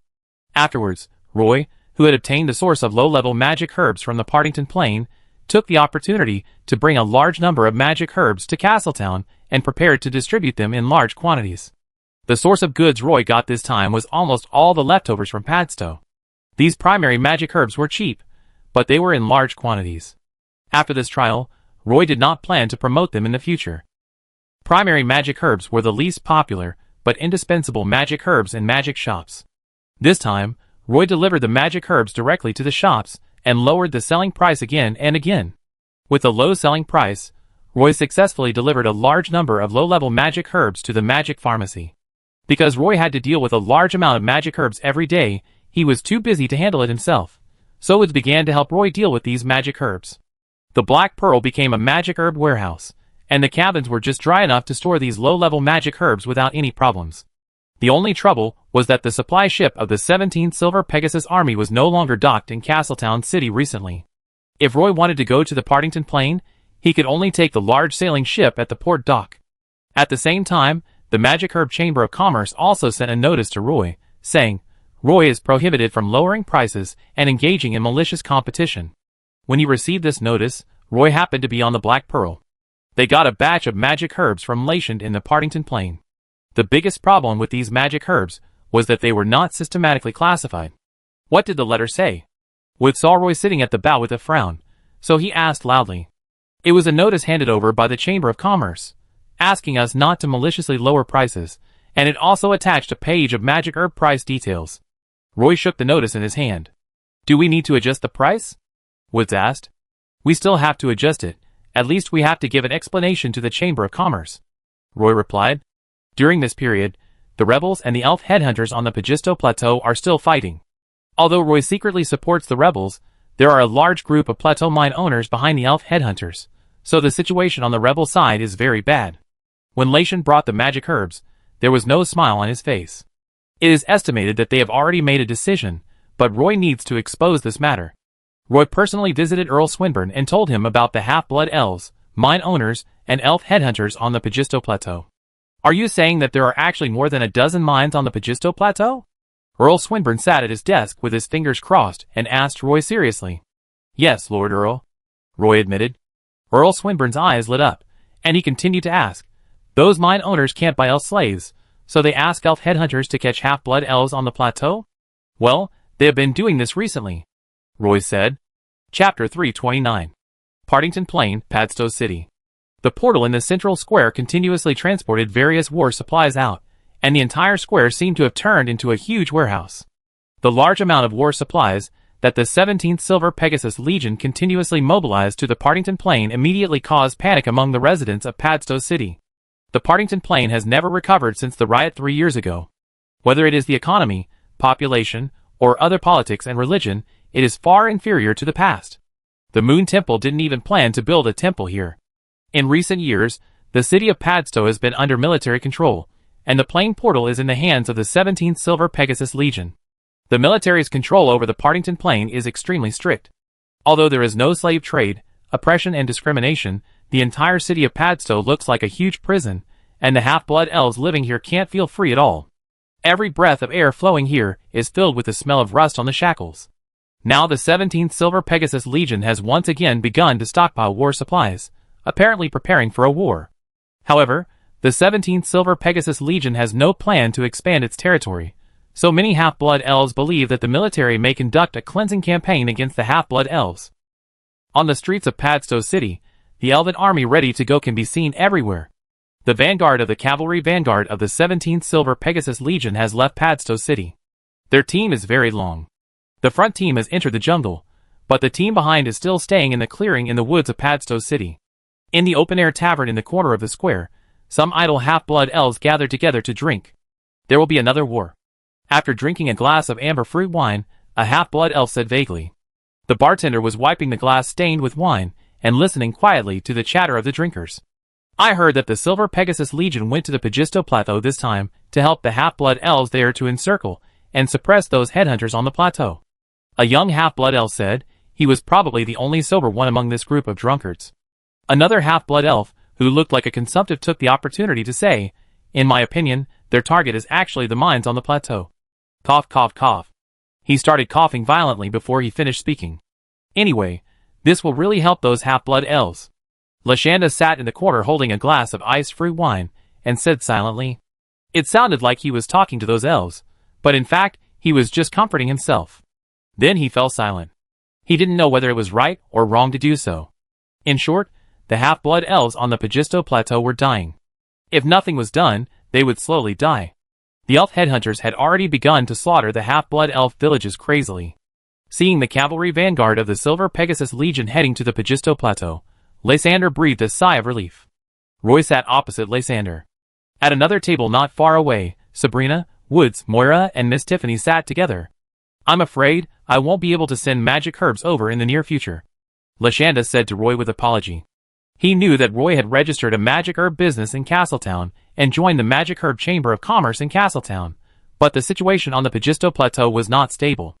He needed to escort a group of half-blood elves who didn't want to stay on the plateau to other places, so he couldn't help Roy transport magic herbs during this period.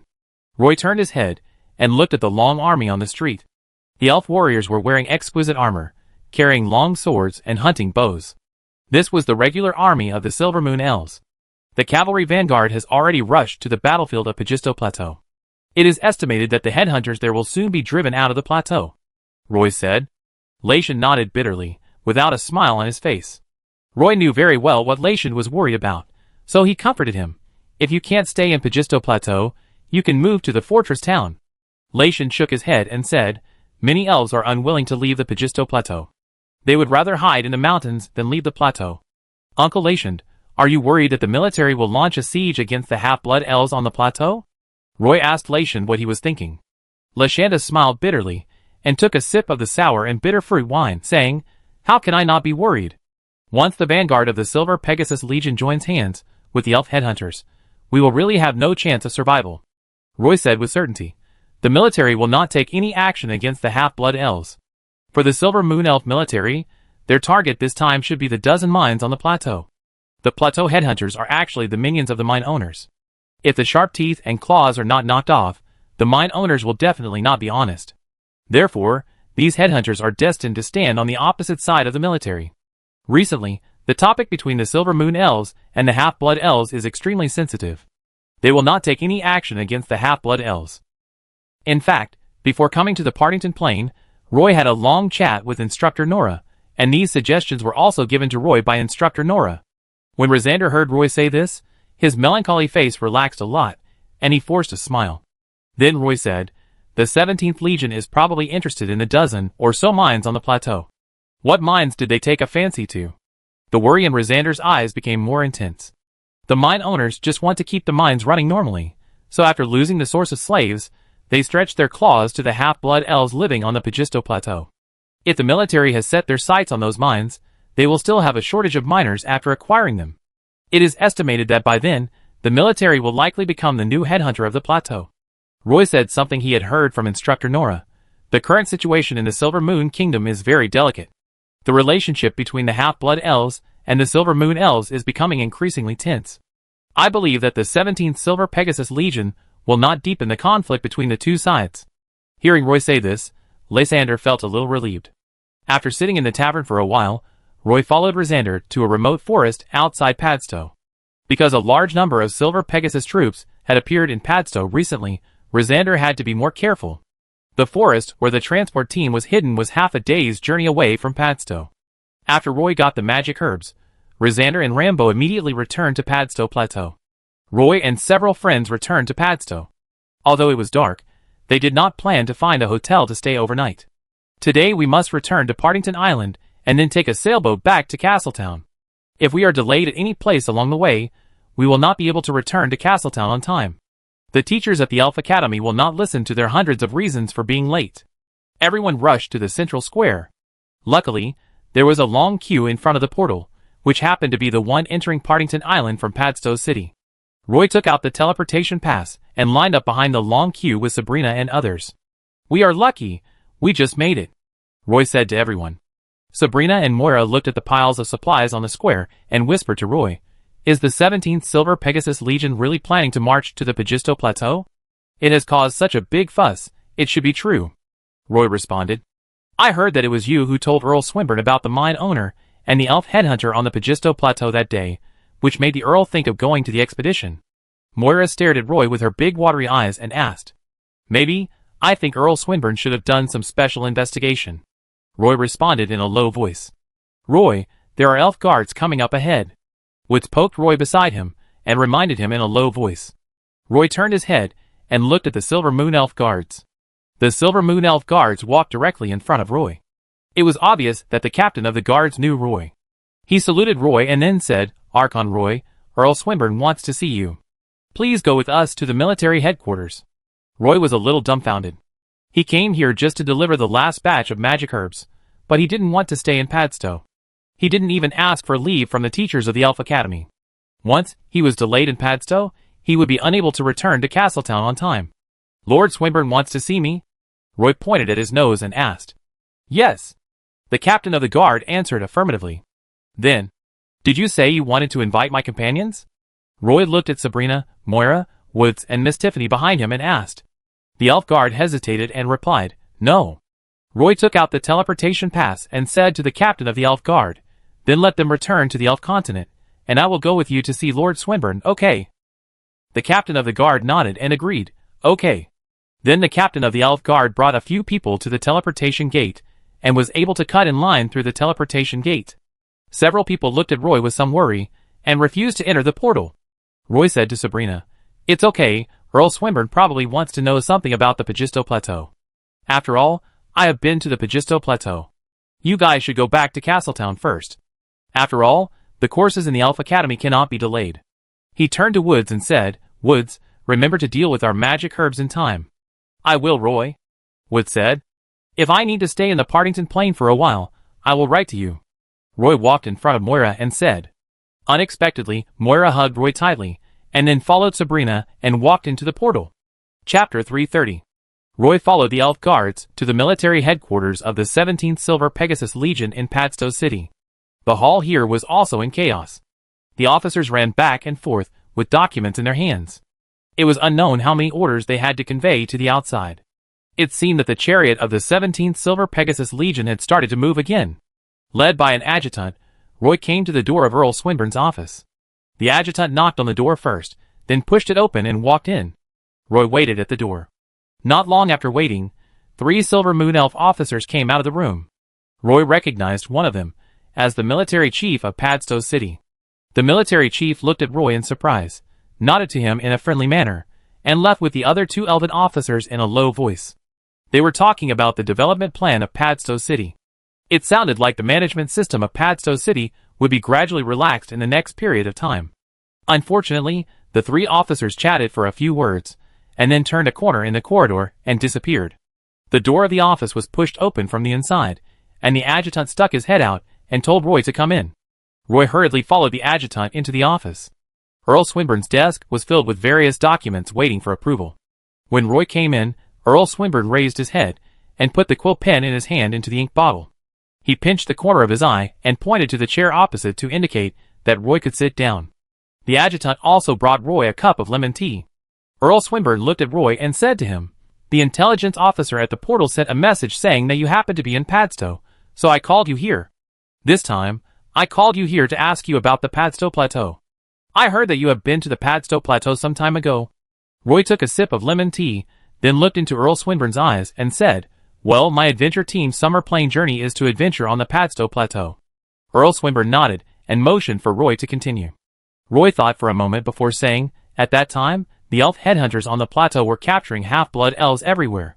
The local half-blood elves organized a resistance army, which even sent some elf children to live in the fortress town. My adventure team met them halfway. At first, we thought they were a group of slave traders. Later, after resolving the misunderstanding, we learned that they were planning to send these half-blood elves back to the fortress town to live. I met the half-blood elves on the plateau under such circumstances. Later, they brought me to the plateau and sold me some magic herbs. I also provided them with some supplies. Roy answered honestly. Earl Swinburne narrowed his eyes and asked, "What supplies are there?" Roy answered honestly, "I bought a batch of ordinary weapons and armor from human merchant ships, and also provided some elf biscuits." Earl Swinburne nodded, without any dissatisfaction on his face. It seemed that he knew what Roy had done. "This time I want to invite you to join the expedition to the Pagisto Plateau. After all, you are more familiar with it," Earl Swinburne said slowly. Roy knew that since Earl Swinburne had spoken, he might not be able to refuse. Although his studies at the Elf Academy were not completed, he could only choose to take a leave of absence and continue to take elective courses after the war was over. After all, he still had the identity of the Archon of the fortress town. "Oh, do I want to enter the Pagisto Plateau with the cavalry vanguard?" Roy asked. Earl Swinburne looked at Roy with great appreciation. Although he was a young half-elf, his calmness was much better than many young Silver Moon elves. Earl Swinburne said, "Go up with the logistics troops? In addition, I hope you can contact the local half-blood elves and provide the military with some clues about headhunting on the plateau. Our army may not gain the trust of the local half-blood elves when entering the Pagisto Plateau, but you are different. You have established contact with them and gained enough trust." "Okay, I can go anytime," Roy agreed. Walking out of Earl Swinburne's office, an adjutant immediately took Roy to a clearing in the woods outside the military headquarters. A logistics unit was staying here, with a large amount of supplies piled up in the clearing, and many carriages parked around. A group of Silver Moon elf warriors were loading wooden boxes onto the carriages. Some of the wooden boxes were very heavy, and only 4 boxes were loaded on a carriage and covered with a rainproof cloth. Some of the boxes were very light and were stacked high in the carriage. The adjutant found the head of the logistics army, who was a very capable elf warrior. When Roy saw him, he was standing on the carriage, tying hemp ropes to the boxes on it with several elf warriors. Then, he ordered 2 elf warriors to check the axles of the carriage. The adjutant walked up to him and said to the elf warrior, "Captain Berkeley, his name is Roy. The Earl has arranged him to your transport team. You need to escort him to the Pagisto Plateau." After that, he showed the military order signed by Earl Swinburne himself. "Yes, I promised to complete the mission." Although Captain Berkeley frowned, he still reached out to take the order and agreed. Roy walked over, and Captain Berkeley looked at Roy seriously and asked him, "Do you like riding in a carriage or riding a horse?" "Riding a horse is better," Roy replied. Although his riding skills are not very good, riding a horse is much more comfortable than riding a car. Captain Berkeley nodded and instructed the elf warrior beside him, "Take him to pick a horse later, preferably one with a gentle personality. You will follow the logistics group into the Pagisto Plateau, and someone will contact you later," the adjutant said to Roy. Roy did not have much choice. Since he was assigned to the logistics group, he should at least be more comfortable than the vanguard group. The logistics group spent the whole afternoon moving supplies onto the carriage. Roy received a docile little stallion, and he wanted to establish the most basic trust with the little stallion. He also received a simple military tent from the logistics group. Before leaving, Roy wrote a letter to Sabrina and Moira, asking them not to worry. He would follow the logistics group into the Pagisto Plateau, and the letter should arrive in Castletown soon. Roy only stayed in Padstow for 1 night. The next morning, the elf warriors of the logistics regiment received orders from above, and the logistics regiment left Padstow in the morning. The large jungle south of Padstow had long been designated as the public territory of the half-blood elves. Many half-blood elves hunted in this jungle, which caused a sharp decrease in prey in the jungle. There was no danger in this forest anymore.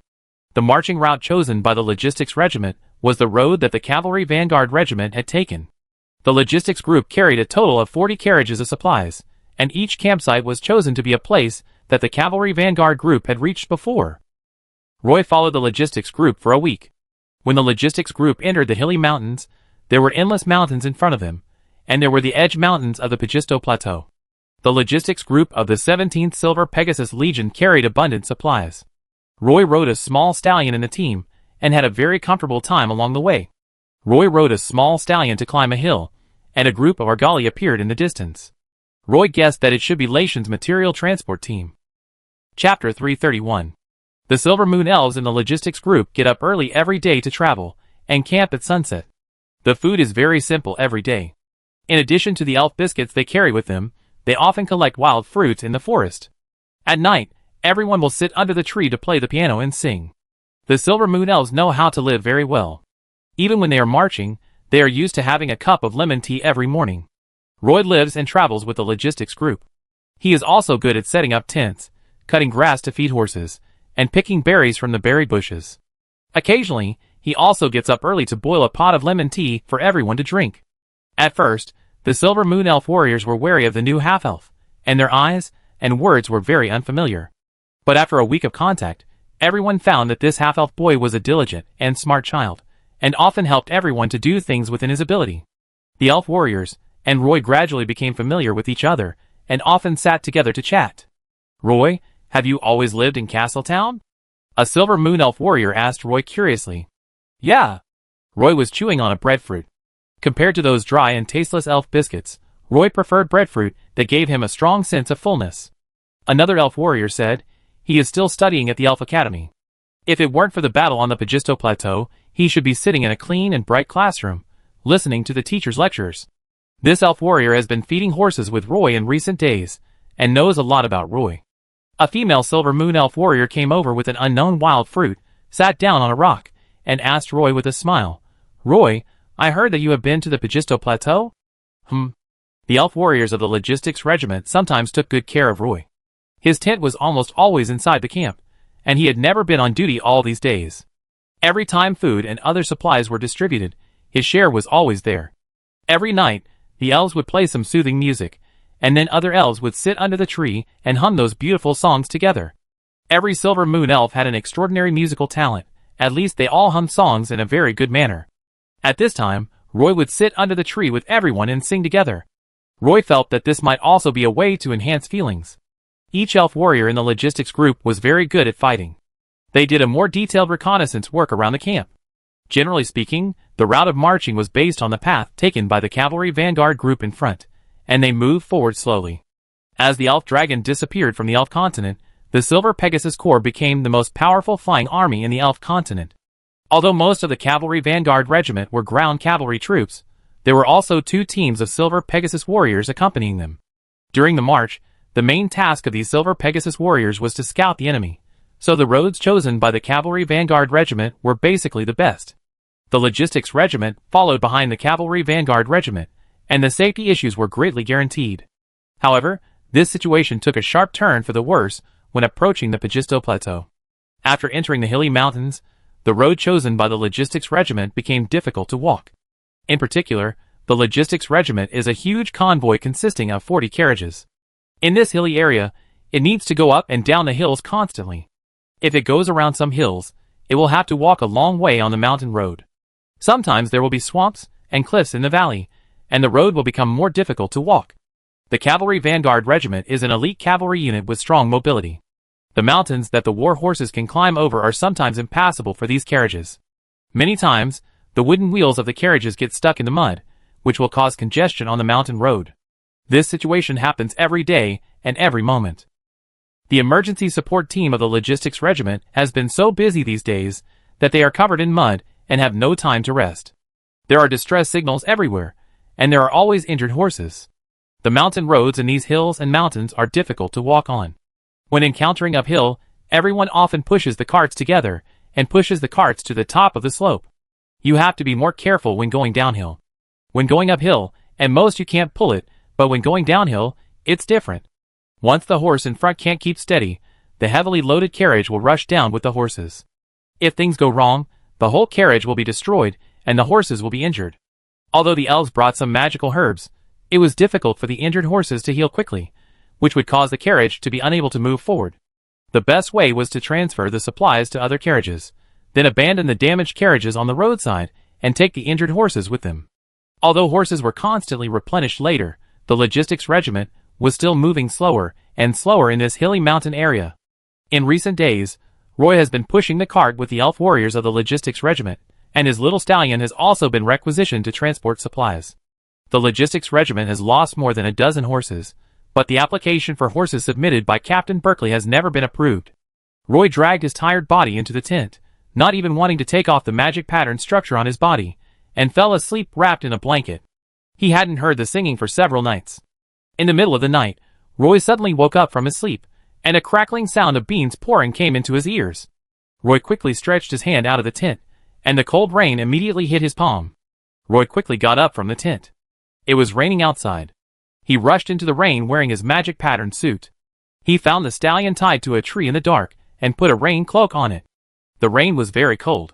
Roy was worried that the stallion would get sick, so he put a rain cloak on it. Many silver moon elves in the camp got up in the rain, and covered the carriage with tarpaulin. It was too dark and raining, so there was no way to light a torch. There were only a few gas lamps hanging in the camp, and the light could not be transmitted too far. Roy ran to a carriage to help, and together with the elf warriors, he covered the supplies. When all these things were done, it was almost dawn, but the rain did not stop. Captain Berkeley could only issue a notice, and the logistics regiment would set out after the rain stopped. The elf warriors could only sit in the tent to avoid the rain, and the heavy rain did not stop until noon. The hills and mountains after the rain were full of the fragrance of soil and plants. Roy walked out of the tent, and found that the grass and trees were covered with rain. As long as there was a little wind, a light rain would fall in the forest. The shoes were covered with mud. A rain made the road even muddier. The elf warriors of the logistics regiment had already begun to move out of camp and prepare for departure. However, this was just one of the countless logistics regiments heading to the Pagisto Plateau, and it was just a small microcosm of this battle. A bay horse slipped on the muddy mountain road and let out a shrill neigh. The horse was already injured, and its hindquarters were still wrapped with some herbs. Now it slipped on the muddy mountain road again, and its body was covered with mud. It struggled to stand up several times, but couldn't do it. When Captain Berkeley arrived at the scene, the elf warriors had already dragged the injured warhorse to the side of the road, and carriages were passing slowly by. But the warhorse could not stand up. "Captain, what should we do? Should we leave it here?" the elf warrior asked Captain Berkeley. "Leaving it where it is, to put it bluntly, is to let the warhorse fend for itself." Captain Berkeley frowned. The warhorses in the logistics regiment had suffered serious losses. There were no more warhorses to transport these supplies, but the warhorses could not move after being injured, so they had to give up. Just as Captain Berkeley was about to make a decision, he heard someone say, "Let me see."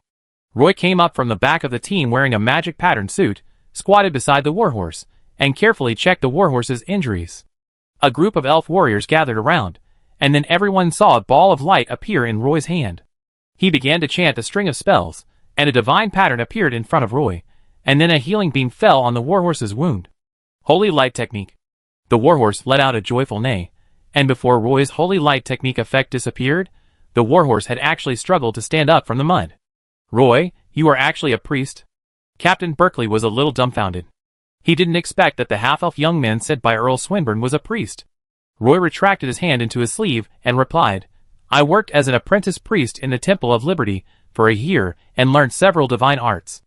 Now that the Temple of Liberty in Castletown has been closed, I have left the temple." Captain Berkeley touched the warhorse with some joy and said, "Fortunately, he is a priest of the Temple of Liberty. The priests of the Temple of the Moon will not use divine arts to treat horses." Roy thought of Woods, who was proficient in magical herbal medicine. It seemed that there were really no druids in the logistics regiment. So he asked Captain Berkeley, "Why can't I see druids in the army?" Captain Berkeley blinked at Roy and whispered in his ear, "Only the Wood Elf Kingdom has druids. This involves faith. We believe in the Moon Goddess, and the Wood Elves believe in the World Tree. It's best not to discuss this topic, otherwise you don't know when the priests of the Moon Temple will come to you." It was the Moon Temple again, so Roy said no more. The horse recovered quickly. After standing on the roadside for a while, it could walk slowly with the logistics group. Although it could not carry heavy objects, at least it would not fall behind. The heavy rain turned the low-lying areas of the hills and mountains into a large muddy swamp. The logistics group could not get out of the hills and mountains, and could only crawl in the mud and water. The logistics group moved slowly every day, like a turtle crawling. Captain Berkeley was a little worried, but all the logistics groups that entered the hills and mountains were in a dilemma of lacking horses. The application he submitted was like a stone sinking into the sea, and there was no reply at all. The cavalry vanguard regiment in front has already rushed into the mountains of the Pagisto Plateau. Letters from the front battlefield fell into the hands of Captain Berkeley, most of which urged the Logistics Regiment to deliver supplies as soon as possible. But the Logistics Regiment is now stuck in the hills and mountains, and there is no way to rush out.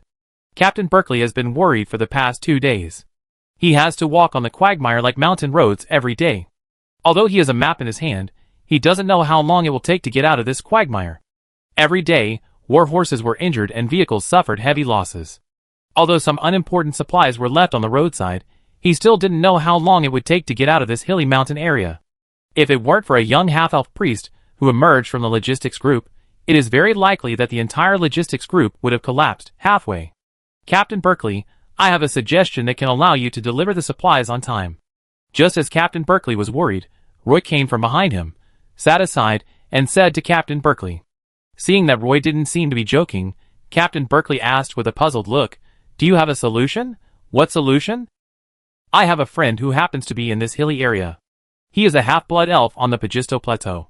He has a group of Argali. I can ask him to help transport this batch of supplies." Roy said to Captain Berkeley. "Are they the half-blood elves native to the Pagisto Plateau?" Captain Berkeley said hesitantly. "Yes, I have a way to ask them for help," Roy said. "Then go and invite your friends over. We can discuss any conditions." Captain Berkeley responded. "I was thinking that if our cavalry vanguard regiment enters the highlands and does not attack the half-blood elves on the plateau, then we will have a chance to cooperate." Roy muttered quietly. "Of course, the military has already made a decision last week. Our target after entering the plateau this time is the elf headhunters on the plateau. We will never attack the half-blood elves on the plateau," Captain Berkeley said. "Well, I go find him now." Roy stood up, turned around and ran into the muddy jungle. Captain Berkeley quickly sent 2 elf warriors to follow Roy to ensure Roy's safety along the way. In fact, Lachand had always been near the hills and mountains. He took the group of Argali and hid in a valley, trying to avoid the regular army of the Silver Moon Elves. I didn't expect Roy to come up with the Silver Moon Elf warriors. Roy walked into a valley and shouted Lachand's name loudly towards the lush jungle. At first, Lachand thought that Roy was forced to come here by 2 Silver Moon Elf warriors. He wanted to hide in the deep jungle to avoid the search of the 2 Silver Moon Elf warriors. Later, he thought that he should find a chance to get rid of the 2 elf warriors and rescue Roy from the Silver Moon Elf warriors. So he took Rambo to ambush in the bushes, and when Roy walked in, he found that Roy was not forced by the Silver Moon Elf warriors. Then he came out of the woods and met Roy. Chapter 332. Lashanda came out of a low bush and asked Roy, "Roy, why are you here? Aren't you going back to Castletown?" His eyes fell on the 2 elf warriors beside Roy, his eyes full of vigilance. The 2 elf warriors were also looking at Lachand carefully. Roy walked over, stood in front of Lachand and said, "I was temporarily transferred to the battlefield of Pagisto Plateau by Earl Swinburne, and I am considered a war coordinator." Lachand had dealt with Roy several times, and knew that Roy must have military connections, otherwise how could he easily bring a large number of weapons and armor to the Partington Plain? Roy said to Lachand seriously, "Lachander, I came to you this time to ask for your help. There was a small problem with the logistics regiment where I was. The horses in the logistics regiment were seriously damaged recently. The current transportation capacity is seriously insufficient, so I need your Argali transport team to help transport a batch of supplies." Lachand didn't expect that he came to him for this matter. I thought Roy wanted to recruit some half-blood elves from the plateau to join the war in the name of the Silver Moon Elf army. Lachand breathed a sigh of relief. Those Argali were hiding in the jungle behind. It was no big deal even if they were all abandoned. In fact, at least half of the Argali in Lachand's Argali pack was obtained by Roy. Roy, you want to requisition my Argali transport team?" Lachand asked in a low voice. Roy nodded and said, "Help me, Lachand. The mountain road in this hilly area is too difficult to walk. Many supplies can only be left on the way." Although Lachand was a little worried, he had no choice but to agree, so he wanted to take advantage of the opportunity to get some benefits. "Okay, but you have to make sure they won't attack the half-blood elves on the plateau, otherwise I will become the center of the half-blood elves on the Pagisto Plateau," Lachand said to Roy seriously. Roy patted Lachand on the shoulder and said, "I can guarantee this. The Silver Moon Elf army entered the Pagisto Plateau just to drive away those elf headhunters and have a good talk with those elf mine owners." After hearing what Roy said, Lysander readily agreed, "Well, for your sake, I can help you with this." He bumped fists with Roy, turned around and walked back into the jungle, and then a series of crisp whistles sounded in the jungle. Swish, swish, swish. Swish. Roy and the two elf warriors didn't have to wait long before they saw Lysander leading Argali out of the woods, followed by Argali one after another. These Argali walked out of the woods in a line, and the half-blood elf following at the end was Lysander's son Rambo. Roy and Rambo hugged each other. Rambo was a staunch admirer of Roy. When he saw Roy appear, he ran up without hesitation. The two elf warriors felt a little incredible when they saw the large group of Argali in front of them, because this area was not only scouted by the Silver Pegasus warriors in the air. There were also cavalry reconnaissance regiments conducting reconnaissance on the ground. As the Cavalry Vanguard Regiment entered the mountains of the Pagisto Plateau, a large number of logistics regiments were spread throughout the hills and mountains, but these Silver Moon Elves did not know that a mixed-blood elf Argali transport team was hiding under everyone's noses without knowing it.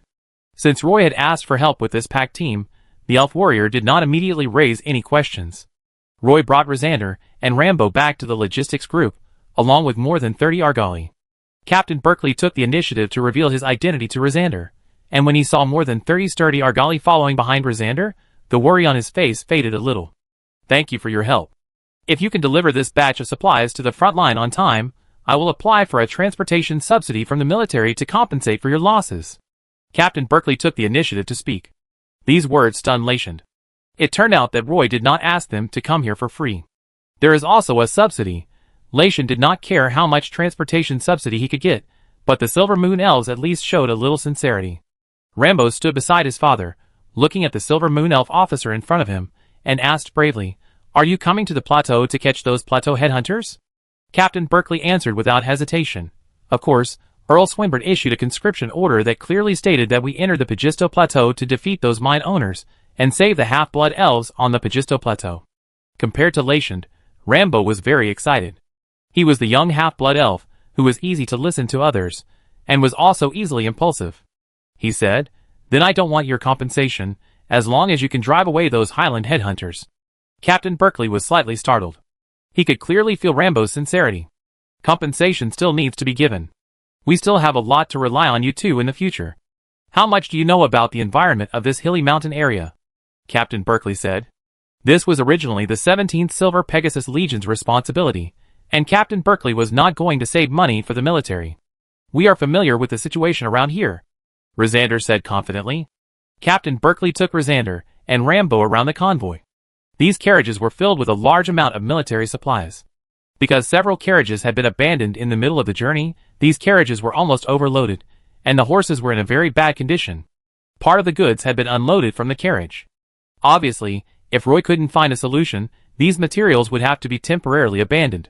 Lysander knew that the environment in the hills and mountains was bad, but he didn't expect that these mountain roads would cause the caravan to suffer heavy losses. This reminded Lysander of the past. How did those elf merchants bring the materials to the Pagisto Plateau? In fact, this was exactly what Captain Berkeley couldn't figure out no matter how hard he tried.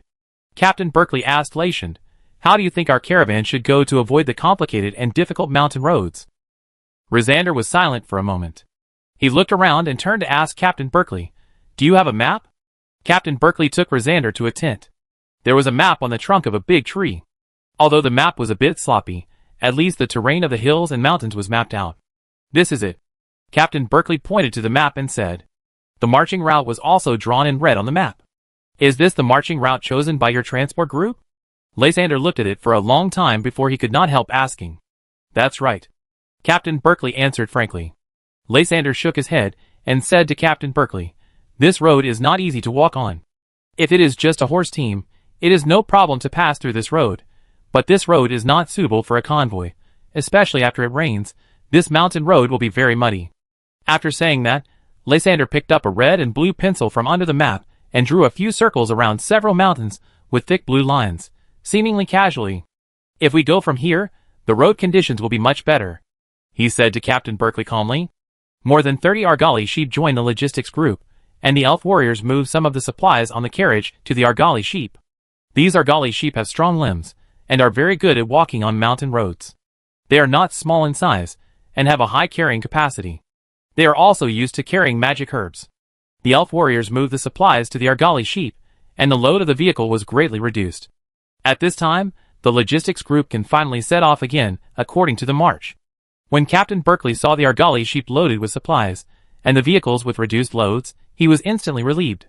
He waved his arm and asked the logistics group to move forward along the road pointed out by Lation. It turned out that the road Lation pointed out was very easy to walk on.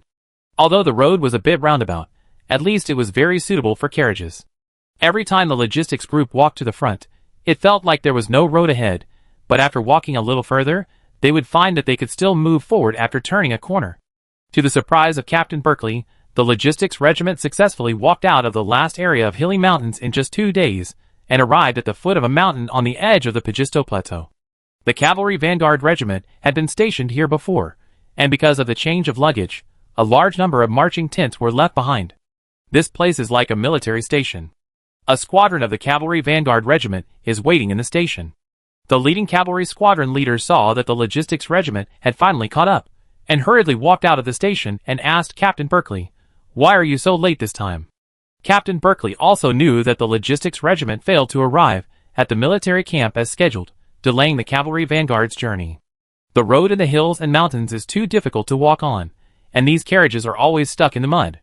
We actually want to get here earlier. Captain Berkeley jumped off the horse and couldn't help complaining. In fact, Captain Berkeley's logistics regiment was the first logistics team to arrive. Everyone was busy transporting supplies into the camp, only to find that the entire camp was empty. The cavalry squadron leader didn't say anything else. He took out a list of supplies from his arms, handed it to Captain Berkeley and said, "Okay, this is the list of supplies. Count it out as soon as possible. We need to take these supplies away one step further." Captain Berkeley did not dare to neglect it, and quickly ordered his assistant to count the supplies according to the list. Captain Berkeley's logistics regiment then stayed in the military camp for 2 days.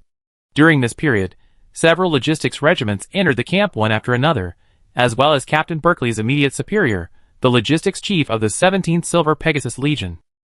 Because they were not familiar with the complex terrain of hills and mountains, most of the logistics regiments lost at least half of their supplies on the way. The horses and vehicles of each logistics regiment were seriously damaged. Some logistics regiments left immediately after delivering the supplies to the base. They were busy meeting their comrades, who stayed in the hills and mountains, leaving only a few elf warriors to count and hand over the supplies, making the military camp a mess. If it weren't for the fact that Captain Berkeley had shared the mountain road that could be used for carriages with other logistics regiments early on, I'm afraid these logistics regiments would not have been able to leave the hills and mountains until now. Captain Berkeley has been in meetings these 2 days. It's probably because the logistics department of the Legion is studying the next supply plan. As for Roy, he was not idle during the past 2 days in the military camp. There were always some elf warriors who found Roy and asked him to help treat the injured warhorse. His name soon became known in the military camp. Many elf warriors in the logistics regiment knew that there was a very good veterinarian in the camp who could treat the warhorse. He was also very easy to talk to. He didn't respond to any request, but it was not much different. However, no Silver Moon Elf warrior asked Roy to treat his injuries. They were almost all bandaged and drank life tree sap and healing potions. Only seriously injured elves could get treatment from the priests of the Moon Temple. However, there were no priests of the Moon Temple in the military camp here. Lation and Rambo were also left in the military camp. In fact, they knew very well that the logistics regiment was seriously lacking in transportation capacity, and it was impossible to let them go at this time. On the 3rd night after arriving at the military camp, Captain Berkeley walked into Roy's tent and said to Roy, who was practicing magic in the tent, "The military requires the logistics regiment to keep up with the cavalry vanguard regiment to ensure that the vanguard regiment has sufficient supplies. Roy, you have to follow us into the Pagisto Plateau this time," Captain Berkeley said. Roy nodded without hesitation, because Roy knew this was his mission. When he left Padstow, Earl Swinburne had already made it clear to Roy that he needed Roy's help to find the elf headhunters lurking on the plateau, and needed Roy to provide the specific locations of those mines. Captain Berkeley set his eyes on Rosander. He was a little embarrassed and said, in addition, "Due to the serious lack of transportation capacity on the logistics team, the mountain road ahead cannot be driven by carriages at all, so Rosander, your pack team will continue to help us carry a batch of supplies to the plateau." Lation had been prepared for this. Even if he disagreed, he couldn't change the decision of the Silver Moon Elf military, so he might as well agree to it. "That's no problem," he said very happily. "If you don't take the carriage, you can choose a shorter mountain road." Sure enough, Captain Berkeley's eyes lit up. Giving up the carriage to transport supplies was also a helpless move, but with Lation's guarantee, Captain Berkeley felt that another door was opened in front of him. That's great. We set out tomorrow morning, so we need to get ready tonight, Captain Berkeley said to Roy and Rosander. Sure enough, Captain Berkeley led a logistics team to the outer mountains of the Pagisto Plateau the next morning. The caravan was loaded with various supplies. Without the burden of the carriage, the team could move up the steep mountain road little by little. Roy also followed the team on his little stallion. Chapter 333. The logistics regiment mobilized 100 horses this time, and together with Lation's 30 or so Argali sheep, they formed a pack team and followed the valley ahead into the mountains on the edge of the Pagisto Plateau. Knowing that Roy was about to leave the military camp, many elf warriors ran out of the camp to see him off, and everyone was thanking Roy for healing their war horses. After leaving the garrison camp, Roy followed the logistics regiment and quickly walked to the mountainside of the valley. Looking back at the military camp, the camp was at the foot of a ridge, and farther away was a foggy hilly mountain. Some elf logistics groups can be seen in the misty mountains. Roy, how long will it take to reach the Pagisto Plateau after entering this mountain? Captain Berkeley rode a white horse and looked up at the towering ridges on both sides and asked Roy. The mountains here are almost all covered with grass and bushes below the mountainside. Above the mountainside are bare rocks, with small pieces of rocks piled below. The large rocks on the top of the mountain are covered with mottled cracks, as if they could collapse at any time. The pack team walked along a narrow path on the grass, and each horse was carrying a large amount of supplies. The pack team of Argali of Lation followed behind the team, but these Argali were the most stable when walking on mountain roads.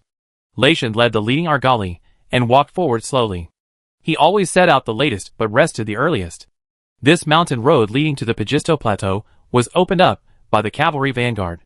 Because there were silver Pegasus warriors exploring in the sky, the road was not difficult to walk.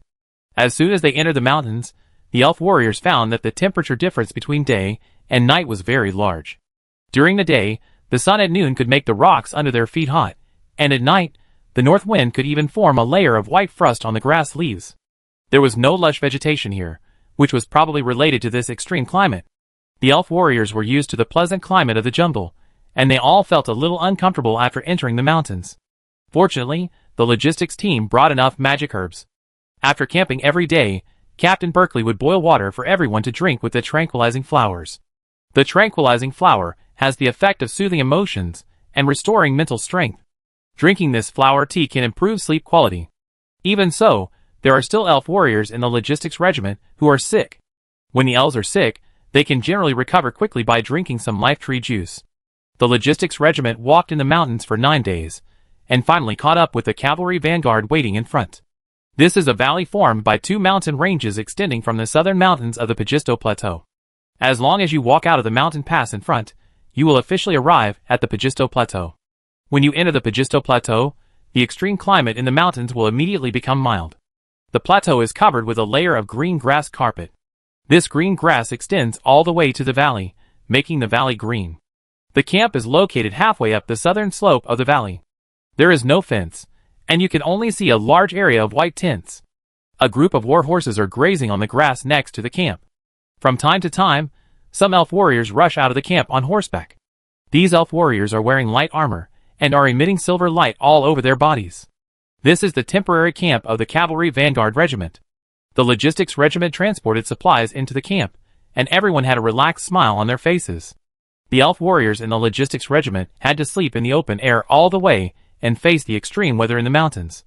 Now that they have finally arrived at the target camp, their mood is naturally different. In front of us was a vast grassland stretching to the horizon, and above our heads was a clear sky as clean as a sapphire. This place had a beautiful view that was completely different from the jungle. The elf warriors in the vanguard group ran out one after another to help the elf warriors in the logistics group unload the supplies. Roy!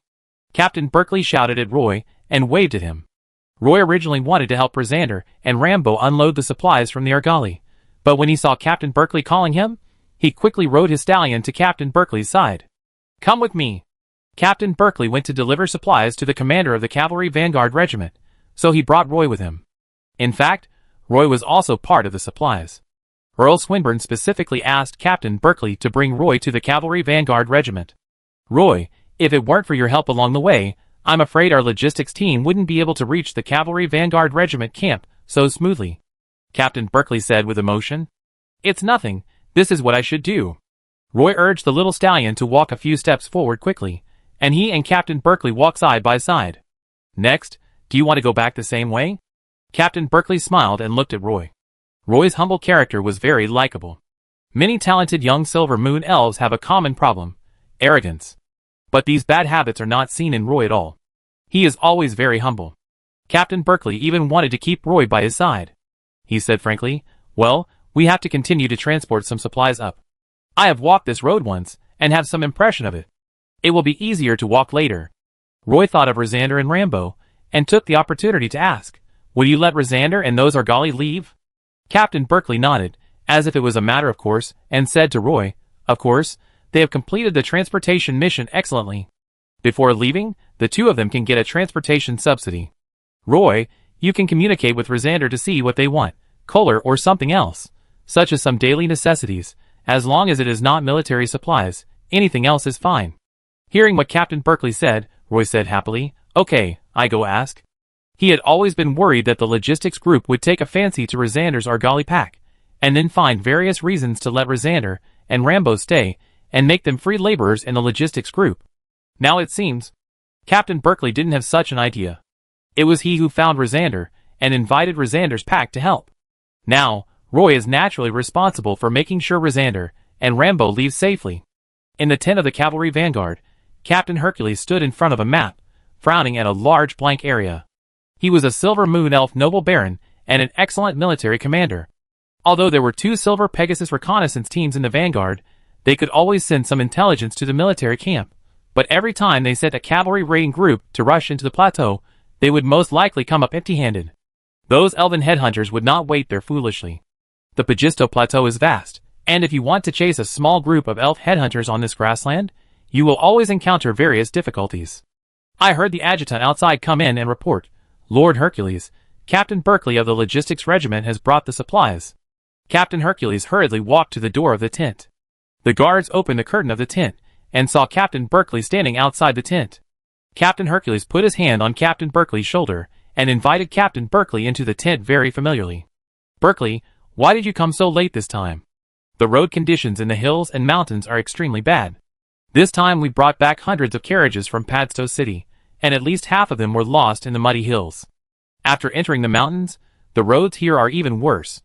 We can only put together a caravan to deliver the urgently needed supplies." Captain Berkeley explained quickly. Captain Hercules actually knew some of the situation of the logistics group. But these news from Captain Berkeley's mouth still surprised Captain Hercules.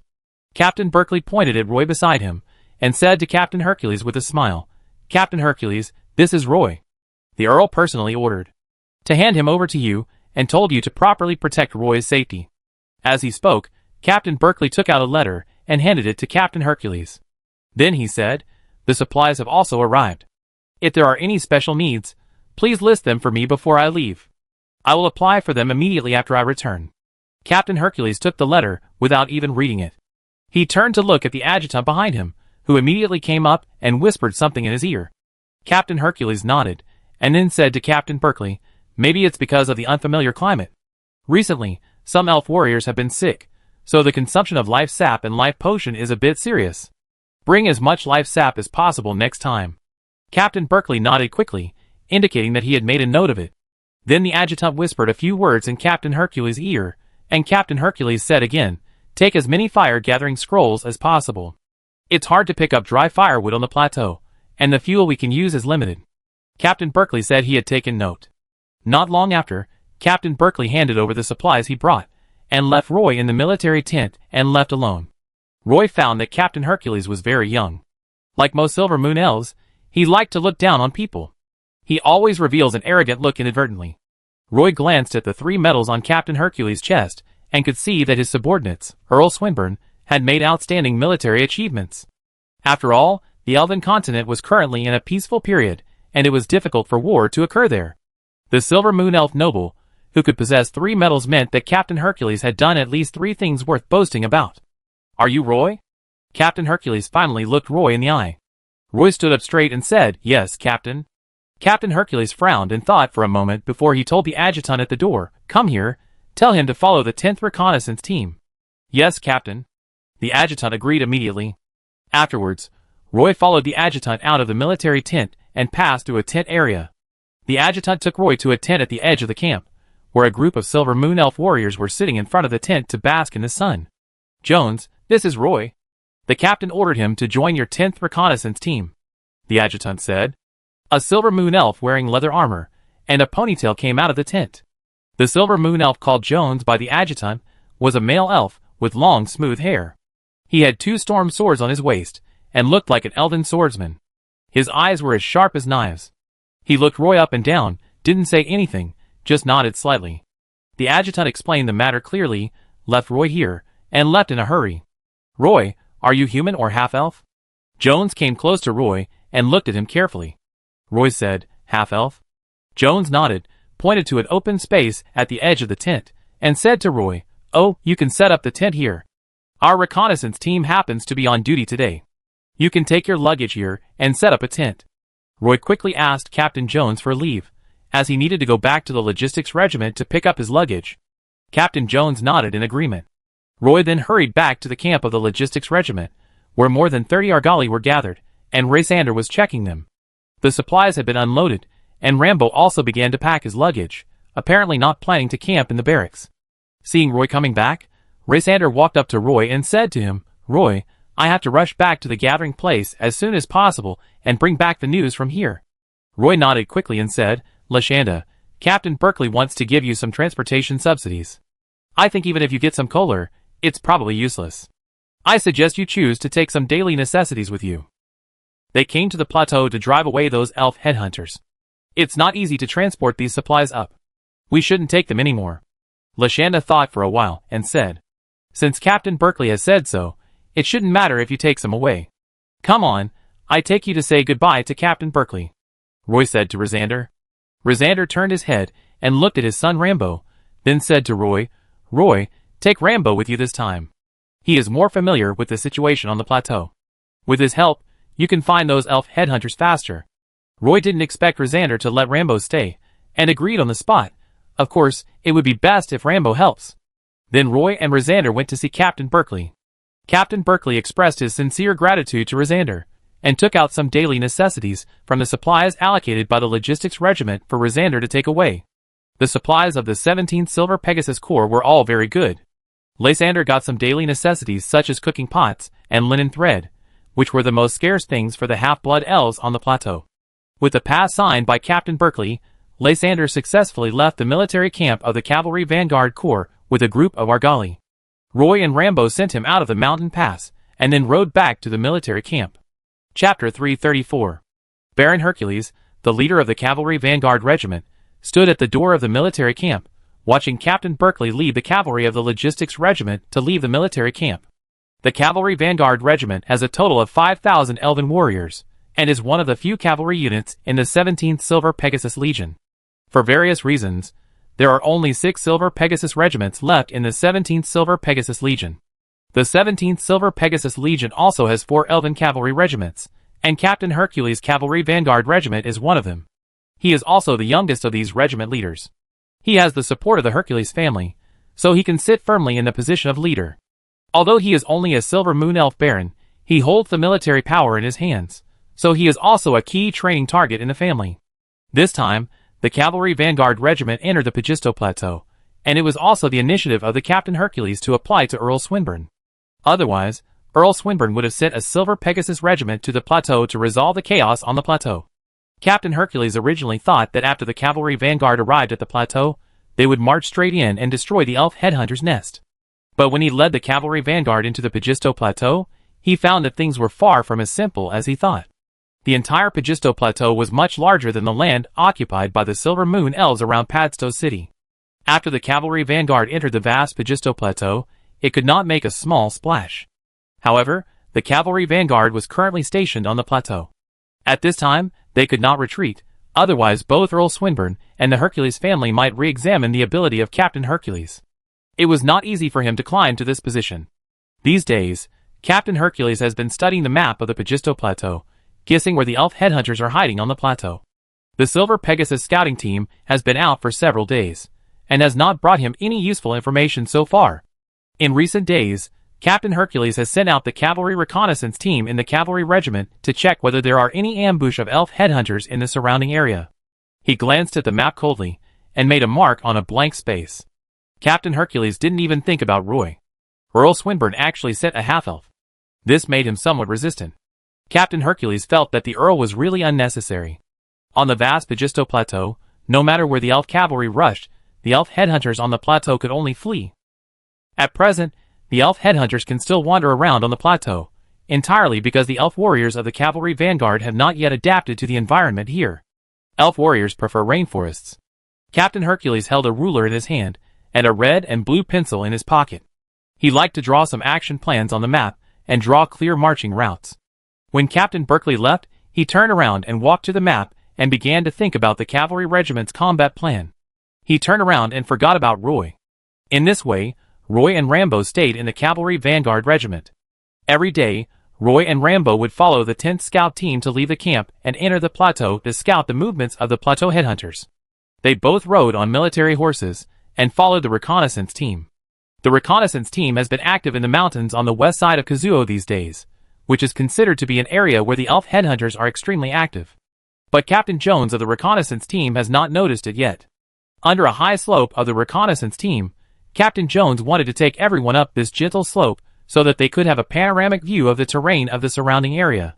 This gentle slope was covered with waist-high weeds, and the war horses had to wade through the weeds to move forward. Rambo observed the surrounding mountains, then caught up with Roy and whispered to him, "Roy, there used to be elf headhunters here. I usually choose to take a detour when I pass by here. There is a flat grassland on the hillside. When we walk up from the bottom, the view is blocked by the weeds, and it is difficult to see the situation above. Even if there are elf headhunters lying in ambush above, we can't see them." Rambo's personality is very similar to his father Lysander. He usually likes to be taciturn, but once he speaks, he must have a purpose. Roy rode forward quickly, stopped Captain Jones, who was walking in front, and told him Rambo's judgment. Hearing what Roy said, Captain Jones did not dare to be careless. He quickly asked the reconnaissance team to stop, and then sent 2 elf warriors to ride horses to bypass from the left and right sides, so as to avoid frontal surveillance. When the 2 elf warriors climbed the mountain, they actually saw a team of elf headhunters fleeing far away. The 2 elves quickly sent a signal to the reconnaissance team below.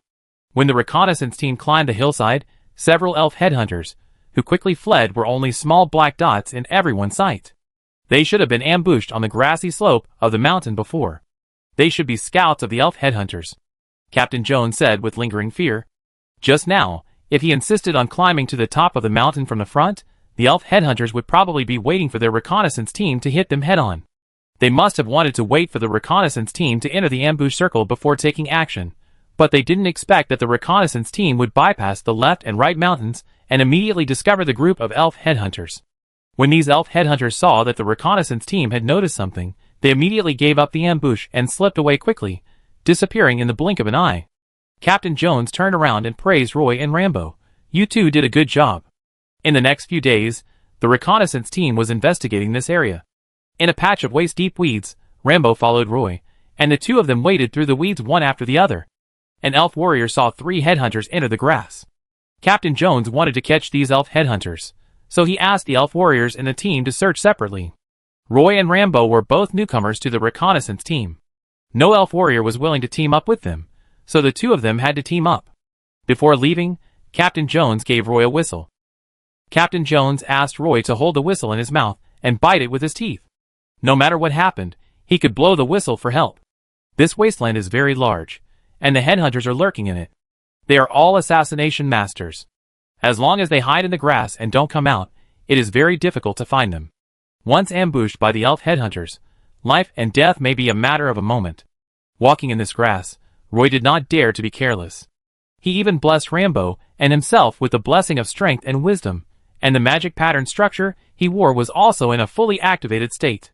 Rambo didn't have a magic pattern, so Roy asked Rambo to follow behind him. When the 2 of them waded through a patch of grass, Roy didn't notice that an elf headhunter was crouching in the weeds half a meter to his left. When Roy and Rambo both walked over, the elf headhunter suddenly stood up, strangled Rambo's neck with one hand, and quickly cut Rambo's throat with a sharp knife in his hand. In fact, Rambo had been cautious all the time, but the elf headhunter had the ability to hide, so they couldn't detect it at all. When the headhunter strangled Rambo's neck, Rambo subconsciously grabbed the big hand, and his right hand just blocked the dagger. The dagger in the headhunter's hand pierced Rambo's forearm, and Rambo tried to break free from the elf headhunter's throat. These fights woke Roy up instantly, and he turned around to rescue Rambo behind him. But just as he turned around, a headhunter appeared beside him, strangled Roy's neck with almost the same method, and then stabbed Roy's heart with a sharp knife. At the critical moment of life and death, the magic patterns on Roy's body lit up one after another, and the iron armor and petrified skin lit up one after another. The elf headhunter only felt that he was holding a rock with one hand, and his dagger actually stabbed a thick book. At this moment, Roy burst out with great strength and broke free from the headhunter's restraints. The Book of Judgment tied, with a chain hit the headhunter's face hard. The book had a copper cover, and the headhunter cried out in pain. Roy broke free from the headhunter's restraints in an instant, and a sacred scepter appeared in Roy's hand. The scepter hit the head of the elf headhunter, and his skull was instantly smashed. The elf headhunter fell in a pool of blood. Roy blew the whistle, and at the same time, he saw another elf headhunter tightly strangle Rambo's neck. The headhunter was very smart. He signaled to Roy that if he dared to rush over, he would cut Rambo's throat with a knife. Roy smiled coldly at the elf headhunter and raised his hand to signal the headhunter that he would not go forward. Then Roy opened the Book of Judgment in his hand very naturally, and Roy almost uttered a string of prayers with an expressionless face. The elf headhunter had no time to react. A silver hammer suddenly flew out and hit the elf headhunter's forehead. His head was also hit by the sacred hammer, and a bloody hole was made. Then he fell straight down. Following the elf headhunter, Rambo also fell down. There was a wound on his neck, and blood spurted out from his neck. There was a chaotic sound of footsteps around. Captain Jones and several elf warriors quickly approached Roy. Rambo covered his throat with one hand. Blood kept pouring out from his fingers. Even breathing became very difficult.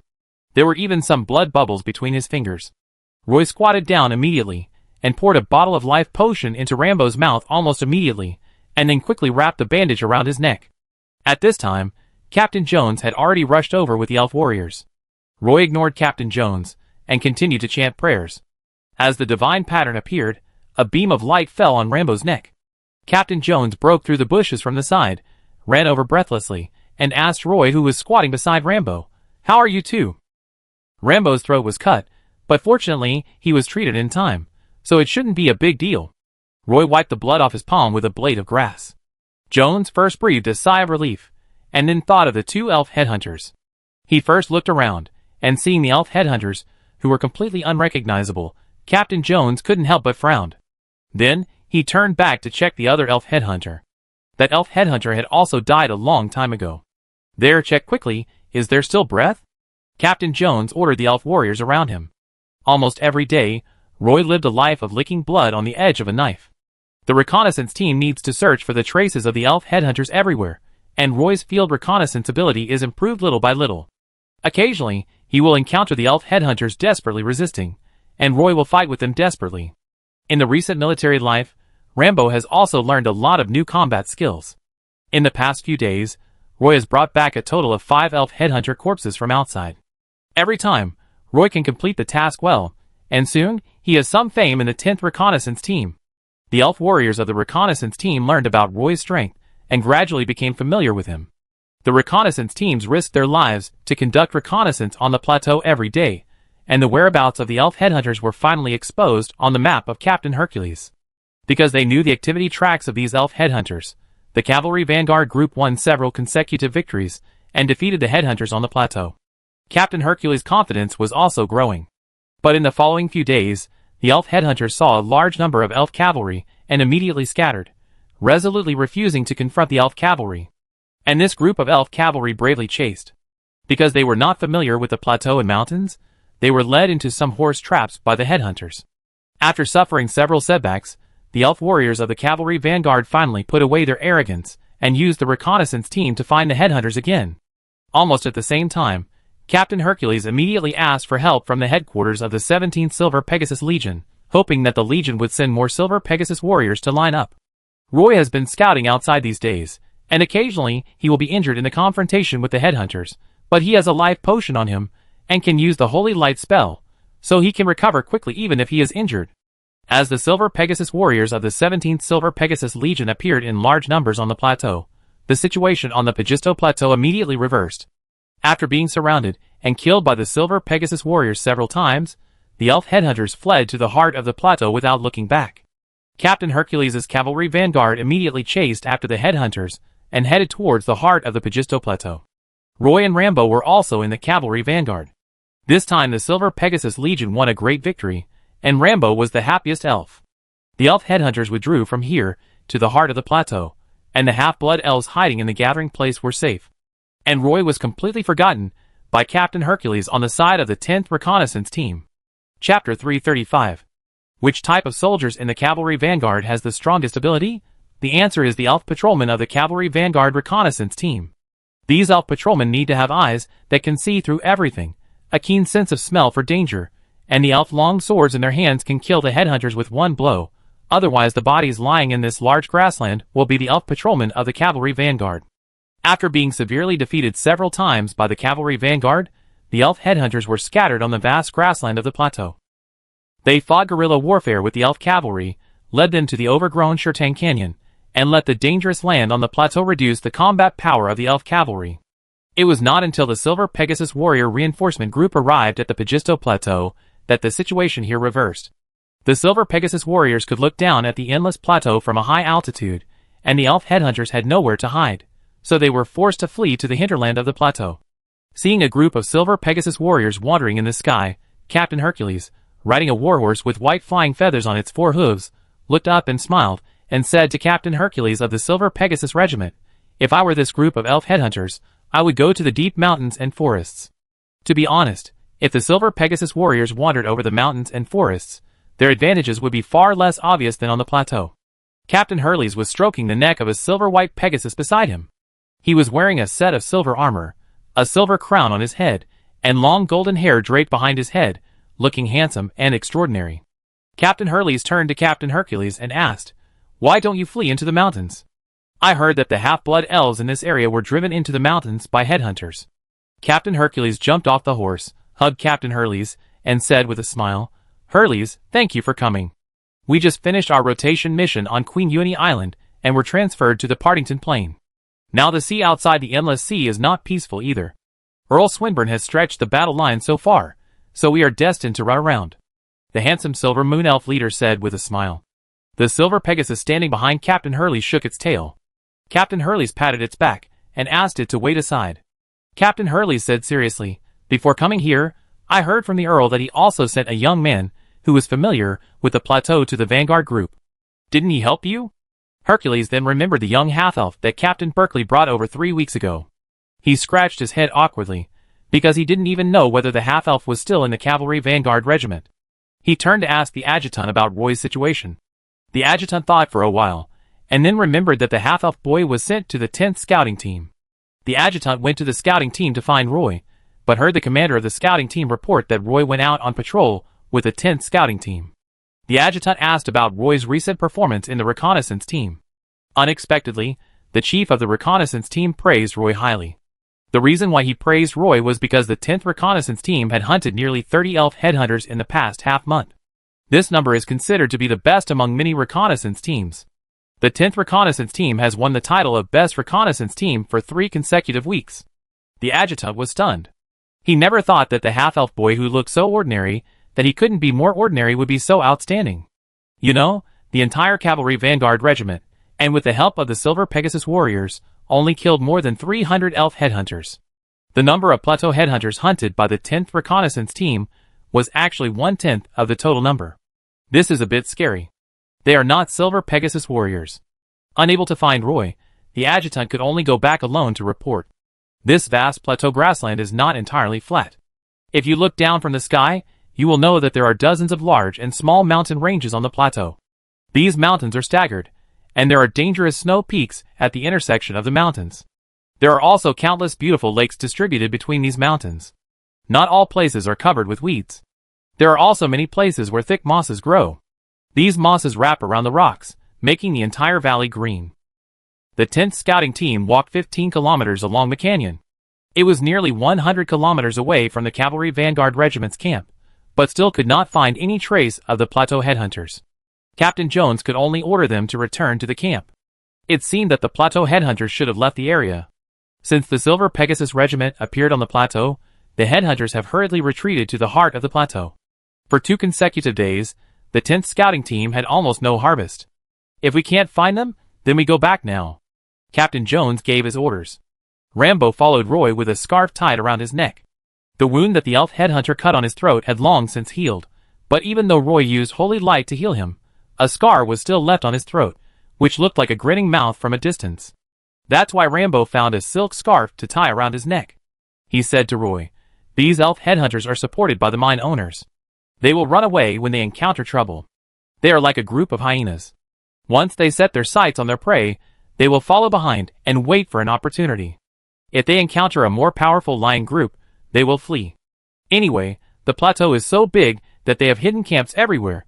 When we come here, they will hide. Once we leave, they will immediately come out of the hidden camp." Roy also knows this. These elf headhunters are as cunning as foxes and as fierce as hyenas.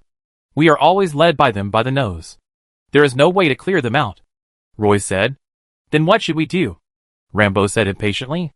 Roy looked at the mountains in the distance and said to Rambo, "Of course, we have to cut off their supply.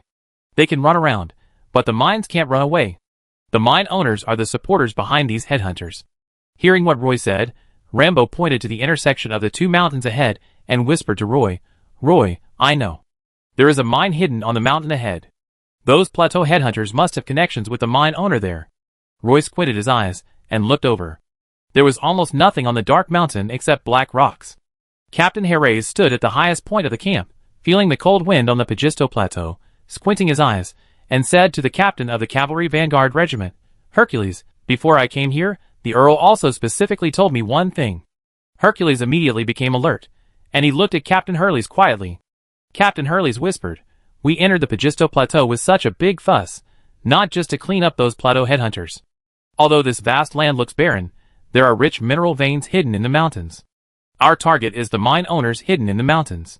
Only by controlling those mines can our Silver Pegasus Corps have the capital to expand.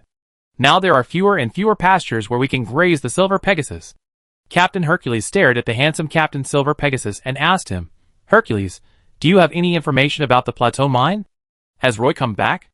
Captain Hercules asked. Captain Hercules quickly called the adjutant not far away. "Has Roy come back?" The adjutant quickly replied, "He has come back. Go and call him over." Captain Hercules ordered. "Yes."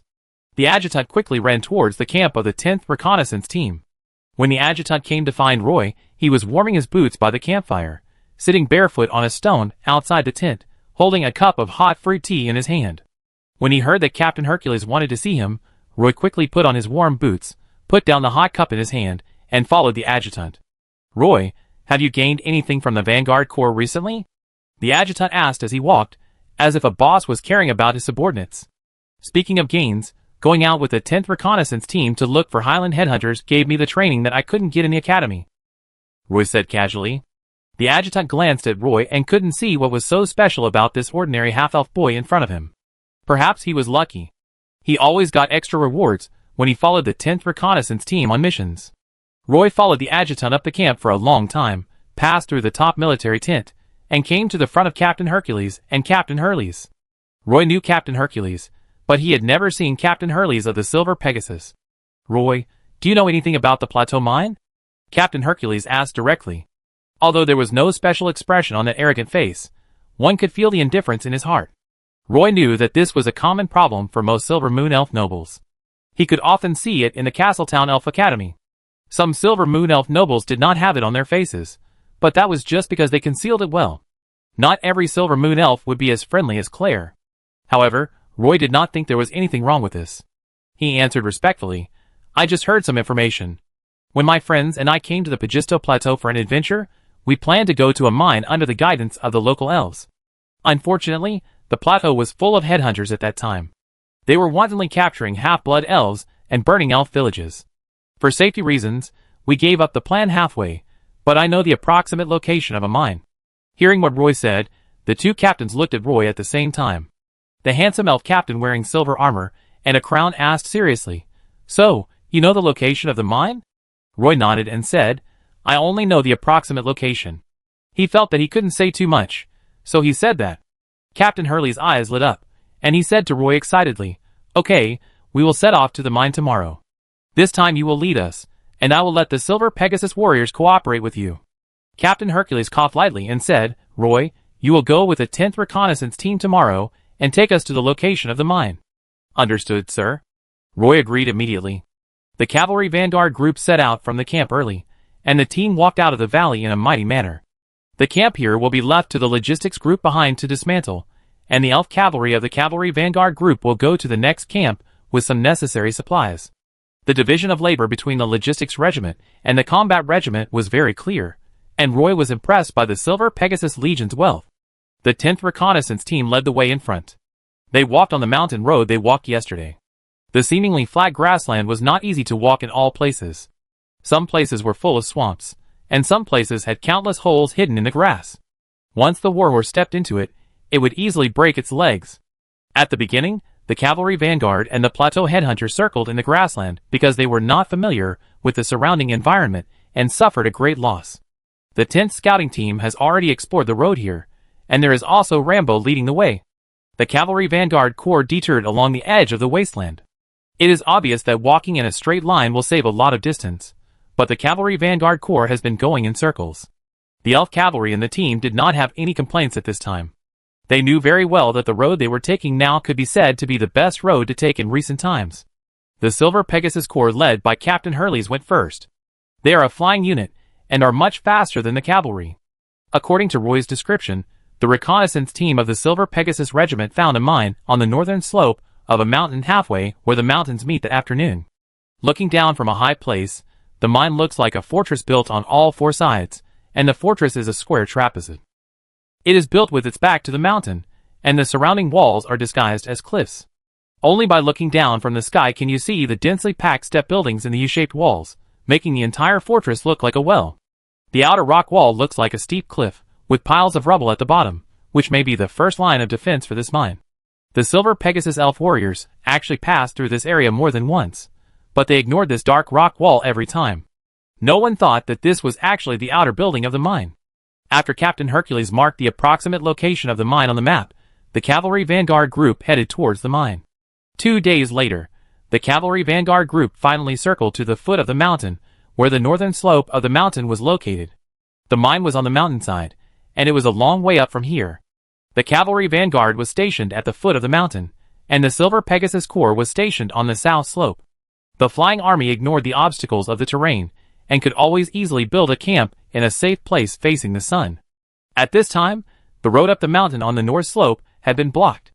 It looked like a landslide, but in the eyes of Captain Hercules, it should be an obstacle deliberately set up by the mine owner on the mountain, but the mine was completely huddled in the fortress. Even if the flag of the Silver Pegasus Corps had been planted on the opposite peak, even if the flag was fluttering in the wind on the peak, the mine owner was indifferent.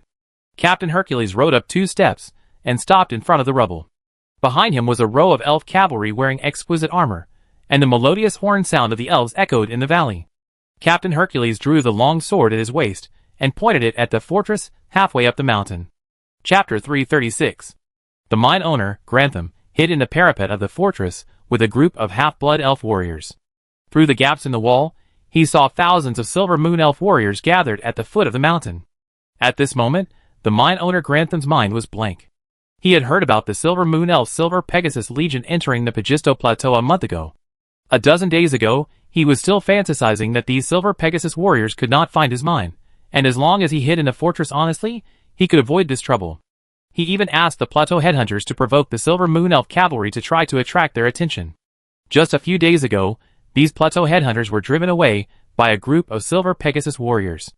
At that time, the mine owner Grantham realized that something was wrong. These mine owners had lived in peace on the Padstow Plateau for too long. So long, that they had forgotten how dangerous the Silver Moon elf army was. In the past, these mine owners cooperated with the Silver Moon elf nobles in Padstow City. They could exchange or for some elf slaves, and then throw these elf slaves into the mine. As long as they paid a small amount of clean water and food, they could harvest some high quality ore every day. Later, a riot broke out on the Partington Plain. All the Silver Moon elf nobles in Padstow were in trouble, and the slave traders were also captured by the Silver Pegasus Legion. The line of elven slaves was interrupted, and there were no elven slaves to replenish the mine for a long time. The number of slave miners in the mine decreased day by day, and the mine owner Grantham began to think of a way to solve this problem. Without elven slaves, the Partington Plain was also in a banned state, and the mine owners began to contact the headhunters on the plateau. The mine owners' request was simple. As long as they could get back some elf slaves, no matter where the elf headhunters got them, the mine owners would buy them at the market price of the elf slaves. In fact, it was the trade that came first, and then the plateau headhunters hurt the half-blood elves. Grantham originally thought that he might live like this in the future. He never expected that a Silver Pegasus army of the Silver Moon Elves would march into the Pagisto Plateau. Yesterday morning, more than a dozen Silver Pegasus flew in the sky. Silver Pegasus warriors held bows and arrows and hovered in the sky. The heart of the mine owner Grantham suddenly sank. At first, he hoped that this elf army was just passing by, and they could not find this fortress disguised as a cliff. Later, when he saw the Silver Pegasus warriors in the sky, he suddenly felt a little desperate, but he did not give up completely and prayed that these Silver Pegasus warriors were just passing by. It was not until the cavalry vanguard was stationed at the foot of the mountain that the heart of the mine owner Grantham was completely cold. From last night till now, Grantham has lost his appetite, and even the people in the fortress are in a panic. In front of him is a Silver Pegasus army with outstanding military achievements. And he has a Lord's private army guarding the mine, and this Lord's private army can't resist the Silver Pegasus warriors. Seeing an elven cavalry officer riding a warhorse, facing the fortress, he drew his elven sword and pointed it at the fortress of the mine. The mine owner knew that this battle would be fought sooner or later. He looked at the elven cavalry below with an anxious face, and his heart was extremely panicked. However, the private elves hiding beside him were also dumbfounded. Looking at the murderous elf cavalry at the foot of the mountain, the last bit of courage in their hearts was also annihilated. "Boss, those elf cavalry are coming. What should we do?" the private army leader asked hoarsely. He didn't want to fight with the Silver Moon Elf regular army. If the owner of the Grantham mine insisted on them fighting with the regular elf army, then he and a group of elf warriors would directly tie up the owner of the Grantham mine and directly offer him to the Silver Moon Elf army. "What else can we do? Open the gate of the fortress and let them in. We admit defeat," the owner of the Grantham mine said. After saying this, he couldn't help but look up at the Silver Pegasus warriors in the sky. He even regretted not buying a few cloud-piercing crossbows from the Grey Dwarf bandits. If there were a few giant crossbows on the fortress, he would have to fight a good fight with the Silver Pegasus warriors. But now, the Silver Pegasus warriors only need to throw the arrows in the quiver on their waists from the sky, and his private army of elves probably can't stop them. Hearing that the owner of the Grantham mine was ready to surrender, the surrounding elf warriors all breathed a sigh of relief. If this battle could be avoided, everyone would be happy. The private army leader felt a little conflicted. He felt that this matter was a bit cowardly, but he couldn't wait to hang a white flag. He raised the white flag to the flagpole, and then ordered his elf warriors to open the gate under the fortress and welcome the elf cavalry at the foot of the mountain into the fortress. This flag was first discovered by the Silver Pegasus regiment in the sky.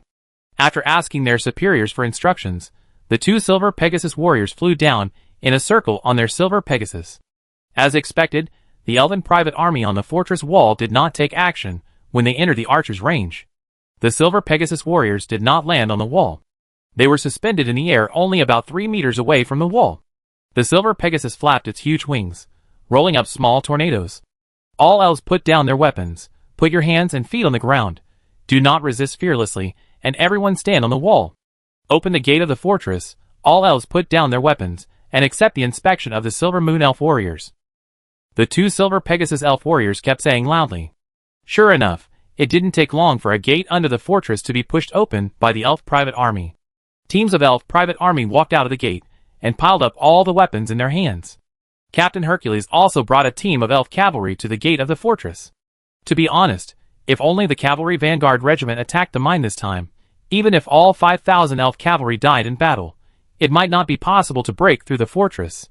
But now there is a group of Silver Pegasus warriors in the sky, so under the absolute power, the mine owner surrendered decisively, which shows that he knows the situation very well. Captain Hercules recaptured a mine without any effort. He rode his horse and stopped in front of the pile of weapons.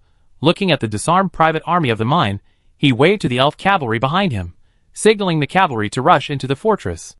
The elf cavalry behind him passed Captain Hercules and rushed into the fortress. Roy was also in the cavalry. He was still a member of the 10th Scout Team, so he had the priority to explore. Captain Jones led everyone on war horses and rushed into the castle gate. There were even a few fruit trees under the patio inside. This U-shaped fortress was full of life. Circles of internal corridors continued to extend upwards. There were some clotheslines in the corridors, and some blood-stained bandages were hung on them. Some half-blood elf women showed their heads from the terrace one after another, looking at the group of elf cavalry in front of them with great trepidation. There were even some wounded people lying in the corridor on the ground floor, and the fortress was in a mess. It was the first time for Roy to enter such a fortress with strong elements of life. He followed Captain Jones to the second floor quickly. The rooms here looked like some dormitories, with 2 single beds with upper and lower bunks. Some weapons were hung on the walls, and there were some commemorative magic materials. Roy followed Captain Jones's example, and drove the elves out of the room. He let these elves stand in the corridor, and silently endured the interrogation of the cavalry vanguard. Roy had been looking for the entrance to the mine, but in the inner courtyard, there were only 2 wells, and some green plants. Roy did not find the entrance to the mine. Logically, for a mine like this, the entrance to the mine must be quite large. But now, Roy did not find the entrance to the mine at all. On the second floor of the fortress, all the female elves in these rooms were driven out, and almost every room was messed up. Your mine owner has declared surrender. Now don't move. Everyone wait where you are. If anyone does not follow our rules, we will put the troublesome elves in an iron cage, and even more serious ones will be killed without mercy. Captain Jones kicked open a wooden door, and the half-elf lady inside was so scared that she stuck to the wall. These elven ladies should be servants. Roy rushed to the corridor, and saw that it was crowded with elven women. There were still many elven warriors standing in the first floor patio. Some elven knights had already started to count the number of elves in the mine. Roy followed Captain Jones to the third floor, where the room environment was slightly better. There was only 1 bed in each room, and some furniture for daily life. Although these rooms were very simple, at least they had independent and private rooms. The elf servants living in these rooms probably have a certain status in the fortress. Some elf servants didn't even realize what had happened outside. When they saw the elven cavalry rudely intruding, they screamed loudly. Then the Silver Moon elves had to find a way to control these elf servants. The entire mine fortress was in chaos. As a large number of knights from the cavalry vanguard entered the fortress, the mine was quickly controlled. Teams of elf captives all walked out of the fortress, and Captain Jones continued to conduct a carpet search of these rooms. Roy stood at the door of the room, and saw with his own eyes a group of elf warriors escorting a mine owner downstairs. Captain Jones searched a desk, and found a bag of orange-yellow unpolished gems. It seemed that these gems should have been found in the mine. Captain Hercules stood in front of the owner of the Grand Sam mine, looking at this pampered half-blood elf, stretched out his hand, and patted the mine owner's fat face, and said to him, "I heard that you have been secretly buying half-blood elves from the Plateau headhunters recently. As a miner in the mine, is there such a thing?" The owner of the Grantham mine felt his face was numb from being slapped. However, at this time, his life was in the hands of the other commander, and Grantham did not dare to resist. He forced out a bitter smile, and said to Captain Hercules, "I don't know about other mine owners, but I definitely don't have any here. How could I do those illegal things?" After that, the owner of the Grantham mine pretended to be very innocent, and said to Captain Hercules, "Sir, you and your soldiers came to my mine just to check these things?" Captain Hercules sneered. "Since we went directly to the plateau to capture you, it means that we have conducted some investigation on you." "I swear I didn't. Although I was slandered by other elves, I am not going to make these boring excuses. I welcomed you into the fortress in the hope of clarifying these misunderstandings," the owner of the Grantham mine said incessantly. After saying this, he took out a treasure chest from his magic waste bag, and carefully placed it at the feet of Captain Hercules. He looked at Captain Hercules' cold face carefully, and said with a smile, "This treasure chest is a box of gifts given to you because I admire you, sir." Captain Hercules didn't even look at the treasure chest under his feet. He raised his foot and stepped on it. Then he ordered the elf cavalry beside him, "Take him away, find a room to lock him up." "Yes, Captain." The 2 elf cavalry stepped forward, and took the owner of the Grantham mine away. Captain Hercules had a gloomy face, and led a group of elf cavalry to the top of the fortress. There was also a group of private soldiers from the mine waiting to be accepted. The Silver Pegasus warriors guarded the highest point of the fortress, and had completely controlled the situation here. Captain Hercules walked around the top of the fortress, and sighed to the adjutant beside him. "This fortress is built very solidly. And there is camouflage outside. If you don't know the details here, it's easy to overlook it." The adjutant echoed in a low voice. "First, detain all the people in the mine. We will officially take over here," Captain Hercules said. "Arrange some elf cavalry to stay in the room of the fortress, and find out how this mine works." "Yes, Captain." The adjutant agreed quickly. Captain Hercules pinched his eyes tiredly and asked the adjutant, "Have you found the half-elf miners?" "We haven't found the entrance to the mine yet, but we will probably have accurate news soon," the adjutant said quickly. At the same time, after searching the third floor, the 10th Reconnaissance Team did not continue to go up. Led by Captain Jones, the 10th Reconnaissance Team returned to the first floor, where a large group of elves from the mine gathered. The elves were lining up to walk out. Among these half-blood elves, there were more maids than servants. Everyone was in a state of panic, and some half-blood elf maids were even scared to tears. Captain Jones walked up to a half-blood elf who looked like a manager, asked him to stop, and asked him, "Where is the entrance to the mine?" Chapter 337. The 10th Reconnaissance Team surrounded a well in the inner courtyard of the fortress, and there were constant knocking sounds coming from the deep well. Roy found that there was indeed a large crane installed at the wellhead. On the crane was not a bucket, but a large wooden box with some residual or slag inside, which was placed next to the well. There was also an ore screening table not far away, and several warehouses connected together in the corridor. Through the open door of the warehouse, Roy could see mountains of raw gemstones placed in the warehouse. There should be a gem mine in the well, and the only means of transportation to the well is the wooden box on the crane arm. Whether it is to put the elf miners down or to fish up the ore, it is almost all done with this wooden box. A mine manager elf with his hands tied stood at the edge of the mine, introducing to everyone how they contact the miners in the well. "We send the slaves we bought back to the well in wooden boxes, and we don't force them to dig out a certain amount of ore. Instead, we put this big wooden box into the well every night. We will send down as much food as the ore is lifted up. If the amount of ore is particularly small, the punishment mechanism will be activated, and the food put down will be halved.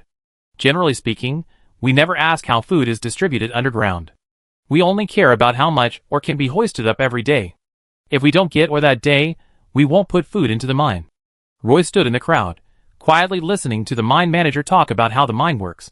No wonder the mine owner keeps buying some elf slaves to put into the mine.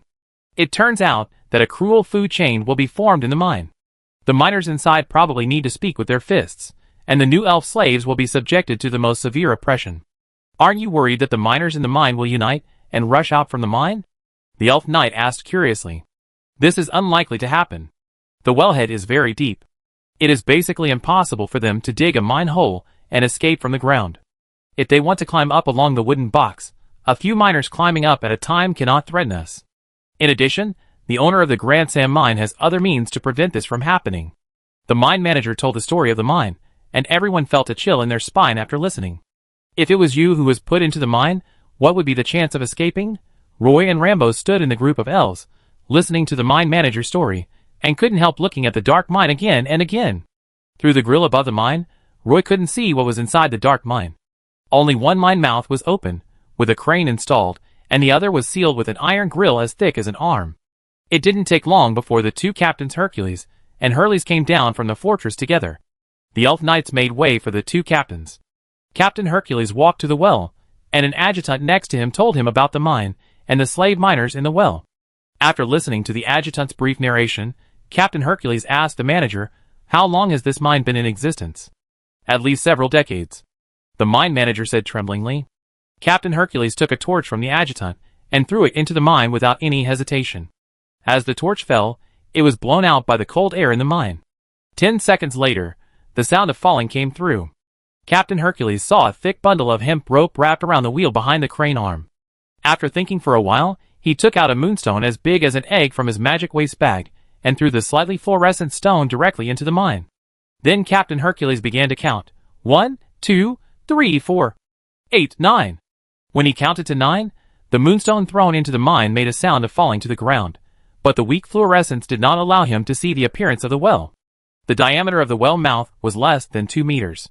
Captain Hercules turned his head and stared at the mine manager with sharp eyes, and asked, "Do you know where the first batch of slaves thrown in were brought back from?" The elf manager recalled seriously, and then said, "It should be the last period of the Battle of Queen Ivini Island. At that time, the Nadesi clan admitted defeat. They gave up the Queen Ivini Islands, and also threw some Grey Dwarf bandits on the island. I remember that a lot of Grey Dwarves were captured at that time, so that the prisons on the elf continent were not enough, and our boss bought a lot of Grey Dwarf slaves at that time. Later, it became increasingly difficult to buy these Grey Dwarf slaves, and they were not very honest in the mines, always trying to dig a tunnel to escape from the ground, So the boss bought a batch of elven prisoners from the Dark Moon Elf Kingdom and put them in the mine. Unexpectedly, the two forces fought each other in the mine, all for the right to distribute food at the mine mouth. In fact, the prisoners in the prison were not so easy to buy. There was a period of time when they were often out of stock. Later, the boss contacted a slave trader from somewhere. They would transport slaves of various races from the sea, including not only elves and dwarves, but also humans, orcs, lizard men and the like. This kind of slave trade didn't last long. Many armies of the Silver Moon Elves severely cracked down on the slave trade along the coast, so those slave ships didn't dare to come. Later, our boss got a stable source of slaves, and it lasted for a long time. Until 3 years ago, a large-scale riot broke out on the Partington Plain, and the Silver Pegasus Legion completely blocked the Partington Plain. Our channels for purchasing slaves were completely cut off. That period was the most difficult. We had no choice but to hire headhunters to capture the half-blood elves on the plateau. I can swear to the Moon Goddess that I have never captured elves outside the Pagisto Plateau. This place is not the territory of the Silver Moon Elves, so these half-blood elves cannot be considered as subjects of the Silver Moon Kingdom, so we have not offended you. The mine manager said a lot in one breath. He is a Silver Moon Elf, and no one knows how he ran to the mine on the Pagisto Plateau and became the manager here. Captain Hercules narrowed his eyes and looked at the manager, and asked coldly, "According to what you said, there are still 3 forces in the mine, the Grey Dwarves, the prisoners of the prison island, and the half-blood elves?" The steward wiped the sweat from his forehead. His hands were still shaking. Well, almost. There may be a 4th force, and maybe a 5th force. He did not dare to look at Captain Hercules, and turned his head to the side. "Captain Hercules, did Lord Swinburne give any instructions?" Captain Hercules raised his head, and asked the captain of the Silver Pegasus standing opposite. Captain Hercules smiled and said, "The original purpose of Lord Swinburne to launch this war was to rescue the half-blood elves on the plateau. Since some of the miners in the mine are innocent half-blood elves, our top priority is to think of a way to rescue them from the mine." Captain Hercules nodded, turned around and told the adjutant next to him, "Go find a rope ladder. It doesn't matter if it's a little long, but it must reach the bottom of the well and be strong. This kind of rope ladder is also a must-have in the cavalry vanguard." Soon the adjutant asked 2 elf cavalrymen to carry a large bundle of rope ladders. Captain Hercules asked his cavalry to lower the rope ladder and arranged a cavalry squadron to guard the well mouth, waiting for the miners in the well to climb out of the well. Captain Hercules walked to the well mouth with an iron fence, looked through the fence, and the well was also pitch black, so he also asked the mine manager, "What is hidden in this well? Why is the well mouth sealed with iron bars?"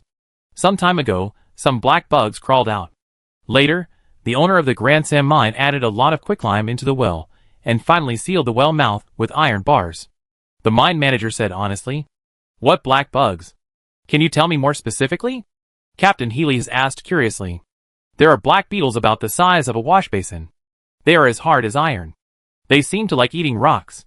Fortunately, we found them early, and we also stored some armor-piercing arrows. They were shot and killed as soon as they crawled out of the well. Later, the owner of the Grand Sam mine was worried that they would come back again, so he filled the mine with quicklime and sealed the well mouth with iron bars." The mine manager answered honestly. Captain Healy nodded and was about to leave the well. "We also dried a few black bugs and preserved them as specimens. Sir, would you like to take a look?" The mine manager chased after Captain Healy and said, "It's good to take a look." Captain Healy answered without any hesitation this time. Roy stood in the crowd and saw that the mine manager wanted to find some helpers, so he took the initiative to stand up and said to the mine manager, "If you need help, just tell me." "Thank you. Can you help me lift that thing?" the mine manager asked tentatively. "No problem." Roy walked out cheerfully. Lombard followed behind Roy and wanted to move forward. The mine manager said very kindly, "2 people are enough, and that thing is not too heavy after drying." Roy was shocked when he saw the dried black beetle. If no one told him that it was a huge beetle, Roy would definitely think it was a turtle. From the front, the shell looked more like a black turtle shell. Only when you turn it over and look at the belly side, you will find that there are long legs underneath. Roy took a closer look and found that it looked more like a large woodlouse.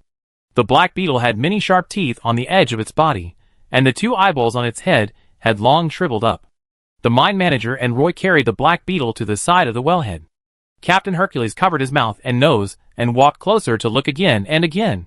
Captain Hercules also came over, and the 2 even exchanged glances in the middle. How could a dark creature run into the mine? Captain Hurley said with a serious face. Could there be a connecting passage in the mine? Captain Hercules looked a little unhappy, and he asked the mine manager, had these black beetles never crawled out since then? Never. The mine manager said firmly. It seems it is necessary to go down and take a look, Captain Hurley said. Before taking action, at least all the quicklime in the well must be dug out. Captain Hercules frowned and said. While the two were talking, a large iron cage was pushed over to the side of another well, and the ladder tied down from the well was shaking inexplicably. Something must have climbed up from the well. A group of elf cavalrymen drew their long swords from their waists, and pointed more than a dozen sharp blades at the well. After waiting for a long time, there was a very obvious sound, and even a very heavy gasp. A dry and dark hand was placed on the edge of the well. The nails on that hand looked like eagle claws, and the arm was also skin and bones. Then an old elf with unkempt hair and dirty face showed his head. He seemed to be almost exhausted from climbing, and his eyes were almost blurred into a line. He was not afraid of the long swords in front of him, and exposed his upper body to the well. It was obvious that he was an elf, but his body was extremely thin, and his ribs were clearly visible. He struggled to climb out of the well, then sat down on the stone floor beside the well, panting and raising his head, saying in a hoarse voice, I didn't expect that I could still live to see the color of the sky. The elf cavalry walked over with a wary look on their faces, dragged him lightly into the iron cage, and then asked him, Do you remember where your hometown is? The elf hesitated for a moment, and said, St. Margaret's City. Are you a prisoner? I used to be a mining slave for more than 60 years. The skinny old elf answered with difficulty, revealing a mouthful of rotten teeth when he spoke. Unexpectedly, the elf who asked the question took out an apple from his arms, threw it into the old elf's arms, and said to him, Answer my question well. The old elf couldn't wait to grab the apple, and started to eat it, ignoring the questions of the elf knight. How many elf slaves are there in the well? Roy thought that the old elf must have climbed up to explore the way.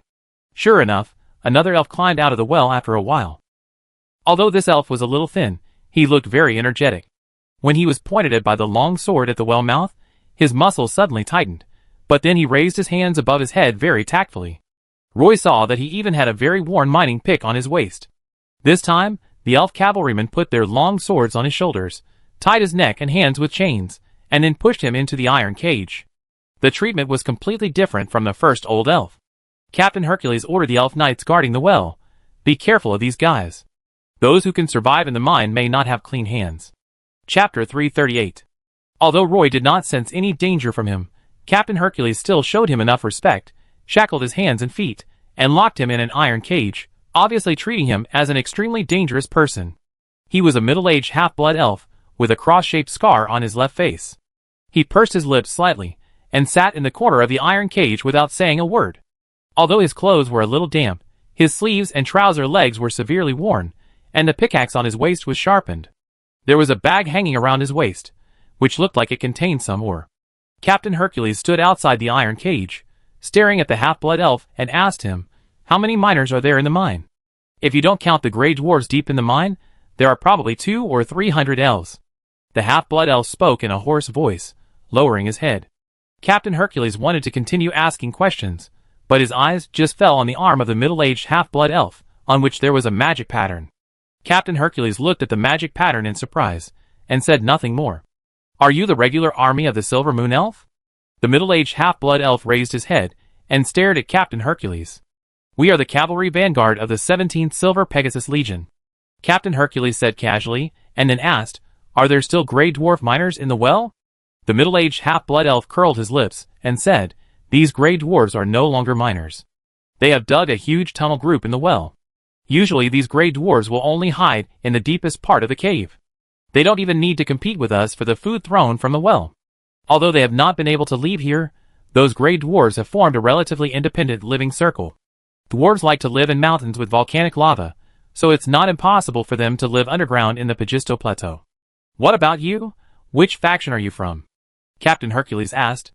The middle-aged half-blood elf raised his head and said, Since the mine has been continuously investing half-blood elf slaves, we half-blood elves have united to fight against the gray dwarf bandits and the group of dark moon elf prisoners. Captain Hercules handed a water bag and a piece of breadfruit to the half-blood elf, and said to him, Tell me about the group of prisoners in the well. The middle-aged half-blood elf held a fist-sized piece of breadfruit flesh, first put it under his nose to smell it, and then took a small bite. Feeling that there was nothing wrong, he took a big bite and swallowed it directly into his stomach. He pulled out the cork of the water bag and drank a sip of water, showing a very enjoyable look. Sure enough, the method of Captain Hercules was very useful. Originally, the middle-aged half-blood elf didn't want to talk anymore, but after he ate some breadfruit, he immediately became energetic and heard him say, "These prisoners came only later than those gray dwarves. At first, they controlled the entrance to the mine and controlled the distribution of food. Later, more and more half-blood elves came. All of us half-blood elves united and drove away the Dark Moon Elf prisoners in one fell swoop, successfully occupying the entrance of the mine." The old Dark Moon Elf, who climbed up first, curled up in a corner. He closed his eyes and enjoyed the sunshine, as if he didn't hear the words of the middle-aged half-blood elf at all. The third miner who climbed out of the mine turned out to be a Silver Moon Elf. He looked a little pale, wearing a clean set of clothes and a dagger on his waist. He poked his head out of the mine and looked at the long swords on the edge of the mine. He showed no fear. He smiled and said to the elf cavalryman, who pointed the sword at him, "Thank you for rescuing me from the mine. Are you a Silver Moon Elf?" Captain Hercules stood by the mine and looked at him. "My home is in Buenos Aires. I came to Padstow to sell magic herbs, but I was framed in the city and was sent directly to this mine by slave traders." The Silver Moon Elf said, "Give him a basin of water." Captain Hercules instructed an elf knight. The elf knight quickly brought a basin of water and placed a dry towel next to the basin. The Silver Moon Elf stood next to the basin, washed his face carefully, and then took an apple and a cup of warm fruit tea from the adjutant. "Besides the gray dwarves and prisoners, are there other forces under the mine?" Captain Hercules asked seriously. The Silver Moon Elf ate the apple in a few bites, and holding the cup of tea, Captain Hercules said, "Well, there are some lone wolves. They never join any party, and they mine or alone in the mine. Occasionally, they will give us or in exchange some food with us." The Silver Moon Elf explained. Then, the half-blood elf miners crawled out of the mine one after another.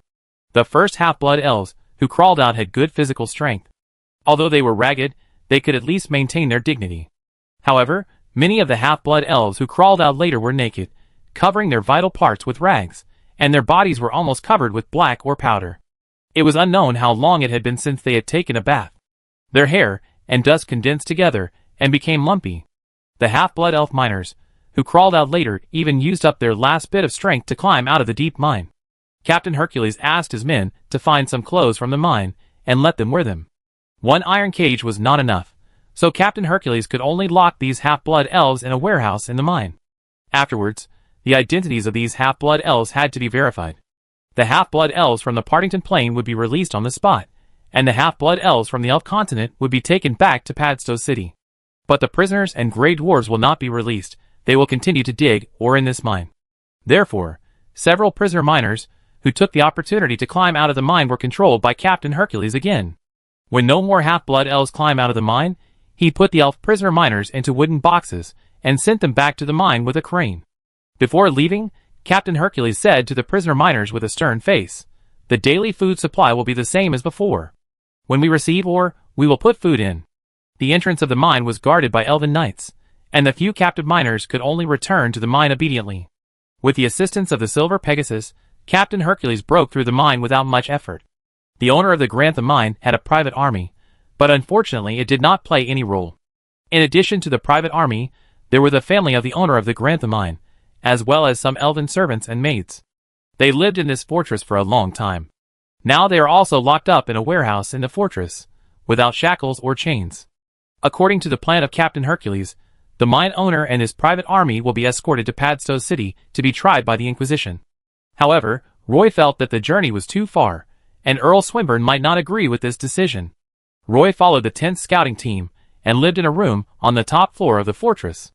The 10th scouting team also had a guard mission at night. Rambo did not follow Roy this time. Rambo stayed beside the mine shaft to help the officers of the Cavalry Vanguard Regiment identify the half-blood elves on the Partington Plain. Just as Roy guessed, there were indeed several forces under the mine. The first gray dwarf slaves who entered the mine seemed to have escaped the control of the mine owner because they found bacteria that could cultivate some mushrooms underground. After the gray dwarves solved the food problem, they dug the mines in a complicated way and hid deep in the mines. They rarely rushed to the exit of the mines to compete with the elves for resources. The half-blood elf slaves were the most powerful because in the past 10 years, the owner of the Grand Sam mine had been continuously putting half-blood elf slaves into the mines. The continuous release of half-blood elf slaves led to the fact that the half-blood elf slaves under the mines had the greatest power. These guys occupied the entrance of the mine and controlled the distribution of food in the mine. The Dark Moon Elf prisoners were a group of robbers. They were the smallest in number, but they were the strongest in the mine. The prisoners usually hid deep in the mine. They would only run to the entrance of the mine when they were short of food. Occasionally, they would exchange or for food. More often, these prisoners would rob the half-blood elf slaves in the mine.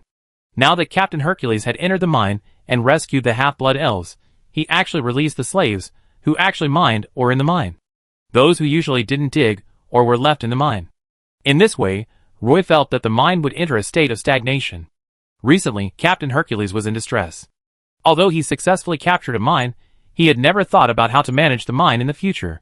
Earl Swinburne required that the mine be able to operate normally, so that the cavalry vanguard could rush to the next mine.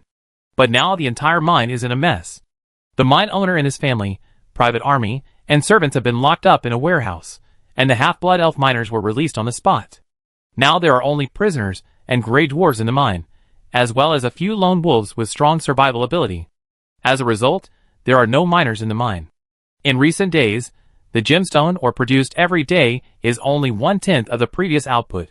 Roy was also preparing to follow the cavalry vanguard to capture a mine, but after waiting for nearly a week, the cavalry vanguard was still trapped in this mine fortress, and Captain Hercules could not escape at all. Captain Hercules took the Silver Pegasus warriors out to find other mines. The owner of the Grantham mine was locked in the warehouse. He had 2 hours of activity time every day. Every time he went out for a walk, the mine owner would observe the cavalry vanguard in the mine and look at the piles of gemstones in the yard. These days, the pile of gems in the yard has not grown, which makes the owner of the Grantham mine think of the problem. Captain Hercules sat on a chair and asked the adjutant beside him, "Has the output of gems in the mine increased today?" "Not yet," the adjutant replied. "Is there any news from Earl Swinburne? It is estimated that only by throwing prisoners from Parham Island into the mine can the output of gems in the mine be increased." Captain Hercules said, then he scratched his hair and said distressfully, "I don't want to stay here for the rest of my life and be a mine owner." Knock, knock, knock. There was a knock on the door, and an elf knight came in from outside and said to Captain Hercules, "Captain, the owner of the Grantham mine wants to see you." Captain Hercules waved his hand impatiently, and then said, "No, keep an eye on him, don't let him escape." "Yes." The elf knight turned around and was about to go out. But when the elf knight walked to the door, Captain Hercules called him again. "Wait. Let him in. I want to hear what he has to say." Afterwards, the owner of the Grantham mine was brought to the presence of Captain Hercules by the elf knight. The mine owner had lost a lot of weight in the past few days, and his eye sockets were black. He walked into the room and went straight to Captain Hercules. "Captain, can I talk to you alone?" the owner of the Grantham mine said humbly. Captain Hercules sat up straight and glanced at the adjutant. The adjutant understood and walked out, closed the door, and stood guard outside. The owner of the Grantham mine walked a few steps closer and whispered to Captain Hercules, "Captain, if you can let me leave the Pagisto Plateau, I can give you the most valuable batch of gems in my storage. There are a total of 15 boxes of these high-quality gems." Captain Hercules shook his head. The owner of the Grantham mine wiped the sweat off his face. He knew that he didn't have much time left. Obviously, the first condition failed to impress the captain. He thought about the trump card in his hand, gritted his teeth, and said, "I have several boxes of excellent quality magic weapons hidden in Castletown City. I can give these boxes of excellent quality magic weapons to you." Captain Hercules still shook his head and said, "I am sitting here, representing the entire Hercules family. I don't think those gems and magic weapons can be of any use to me." Grantham mine owner's face became even uglier. He secretly glanced at Captain Hercules, and couldn't think of anything else that could impress the captain. "Grantham mine owner, the mine is almost stagnant now.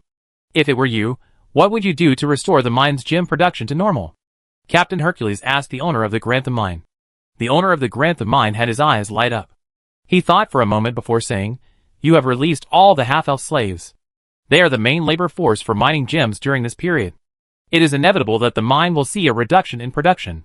If you want the mine to temporarily restore the gem production, there are actually some ways, but these methods cannot last too long.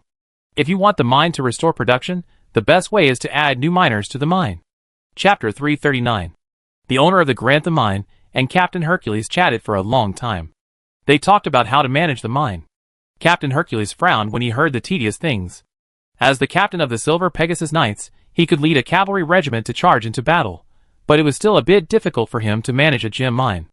After a few simple words, the owner of the Grantham mine found that Captain Hercules seemed to be reluctant to manage the mine, so he described the daily work of the gem mine in more detail. Captain Hercules frowned frequently, and his initial patience was soon exhausted. He waved his hand in annoyance, and the adjutant immediately sent the owner of the Grantham mine away. Captain Hercules put the quill pen in his hand into the ink bottle, looked at the messy notes on the desk, and said to the adjutant, "Go and invite the captains." "Yes, Captain." Soon, the captains of the various teams walked into Captain Hercules' room one after another. These captains knew that the captain was in a bad mood recently, so no one spoke first to avoid bad luck. The room seemed a bit dull. The Cavalry Vanguard Regiment had 9 captains, 8 cavalry battalions, and an independent reconnaissance battalion. The reconnaissance battalion was independent of the 8 cavalry battalions, and usually did not need to perform combat missions. Their only mission was to conduct reconnaissance missions, and they were considered one of the most elite troops in the Cavalry Vanguard Regiment. However, the work of the reconnaissance battalion had been taken over by the Silver Flying Marxist Regiment recently, so the reconnaissance battalion was only responsible for the security and patrol missions around the mine in the past few days. Captain Hercules was looking at the map of the Pagisto Plateau on the wall. Captain Hercules of the Silver Pegasus Regiment had filled in many patterns in the blank areas of the map. In addition to several crisscrossing mountains, another mine was discovered 150 kilometers away from here. Now the Silver Pegasus Regiment has rushed to the mine over there, but Captain Hercules and the Cavalry Vanguard Regiment are tied here. This made Captain Hercules very depressed, because the team he led was obviously the Vanguard. "Captain, the captains are all here," the adjutant said at the door. Captain Hercules turned around and nodded to everyone. "Earl Swinburne ordered our vanguard to quickly occupy the Pagisto Plateau. Our next target is here." Captain Hercules pointed to the newly drawn red circle on the map and continued, "The Silver Pegasus warriors have discovered a second mine in this area. Captain Hercules has led the Silver Pegasus Regiment to rush there. But we can only defend the fortress of this mine, so I want to hear your ideas." The captains immediately straightened their chests and expressed their opinions to Captain Hercules. "Captain, please let our brigade go to the second mine." "Captain, since this mine has been controlled by us, I think it is completely unnecessary for all our cavalry brigades to stay here. As long as 1 or 2 brigades stay, the others can rush to the battlefield ahead." "Captain, can the logistics group take over this mine first?" Captain Hercules frowned and said, "I have communicated with the logistics department. The logistics group's personnel are currently almost distributed along the road from Padstow City to the plateau. They are temporarily unable to take over this mine. Who of you wants to stay here? The fortress here is built like a large prison, and the atmosphere is a bit depressing.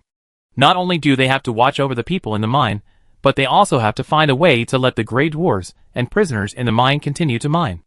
The captains all saw how upset Captain Hercules had been these past few days, so no one was willing to take on this tough job. None of the captains spoke, and some elves even looked away, looking down at their toes. The room fell silent again. Captain Hercules' face was frighteningly gloomy. The captain of the 3rd Brigade felt that if they continued to remain silent, everyone might have to bear the wrath of Captain Hercules. He made up his mind, took a half step forward, and said to Captain Hercules, "Since we are going to the second mine to perform combat missions, and the current reconnaissance mission has been completely taken over by the Silver Pegasus Legion, otherwise let the reconnaissance brigade stay." "Captain Ulysses, what do you mean by that?" Captain Yalig of the reconnaissance brigade immediately asked in a low voice. "Master Hercules, I think what Captain Ulysses said makes a lot of sense." The other captains rushed to speak. Captain Hercules set his eyes on Captain Yalig. It was settled that the reconnaissance brigade of the Cavalry Vanguard Regiment would stay at the first mine and temporarily take full charge of the mine. The other cavalry brigades began to prepare for evacuation that night.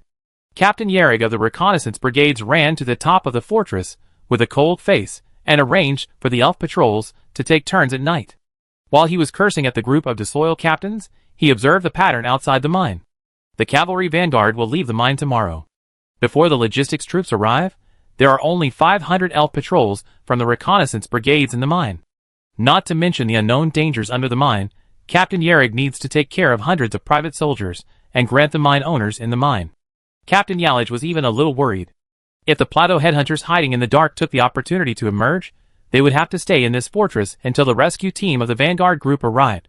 According to the information provided by the Silver Pegasus warriors, there could be no plateau headhunters within a radius of 100 kilometers. But Captain Yalich felt that these plateau headhunters must have avoided the sight of the Silver Pegasus warriors. The sky gradually darkened. This mine fortress was built on the north slope of the mountain, and night fell half an hour earlier than on the south slope. Captain Yarrig's gloomy face almost blended with the shadow of the wall. In view of the good performance of the Grantham mine owner, Captain Hercules asked his adjutant to arrange for him and his family to stay in a room on the 3rd floor. When the elf patrols of the reconnaissance team heard that they had to stay to guard the mine, they also complained privately that if they lived in this prison-like mine for a long time, their psychology might become a little distorted.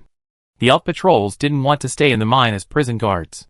But since it was the order of Captain Hercules, he could only accept it. After hearing about this, Rambo came over and talked to Roy for a long time. Normally, the two of them should follow the cavalry brigade to the front line. In fact, Rambo had not heard that there was a mine there. Roy had no complaints about this. In fact, he didn't want to go around the mines one by one. The mines here were already very chaotic, almost a lawless place. The death of an elf in it might be as simple as drinking water. Almost all the half-blood elf slaves in this mine, who could crawl out of the mine, have already come out. Staying here in the mine, at least it will be quieter. This mine is rich in a kind of spinel with red fine lines. It is said that the best spinel is called blood essence, which can contain powerful magic power, and is the top material for making top-grade magic wands. Because the Partington Plain has been closed in recent years, merchants outside cannot go to the Pagisto Plateau to trade magic gems, so each mine actually hoards a large amount of gemstones. In the warehouse of this mine, the raw gemstones are piled up like a small mountain. Roy's 10th scouting team is responsible for guarding several warehouses where the mine stores stones. Tonight, Roy and 2 elf patrolmen from the 10th scouting team are on duty outside warehouse number 2. The yard of the mine is brightly lit. The elf cavalrymen of the cavalry brigade are preparing for tomorrow's departure. There is also a group of elf patrolmen shaking the crane arm. They need to pull up the large wooden box under the mine. In the evening, some food in the wooden box fell into the mine. After nearly an hour, 4 elf patrolmen decided to pull the wooden box up from the mine. There should be some or pulled up at the same time. Roy stood at the door of the warehouse, staring at the rope of the cantilever with great curiosity. The 4 elf patrolmen pulled the wooden box up with great effort, but unfortunately, there were no valuable gems in the wooden box except some useless rocks. It was obvious that the Grey Dwarves and prisoners in the mine did not want to dig for gems. They took away the food in the wooden box and added stones to it, which was probably a protest. At least a few low-quality gemstones will be delivered every day, so now we just put some rotten stones. The 4 elf patrolmen complained in a low voice and lifted the wooden box aside. Roy found that the owner of the Grantham mine actually had the right to walk around. He even stood in the corridor on the 3rd floor for a while, before returning to the room under the watchful eyes of the elf patrolman. Roy was only responsible for the first half of the night. At night, the elf patrolmen of other reconnaissance teams came to take over, and Roy and his 2 companions returned to the room of the 10th reconnaissance team, washed up briefly, and went to bed. When he woke up the next morning, the cavalry brigade of the Cavalry Vanguard Regiment had already set out in a mighty manner. There was a lot of noise outside the fortress, with the sounds of people talking, whistles, and the neighing of war horses interweaving together, waking up Roy from his sleep early. Roy got up from the bed, put on his magic pattern suit in a hurry, and then walked out of the barracks. There were not many elf cavalry in the inner courtyard of the fortress. Everyone gathered outside the castle. Roy also walked out of the fortress gate at this time, and saw rows of elf cavalry lined up in neat rows, leaving the mine. Only the elf patrols of the reconnaissance brigade stayed at the mine. Everyone watched the elf cavalry leave eagerly. At night, when Roy was standing guard at the door of the warehouse, he saw the Grantham mine owner holding the railing of the corridor on the 3rd floor with both hands, looking towards the warehouse and the mine. There was still no harvest in the mine, but in order to punish the prisoners under the mine, the elf patrols did not leave any food. According to the ideas of these elf patrols, they were determined to teach the prisoners a lesson. If they were starved for a few days, maybe they would behave themselves. At this time, waves of screams and howls came from the bottom of the mine, making people a little upset. Roy stood at the door of the warehouse and felt a little annoyed. The elf patrol guards at the edge of the mine were even more impatient. In the end, they took down 2 door panels from somewhere and covered the exit of the mine, which stopped the strange screams.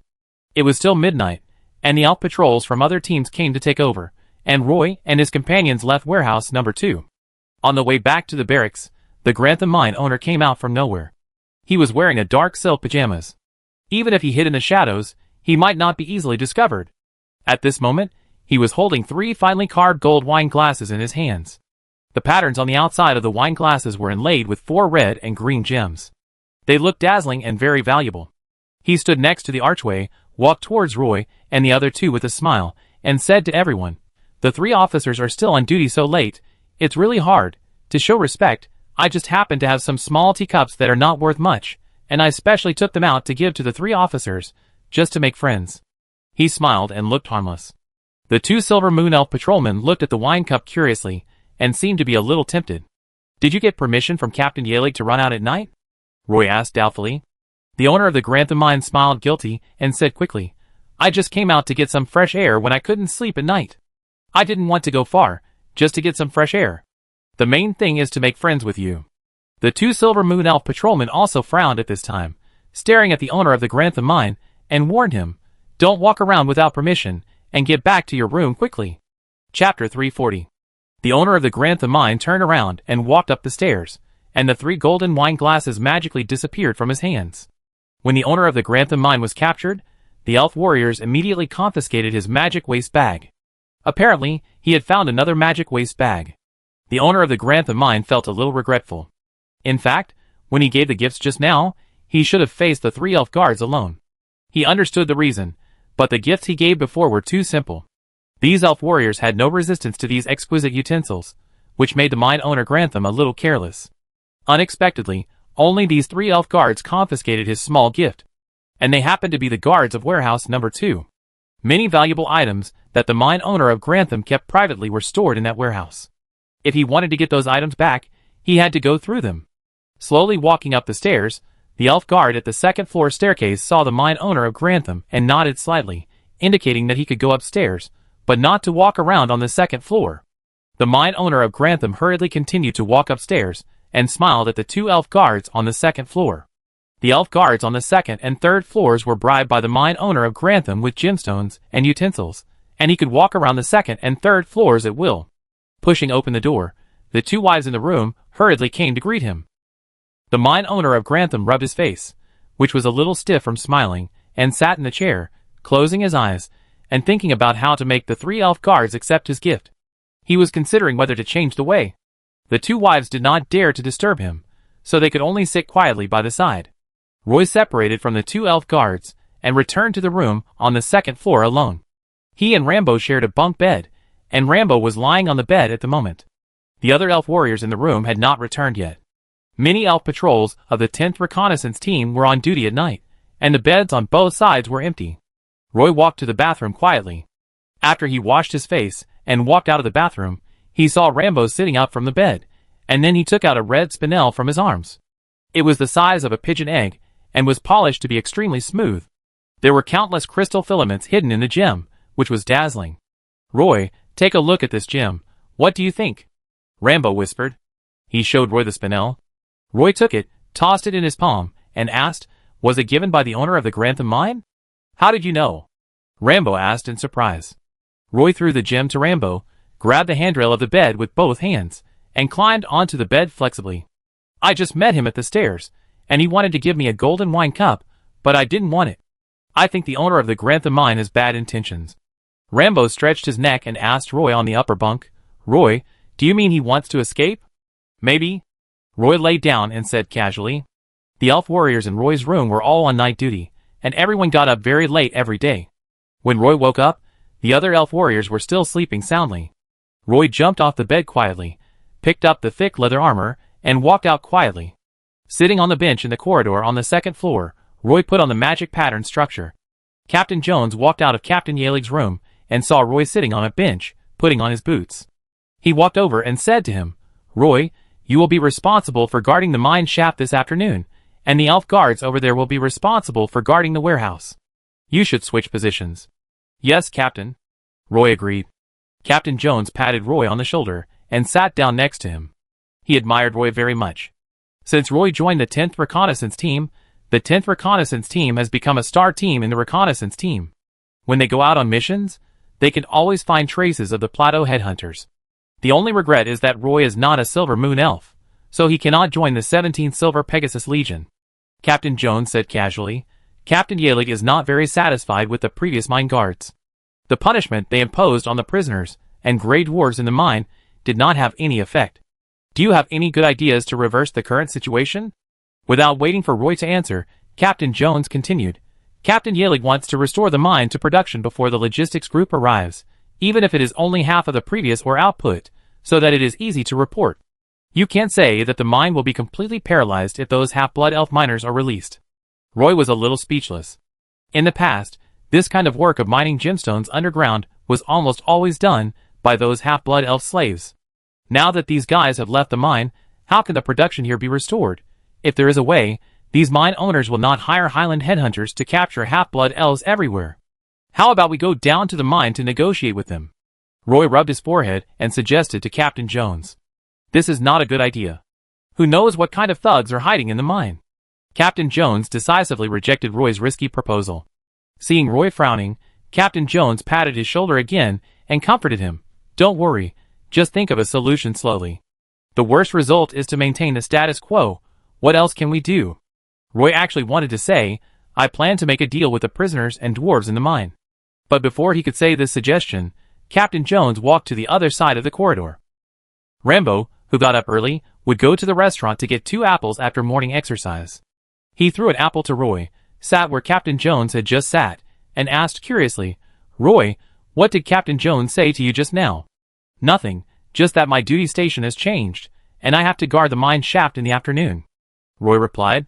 At lunch, Roy saw the 2 wives of the Grantham mine owner come out of the room, and the 2 elf ladies leaned against the pillars of the corridor on the 3rd floor to chat.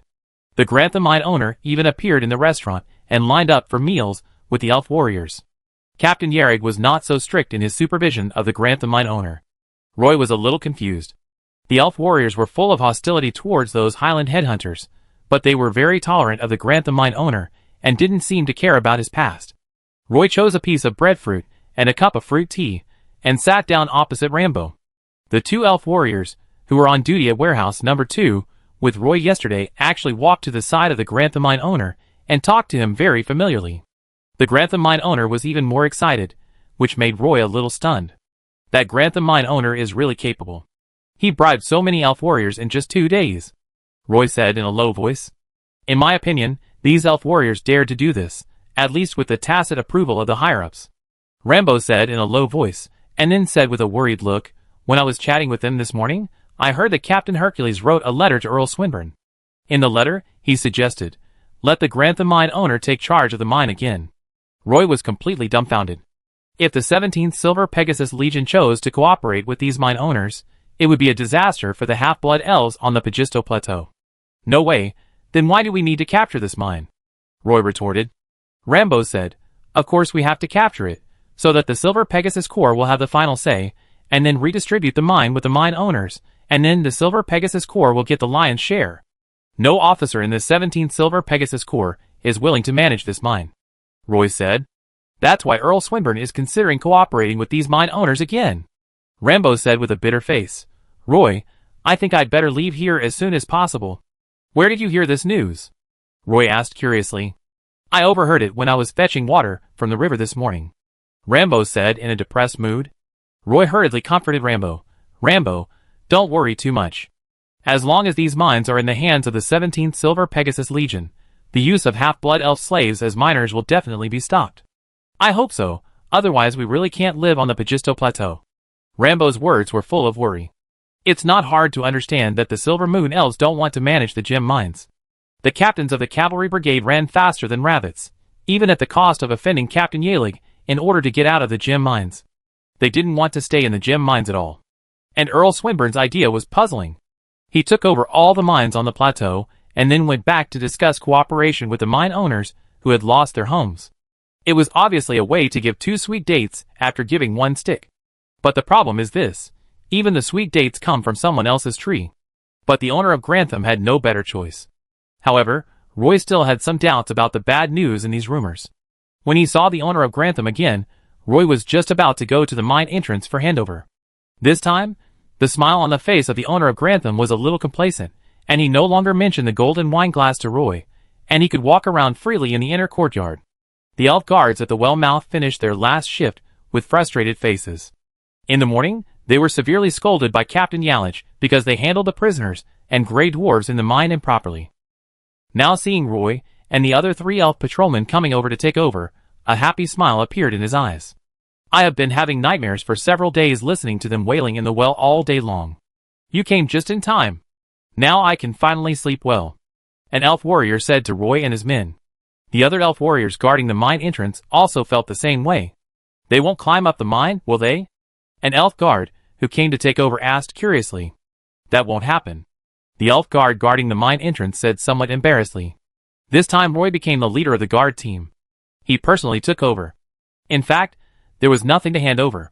He just casually talked about the basic situation of the mine entrance. Roy thought about the morning when Captain Jones asked him to find a way to get the prisoners and gray dwarves in the mine to continue working. Now that he thought about it, Captain Yared probably wanted to take a final gamble. If someone could manage the mine well, the Silver Pegasus Corps would not need to cooperate with the mine owners. Otherwise, Captain Jones would not have said so much to Roy in the morning. Roy knew that there were a lot of spinels in warehouse number 2. Although he didn't know the specific value of these gems, it didn't matter. Anyway, there were a lot of them. After the handover, Roy felt a gaze from upstairs falling on him. He subconsciously raised his head and saw the owner of the Grantham mine standing in front of the railing on the 3rd floor, staring at this place expressionlessly. When he noticed that Roy was looking up at this side, he immediately showed his 8 neat teeth and smiled at Roy. The crane arm next to the mine was more than 2 meters high, just enough to hang a rope down from the well mouth. A large wooden box was tied to one end of the rope.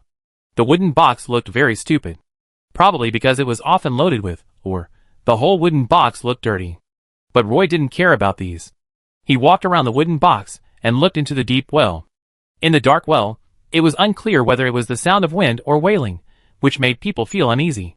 Roy found a piece of seaweed paper and wrote on it, "New notice, beer, apples, breadfruit, lemon slices, honey, and salt can be exchanged for gemstone ore. The exchange details are as follows: 12 pieces of low-quality gemstone ore can be exchanged for 1 apple," etc. Roy wrote very detailed on the seaweed paper. He even divided the gemstone ore into grades: low quality, medium quality, high quality, top quality, and rare. He didn't finish writing on a piece of seaweed paper. He wrote 2 pages in total. Roy pasted the 2 pages of seaweed paper on the wooden box, and then worked with 3 elf guards to send the wooden box to the mine. After waiting for about half an hour, Roy finally lifted the wooden box from the mine. Sure enough, there were several piles of gemstones in the wooden box. Roy ran to the warehouse where the mine workers were detained, called a half-blood elf who specialized in screening gemstones, and asked him to classify these piles of gemstones. There was nothing to classify. They were all the lowest quality gemstones, and the requirements were written under each pile of gemstones. After the gemstone mines were screened, Roy went to the cafeteria to get some apples and breadfruits, sorted them into wooden boxes, and then put the boxes back into the mine with 3 elf guards. It was dark after all this process. Feeling that the rope of the crane arm was no longer tight, the wooden box finally fell steadily into the mine. Roy didn't know how the prisoners in the mine distributed the food, but at least the wailing disappeared, and then there was a cheer from the mine. The next day, more high-quality ores were also sent up, and Roy once again sent the prepared fruits and honey to the bottom of the mine according to the details on the exchange list. Chapter 341. The mine strike that had been going on for several days was broken down by Roy's clear price. Roy didn't care what the situation was like below, nor how the elf prisoners and the gray dwarves were fighting. He just needed to fill the wooden box with gem ore, and then he would send fruits and honey to the bottom of the mine according to the food list under the gem ore. Roy even nailed a wooden board on this large wooden box, on which he wrote "Underground Supermarket" with dye. Low-quality ores may require a large pile to exchange for a green apple, while high-quality ores will have a significantly higher price on the price list, and can also be exchanged for other fruits. Top-quality spinel ores can even be exchanged for a small cup of honey. On the 3rd day, the big wooden box was hoisted up again, and the ores inside were clearly arranged in categories. Each pile of ore had an indication of what it was to be exchanged for, and low-quality ores and high-quality ores were clearly separated.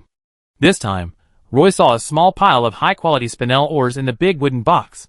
The color was as bright as coagulated blood, and the crystals contained countless filaments. They were piled in the most conspicuous position in the wooden box, and underneath was a palm-sized piece of tattered leather, on which was written 10 cups of ale. According to the price list, only top-grade spinel ore can be exchanged for beer. Roy took the ores to the old elf, who was responsible for identifying the gem mine. The old elf looked very thin, with a big head on a thin neck and sunken cheeks, which made his eyes look big. It was unknown how many years he had lived in this mine. His hands were covered with calluses, and his nails were not trimmed for a long time, shaped like chicken claws. The old elf's eyes fell on a spinel ore. He kept sliding his fingertips on the ore, almost putting the ore on a lantern, letting the white light pass through the dark red crystal filaments like jelly, and said to Roy, "Master Guard, this is a top-grade spinel ore. Look at the exposed side. The gem is dark red like jelly, and the crystal filaments inside are so fine. It is a rare top-grade ore." Then the old elf said to Roy, "This kind of high-quality ore is not much in the vein, and it is not easy to be mined. When the mine was operating normally before, this kind of spinel ore would only produce a few pieces a day." After saying that, he hunched over and took Roy into warehouse number 2, where a large amount of unprocessed spinel ore was stored. These spinel ores were neatly stacked in wooden boxes, like a series of high walls. The old elf reached out and patted the wooden boxes, and said to Roy, "These are all low-quality spinel ores, the largest number in the warehouse. There are also some medium-quality spinel ores over there, probably dozens of boxes. For this kind of high-quality spinel ore, the owner of the Grantha mine has only accumulated less than 4 boxes in the past 2 years." The old elf walked to the end of warehouse number 2 and stopped in front of a large wooden box. He stretched out his bony hands and pushed the lid of the box hard. "I'm old now. I can't even push this kind of lid. Help me open it," the old elf said to Roy while lifting the lid of the box. Roy helped him open the lid of the box. It was filled with various irregular high-quality spinel ores, each of which was as crystal clear as jelly. "If this thing is polished, its value may be even higher," Roy thought to himself. No wonder he saw the owner of the Grantha mine wandering around the door of warehouse number 2 that night. It turned out that there were so many good things stored in the warehouse. After leaving warehouse number 2, Roy found Captain Jones and reported to him the output of the mine today, and then told him about the fruits and beer that needed to be supplied to the prisoners and grey dwarves under the mine. Roy could get the fruits at the canteen, but the beer needed special approval from Captain Yaelig. Alcohol was prohibited in the Elven army, so there was no beer in the cavalry vanguard. Although there is no one in the vanguard corps, there is a special wine cellar in the basement of the mine, which stores more than a dozen barrels of beer. These are all sealed spoils of war.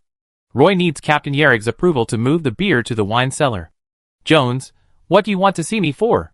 Captain Yareg is reading a list. "The logistics regiment will arrive at the mine fortress tomorrow. He needs to prepare the list of supplies at the mine before the logistics regiment arrives, and then hand it over to the logistics regiment together with the Grantha mine owner and his private army. At that time, how to transport them from the Padstow Plateau to the city of Padstow is the business of the logistics regiment. Before that, Captain Yareg had to check the supplies at the mine."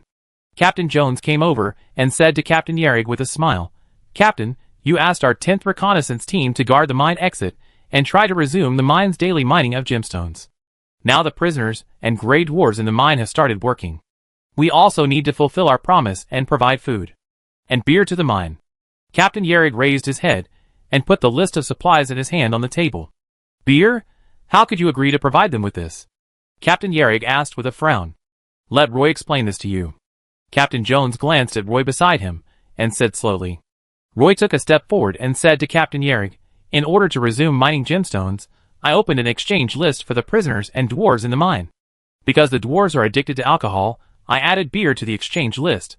I hope Captain Yareg can agree that I can use the beer stored in the mine cellar."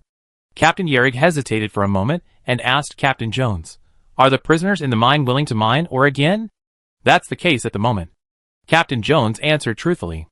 "Then what are you waiting for? Go get the beer out of the cellar and let those grey dwarves work hard underground." After Captain Yareg finished speaking, he tore off a note, signed his name on it, and wrote a line of words. "Captain Jones of the 10th Reconnaissance Team is going to the cellar to get a barrel of beer. Please cooperate with the guards.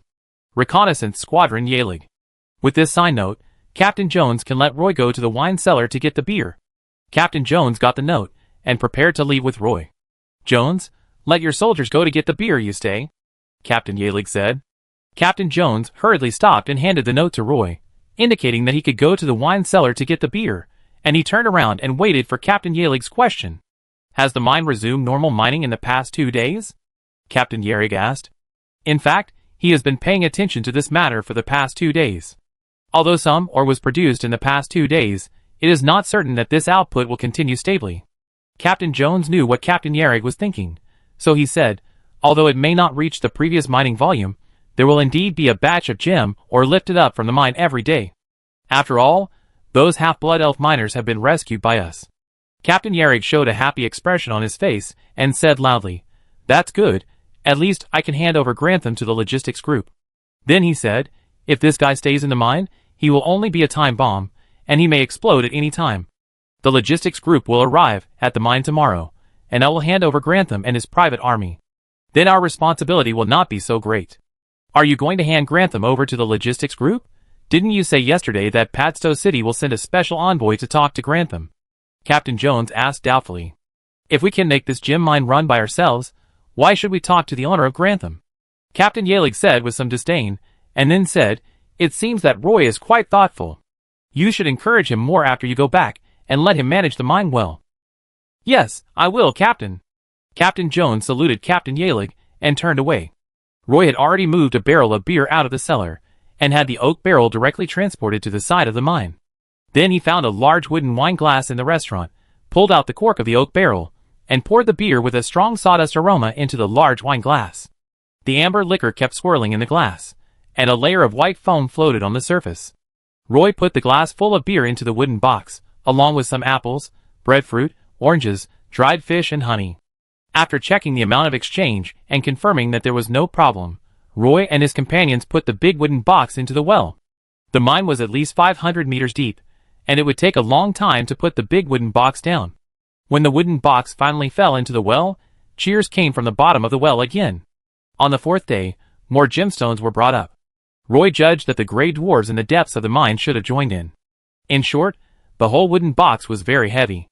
If it weren't for the labor-saving crane, Roy and his team would not be able to lift such a big box directly up. As the gemstones continued to emerge from the mine, the logistics team of the Silver Pegasus Legion also arrived at the mine. This time, it was still led by Captain Berkeley. He arrived at the mine with a large amount of necessary supplies, and went to see the private soldiers in the mine who were locked up in the warehouse. He needed to ensure that the private soldiers in the mine would not riot midway. The spirits of the elven private soldiers in the warehouse were somewhat depressed. They crowded together and sat quietly in the warehouse. Captain Berkeley entered the warehouse accompanied by Captain Yerrig. He saw that there were more than 200 private soldiers sitting densely in the warehouse, which made Captain Berkeley frown again and again. The number of these elven private soldiers exceeded his expectations. His logistics team had less than 200 people. Now it was dangerous to escort these mine private soldiers back to Padstow City. Captain Yerrig looked at the group of disarmed elven warriors, and couldn't help but lean close to Captain Berkeley's ear and whispered, Since this side can operate normally, take them back to Padstow City. Captain Berkeley gritted his teeth. He couldn't avoid this, so he could only bite the bullet and said, We will set off tomorrow. If you have any special supplies for us, please give me a list before we set off tomorrow. Captain Berkeley was afraid that the night would be too long and there would be some unexpected changes. So he proposed to take the Grantham mine owner and his private army to Padstow tomorrow. Seeing that Captain Berkeley was in such a hurry, Captain Yerrig thought about it, and added another item to the list full of requirements. Captain Yerrig said to Captain Berkeley, Then bring a few more barrels of beer, rum, or anything else. Although Captain Berkeley was a little hesitant, he still agreed, Oh, that's no problem, but you need to provide a reason to apply for alcoholic beverages, otherwise the Commander-in-Chief will not approve it. Captain Yerrig said, These beer and rum are for the gray dwarves in the mine. Only by giving them alcohol can they mine gemstones. Make sure to write this reason down on the material application form. Captain Berkeley reminded Yalage again. In the warehouse that night, the private soldiers of the mine who were confined here sat obediently on the floor, waiting for the Silver Pegasus Legion's decision. These elf warriors sat together in a circle, with some simple food in front of them. Except for the lack of freedom, everything else is fine. Just as everyone was eating in silence, the door of the warehouse was pushed open from the outside. The owner of the Grantham mine walked in with a gloomy face. He was wearing a fur coat and looked very imposing. After the owner of the Grantham mine walked in, a group of elf warriors stood up one after another. They surrounded the owner of the Grantham mine and asked about the current situation.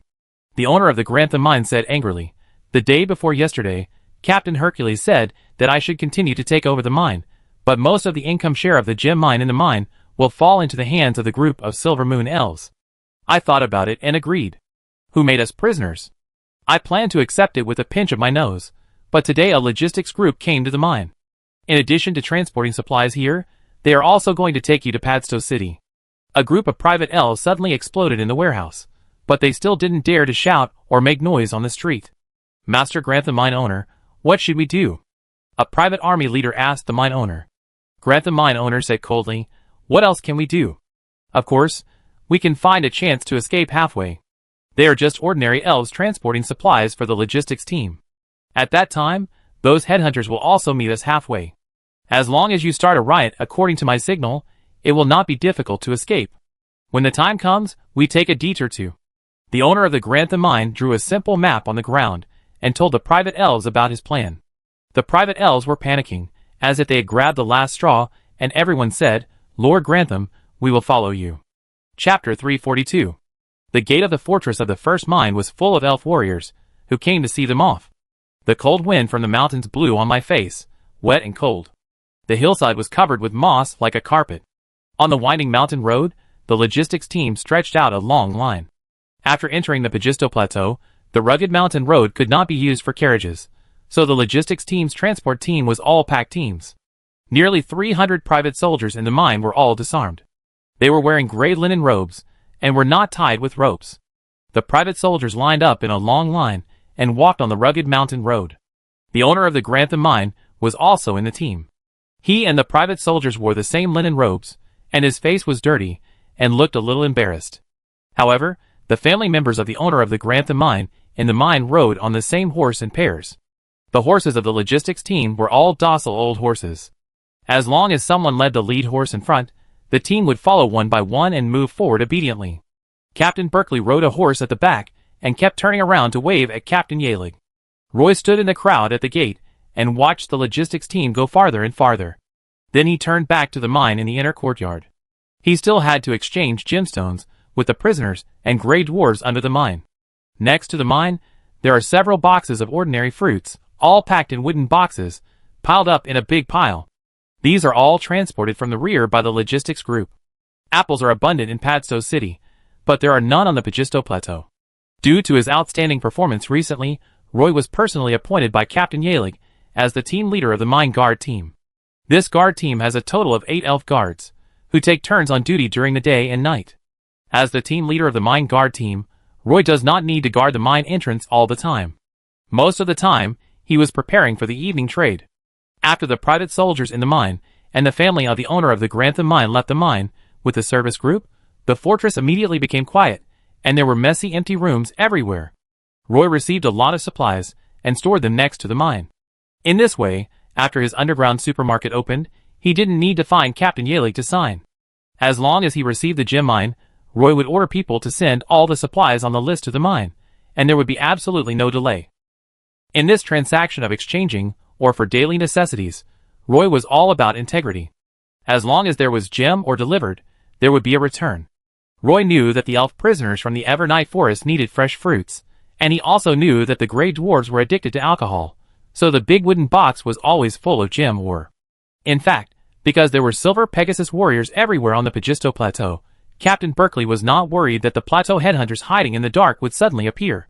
If they really dared to run out, they only needed to fire a magic flare into the air, and soon the silver Pegasus warriors would rush over. However, the logistics group did not take away much spinel ore this time, and a large amount of ore was still in the mine's warehouse. After the logistics group left, the cavalry vanguard group soon received news of the battle situation on the front line. Roy thought that after the cavalry vanguard group arrived at the mine, the Silver Moon Elf army would capture the mine with great momentum. But the battle report sent back from the front line surprised all the elf warriors of the reconnaissance brigade. The cavalry vanguard group's battle to capture the second mine did not go smoothly. The owner of the second mine was very foresight when building the fortress. He installed 8 sky-shooting crossbows at the 4 corners of the fortress's top wall. It was these sky-shooting crossbows that prevented the silver Pegasus warriors from approaching. At the same time, the mine was built very solidly. As long as the gate of the fortress was tightly closed, the cavalry vanguard regiment would not be able to break into the fortress for a while. The Cavalry Vanguard Regiment raided the second mine with only a small amount of supplies. A large amount of supplies are currently stored in the warehouse of the first mine, and the logistics group also sent a large amount of war supplies, which must be delivered to the battlefield in time. The owner of the second mine not only maintained a private army of nearly 600 elves, but also mobilized nearly 500 half-blood elf miners from the mine. These armed forces stood guard on the city wall day and night. Captain Hercules could only stand on the hillside and feel the cold wind. After learning that the owner of the Grantha mine and the private army of the mine had left the mine with a follow-up group, he ordered Captain Yalage to dispatch 300 elf warriors from the reconnaissance brigade to rush to the battlefield with a large amount of supplies. Captain Hercules was even prepared to make a long-term siege of the second mine. At the mine fortress, Captain Hercules decided to leave several reconnaissance teams to guard the mine. After Captain Yalage received the transfer order from Captain Hercules, he quickly called a meeting with the captains of the reconnaissance teams. I believe everyone has already known that our Cavalry Vanguard group is not doing well on the battlefield ahead. The mine owner of that mine launched a counterattack against the Cavalry Vanguard group. Captain Hercules hopes that we can take these supplies and quickly reinforce the battlefield ahead. This matter cannot be delayed. We will take these supplies and set off tomorrow morning to the battlefield ahead. Of course, more than half of the reconnaissance teams in front of me will leave here. The remaining elf teams will not only guard the mine, but also be responsible for maintaining the normal operation of the mine. Next, I will read out the names of the captains of the remaining teams. Captain of the 7th team. Captain Jones of the 10th team. Captain of the 14th team. The elf captains whose names were called stood up one after another, with subtle bitterness on their faces. No one wanted to stay in the mine, and they all thought that it would be the best job if they could follow Captain Yalig to the battlefield.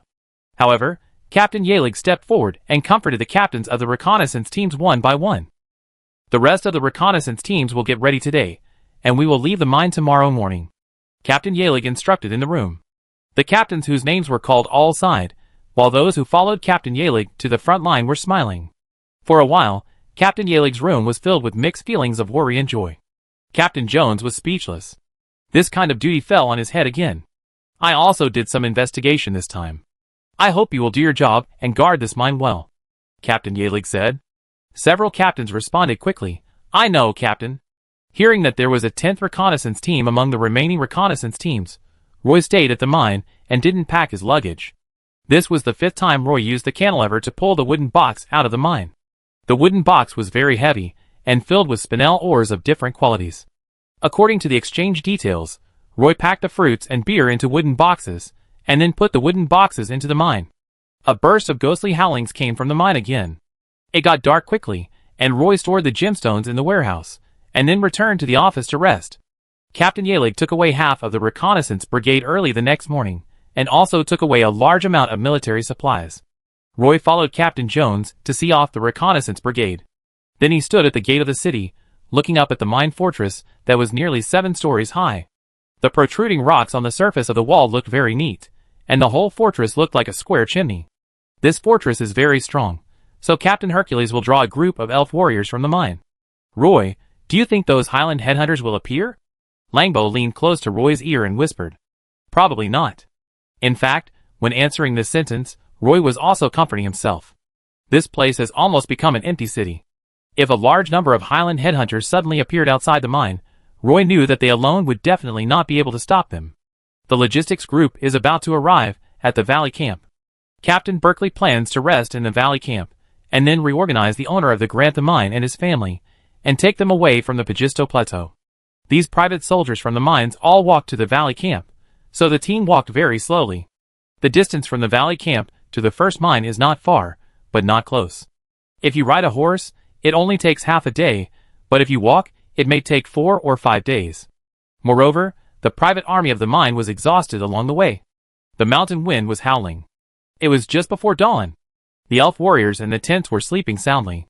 The elf warriors on sentry posts were also wrapped in thick cloaks and huddled together for warmth. Everyone was a little drowsy. They didn't notice the dark mass of plateau headhunters on the horizon in the distance. They just walked out of the mountains. All the headhunters were approaching the temporary camp of the logistics group on tiptoe. Those headhunters were agile, and would soon touch the camp. The headhunters wore leather armor and leather boots, and had short blades on their waists. 2 headhunters lay on the ground behind a rock, one of them holding a longbow, his eyes narrowed slightly, aiming at the elf warrior of the logistics regiment 50 meters away. The elf warrior had no idea of the danger that was about to come. The faces of these headhunters were covered with a layer of soot, even on their teeth. When the headhunters moved to the side of the camp, they quietly killed the elf warriors in the 3 sentries along the way. Almost all of these elf warriors died in the hands of a headhunter. In the dimness before dawn, he was like a shadow, constantly moving forward. Wherever he went, the elf warriors were cut in the throat by a dagger. There was no sound. He kept one hand on the mouths of the elf warriors. He lay on the ground, holding them down tightly, and cut their throats with a dagger until the blood ran out. Only when they reached the edge of the temporary camp did the headhunters rush out like cheetahs. They rushed into the tents built by the elf warriors, and stabbed the sleeping elf warriors with their long swords. For a while, screams rang out one after another. The camp was in chaos. In the past 2 days, Captain Berkeley always had a bad premonition. He felt that something was staring at him for no reason, but every time he looked around, he couldn't find the eyes behind him. So recently, he didn't sleep so well. Just when he was sleeping soundly in the tent, he suddenly woke up from a nightmare, and then sat up with sweat all over his head. Through the gap in the tent curtain, he found that it was still dark outside, and he crawled out of the sleeping bag. When camping in the wild, he rarely took off his leather armor. The long sword stood next to the tent. He grabbed it in his hand, and then got out of the tent. The light and shadows in his eyes looked like cheetahs, but Captain Berkeley knew how there could be so many cheetahs on the plateau, even if there were. They would not attack the camp at this time. Captain Berkeley had realized that something was wrong. He grabbed the copper whistle hanging around his neck, put it in his mouth, and blew it with all his strength. Hiss hiss. That sharp and piercing sound crossed the night sky before dawn. At this time, the headhunters had already rushed towards the tents in the camp. At the same time, countless elven warriors from the logistics group woke up from their sleep. Without taking off their leather armor, they grabbed the long swords beside them, got out of the tent, and fought with the Highland headhunters. The moves of both sides were not fancy. Everyone was fighting for their lives, and the swords were stabbed towards the vital points, and they would never show any mercy. The sudden battle made the camp a mess. The owner of the Grantham mine opened his eyes, and heard the chaotic fighting outside. The 2 half-blood elven warriors beside him were the best warriors in the private army of the mine, and they had been guarding him for the past few nights. Chapter 343. A streak of white appeared on the horizon, but the night sky was still dark blue, and the stars gradually disappeared. Outside, the shouts and screams merged into one, the strange roars of the plateau headhunters, the shouts of the elf warriors, the neighing of the war horses, and the collision of weapons intertwined, making people panic. The owner of the Grantham mine lifted the blanket and climbed up from the mattress. He hid at the door of the tent and peeked out for a moment, then took out a small golden dagger from his trouser leg. The 2 wives of the owner of the Grantham mine trembled with fear and hurriedly hid in the corner of the tent. 2 elf warriors protected behind the mine owner of Grantham, and also peeked at the situation outside. Some Highland headhunters kept rolling and jumping in the camp with their agility. They were wearing gray leather armor, and could easily turn into a gray shadow when running. Those elf warriors rushed to fight, and from time to time, some elf warriors fell down covered in blood, covering their white bodies with thin sheets. The mine owner of Grantham had obviously seen big scenes, and was not scared by the melee outside. Instead, he grabbed a dagger and walked out of the tent. As the owner of Grantham walked out of the tent, a group of private soldiers from the mine also came out of the tent. As the owner of Grantham gave an order, the private soldiers from the mine rushed to the elf warriors around them. Usually, several private soldiers from the mine rushed to one elf warrior, and everyone worked together to hold down the elf warriors, and then took the weapons in their hands and stabbed them to death. The private soldiers who grabbed the armor and long swords rushed to the front, and they specifically looked for those elf warriors who were alone. A group of unarmed private soldiers from the mine quickly dealt with more than a dozen elf warriors, and immediately some elf warriors ran over here. The Silver Moon elf warriors found that the private soldiers from the mine in the prisoner camp had also joined the battle and pointed their spears at them. Originally, these elf warriors were suppressed by the plateau headhunters. These elf warriors with weapons were just struggling to support themselves. Now these private soldiers from the mine suddenly rushed up from behind. The defense line that the elf warriors of the logistics group had just formed was instantly broken by the private soldiers from the mine. The plateau headhunters had black totem patterns on their faces and held war blades in their hands. They were swift and tumbling around in the camp. The headhunters saw the private soldiers from the mines coming out of the camp and rushed towards them. The owner of the Grantham mine came out of the camp with a team of private soldiers from the mines and attacked from both inside and outside with the plateau headhunters. For a time, the elf warriors of the logistics regiment were defeated in the camp. Captain Berkeley was covered in blood. He led a team of elf warriors to fight his way through the camp, trying to get all the members of the logistics regiment to move closer to him. The headhunters of the plateau gathered around the periphery to kill. In just a quarter of an hour, the camp was littered with corpses. Captain Berkeley regretted it a little. When he left the mine fortress, Captain Yalig asked him if he wanted an escort. Their reconnaissance team soldiers could safely send the logistics team to the valley camp, but Captain Berkeley politely declined. A hole appeared on Captain Berkeley's waist, and the cloth below his waist was almost stained red with his blood. He took out a bottle of life potion from his waist bag, bit open the cork with his teeth, and drank it in one gulp. Then he took out a bottle of Lion King Power potion from his magic waist bag, and drank it without hesitation.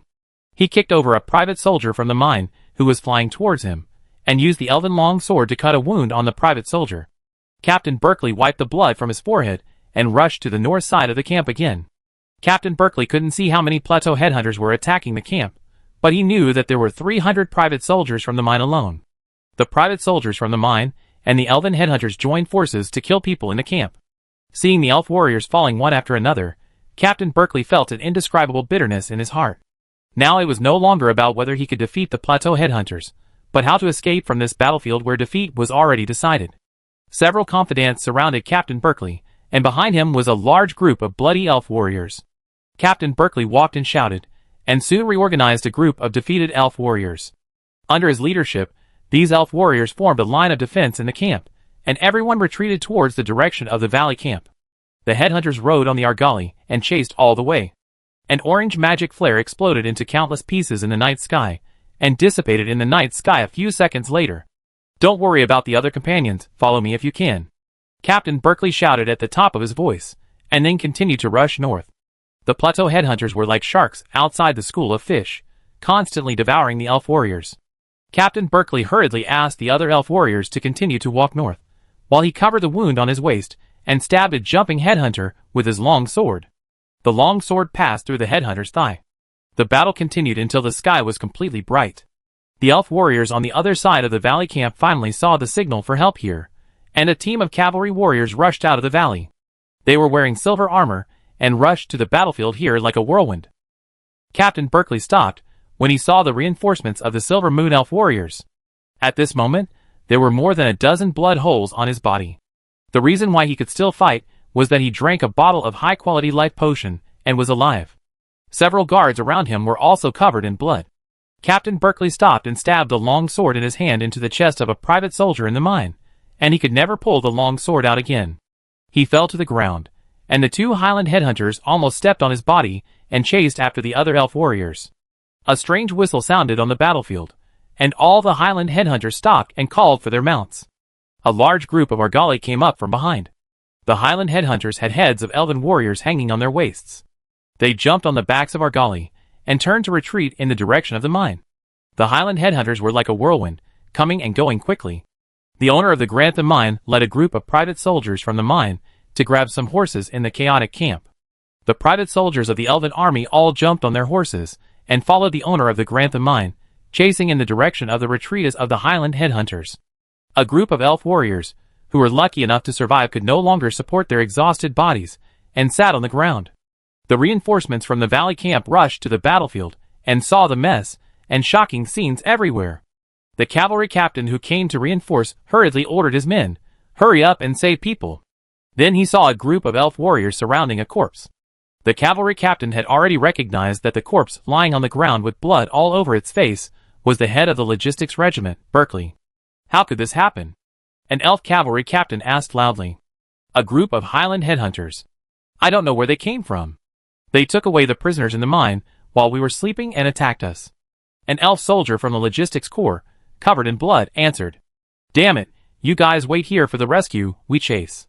The cavalry captain was full of anger, and he led his cavalry to chase the square where the Highland headhunters disappeared. The plateau headhunters ran along the mountain road for more than 10 kilometers, and came to the edge of a mountain. They quickly rushed into the rocky slope of the mountain. These plateau headhunters returned with a full load. They couldn't even wait to run to a safe area, just to see the spoils they had collected. The headhunter captain wiped the blood stains on the war blade in his hand before putting the war blade into the scabbard. A group of plateau headhunters also jumped off the Argali. The owner of the Grantham mine led the private army of the mine, and followed closely behind, and came to the rocky beach. A group of private soldiers, wearing stolen armor, and holding standard weapons surrounded the owner of the Grantham mine. With these private soldiers, the owner of the Grantham mine became more confident. After he got off his horse, he walked directly to the captain of the plateau headhunter and thanked him. The captain of the plateau headhunter had a face like a ghost painting, revealing an indescribable strange smile. He patted the shoulder of the owner of the Grantham mine and signaled him to continue to follow the team and walk into the mountains. At this moment, the owner of the Grantham mine was already weak all over. If the guards had not supported him, he would have been unable to hold on, and sat down on the ground. The owner of the Grantham mine and his private army could only continue to follow the plateau headhunters into the mountains. Many headhunters stood on the ridge and looked at the sky around them. Once a silver Pegasus warrior flew over their heads, the elf headhunters would hide in the shadows of the rocks. Finally, after walking for a while, the owner of the Grantham mine entered a very secret cave. Although the cave entrance is not very big, the internal space is very large, and there are stalactites everywhere in the cave. Argali sheep and war horses can be led into the cave. It seems that this is the hiding place of this group of plateau headhunters. There are traces of life in the cave. A group of plateau headhunters threw the Argali aside and counted the spoils they could have. The owner of the Grantham mine dragged his 2 legs that were almost unconscious, past the plateau headhunters one by one, and came to the headhunter. He first expressed his gratitude to the headhunter with black magic patterns engraved on his face. The mine owner of Grantham had seen the headhunter. When the mine owners united and asked the headhunters to catch the half-blood elves, they had seen the headhunter captain. The headhunter captain seemed very dissatisfied with their performance, and frowned and said to the mine owner of Grantham, "What's going on? Do you know how many outstanding headhunters we lost when the Silver Moon Elf Corps entered the Pagisto Plateau this time?" When the mine owner of Grantham saw the fierce eyes, his legs couldn't help but cramp. How could he know that the Silver Moon Elf army would come to the plateau? And now even his mine has been occupied by the Silver Moon Elf army, and he is completely a homeless poor man. My loss is not small. My mine is lost. Now I just want to take the mine back, take back what belongs to me first, and then escape. Are you interested? The owner of the Grantham mine said. The head of the plateau headhunter rolled his eyes. Immediately said, "It depends on what else you can come up with." The owner of the Grantham mine said without hesitation, "I can get a lot of high-quality gemstone ore. As long as we successfully take back the mine this time, I can give you a whole box of gemstones." When the plateau headhunter heard the word gemstone, he immediately became excited and said, "Okay, it's settled. After this job, I will also slip away. Who would be so bored as to be an enemy of the Silver Pegasus Legion of the Silver Moon Elves?" Then, the headhunter paused for a moment, and then said viciously, "When we come back, we will show these Silver Moon Elves a little color." The owner of the Grantham mine also said, "We just defeated their logistics troops. I guess there will be many Silver Pegasus warriors looking for us. I think we are now standing on the cusp of the storm, so we might as well hide here for a while." The headhunter calmed down at this time, and he said firmly, "Don't think about other things, let's take back the mine first." Roy was guarding the mine gate in the Spinel mine, and he didn't know that the logistics team was hijacked by the plateau headhunters. At noon, Roy took Rambo to practice martial arts in the corridor. It was obvious that Rambo was his sparring partner. The mine fortress was very deserted. Before any reinforcements came, there were probably less than 200 elves in the fortress. These elf warriors lived in the huge fortress. Except for seeing them, when eating in the restaurant, they rarely communicated with each other at other times. Roy sat next to Captain Jones, chewing an apple, and said to Captain Jones, "Captain Jones, how long do we have to stay here? What's wrong? Are you a little tired of life in the mine?" Captain Jones was peeling an orange with a smile. "There are too few elf warriors living in the fortress, and I always feel unsafe," Roy answered honestly. "What's there to worry about? There is a Silver Pegasus regiment on the plateau. As long as we send out a distress signal in time when we encounter trouble, the Silver Pegasus warriors will soon come to support us," Captain Jones said confidently. "Yes, Roy, the Silver Pegasus warriors are ready to support us at any time. Roy, what are you still worried about?" The other elf warriors of the 10th Reconnaissance Team also echoed Captain Jones. "Just manage the mining in the mine. It seems to be okay now. The Grey Dwarves inside seem to be very active," Captain Jones said with satisfaction. "It's okay now. I hope the logistics team can bring some more rum," Roy said. "I have mentioned this to Lord Yaelig. Don't worry, the logistics team will be able to deliver the supplies in a short time." Captain Jones patted his chest and said, "Roy, I heard that Lord Yalig wants you to be the owner of the mine here." Chapter 344. I will be the owner of this Spinel mine? Roy's thoughts were a little confused. He rubbed his nose hard and asked Captain Jones. He then said, "I think it may not be a good idea. I don't have the ability to suppress the Grey Dwarves and elf prisoners in the mine. Although they are now locked up in the mine, who knows when they will open a passage to escape. I am so young that I really don't have the ability to monitor the underground mine, nor can I restrain those Grey Dwarves and elf prisoners. Let's talk about this later. I think the mine is well managed now." Captain Jones smiled a little unkindly. The cleanliness of the Silver Moon Elves made no one want to deal with these Grey Dwarves and elven prisoners. It was just that Roy's performance in front of the mine made him feel that he could hand over the management of the mine to Roy. At least, he could keep the mine running normally, which was good. It would not starve the elven prisoners and Grey Dwarves in the mine, and it would give them something to do in the mine. Roy sat on the bench, feeling very depressed. When he was in Padstow, Earl Swinburne asked him to come to the cavalry vanguard because he was familiar with the situation on the Padstow Plateau. He just wanted to be a guide. But after arriving at the Pagisto Plateau, it was completely different. He was forgotten by Captain Hercules in the most inconspicuous corner of the cavalry vanguard. After the cavalry vanguard captured the mine, he actually became the manager of the mine. Captain Jones saw the entanglement in Roy's eyes, so he stopped forcing him and took a sip of the diluted life tree sap. In fact, in Captain Jones's eyes, Roy was still very good. In the reconnaissance team, Roy always completed the reconnaissance mission very well. Although he was a newcomer, his ability had been recognized by other Silver Moon Elves in the reconnaissance team. Roy is different in everyone's eyes. Roy found that he couldn't return to Castletown in a short time, and he leaned back on the chair weakly. The climate of Pagisto Plateau is very bad, cold at night and hot and sunny during the day, far inferior to the warm and humid Castletown. In comparison, he prefers to live in Castletown.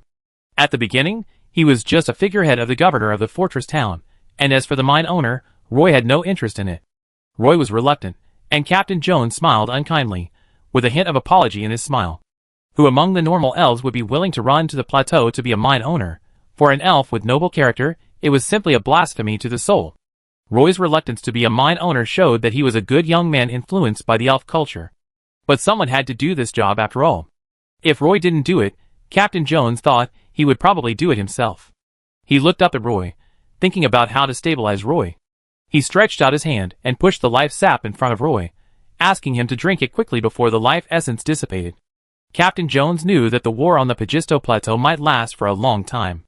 The main reason was that the main force of the Silver Pegasus Corps had other tasks, and could not enter the Partington Plain at all. Without the Silver Pegasus warriors to attack the city on the plateau, it was estimated that the Cavalry Vanguard Regiment alone would not be able to succeed.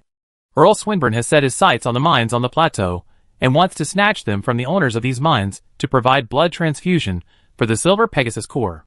He is determined to obtain these mines on the Pagisto Plateau. Captain Jones and Roy sat in the restaurant and chatted for a long time. The sun shone obliquely from the window, forming irregular patches of light on the gray floor. This square fortress can only feel the sun on the top floor, which makes people feel that being able to bask in the sun frequently is actually a kind of enjoyment. A team of plateau headhunters lurked in the dim cracks of the rocks.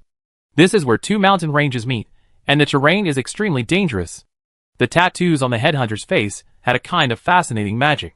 He stared at the square fortress in front of him from a distance, with a small blade of grass on the tip of his tongue and his brown eyes narrowed, like a poisonous snake biting people. The Grantham mine owner was also mixed in.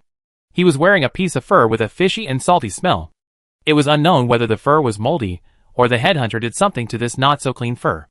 A gust of cold wind blew over, and he couldn't help but pull the edge of the fur to let it wrap around himself tightly to keep the last bit of body temperature. Since he owned a Spinel mine, he has never suffered this kind of pain again. Now, he just wants to take back what he has.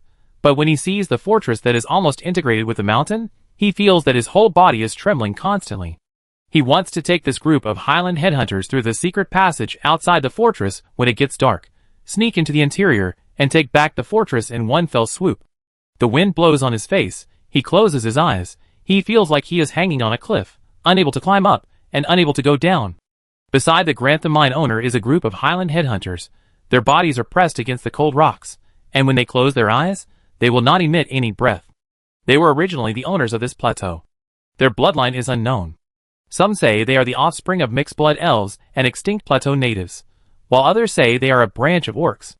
They are cruel and bloodthirsty in nature, and are born to be a group of hunters. As night fell, the headhunter finally opened his eyes again. He glanced at the Grantham mine owner behind him, whose face was frozen blue. The Grantham mine owner quickly moved his body and groped forward in the dark. He held the cold rock wall with both hands, and walked out of the crevice with 1 foot deep and 1 foot shallow. He walked towards an inconspicuous stone wall in front. Behind him followed a group of Highland headhunters wearing furs. Such a large group of warriors moved forward without making any sound. The secret door was very delicately designed, and it was covered with a thick layer of moss. If it weren't for the Grantham mine owner leading the way, these Highland headhunters would never find this secret passage. After pushing open the secret door, the Grantham mine owner was the first to get in. The secret passage was filled with a rotten smell. In the narrow passage, there were square wooden supports every half a meter. The passage was low and narrow. In addition to crouching and bending one's knees to move forward, one could only kneel and crawl forward in the mine. Crouching and moving forward was not a difficult task for the Highland headhunters. The owner of the Grantham mine, however, could only crawl in the passage. The turbid air made him wheeze like an old bellows, and his hands and knees were soon rubbed by the cold and hard rocks.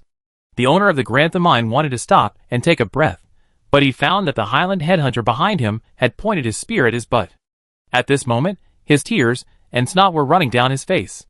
The dark cave in front of him frightened him, but he could only crawl forward.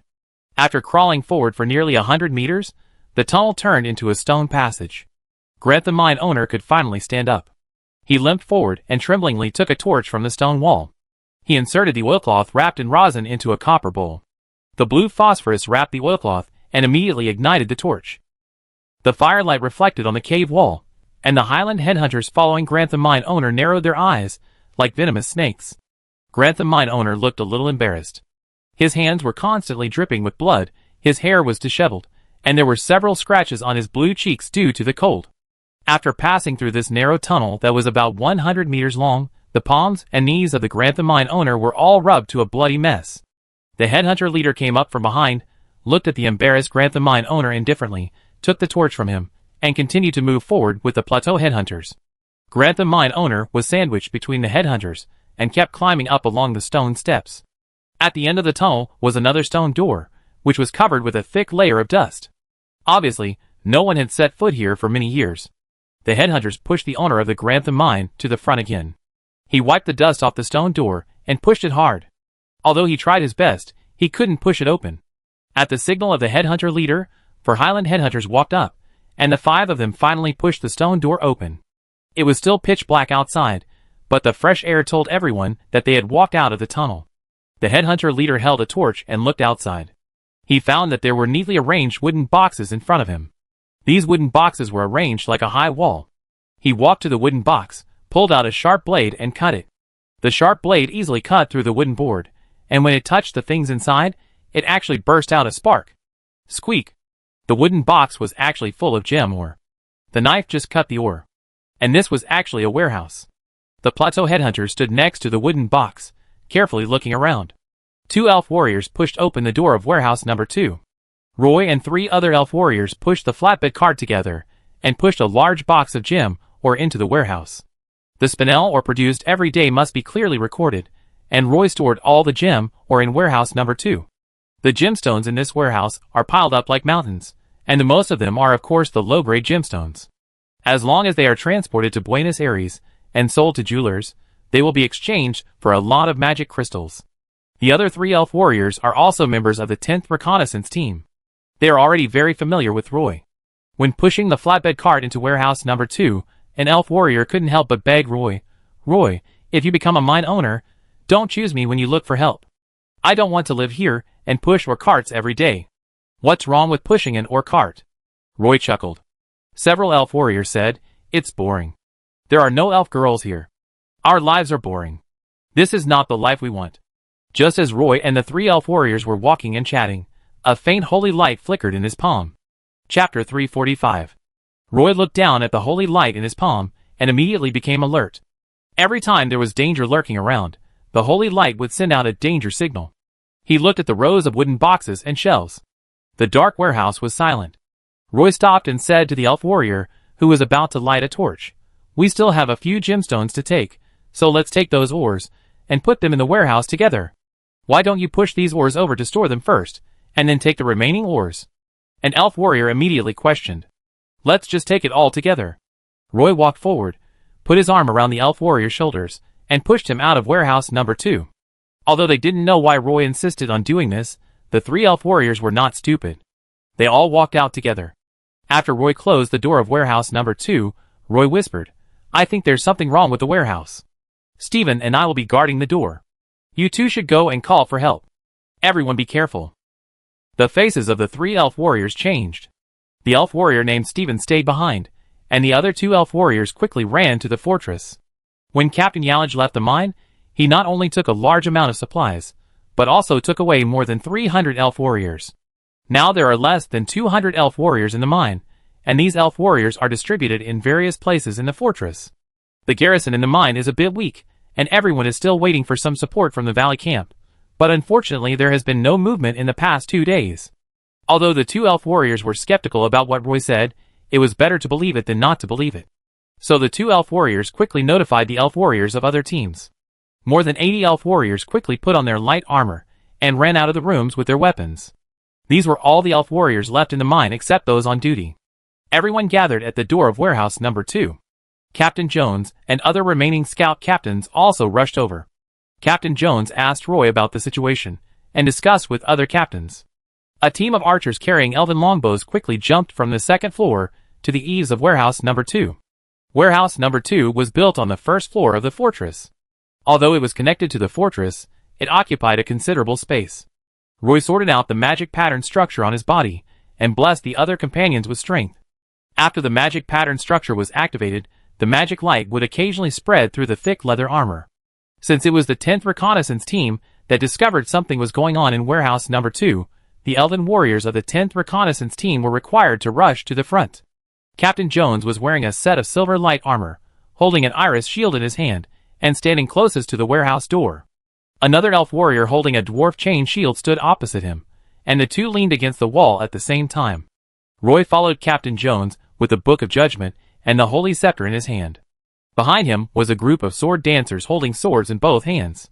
The door of the warehouse was slowly pushed open by 2 elf warriors, and Captain Jones and another elf knight holding a shield rushed into the warehouse at the same time, and the 2 slowly searched forward along the narrow passage of the warehouse.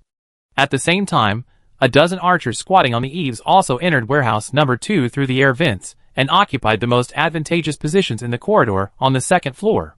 3 Highland headhunters rushed out of the narrow passage of warehouse number 2, and 3 sharp spears stabbed at Captain Jones, with the sound of breaking through the air. Captain Jones has been on guard since entering the warehouse. Both sides were prepared when they met. When they saw the Highland headhunter stabbing the spear, Captain Jones and another elven knight raised their shields to block at the same time. The spear stabbed the shield, making a thumping sound. The passage in the warehouse was extremely narrow, and it was almost difficult to dodge the opponent's attack. When using the shield to parry, they dared not deviate too much.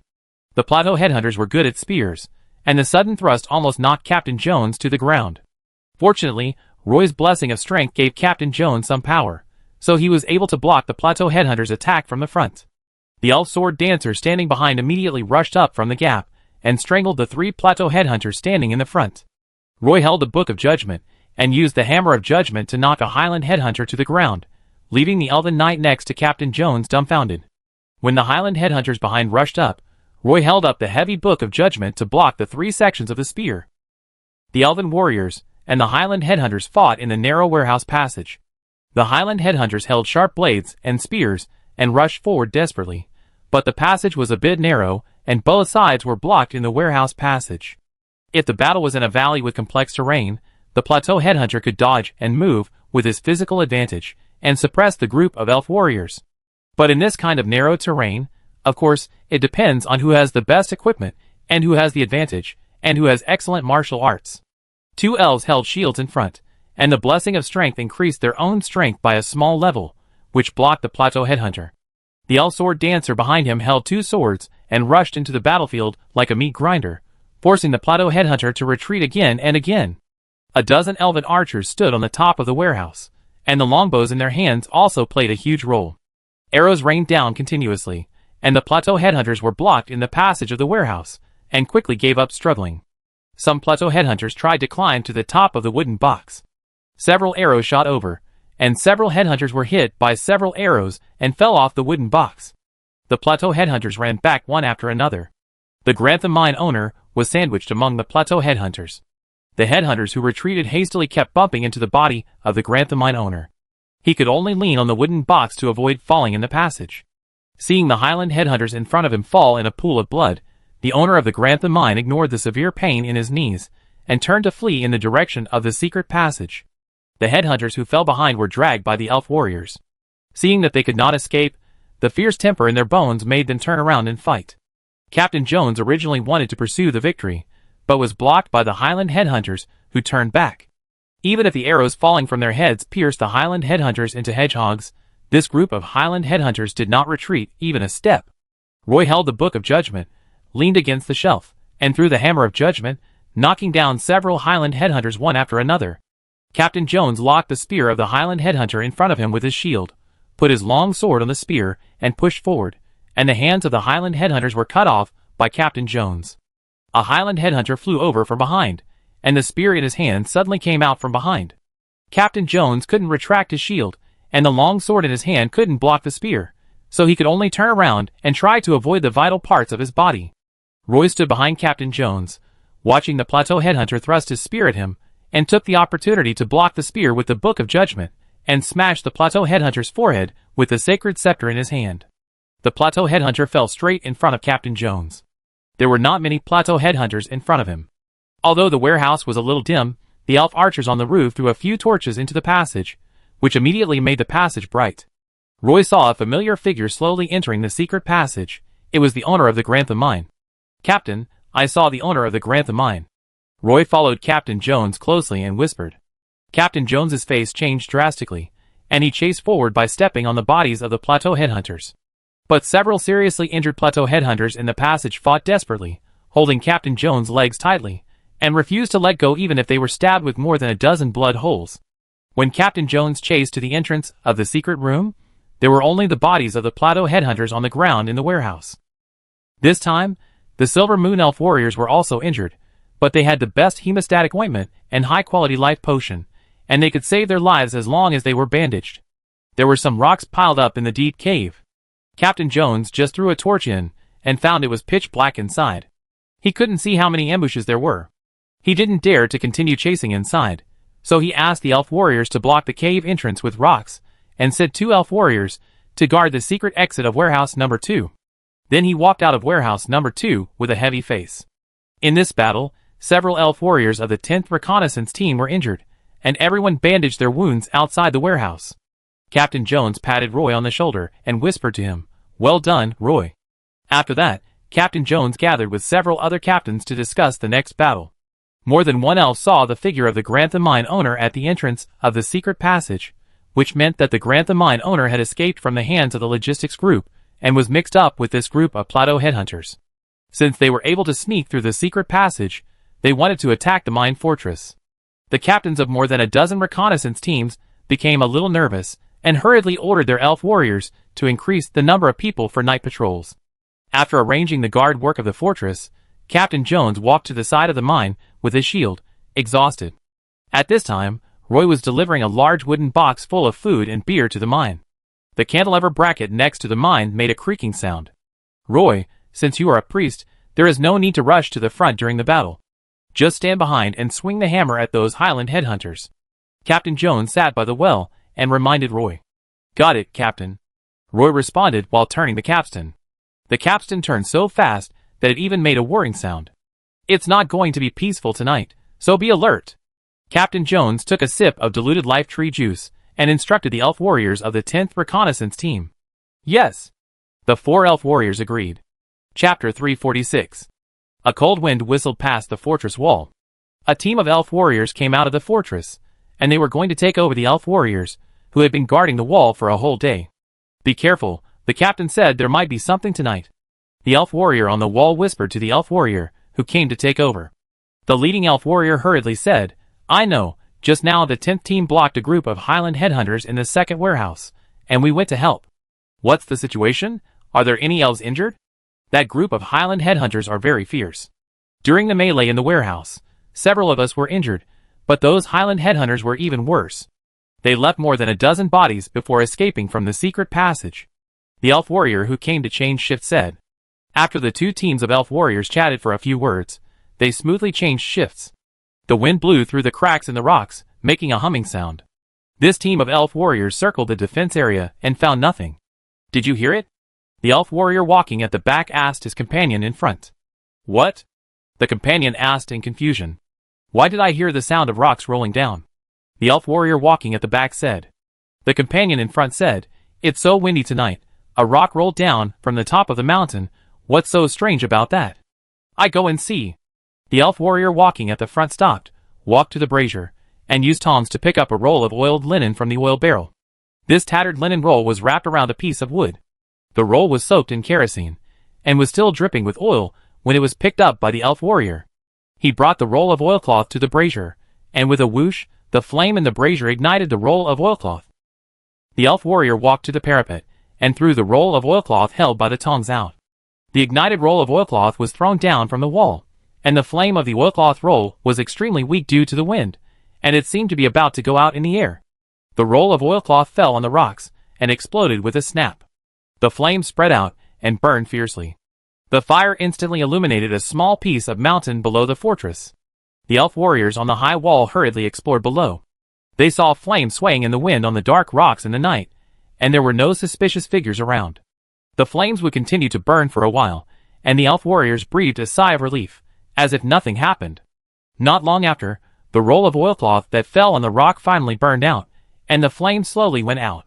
Behind this cold rock, a pair of eyes, like venomous snakes, slowly opened. A Highland headhunter raised his head, his cold eyes fixed on the wall above the fortress. Just below the rock wall of the fortress, a group of private soldiers from the mines were trembling with fear at the fire. The shadows of the Silver Moon Elf warriors paused for a while at the parapet, and then retracted their heads. The private soldiers from the mines below hid under the stone wall. Seeing that the elf warriors did not find them, they continued to insert iron rods into the rock wall. One by one, the iron rods were inserted into the holes that already existed in the rock wall, and they actually formed a suspended staircase. Several Highland headhunters followed behind the private soldiers of the mine, silently waiting for them to build the steps. Behind the rocks not far from the fortress, the owner of the Grantham mine was lying on the cold stone ground. Although there was a blanket under his body, it was not warm at all. His face was pale, his eyes were closed, and his breathing was a little weak. His knees and palms were worn to a bloody mess, and the cold wind blowing from the cracks in the rocks took away the little heat left in his body.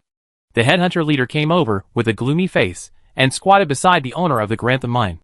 Seeing the dying appearance of the Grantham mine owner, he reached out and patted his fat face twice, and found that he still did not wake up. Only then did he confirm that the Grantham mine owner was not pretending to be sick.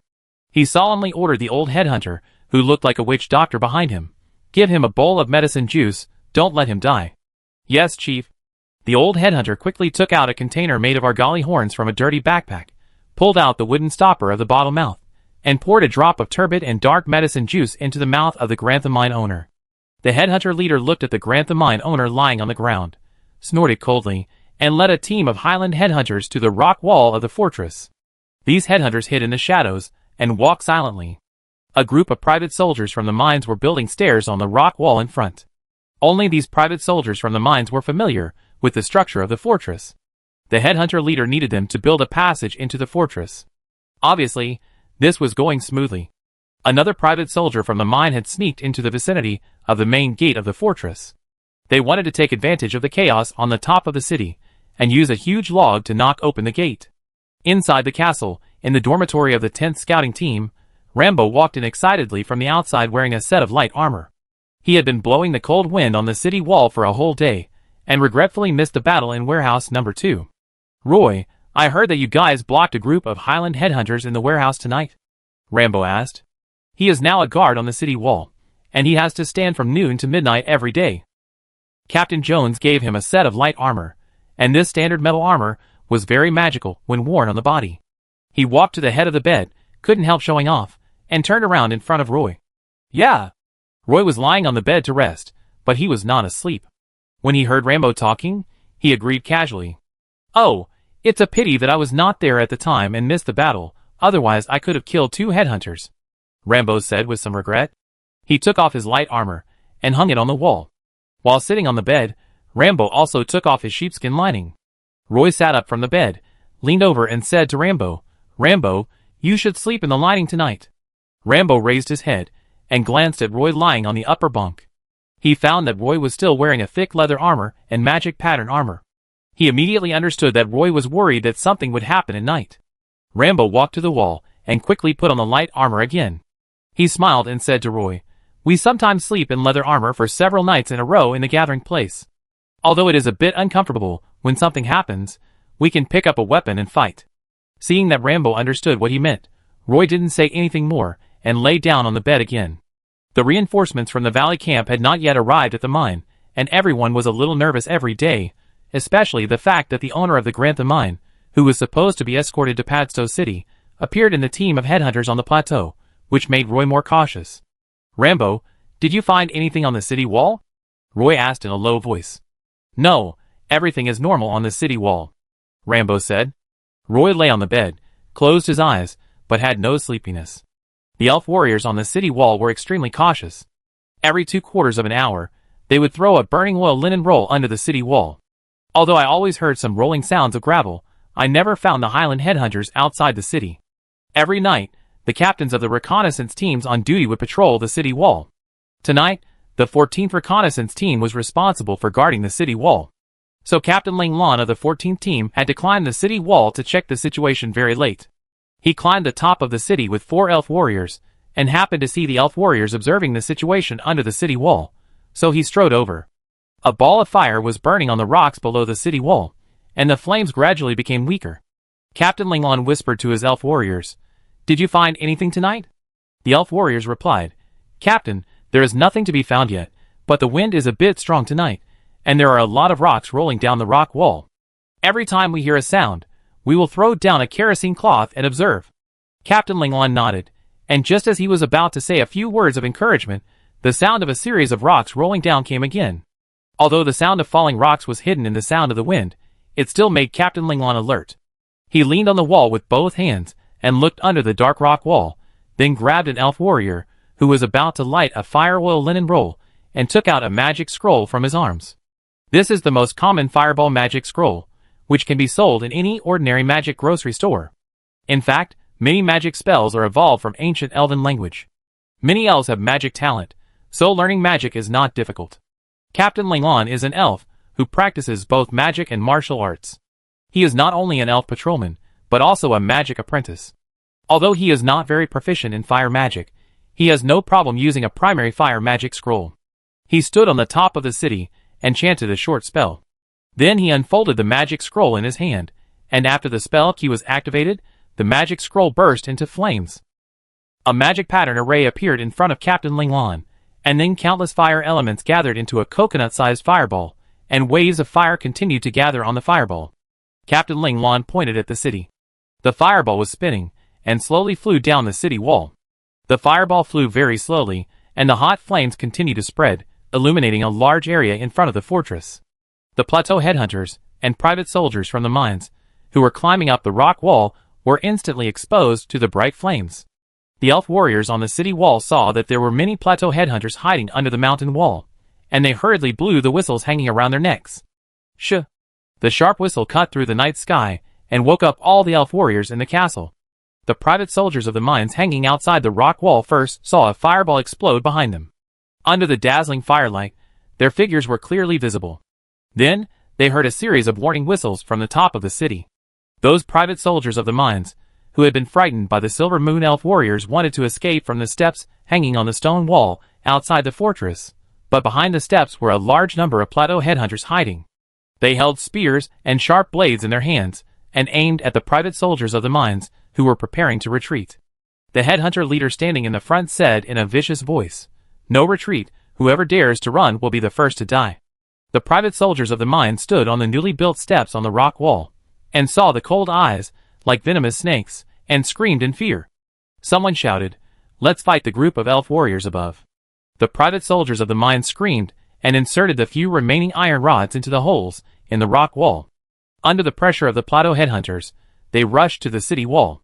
Captain Ling Lon had never thought that a group of private soldiers from the mines were hiding secretly on the rock wall less than 3 meters below his feet.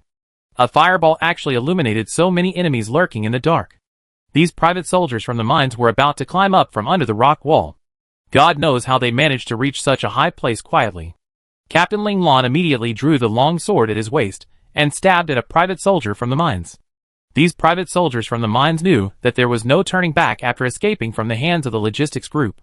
If they fall into the hands of the Silver Moon Elves again, they will definitely be sentenced to heavy punishment. And they were blocked on the steps paved with iron spikes, unable to move forward or backward. Seeing that they were about to climb to the top of the city wall, the private soldiers of the mines were also ruthless. The first few private soldiers of the mines desperately inserted the last few iron spikes into the rock wall, and climbed up the city wall desperately. The Plateau headhunters were all a group of desperate people. They didn't step on the steps made of iron spikes at all for the last few meters of the rock wall. They used their hands and feet to hold the protruding rocks, and climbed up the city wall like lizards. The Silver Moon Elf warriors on the city wall calmed down from their initial panic. They hid behind the parapets and stabbed at the private soldiers and elf headhunters when they saw them emerge from under the city wall. The private soldiers were only wearing linen robes and holding iron rods in their hands. As soon as they showed their heads, they would be stabbed off the city wall by the elf warriors. But the Plateau headhunters were able to jump onto the parapets. They held their spears in both hands, and nimbly parried the long swords of the elf warriors. The two sides fought on the top of the city, and the Plateau headhunters took the opportunity to occupy a place on the city wall. There was a steady stream of Plateau headhunters climbing up from under the city wall. The pressure on the elf warriors on the city wall suddenly increased. Captain Ling Lon led the elf warriors of the 14th Reconnaissance Team to fight hard to kill the Plateau headhunters climbing up from under the city wall. The elf warriors stood in a neat row, moving in unison, and cut down some of the Plateau headhunters, who rushed to the front. The Plateau headhunters following behind rushed up one after another, and mixed with the elf warriors on the city wall. The defensive formation of the elf warriors was broken, and they could no longer stop the Plateau headhunters from climbing up to the top of the city. Several elf warriors were knocked to the ground by the Plateau headhunters. At this time, dozens of elven warriors rushed into the city wall stairs. These fully armed elven warriors rushed into the battlefield and forced the Plateau headhunters into a corner of the city wall. The elven warriors on the arrow tower shot sharp arrows, and those ferocious Plateau headhunters would pounce on the elven warriors with their teeth and claws bared even if they were hit by several arrows. These Plateau headhunters successfully occupied a corner of the city wall with their fierceness. Chapter 347. A sharp whistle sounded outside, and all the elf warriors in the room were awakened from their sleep. They jumped out of bed one after another. Some elf warriors didn't even wear armor. They grabbed the elf swords hanging on the wall and ran out like flying. Roy and Rambo were also awakened by the shrill whistle. They both wore armor when they slept, and their weapons were placed next to their pillows. At this time, they got up from the bed and rushed out of the dormitory directly. Captain Jones had already waited in the corridor. Seeing that the elf warriors under his command were not wearing their armor properly, he couldn't help but scolded, "Hurry up and put on your armor. Do you think those headhunters are the dog-headed people from the Whispering Grasslands?" The elf warriors ran back to the dormitory, put on their light armor, and ran out to gather again. Captain Jones looked solemn and said to his elf warriors, "This is not the first time you have fought with the Highland headhunters. I won't say anything extra. These Highland headhunters are ruthless. Don't fight them hard. The advantage of our Silver Pegasus Corps is that we have excellent equipment and extraordinary martial arts." "Yes, Captain," a group of elf warriors responded. Roy and Rambo stood among the elf warriors and echoed them. Then Roy began to chant the prayer of blessing of strength. The divine pattern kept lighting up in front of Roy, and fist-like marks appeared on each elf warrior of the 10th Reconnaissance Team. When the elf warriors walked past Roy, they all punched him in the face in a friendly manner. Everyone knew that Roy was blessing everyone with divine power, and this power could last for about a quarter of an hour. During the battle, everyone could clearly feel that they had endless energy. The last blessing of strength fell on Captain Jones, and Roy felt that the holy light power in his body was almost exhausted. When Roy was promoted to a priest, the 9 tentacles of the sacred tree in his body merged into a main root, and the sacred tree also merged with Roy's body. Now Roy is a 5th-level priest, and countless fine roots have sprouted from this main root, which continuously absorbs the holy light particles around Roy every day. The sacred tree also grew slowly under the nourishment of the holy light particles. Seeing Roy blessing more than a dozen elf warriors with the power blessing, Captain Jones patted his shoulder with concern and asked, "Roy, do you want to take a break?" Roy waved his hand quickly and explained to Captain Jones, "You will recover soon, Captain Jones. Don't be brave when fighting later." Captain Jones patted Roy's shoulder. Captain Jones must hold such a priest tightly in his hand to have such a priest in the reconnaissance team. Roy's magic can increase the combat power of his elf warriors by a small level. Recently, the 10th Reconnaissance Team has repeatedly received awards from the Vanguard Group, which has a lot to do with this magic. A group of elf warriors ran along the corridor stairs towards the city wall. The sound of fighting on the city wall became clearer and clearer, with roars and shouts intertwined. There was already a panic on the fortress wall. Roy climbed to the top of the wall, and saw those Highland headhunters holding spears had already rushed out from the corner of the wall. The plateau headhunters are extremely fierce in battle. Their spears may not be sharp, their leather armor may not be strong, but they are definitely not afraid of death. Every plateau headhunter is extremely ruthless. They will fight to be seriously injured to stab their opponents to death. A plateau headhunter was stabbed in the abdomen by an elf warrior. Instead of dodging, he held the blade tightly with one hand and stabbed the elf warrior's eye socket with the spear in the other hand. Although the elf warriors are excellent in martial arts, they are far less fierce than the plateau headhunters. Although they are soldiers of the 17th Silver Pegasus Legion, the elite force of the Silver Moon Elf Kingdom, they have never experienced such a cruel and bloody battle. For a time, they were frightened by the fierceness of the plateau headhunters. The elf warriors were fully armed and stood in a row, with 3 rows in total attacking alternately. Originally, such a military formation was like a steel giant beast devouring the plateau headhunters in the corner of the city wall, but they were thrown into disarray by a desperate counterattack by the plateau headhunters. Even though the elf archers on the surrounding arrow towers kept shooting arrows to snipe the plateau headhunters, they were still rushed out little by the plateau headhunters.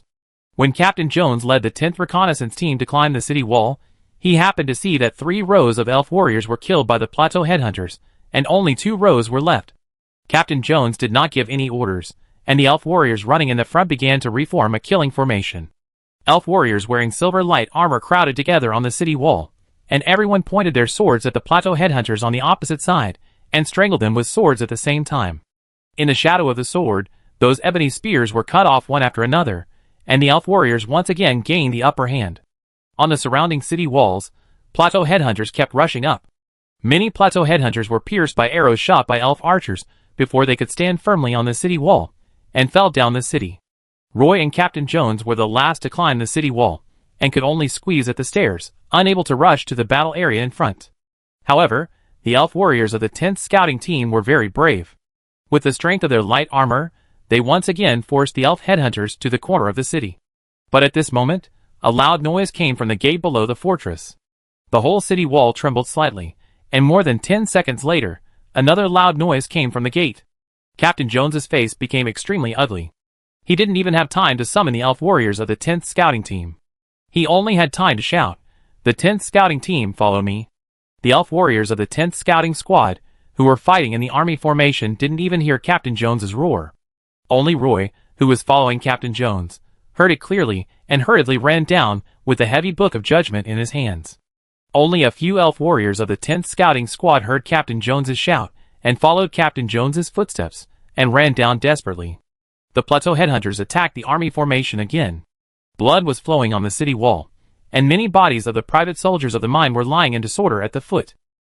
Magic flares frequently flew into the sky, like fireworks at a festival. The headhunters on the plateau no longer concealed their tracks, and began to attack the main gate of the fortress in the chaos. A group of private soldiers from the mines hiding not far from the main gate heard the shouts of killing on the city wall, and immediately came out of hiding. After they worked together to push down a statue at the gate of the fortress, more than 80 private soldiers from the mines took out ropes as thick as their arms, and lifted the statue up. These private soldiers stood at the gate of the city, pointed the statue's raised arms at the heavy gate inlaid with black iron spikes, shouted in unison, and moved step by step to the doorway. Then 80 private soldiers from the mine pushed forward at the same time, knocking the giant statue against the gate of the fortress. Boom! A dent appeared on the gate of the fortress, the heavy wooden board on the gate broke, and several black iron spikes fell off the wooden door and rolled down the gate hole. The whole wall was also shaken by the collision. 80 private soldiers from the mine joined forces again, and used the statue at the door to hit the gate. Boom! No one knew the weakness of the mine fortress better than this group of private soldiers from the mine. The giant statue only hit twice, and the heavy wooden door, that seemed to be 1 foot thick at cracks, the bolt behind the gate became a little twisted, and the door axis of the left gate also broke away from the wall. The private army of the mine gained confidence, and the Highland headhunters hiding behind them also gathered from all directions. The elf warriors guarding the first gate saw that the heavy wooden door had become extremely twisted, and even one of the 3 bolts on it was broken. They hurriedly ran out of the doorway.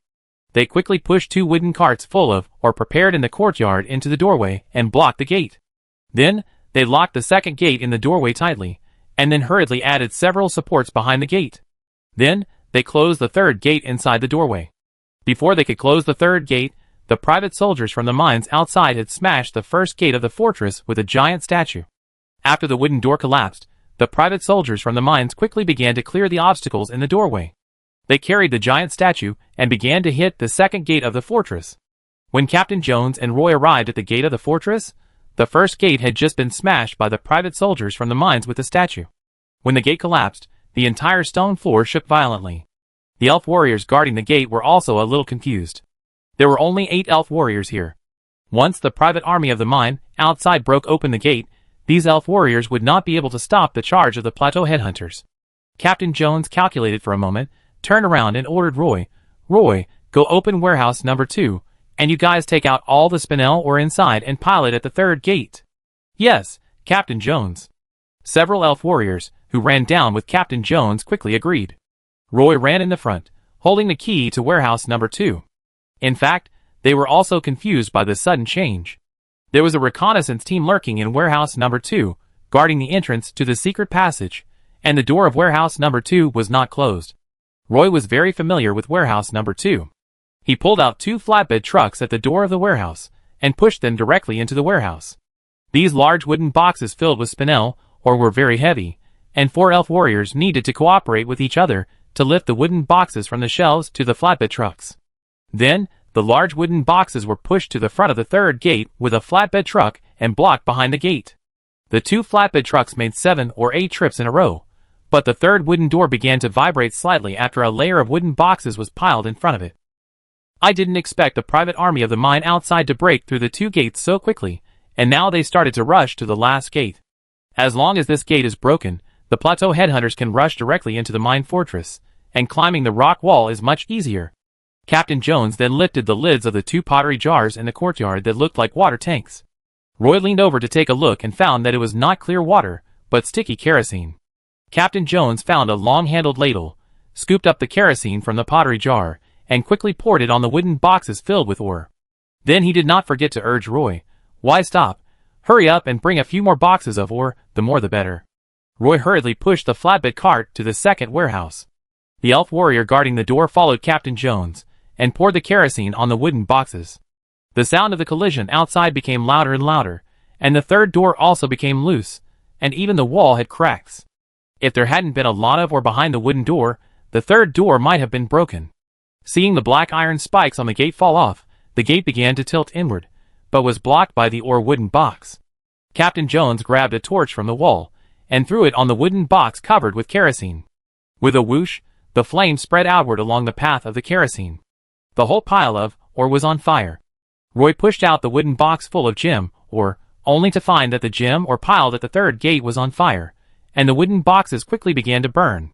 "Push this box of ore over too," Captain Jones ordered as he ran over to help Roy and his men push the cart.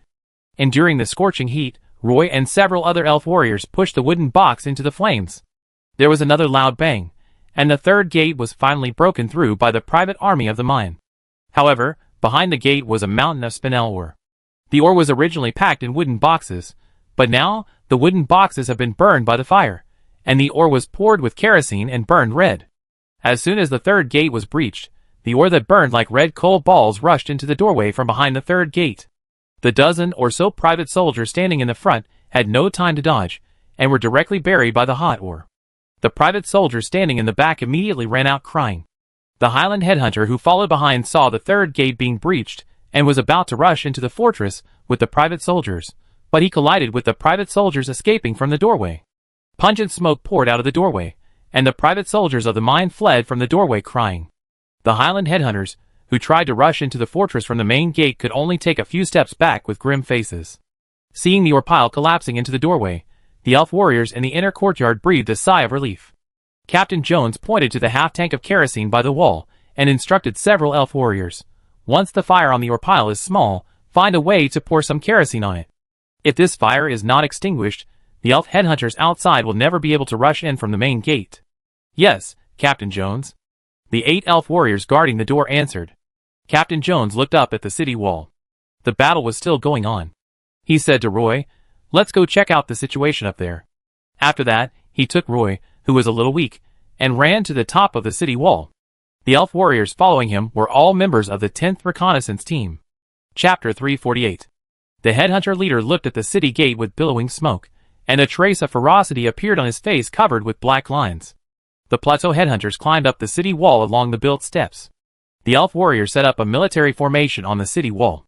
Although the plateau headhunters barely defended a corner, they continued to fall in a pool of blood in the face of the elf warriors' charge. The breakthrough on the side of the city gate was blocked by the elf warriors with ore and kerosene. If the plateau headhunters wanted to rush into the mine fortress, they needed to fill it with their lives. The private soldiers from the mines were covered with blisters after being burned by kerosene. They retreated from the city gate and fell to the ground wailing. The old witch doctor took out a can of black ointment and walked over to treat the burns of the private soldiers from the mines. The headhunter leader looked up, glanced at the high city wall, wiped his mouth, and climbed up the rock wall himself. Nearly 100 Highland headhunters followed the headhunter leader. They were the best headhunters in the team, and were very flexible when climbing the rock wall. They quickly climbed to the top of the city along the built hanging ladder. The melee on the city wall was very fierce. Facing the formation of the elf warriors, the plateau headhunters could only retreat continuously. As for the private soldiers of the mine, they were almost all dead. The headhunter leader saw that the shining metal armor of the elf warriors was just enough to block the spears of the plateau headhunters. The headhunter leader stepped on the parapet with one foot, staring coldly at the elf warriors, who were constantly approaching the corner.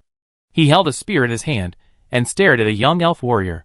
He took advantage of the entanglement between the elf warrior and his men, and his body turned into a shadow.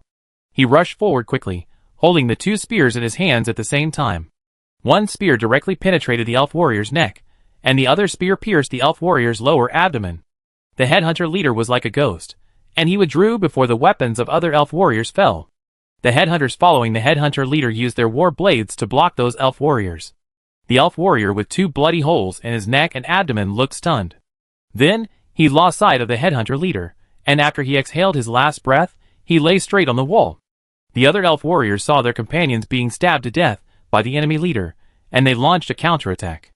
The counterattack of the elf warriors was blocked by the Highland headhunters, who rushed out from behind. The headhunter leader retreated to the parapet and locked his eyes on an elf captain again. He wiped the bloody warhorse on his leather skirt, spit out a mouthful of bloody saliva, and his body became blurred again. Captain Jones led the 10th Scout Team to the city wall, and the city was in chaos. The headhunter leader used his excellent assassination skills to assassinate 2 elven warriors in succession, and was not stopped by the elven warriors. Immediately, the captain of the scout team stood at the front row of the army, and knocked down 2 Highland headhunters in succession, and the morale of the elven warriors was greatly boosted. The 2 sides collided again without reservation. This time, the headhunter leader personally supervised on the top of the city, and all the headhunters howled and rushed forward. Captain Jones saw that the elven warriors on the right side of the city wall were a little weak, so he immediately led the 10th Reconnaissance Team to push forward. The headhunter leader, who was squatting on the parapet again, saw Captain Jones at a glance. He was very eye-catching among the elven warriors. He held a sword and shield in his hand, and took advantage of an elven warrior retreating after being injured, and quickly squeezed to the front of the army. The Highland headhunter who caught up just appeared in front of Captain Jones. He pushed out his shield first, and the shield held against the war blade in the opponent's hand. While his body was slightly leaning back, the long sword in his other hand suddenly stabbed into the headhunter's lower abdomen. Captain Jones also put all his strength into this attack, and blood oozes out from the arrow groove. The headhunter retreated hastily, but Captain Jones certainly couldn't let him escape, so he hurried forward. Captain Jones was surrounded by elf warriors from other teams. They had no tacit understanding with Captain Jones. When they saw Captain Jones rushing forward, they didn't immediately follow him and cover Captain Jones from both sides. The moment Captain Jones raised his shield, it seemed that the person opposite him had changed, and the ferocious face was fierce and evil. The headhunter stared at Captain Jones with a strange smile on his face. Captain Jones felt the headhunter's eyes turn green. He did not block the sword from Captain Jones and let the blade pierce into his skinny ribs. The elven sword in his hand had just penetrated halfway when Captain Jones found out awkwardly that the sword could not penetrate deeper no matter what. With a sinister smile, the headhunter finally revealed the spear in his hand. The spear almost came out from under the headhunter's crotch and directly hit Captain Jones's metal trouser armor. The spear did not stop at all and penetrated directly into the gap between the trouser armor. Captain Jones groaned and swung his shield to hit the headhunter's face, but the severe pain in his left leg made his movements a little deformed. The headhunter jumped up and knocked his elbow on Captain Jones' shoulder at a very fast speed. Captain Jones felt that the collarbone on his shoulder might have been broken by the headhunter. Under the severe pain, Captain Jones came to his senses. He was about to retreat, but a spear was stuck in his left thigh, and his right collarbone was broken by the plateau headhunter. Now he had difficulty even turning around. The elf warriors of the 10th Reconnaissance Team did not keep up with Captain Jones, so they could not effectively protect Captain Jones. According to past habits, once the headhunter succeeded in striking, he would immediately hide behind the headhunters, but this time he did not retreat immediately. He grabbed a spear in his right hand and stabbed Captain Jones in the chest again. Captain Jones blocked it with a shield. The headhunter turned his wrist, and the spear in his hand disappeared again in an instant. This time Captain Jones stopped. At this time, his face was extremely ugly.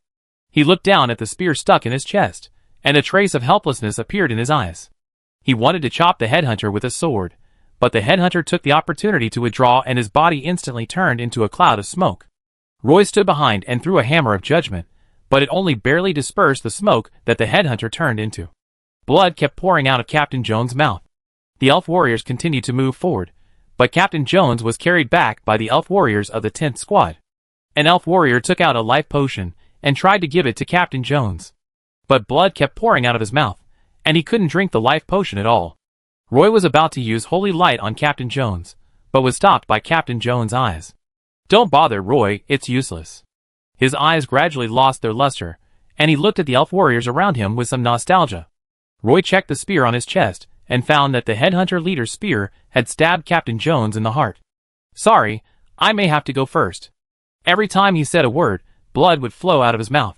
He looked at Roy again and said to the elf warriors of the 10th Reconnaissance Team, "Hold on a little longer. As long as you hold on until dawn, our reinforcements will be here." After saying this, Captain Jones' pupils began to dilate and his breathing stopped. Chapter 349. As a devout believer of the moon god, Captain Jones never let Roy use the power of holy light to heal him until his death. The elves have a high affinity for magic. As long as they are willing to learn magic, they will become a magician. They are also called the sons of nature, and every elf warrior is an excellent archer. If there are no natural disasters or man-made disasters, the elves can actually live to 800 years old. The lifespan of elves is longer than that of dwarves. It's just, the elves are relatively weak. Even if they are protected by excellent armor, they will inevitably encounter accidents during battle. Captain Jones was lying on the top of the city wall, with spears stuck in his chest and left leg. The blood gushing out of his mouth spread along the cracks in the stone slabs. The elf warriors of the entire 10th Reconnaissance Team surrounded him. Everyone watched Captain Jones close his eyes and exhale his last breath. A group of elf warriors shouted angrily, and everyone joined the army on the top of the city wall, continuously attacking the plateau headhunters. But the headhunter leader was like a ghost, wandering on the edge of the battlefield. Every time he appeared, he would stab an elf warrior, and then disappear in a puff of smoke. Roy stared at the headhunter leader from afar. The two were far apart, and the hammer of judgment in his hand could not reach the headhunter leader at all. The battle entered a stalemate, and the plateau headhunters gradually stood firm in the northwest corner of the city wall. Faced with several counterattacks from the plateau headhunters, the elf warriors could only retreat one after another. The plateau headhunters were brutal by nature, and every time they counterattacked, an elf warrior would fall. Those highland headhunters even dared to rush over directly, hugging the elf warriors tightly with their arms. The highland headhunters, who were responsible for finishing off the elf warriors, would not hesitate to stab the elf warriors, and the highland headhunters, who were hugging each other. The soldiers of the 10th team did not even have time to deal with Captain Jones's body, and they joined the army to stop the highland headhunters' counterattack. For a while, fighting was everywhere on the city wall. The bodies of the private soldiers in the mine had long been thrown outside the city wall, and the bodies of the elf warriors were leaning against the stone steps and they were actually arranged in a long row. This square army formation was practiced by the elf warriors long ago. Roy could not intervene at all behind the army formation. He turned around and moved Captain Jones's body to the stairs, and wiped the blood that had already coagulated on his mouth and nose with a wet handkerchief. Rambo got a short combat bow and mixed in with a group of archers, shooting arrows continuously. Roy squatted alone on the step platform. He also wanted to get some linen to wrap Captain Jones' body with linen. At this time, a bad omen suddenly emerged in his heart.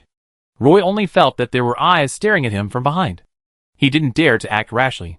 If the eyes behind were cruel enough to push the dagger against Roy's waist forward, Roy might follow Captain Jones's footsteps and become a lonely soul in the mine. At this moment, the elf warriors suddenly shouted in unison. Roy took the opportunity to turn around and block the dagger with the sacred scepter in his hand. The dagger's blade almost stabbed out against Roy's leather belt, and the sacred scepter in Roy's hand just happened to sweep the wrist of the plateau headhunter, knocking the dagger away. Then another plateau headhunter took the opportunity to rush over and hug Roy tightly with his body and book. The plateau headhunter who followed from behind took the opportunity to pull out his spear and stabbed Roy with the spear in his hand.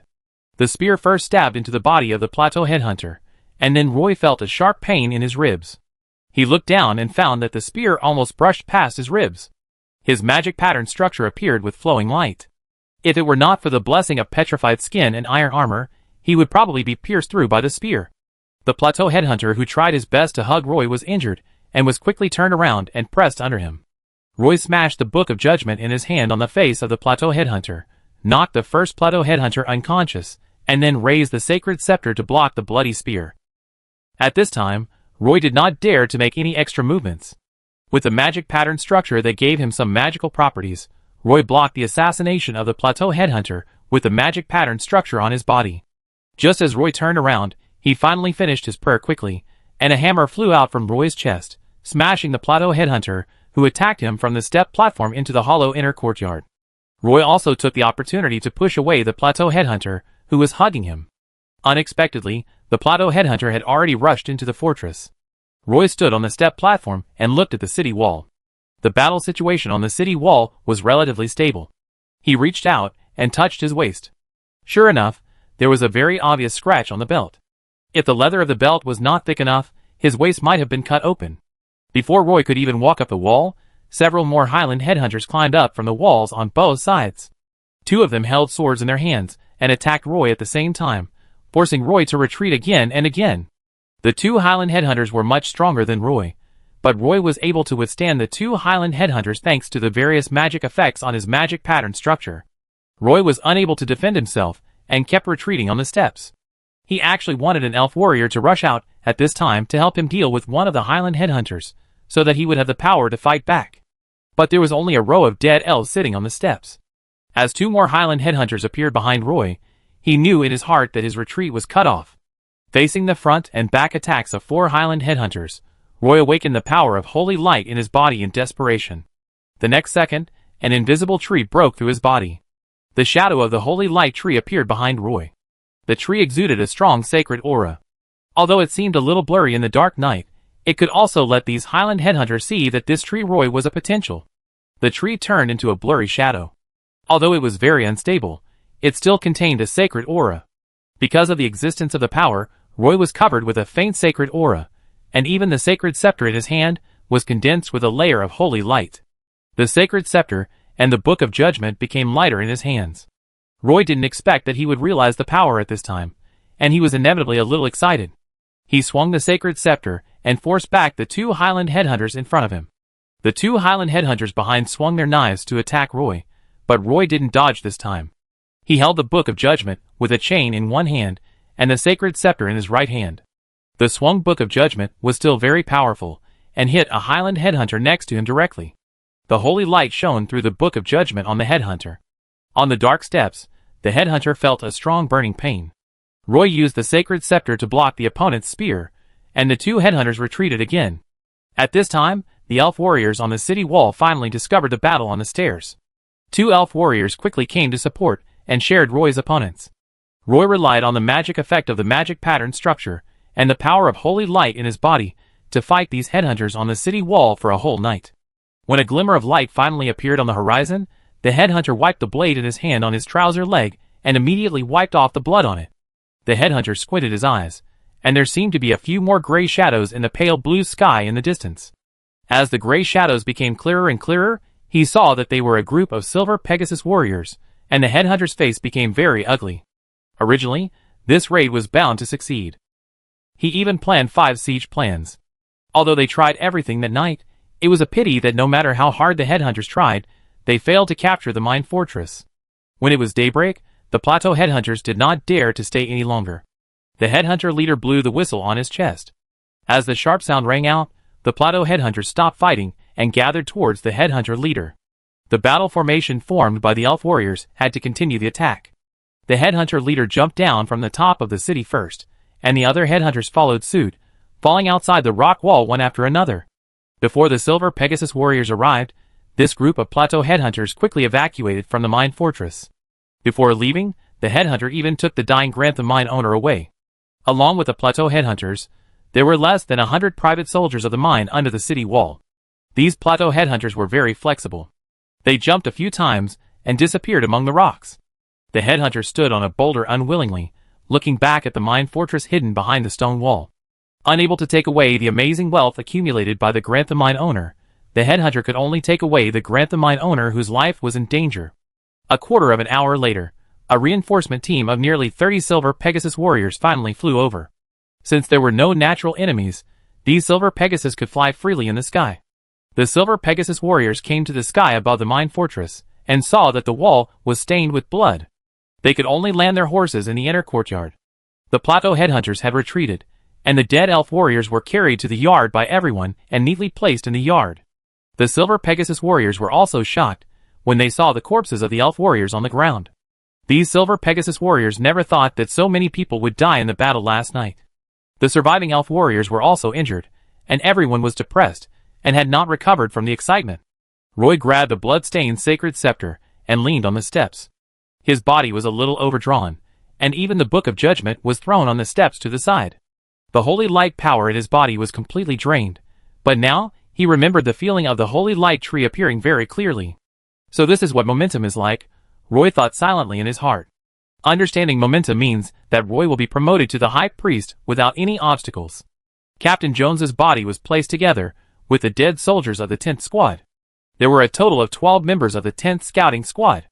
Now, only 4 people survived, except Roy and Rambo. Rambo was lucky enough to survive because he picked up an elven longbow during the battle last night, and then ran to the arrow tower, like other elven archers, standing on the arrow tower and constantly shooting these plateau headhunters. If it weren't for the headhunter leader, who kept causing casualties here, the elf warriors might not have died so many times. Now the bodies of the elf warriors were all placed in the yard, and the number of casualties even exceeded half of the total number of soldiers left behind. The silver Pegasus warriors had already followed the trail of the plateau headhunters, and the mine fortress had to clean up the battlefield before the bodies rotted. The cracks in the stone walls were full of coagulated blood, which could not be cleaned for the time being, so everyone could only carry the bodies of the dead plateau headhunters and the mine private army outside the fortress. Although Roy was also exhausted, he also cleaned up the battlefield with everyone. Rambo's 2 arms were strained, but at this time, he could only grit his teeth and persevere, silently following the team. The silver Pegasus warriors chased for a long time, and it is said that they blocked a group of private soldiers from the mine under a cliff, but those Highland headhunters disappeared in the mountains again. Captain Yalage came back at noon. He rode back to the mine fortress on horseback and saw the burnt marks on the doorway at a glance. The whole fortress was filled with a strong smell of blood. No one expected that the headhunters on the plateau would raid the mine when it was the most empty. This should be regarded as the most tragic battle since the Silver Pegasus Legion entered the Pagisto Plateau.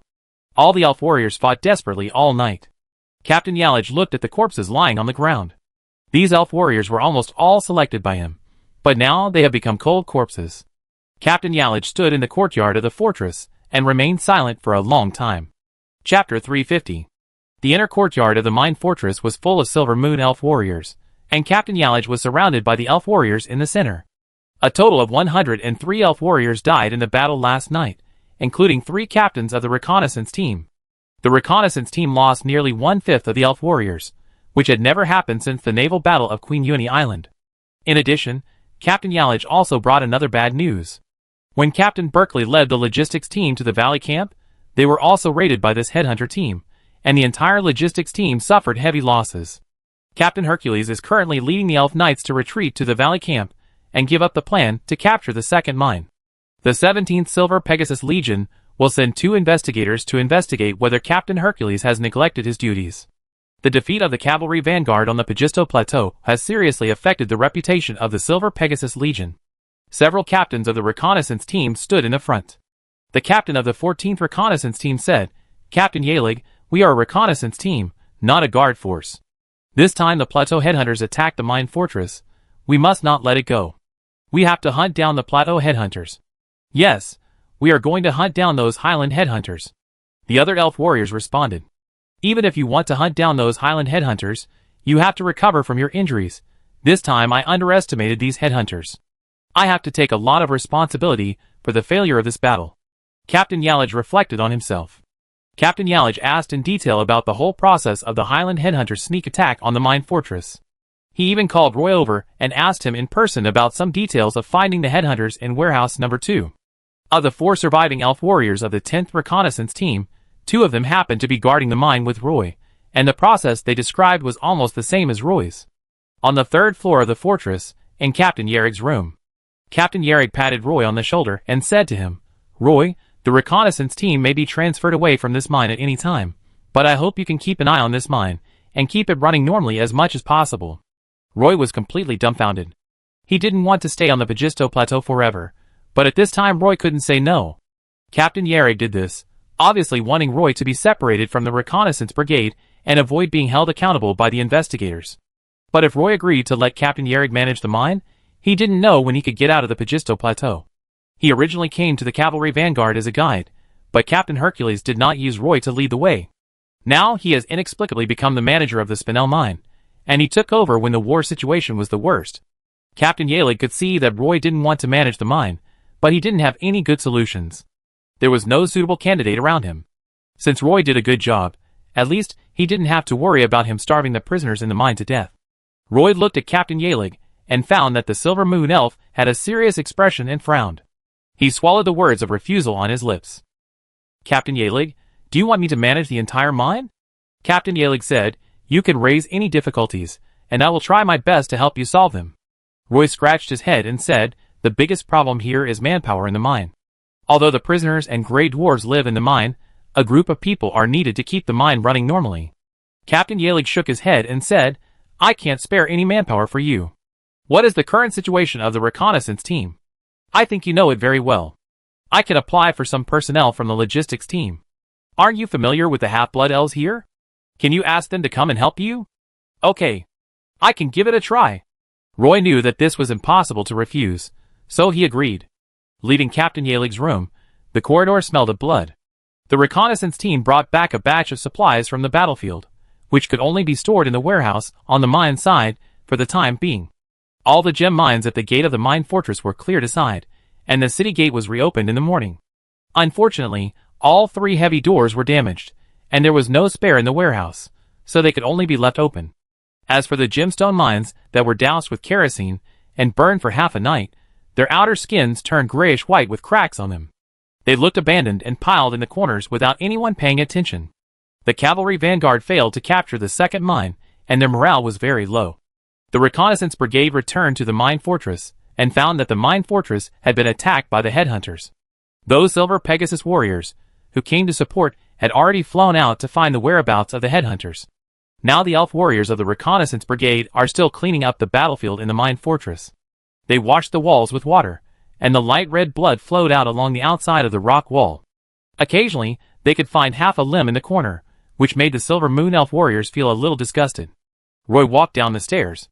The inner courtyard was filled with bodies of Silver Moon Elves. He even knew clearly that those bodies were from the elven warriors of the 10th Squadron. Roy leaned against the side of the mine, holding the arm next to the mine with one hand, and began to count the supplies in the wooden box. Rambo's arms were coated with herbs and tightly wrapped with bandages, looking a little funny. "What did Captain Yalig ask you?" Rambo asked Roy curiously. "It was about the battle last night." Roy took out the list of supplies and began to check it carefully. "I heard that the Cavalry Vanguard Regiment failed to capture the second mine. Are we going to evacuate from here next?" Langbo asked worriedly. "Who told you that?" Roy asked back. Well, the elf warriors of the reconnaissance brigade all said so. Langbo responded. We probably won't give up this mine for the time being. After saying that, Roy continued to count the fruits in the wooden box. He also had to prepare 23 wine glasses. In the evening, Roy lifted a whole box of gemstones from the mine, and then he lowered some fruits and beer. A group of silver Pegasus warriors flew back from outside. They flew along the 2 mountain ranges and searched for a whole day, but could not find any trace of the headhunters. Roy stored the gemstones in warehouse number 2. Although the mine fortress made such a big noise, the mine still had to be mined normally. The agreed fruits and beer had to be paid as agreed, and there could not be any discount on these things.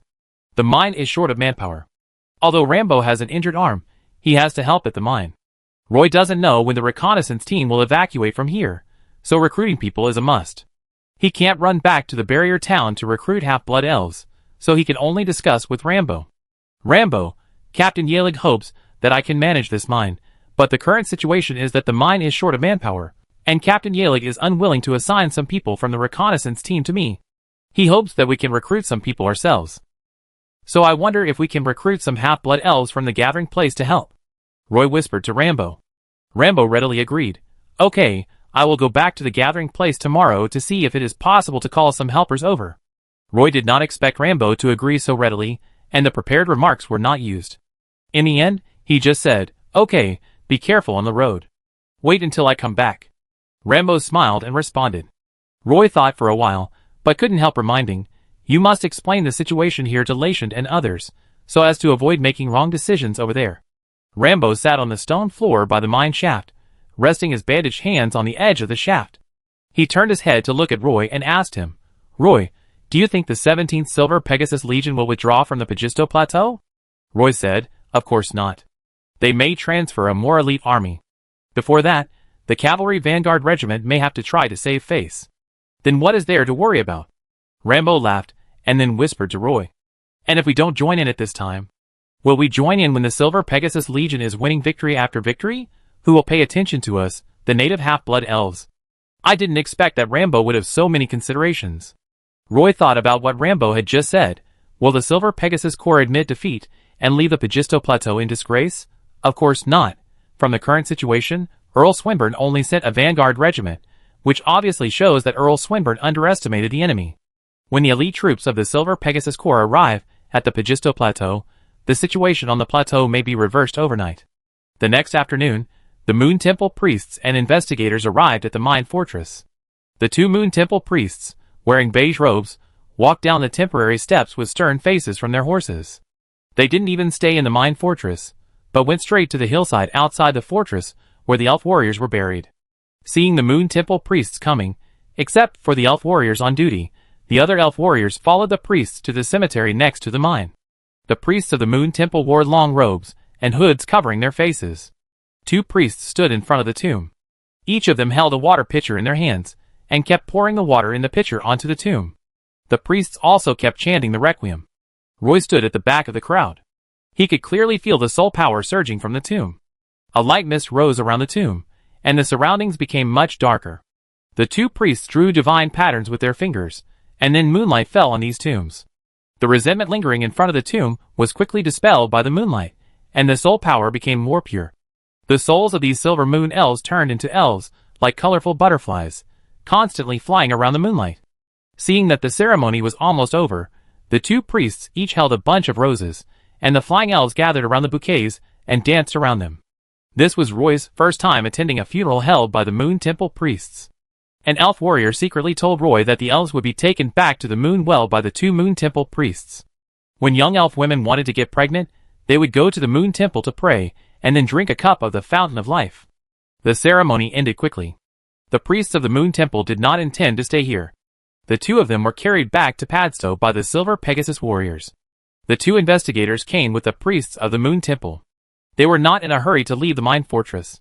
Captain Yelig personally arranged the best room on the 3rd floor for them, but the 2 investigators refused. They found a room in a remote corner of the 2nd floor. The 2 of them simply cleaned up the room and turned it into an interrogation room. Then, starting with Captain Yelig, the officers of the reconnaissance brigade were called into the room one by one to answer the investigators' questions. Each officer walked out of the small room with a grim look on his face. A soldier from the 10th Reconnaissance Team walked out of the room and said to Roy, who was waiting on the bench in the corridor, "Roy, it's your turn." Roy saw that his forehead was covered with sweat and his face was a little grim, so he was a little nervous. Standing at the door, Roy took a deep breath and knocked on the door. "Come in." The voice of the investigator came from inside. Roy pushed the door and walked in. He found that the room was very simple. There were only 3 chairs besides 2 single beds against the wall. 2 investigators sat opposite Roy. They were slightly startled when they saw a half-elf, who looked like a human walking in from outside. Both investigators were Silver Moon elves. They wore noble emblems on their chests, but they looked very ordinary. They always had a stern face, and did not smile at all. "Are you Roy?" one of the investigators asked in surprise. They must be wondering how there could be a half-elf in the cavalry vanguard. Roy sat down opposite the 2 investigators, first introducing why he was in the Silver Pegasus Legion's vanguard, and then talking about what happened the night before. Although Roy also accepted the investigators' questions, Roy is currently the manager of the mine fortress, and he has other dazzling halos. Not only was he the first to discover that the Plateau Headhunter sneaked into the mine fortress through the secret passage, he also participated in the gate guard battle, and blocked a large number of Plateau Headhunters from entering the gate. Although Roy's performance the night before was not as impressive as Captain Jones, the investigators could not find any faults in him. So Roy passed the review easily. Captain Yalage and other officers of the reconnaissance brigade were not as lucky as Roy. Each of them had to go through at least 3 rounds of investigation, mainly to investigate whether the officers had committed dereliction of duty. The investigators were stationed in the mine fortress, and a tense atmosphere permeated the entire fortress.